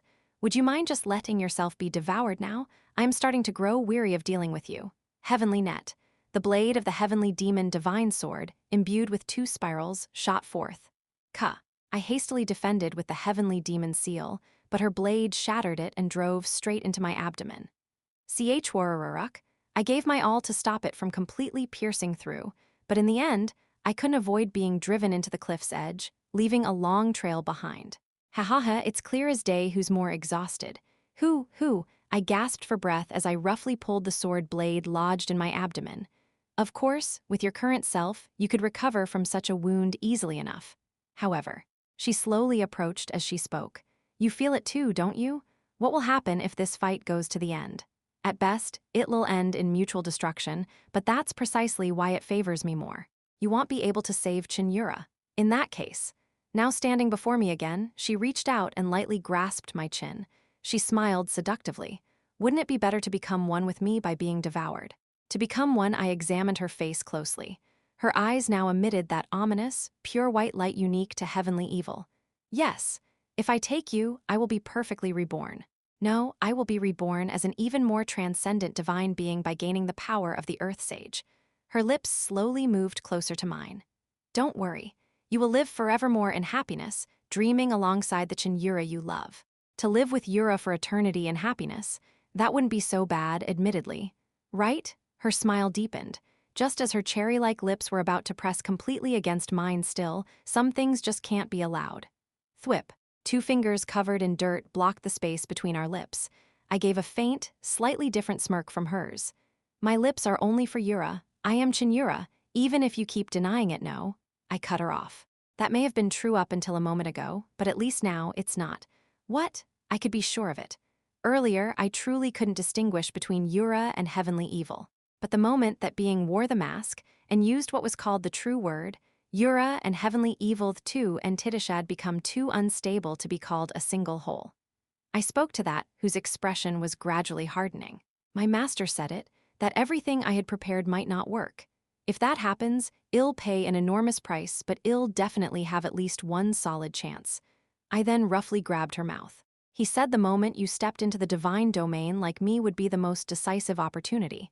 I feared it might happen, but it really did. I would never let this opportunity slip away.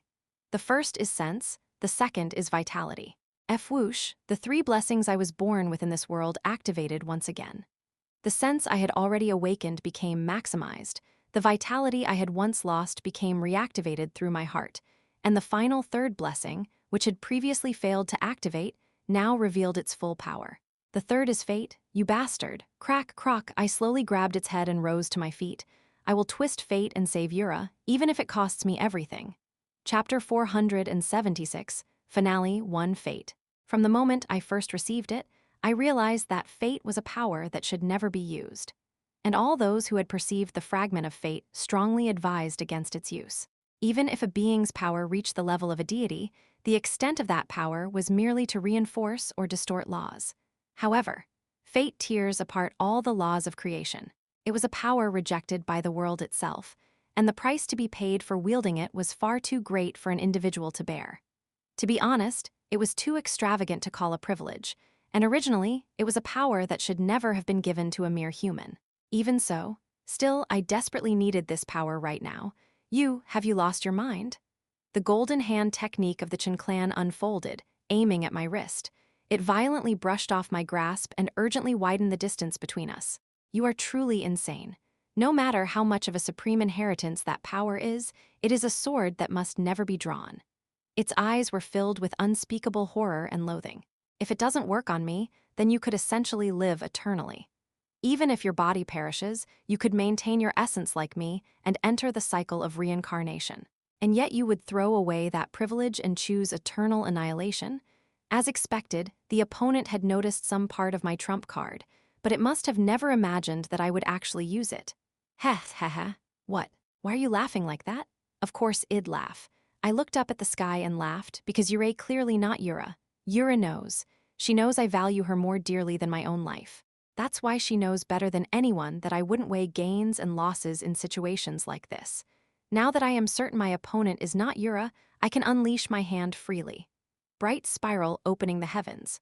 Reciting the name of the first of the bright net 10 swords, I sliced through space. To activate such power, and that's all you can do? That's all will you still say the same a moment from now? I continued pouring out sword intent and true chi, unleashing the 10 swords one after another. Bright net, ascending to heaven. A massive slash capable of cleaving mountain ranges followed. From opening the heavens to ascending to heaven, from heavenly trap to thousand loves, then harmony, fish and water, roof and crow, and dual walls. Heaven piercing. Bright net heaven piercing, which I proudly consider the most powerful among the 10 swords, crushed the very space where the being existed. As the space cleaved by heaven piercing distorted, something pitch black emerged, collapsing the surroundings in an instant. Quagwagwagwang. Unable to withstand the force of heaven piercing, space crumbled and the peaks of Mount Tai began to literally erupt. You lunatic, are you trying to destroy the world with your own hands? Escaping the aftermath of bright net heaven piercing, it instead scoffed and ridiculed me. You gained power beyond your means and lost your reason. The earthquake triggered a landslide. Fragments of shattered demonic beasts and pieces of Mount Tai scattered in all directions as if in zero gravity. A few surviving demonic beasts howled for survival, and the spiritual energy across the Central Plains, including Shandong Province where Mount Tai resided, began to tremble violently. Truly, it was a scene as if I had driven the world into an apocalypse with my own hands. There's no need to bother with someone drunk on power. Run wild like a madman, and you'll disappear on your own. No, not at all. I am not like my opponent.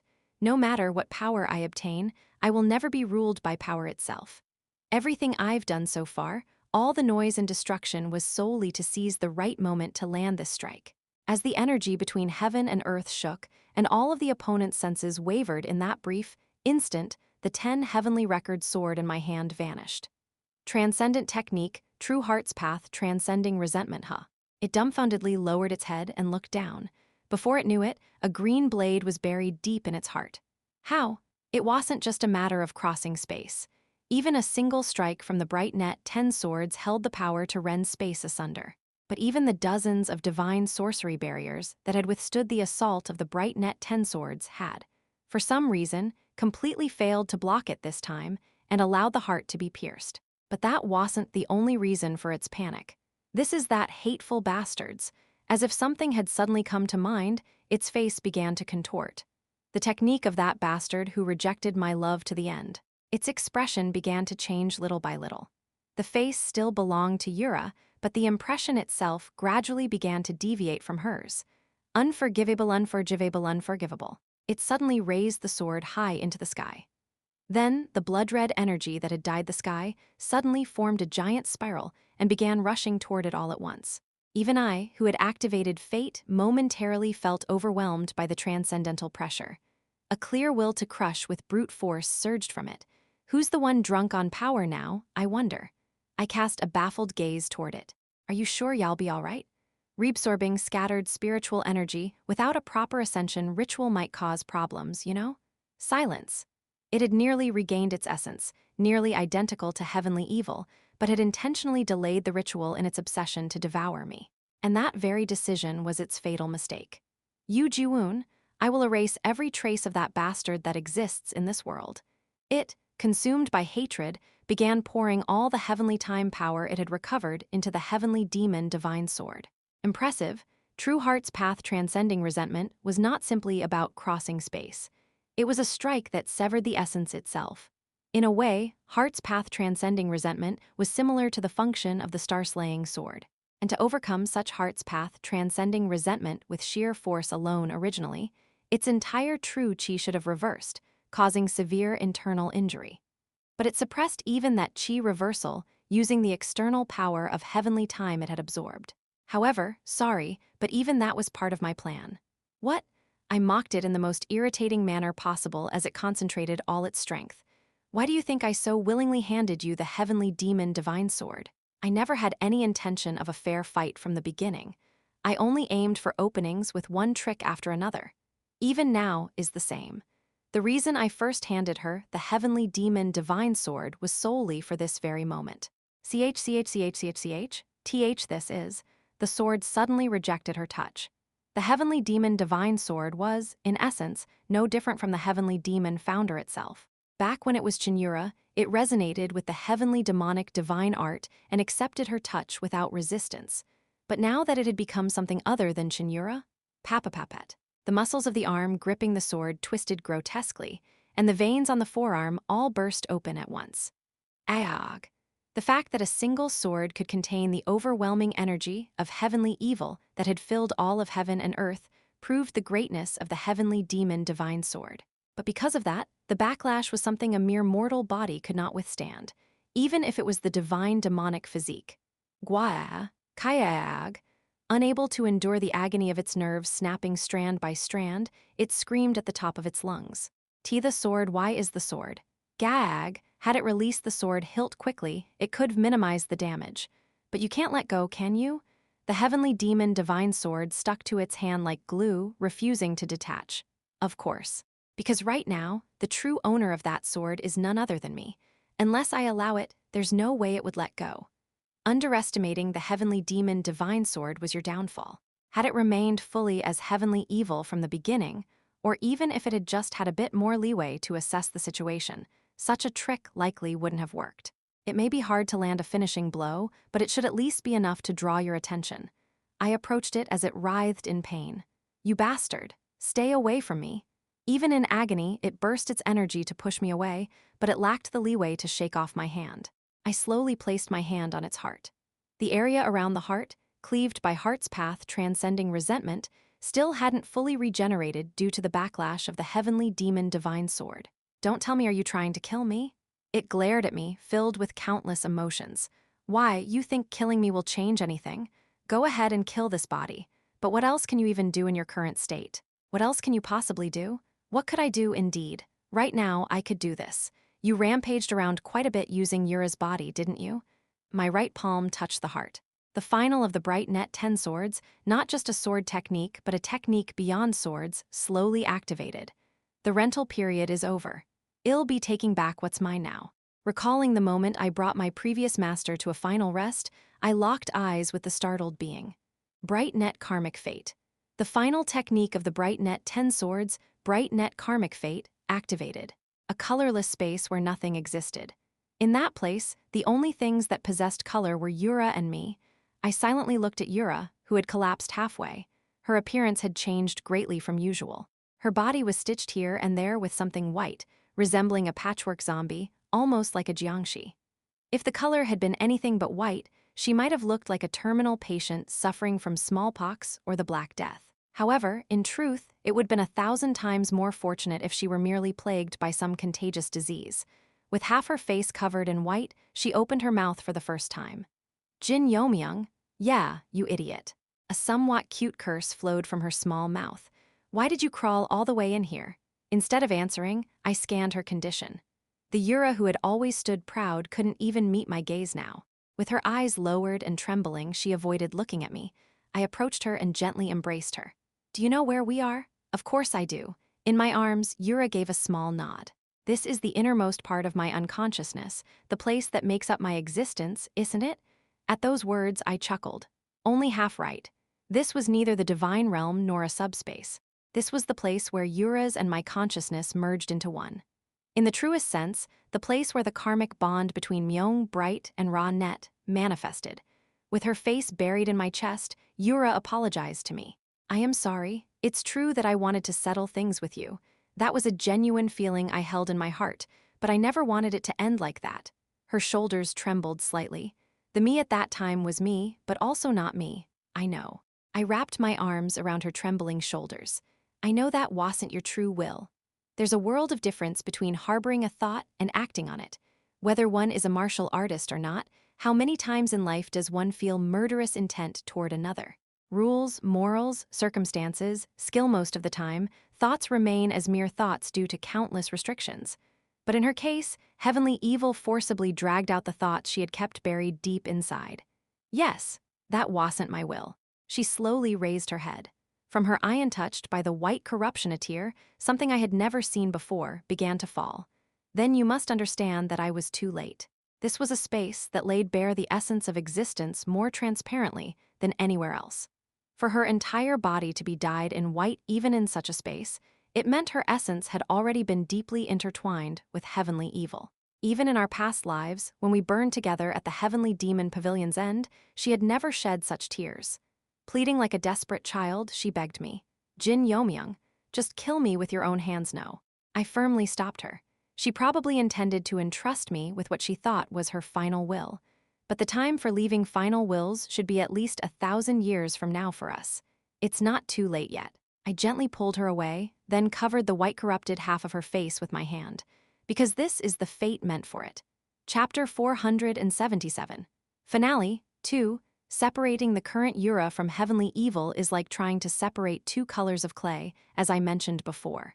Under normal circumstances, it would be impossible, but now that fate has been activated, it's possible. Fate grants the ability to rewrite any destiny of the target, but only once. Don't, Yura slapped my hand away roughly. Stop, she hissed, it's too late. No, it's not too late yet. Yura glared at me with the same fierce expression she always had, as if she had never cried before. Deactivate that power, then kill me. If you do that, at least do you really say that even though you know what I'm going to say? What meaning is there in surviving like that? There is meaning. I gently pressed a finger into Yura's abdomen. If you die, the child inside you will die too.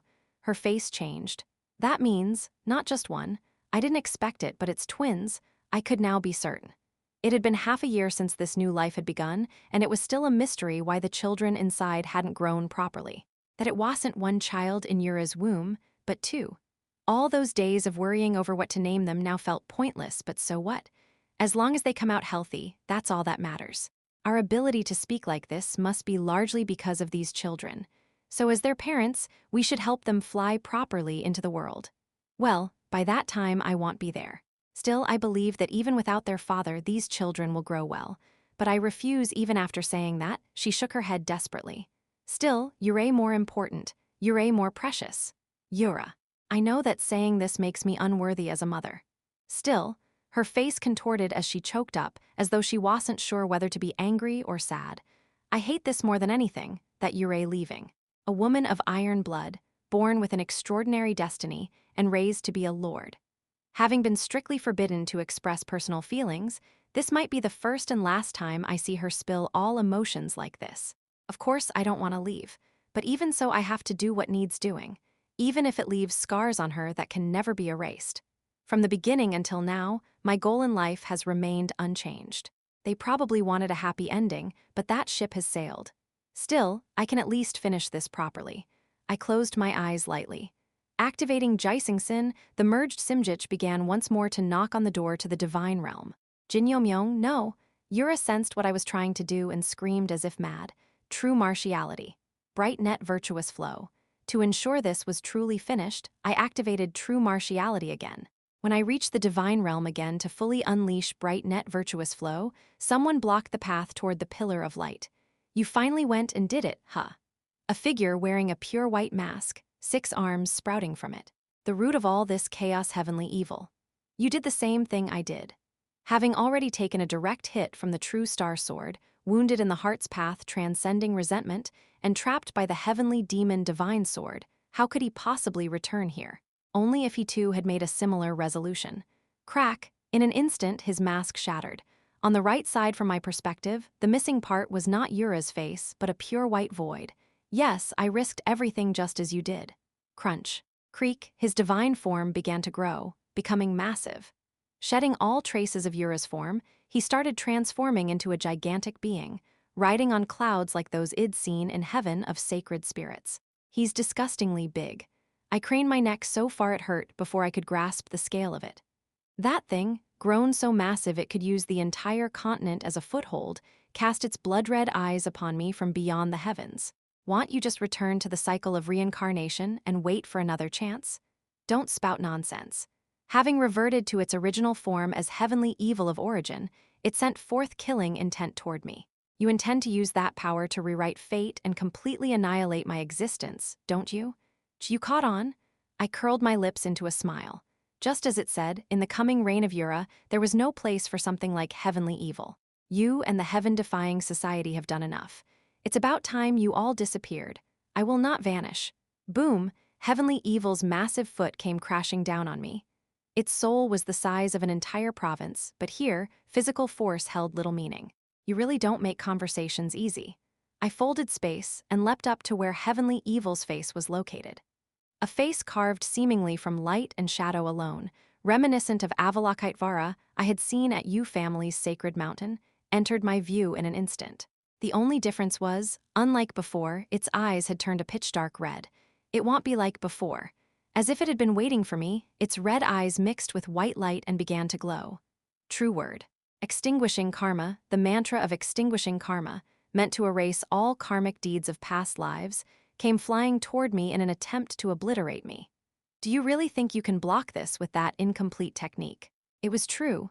With bright net virtuous flow not yet fully mastered, I couldn't completely cancel out an attack from the fully awakened heavenly evil. However, bright net virtuous flow wasn't activated to fight you. What? It's to separate you and Yura completely. As I activated bright net virtuous flow with my left hand, I extended my right toward him. If I wasn't concerned about the aftermath, wouldn't I have just used true martiality again? Nonsense. The divine realm is the answer one reaches after a lifetime of searching. The concept of presenting 2 answers at once doesn't exist. Normally, yes, but haven't you forgotten something important? I withdrew the hand I had extended toward him and covered my face with it. That I too possess heavenly evil's power. Crackle, crackle. Compared to him, mine was pathetically thin, but a pitch-black mask slowly enveloped my face. The previous persona of the main consciousness of heavenly evil, Grand Heavenly Lord Hanseon. The burden of heavenly evil passed to me by the first Grand Heavenly Lord, Han-young, the last priestess of the sun and moon divine sect. You raged around to erase all traces of the senior brother, but another part of you clearly still couldn't let go of him. You cursed wreck. This truly was the final moment. Even with fate activated, if I squandered my strength like this, my end would arrive sooner than expected. Before that happens, I'll end him completely. I invoked the name of the mantra Han Yeong had left in her final moment, altering it in my own way. True martiality, extinguishing fixed karma. Extinguishing fixed karma. Unlike the mantra of extinguishing karma, which eradicates karmic deeds from countless past lives, this was another authority of heavenly evil, aimed at extinguishing predetermined evil karma. No, more precisely, it was the authority of the other heavenly evil. This is heavenly evil's entire form began to harden as he recognized the power of true martiality, extinguishing fixed karma. It makes sense. That mantra of extinguishing karma was a natural enemy of me. The reincarnated one, but this technique is your natural enemy. The one who has accumulated evil karma from behind the scenes of the world for thousands upon tens of thousands of years. I hadn't used this true martiality to cancel out his mantra. Instead, I had accepted mutual destruction and, giving up defense, used it to thoroughly target his true form. No, Nuwu. Extinguishing fixed karma was a type of suicide technique. A technique that no sane being would ever create that killed its own user. I had no idea why Han Yeong, the priestess who had awakened as the grand heavenly lord, created such a technique. But that her heart had made this moment possible was undeniable. I could see it. As the mantra of extinguishing karma obliterated me, the extinguishing fixed karma I unleashed was erasing the existence known as heavenly evil. And beyond that, I saw another sight. Inside the space of bright net connection, the pure white power of heavenly evil that had clung to Yura's entire body began to crumble and fall away like dead skin. At this rate, Yura would be able to fully reclaim herself and remain in the world. I can't let it end like this. Not like this. No, this is where it ends. Rumble. Heavenly evil and I began to be expelled from the divine realm. Since the divine realm was never meant to be a battlefield, it seemed to have a built-in structure that immediately expelled anyone who tried to exploit it like this. I instinctively realized that once expelled from here, I would never be able to step into the divine realm again. So what, limitations or not, all I cared about was saving Yura. Was that really my last moment without regrets? I closed my eyes, gazing at the distant, collapsing true form of heavenly evil. Alongside heavenly evil, my entire body was shattering like glass. I clenched my teeth amid regret and lingering attachments. I still had so much I wanted to do, not being able to name the second child before going off all things. That regret was the hardest to bear. If I'd known, I would have thought of names in advance. Regretting it that much? Yes, I regret it like hell, huh? I stopped mid-sentence, responding absent-mindedly to a voice that came from right beside me. This place was a kind of passage between the mortal realm and the divine realm. Even I couldn't endure here without activating Jisingson. And yet, what appeared near me in such a place wasn't just one figure. Senior brothers. I could barely recognize their forms, which lacked facial features, but I was certain. The 7 senior brothers, including the eldest, Yoo-jeon, and someone who hadn't been there before, Ma Seoyeon. A woman's form, faintly glowing red, stood next to Yoo-jeon. It was definitely the same Ma Seoyeon I had last seen when I retrieved the Chunrak sword. Were you planning to just die like this? Our master hoped for a happy ending for you all. Hearing those words, the finality of it all hit me, and I discarded formalities as I snapped back. Then what was I supposed to do? If I hadn't done this, I couldn't have saved Yura. HMPH. Pouting and grumbling, the figure who seemed to be Hwan Seong clicked his tongue.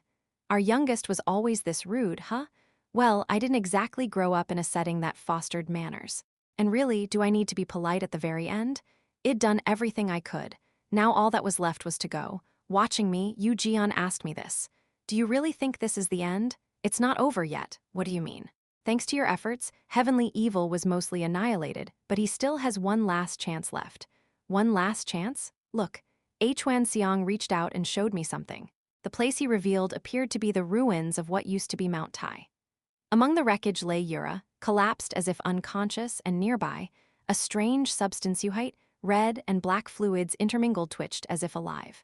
I instinctively knew that fluid was heavenly evil's final remnant. Squirm. The fluid that had left Yura's body suddenly darted away, moving quickly toward somewhere. Had it moved about 10 li? A shard of heavenly evil enveloped someone lingering nearby. Wait, that bastard? It was shocking enough for a lone human to appear in such a battlefield, but what was even more shocking was the identity of that person. Han Mubik. Why is he there? Han Mubik, who had been Yura's husband in her previous life. The one who had gone missing at Sitmandi Mountain, whose whereabouts had become unknown, had suddenly appeared at Mount Tai and was attempting to fuse with Heavenly Evil's final fragment. What do you say? At this rate, all your hard work will have been in vain. And no, what the back of my head wasn't just numbit burned. Originally, Han Mubik was the joint successor meant to inherit all from the 10 Celestial Army. And according to him, he was fated to become the host of the Grand Heavenly Lord.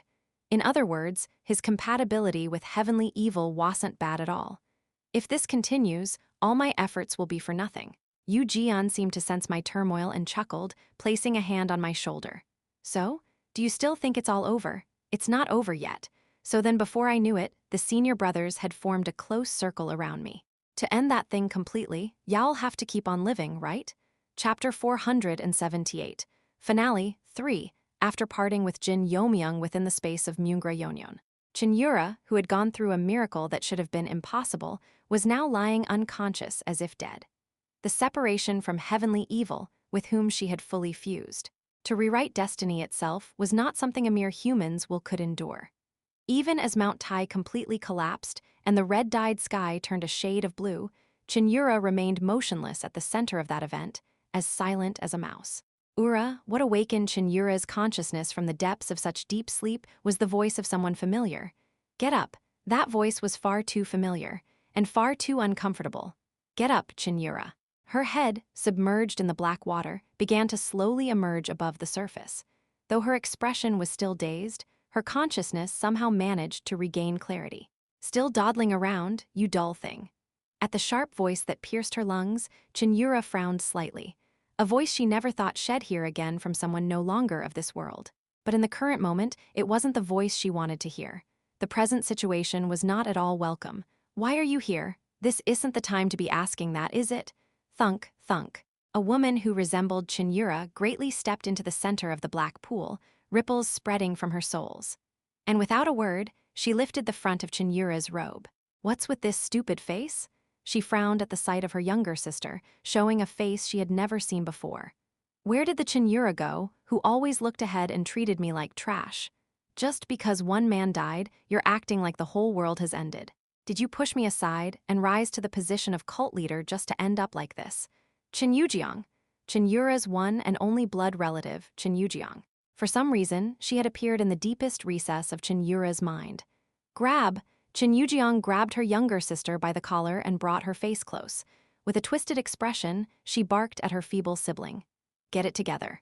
Clinging pathetically to a dead Mando, you think that's something worthy of a descendant of the great heavenly demon? Cheon Yura retorted in a dazed voice.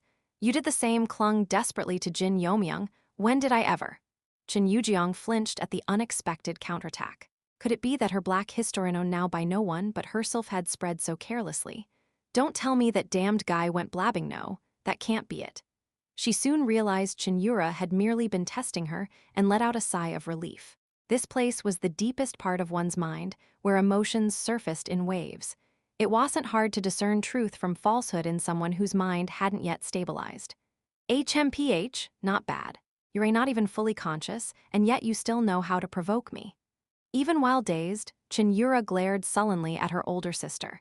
Indeed, she had said it just to be annoying, but her sister's reaction was fiercer than expected. Maybe just maybe no, there's no meaning in that anymore. What was the point of bickering about such things now?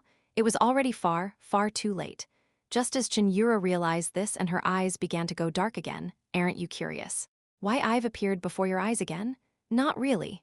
Cheon Yeomyung sneered at her uninterested sister. Because the one who witnessed the last moments of my life was that man. For a moment, a twitch passed through her brow. What does that have to do with anything? The lingering thought I left behind in him flowed into your mind the moment it merged with your psyche. This was now something not even the other personalities of Heavenly Evil knew. She had been the third Heavenly Evil to arrive in this world, after Han Xian and Han Yong. That's why I know something you don't. Grip. She pulled her sister's collar forward. He's not dead. Cheon Yura's pupils expanded drastically in an instant. I said, he's not dead.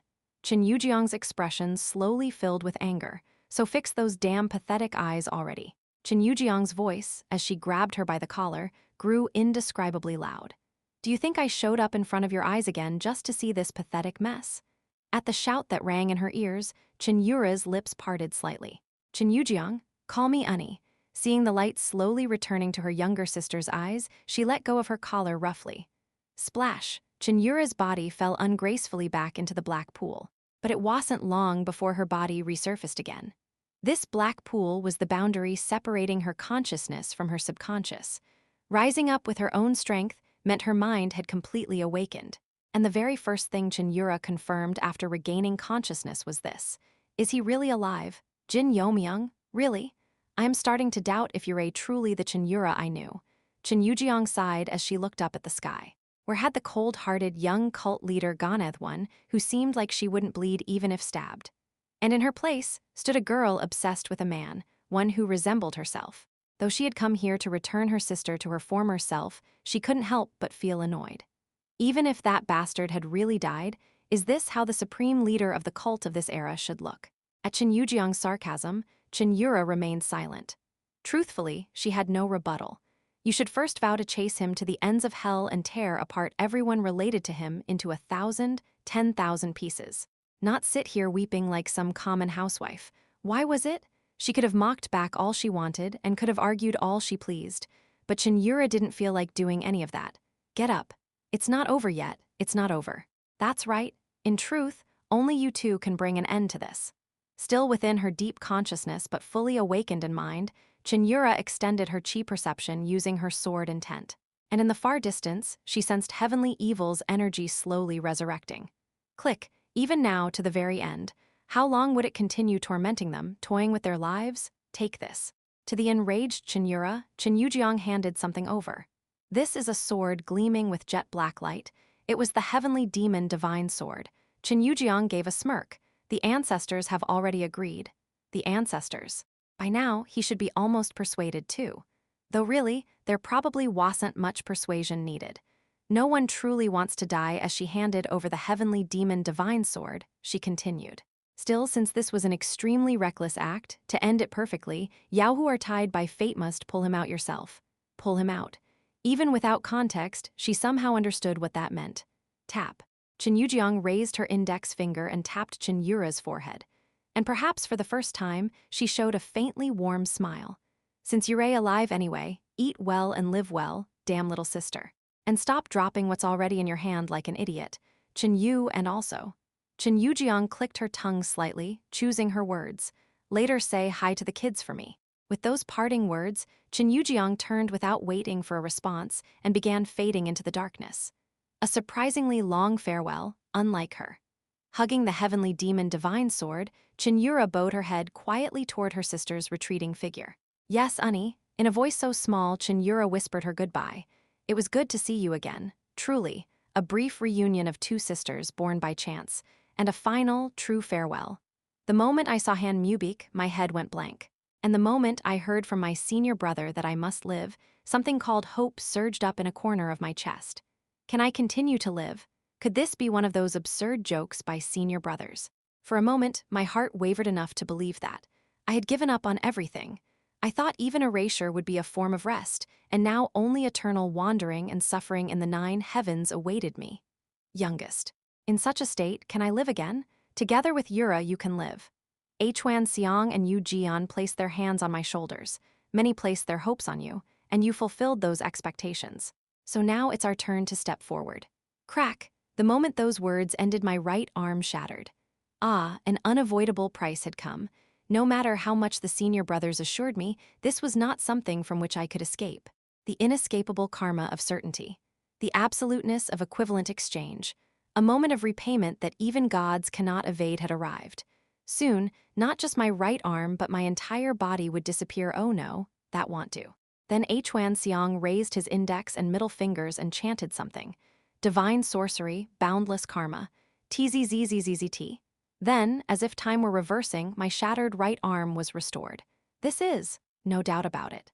It was the divine sorcery that Hwan Yul had used when activating the domain of thought. Hwan Seong, having restored my right arm, gave a faint smile. It seems you've experienced this once in the past, youngest. Well, it seems my descendant used this as an evil technique, but originally, it was developed to be used like this. Trying to reverse the heavens directly makes it far closer to an evil technique, though. Pa Guncheng grumbled lightly, but Hwan Seong completely ignored him. Evil technique or not, it doesn't matter if we can save the youngest. Tusk, let's just start. I don't think we can hold out much longer. After a brief clash, the other senior brothers urged Hwan Seong on. As they said, this was a space that rejected the existence of all things life, soul, self. Indeed. Hwan Seong placed his palm over my heart with a serious face. Soon the price of the golden technique will befall your entire body. But we plan to exhaust all of the energy contained within the heavenly record immortal sword to block that backlash. But of course, that alone won't be enough. Which is why we'll use this. Suddenly, something was pulled from near my heart into Hwan Seong's palm. This is something my master gave me before he died. Taking out that faintly glowing object, Hwan Seong spoke to me. This is a kind of core. A core? Using this, well merge the fragment of your master residing within your body and the power of heavenly evil to create an offering that cancels out absoluteness. Is that really possible? To substitute the cost of defying fate with something other than life or soul? Even then, it's not enough. So even if you survive, Hwan Seong paused briefly. You will never again reach the realm of divinity. Perhaps you might not even ascend like us. Even so, is that all right? All right? Isn't that obvious? That's nothing. If that's all the price I have to pay, I could pay it 100, 1,000 times over. Rather, doesn't that mean I can live a bit longer if I just give that up? At my answer, Hwan Seong let out a laugh he couldn't suppress. I like that optimism. Yes, surely, you were never a martial artist. Even though I had completely lost the potential to reach the peak as a martial artist, I had no regrets. Because as he said, I was never just a martial artist, I'm a husband. Then, let's begin. My senior brothers each placed their hands upon my body one by one. Yu Jian, Pa Guncheng, Hwan Seong, Jin Guanchen, Sa Gumhui, So Jiang, Ma Suoyin. And then a final hand, which hadn't been there just moments ago, gently covered the crown of my head from behind. Chin Yuseong. With him, the 8 silhouettes began to radiate pure white light. Not the ominous glow of heavenly evil, but a truly divine and noble light. And once that light faded, standing before my eyes was Yura. Chapter 479. Finale 4. As soon as I opened my eyes, I felt something soft supporting the back of my head. It was none other than Cheon Yura's thigh. Are you awake? Yeah. It would have been better if there was something to cushion my thigh with. That's a bit unfortunate. Her current attire was practically rags after the consecutive fierce battles. She could cover her skin with protective energy, but fine-tuning its hardness or texture still required more practice. It's not that hard, you know. Something I realized after being in contact with her skin. Surprisingly, Cheon Yura lacked confidence in her own body. To be precise, because she had trained her body to the extreme as a martial artist, she believed her charm as a woman was relatively lacking. Of course, I didn't think that way at all, but before I could say anything, Yura, drip, drip. Something damp fell onto my face. Before more drops of water could wet my face, I quickly raised my arm and gently traced the source. Don't cry, you bastard. My fingers, which were wiping the corners of her eyes, paused at the sudden curse. She glared at me and spoke. If you pull that kind of stunt again, I'll never forgive you. All right. Even if you fall into hell, I'll chase you to the very end of it, tear apart everyone who stands in my way, grab you by the collar and drag you back. Somehow, that felt scarily plausible. Could even the kings of the underworld stop Cheon Yura, who had surpassed the complete state and reached the ultimate form? No, not such a thing won't happen anymore. You're mine. I won't send you to anyone else. Her eerie gaze pierced through my eyes, so don't throw your life away pretending it's for my sake. Squeeze, her 2 hands gripped my cheeks tightly. Promise me, Jin Yeomyung. I nodded without hesitation. Yeah, I will. But even with my promise, she looked somewhat unconvinced. If you break your promise again, you better be prepared. Squeeze. I'll lock you in the deepest part of the heavenly demon pavilion and never let you out again. If you don't want to see the sunlight ever again, go ahead and break your promise. Strange. Heavenly evil should have been completely separated, so why is she scarier now than she was when she was heavenly evil? Feeling a chill run down my spine, I got up. Cheon Yura asked as I lightly stretched my body. How's your body? Not as bad as I thought. However, just as expected, the path to the divine territory was blocked. Moreover, for some reason, I had the hunch that I wouldn't be able to use the last of the 10 swords, Bright Net Karmic Fate, anymore.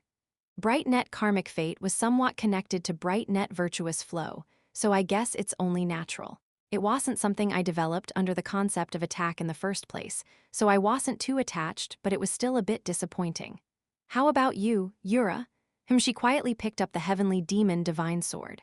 Unlike before, the heavenly demon divine sword no longer rejected her touch. It was clear proof that she had regained her ego. But then heavenly net sword flinch. The heavenly net, which she had used when she was still heavenly evil, began to manifest in her hand just as it had before. That's in truth, there was little difference in the foundational principles between heavenly net and the underworld net sword. The critical difference came down to whether the power of heavenly evil was mixed in or not. Yet, the fact that she could use heavenly net meant heavenly evil's will is gone, and only its power remains. Does that mean, of course, it's not the full power at most, only this much of its remnant remains? SS smile, she suddenly looked at me and smiled ominously. Now, I can definitely win. At the sight of her suddenly exuding fighting spirit, I instinctively took a step back. Lady Yura? Her realm as supreme demon hadn't disappeared. Of course, after suffering all kinds of ordeals, she would need several years of full recovery, so if I seriously weighed our chances now about 50-50. But I no longer had any reason to fight her. I surrender. When I raised both arms and knelt down, her expression, full of battle will, rapidly cooled. I have lost, my lady. Do you have no pride as a man? Is it really needed right now? Even though you're one of the 4 great heavenly demons, we're equals now. I had already planned to step down from the position of cult leader once Yura returned. If anyone objected, I'd just suppress them with strength. Even if I couldn't use true martial arts, there were hardly any in the Central Plains who could withstand even a second of the Myeongra 10 swords. I gently took her wrist. Come on, come on. She looked dissatisfied, but she didn't reject my touch. We still have things to do, don't we? There's no need to waste your strength on an unresolved match, is there? I subtly took the heavenly demon divine sword from her hand and placed it back into the sheath on her waist. Isn't it a bit too much to swing a sword again at your husband who came back from the dead? HMPH, Cheon Yura pouted at my words. Well, the fact she handed over the sword and held my hand so easily meant that her display of fighting spirit was at least half a joke. Her own way of showing affection, I suppose. If there's something to settle, let's do it later. We have things to do right now. Fine, I'll let it go for now. Cheon Yura and I simultaneously turned our gaze to one direction. Our reunion was over, it was time to face the next problem. Sorry to keep you waiting. Where our gaze fell, there stood a young man, half of whose face was covered in a black substance like tar. Han Mubik. In his past life, he was Cheon Yura's husband and the first command of the heaven-defying society. And now, he had fused with the remnants of heavenly evil at the final moment and turned into a monster. That Han Mubik appeared before us at the end. Surprisingly, Han Mubik's face looked calm. There was no sign of tension or fear in his expression. You didn't run away, because I have no reason to. Han Mubik answered in a flat voice. I tilted my head at his words. Why not?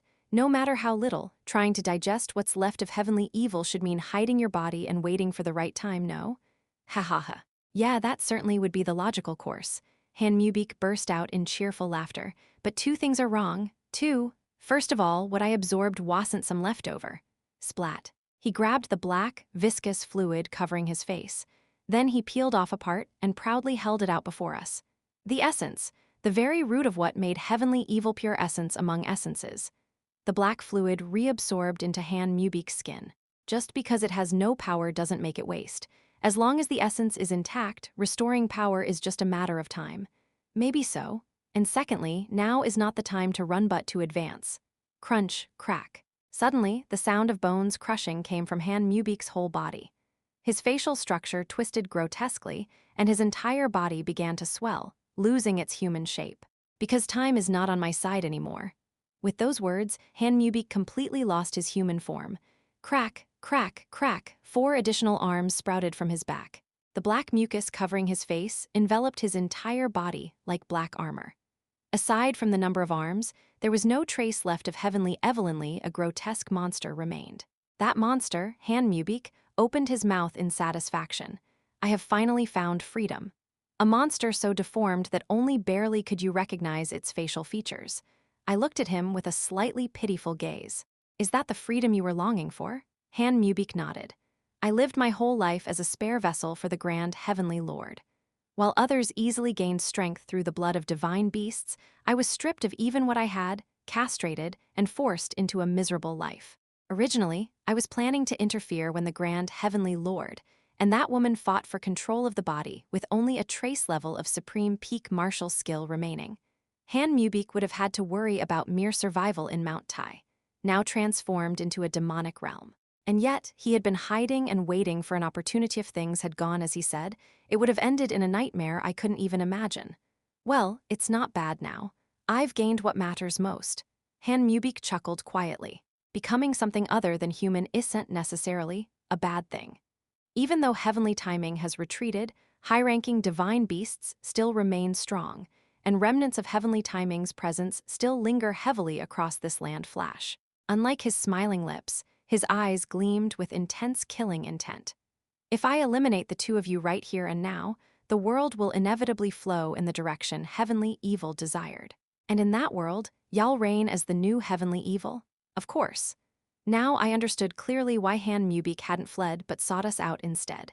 Even if he ran, we would recover faster than he could regain his strength. More importantly, divine beasts like Yinglong and the 4-star Kilin were still alive somewhere in this world. Even if Han Mubik regained some of his power, he would have to stay wary of them. So he's thinking that it's better to settle things now while we're all exhausted and devour us. Not a bad judgment. Even if I'm spent, Cheon Yura still possesses this much of heavenly evil's power. His decision to strike at the right time when to retreat and when to advance you is certainly commendable. It was commendable, but if you seriously thought you had a chance at winning, then you're truly a fool. Flash. The bright spiral opening the heavens launched as a surprise strike toward Han Mubik. Even if I was exhausted, I still had the strength to contend with Gungi and other divine beasts. And with Yura at my side, Han Mubik had no chance of victory. But then slash, the condensed slash that could even split a mountain range tore through Han Mubik's enlarged body. And yet, strangely, the area that had been split began regenerating as if it hadn't been damaged at all. Did you really think I stood before you with no plan? How? I frowned at Han Mubik's bizarre defensive capability. Even without the power of the Earth Sage, the heavenly demonic divine art I cultivated as Jin Yeomyung still lingered. Heavenly demonic divine art, by nature, is the direct opposite of heavenly evil. I refined that power through transcendent techniques and struck at the very least, it should have caused some damage. Ah, I see. Thinking over the cause, I arrived at one conclusion. Han Mubik, you've stepped into the divine territory, haven't you?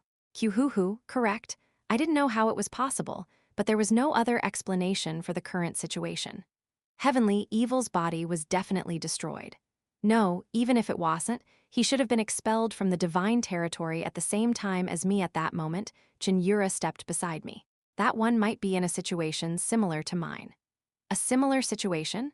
Just as the will of heavenly evil disappeared from me and only the power remained, that one's will is gone as well, but his accomplishments and potential remain intact.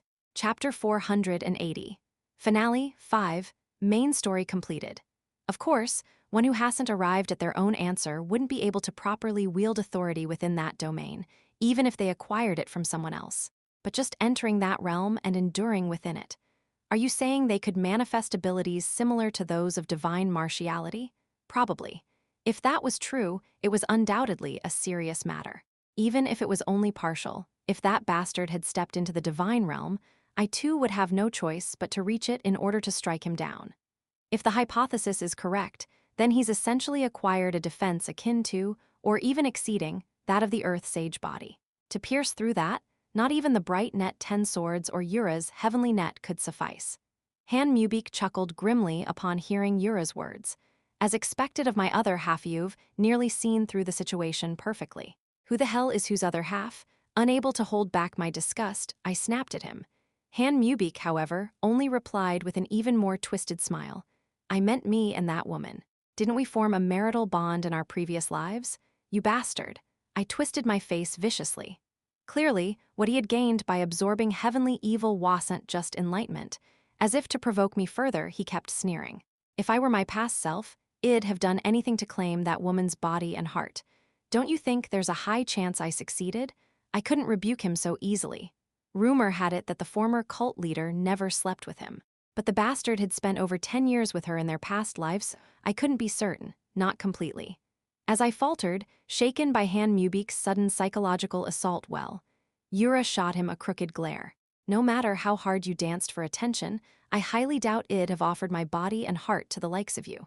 Han Mubik's composure clearly began to crack. If you think carefully about how I would've grown without ever meeting Jin Yeomyung, the answer is obvious. Perhaps you were treated as no more than a convenient little plaything. Ha, ha, ha, a plaything, you say? As he gradually distorted, Yura delivered the fatal blow.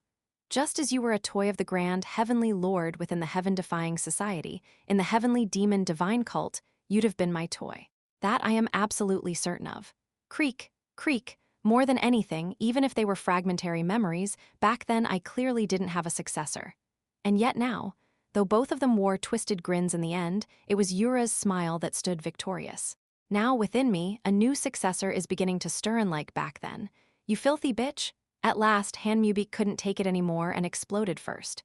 Boom, boom, boom, boom. 6 black arms swept across the earth. That appearance was reminiscent of Han Yeong rampaging as heavenly evil at Yu family's sacred mountain. But that wasn't the important part right now. Wait, you said you have memories of your past life. Even as I performed void steps to evade the bastard's attack, I asked Yura in shock. That Yura had realized I was a reincarnator wasn't because she actually recovered any memories. She nodded. I do, but that bastard doesn't. He's merely making presumptions based on fragmented memories inherited from when I was heavenly evil. She pulled my arm in midair and whispered softly. Bright net karmic fate. I now clearly possess them. Precious memories given to me by none other than you. Bright net karmic fatean extraordinary place where two people's fates overlap. Even I, who created the technique, had not fully comprehended its ability, so it wouldn't be strange if Yura had obtained memories of my past life there.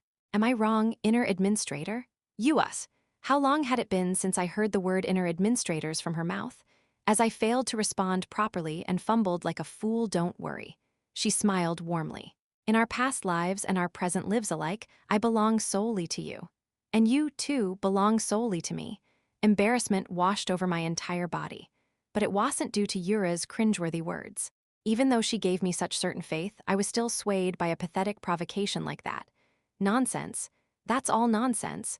Boom, boom, boom, I am not some toy, I am the master of my destiny. The area near the ruins of Mount Tai collapsed even further. It seemed that what really infuriated Han Mubik wasn't the fact that he couldn't have Yura, but being called a toy. While he went berserk, we landed at a spot slightly removed from him. We have to take care of that bastard, but it won't work with conventional methods. Of course not. The bastard was now even firing massive beams from his mouth. Who knew how long that power would last, but right now, not even the bright net 10 swords could deal with him. There was no one on earth who could. Doubtful even those beasts would step in to help. Given that they hadn't joined the final battle against heavenly evil, they might be more likely to stab us in the back than lend assistance. Then we'll have to deal with him in a way that isn't one-sided. You have something in mind. Of course I do. She nodded confidently. She was no longer heavenly evil, but a human possessing the power of heavenly evil. Stepping into the divine realm to cast an incantation would be impossible, but union technique. Union technique? At her sudden words, my eyes widened. 400 years ago, 9 heavens mystic maiden Yusu and the second heavenly demon, both of whom had reached the realm of the supreme demon, subjugated the resurrected heavenly evil. Right, they did. Indeed, through the sacrifice of those two, the central planes overcame a crisis known as Chinsi. The name they gave to the union technique they established back then was the heavenly demonic resonance technique. But even the bright net sword, which evolved from that technique, couldn't leave a scratch. Could an ordinary union technique really work? As I wavered with uncertainty, Yura gripped my hand again. What they could do back then, there's no reason we can't do now. Her face was full of conviction. If we can overwhelm him in the realm of pure power rather than technique, we still stand a chance. The realm of power indeed. If heavenly evil's power and the power of Earth Sage combined, a singularity could occur in a fleeting moment. If that singularity happened, it might be possible to destroy him without entering the divine realm. Because the structure is simple, the union technique actually allows for more force to be infused. After some hesitation, I nodded. Fine, let's do it. We had no better option under the current circumstances.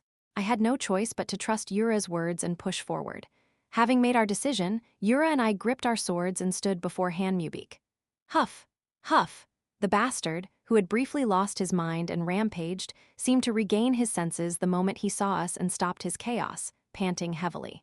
I acknowledge it. Han Mubik glared at us.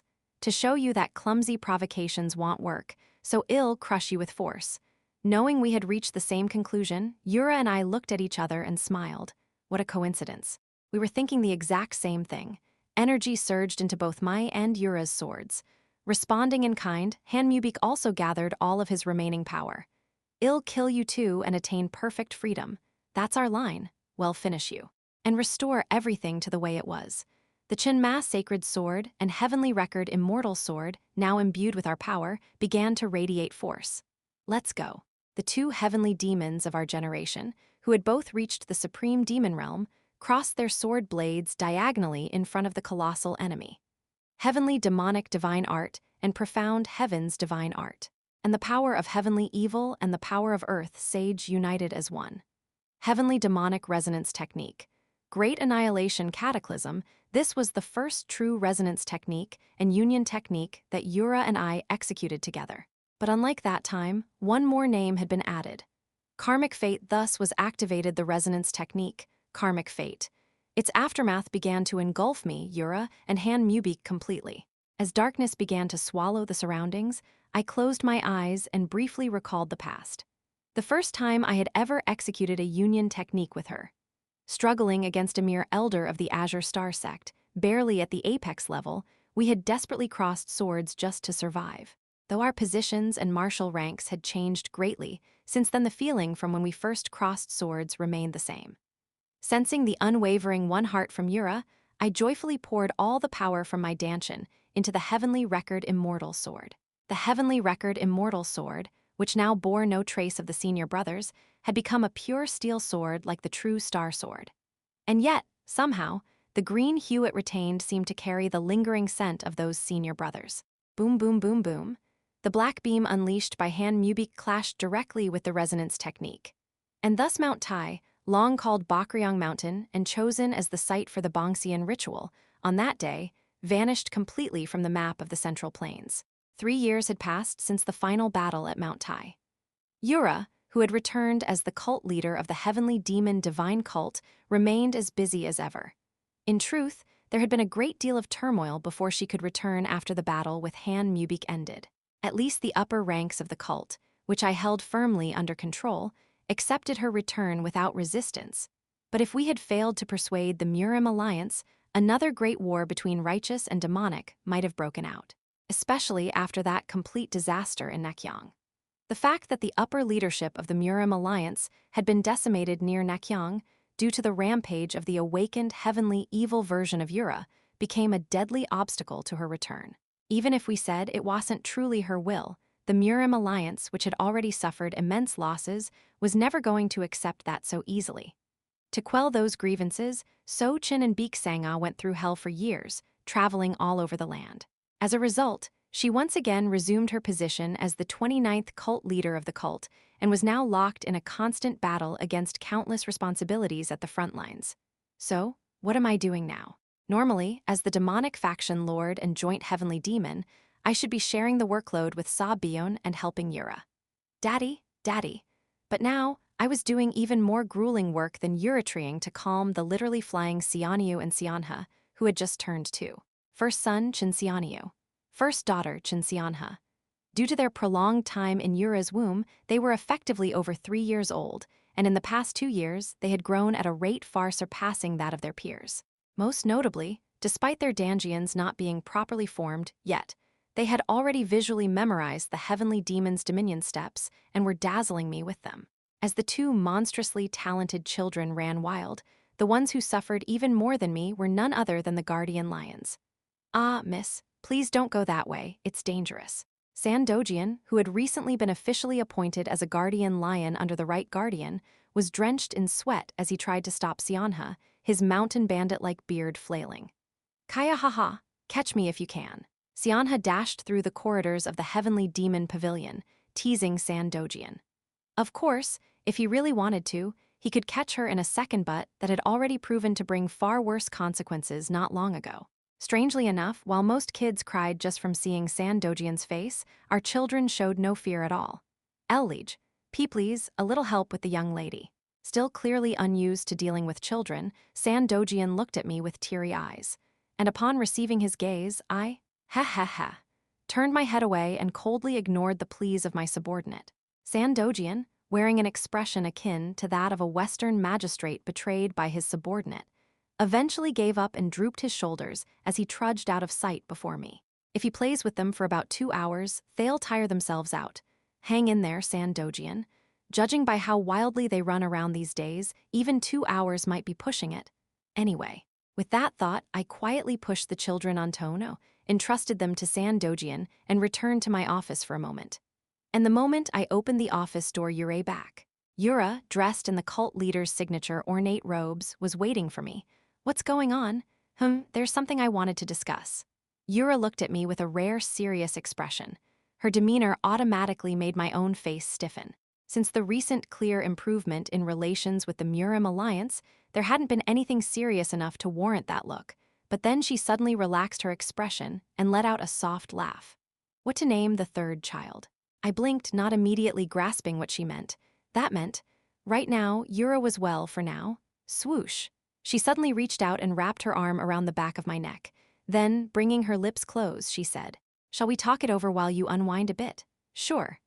I smiled faintly at her, who had grown considerably bolder over the past few years, and met her approaching lips. The world is still endlessly chaotic, and there are mountains of issues we need to resolve both inside and out, but even so, I can't help but think this is a more than enough happy ending.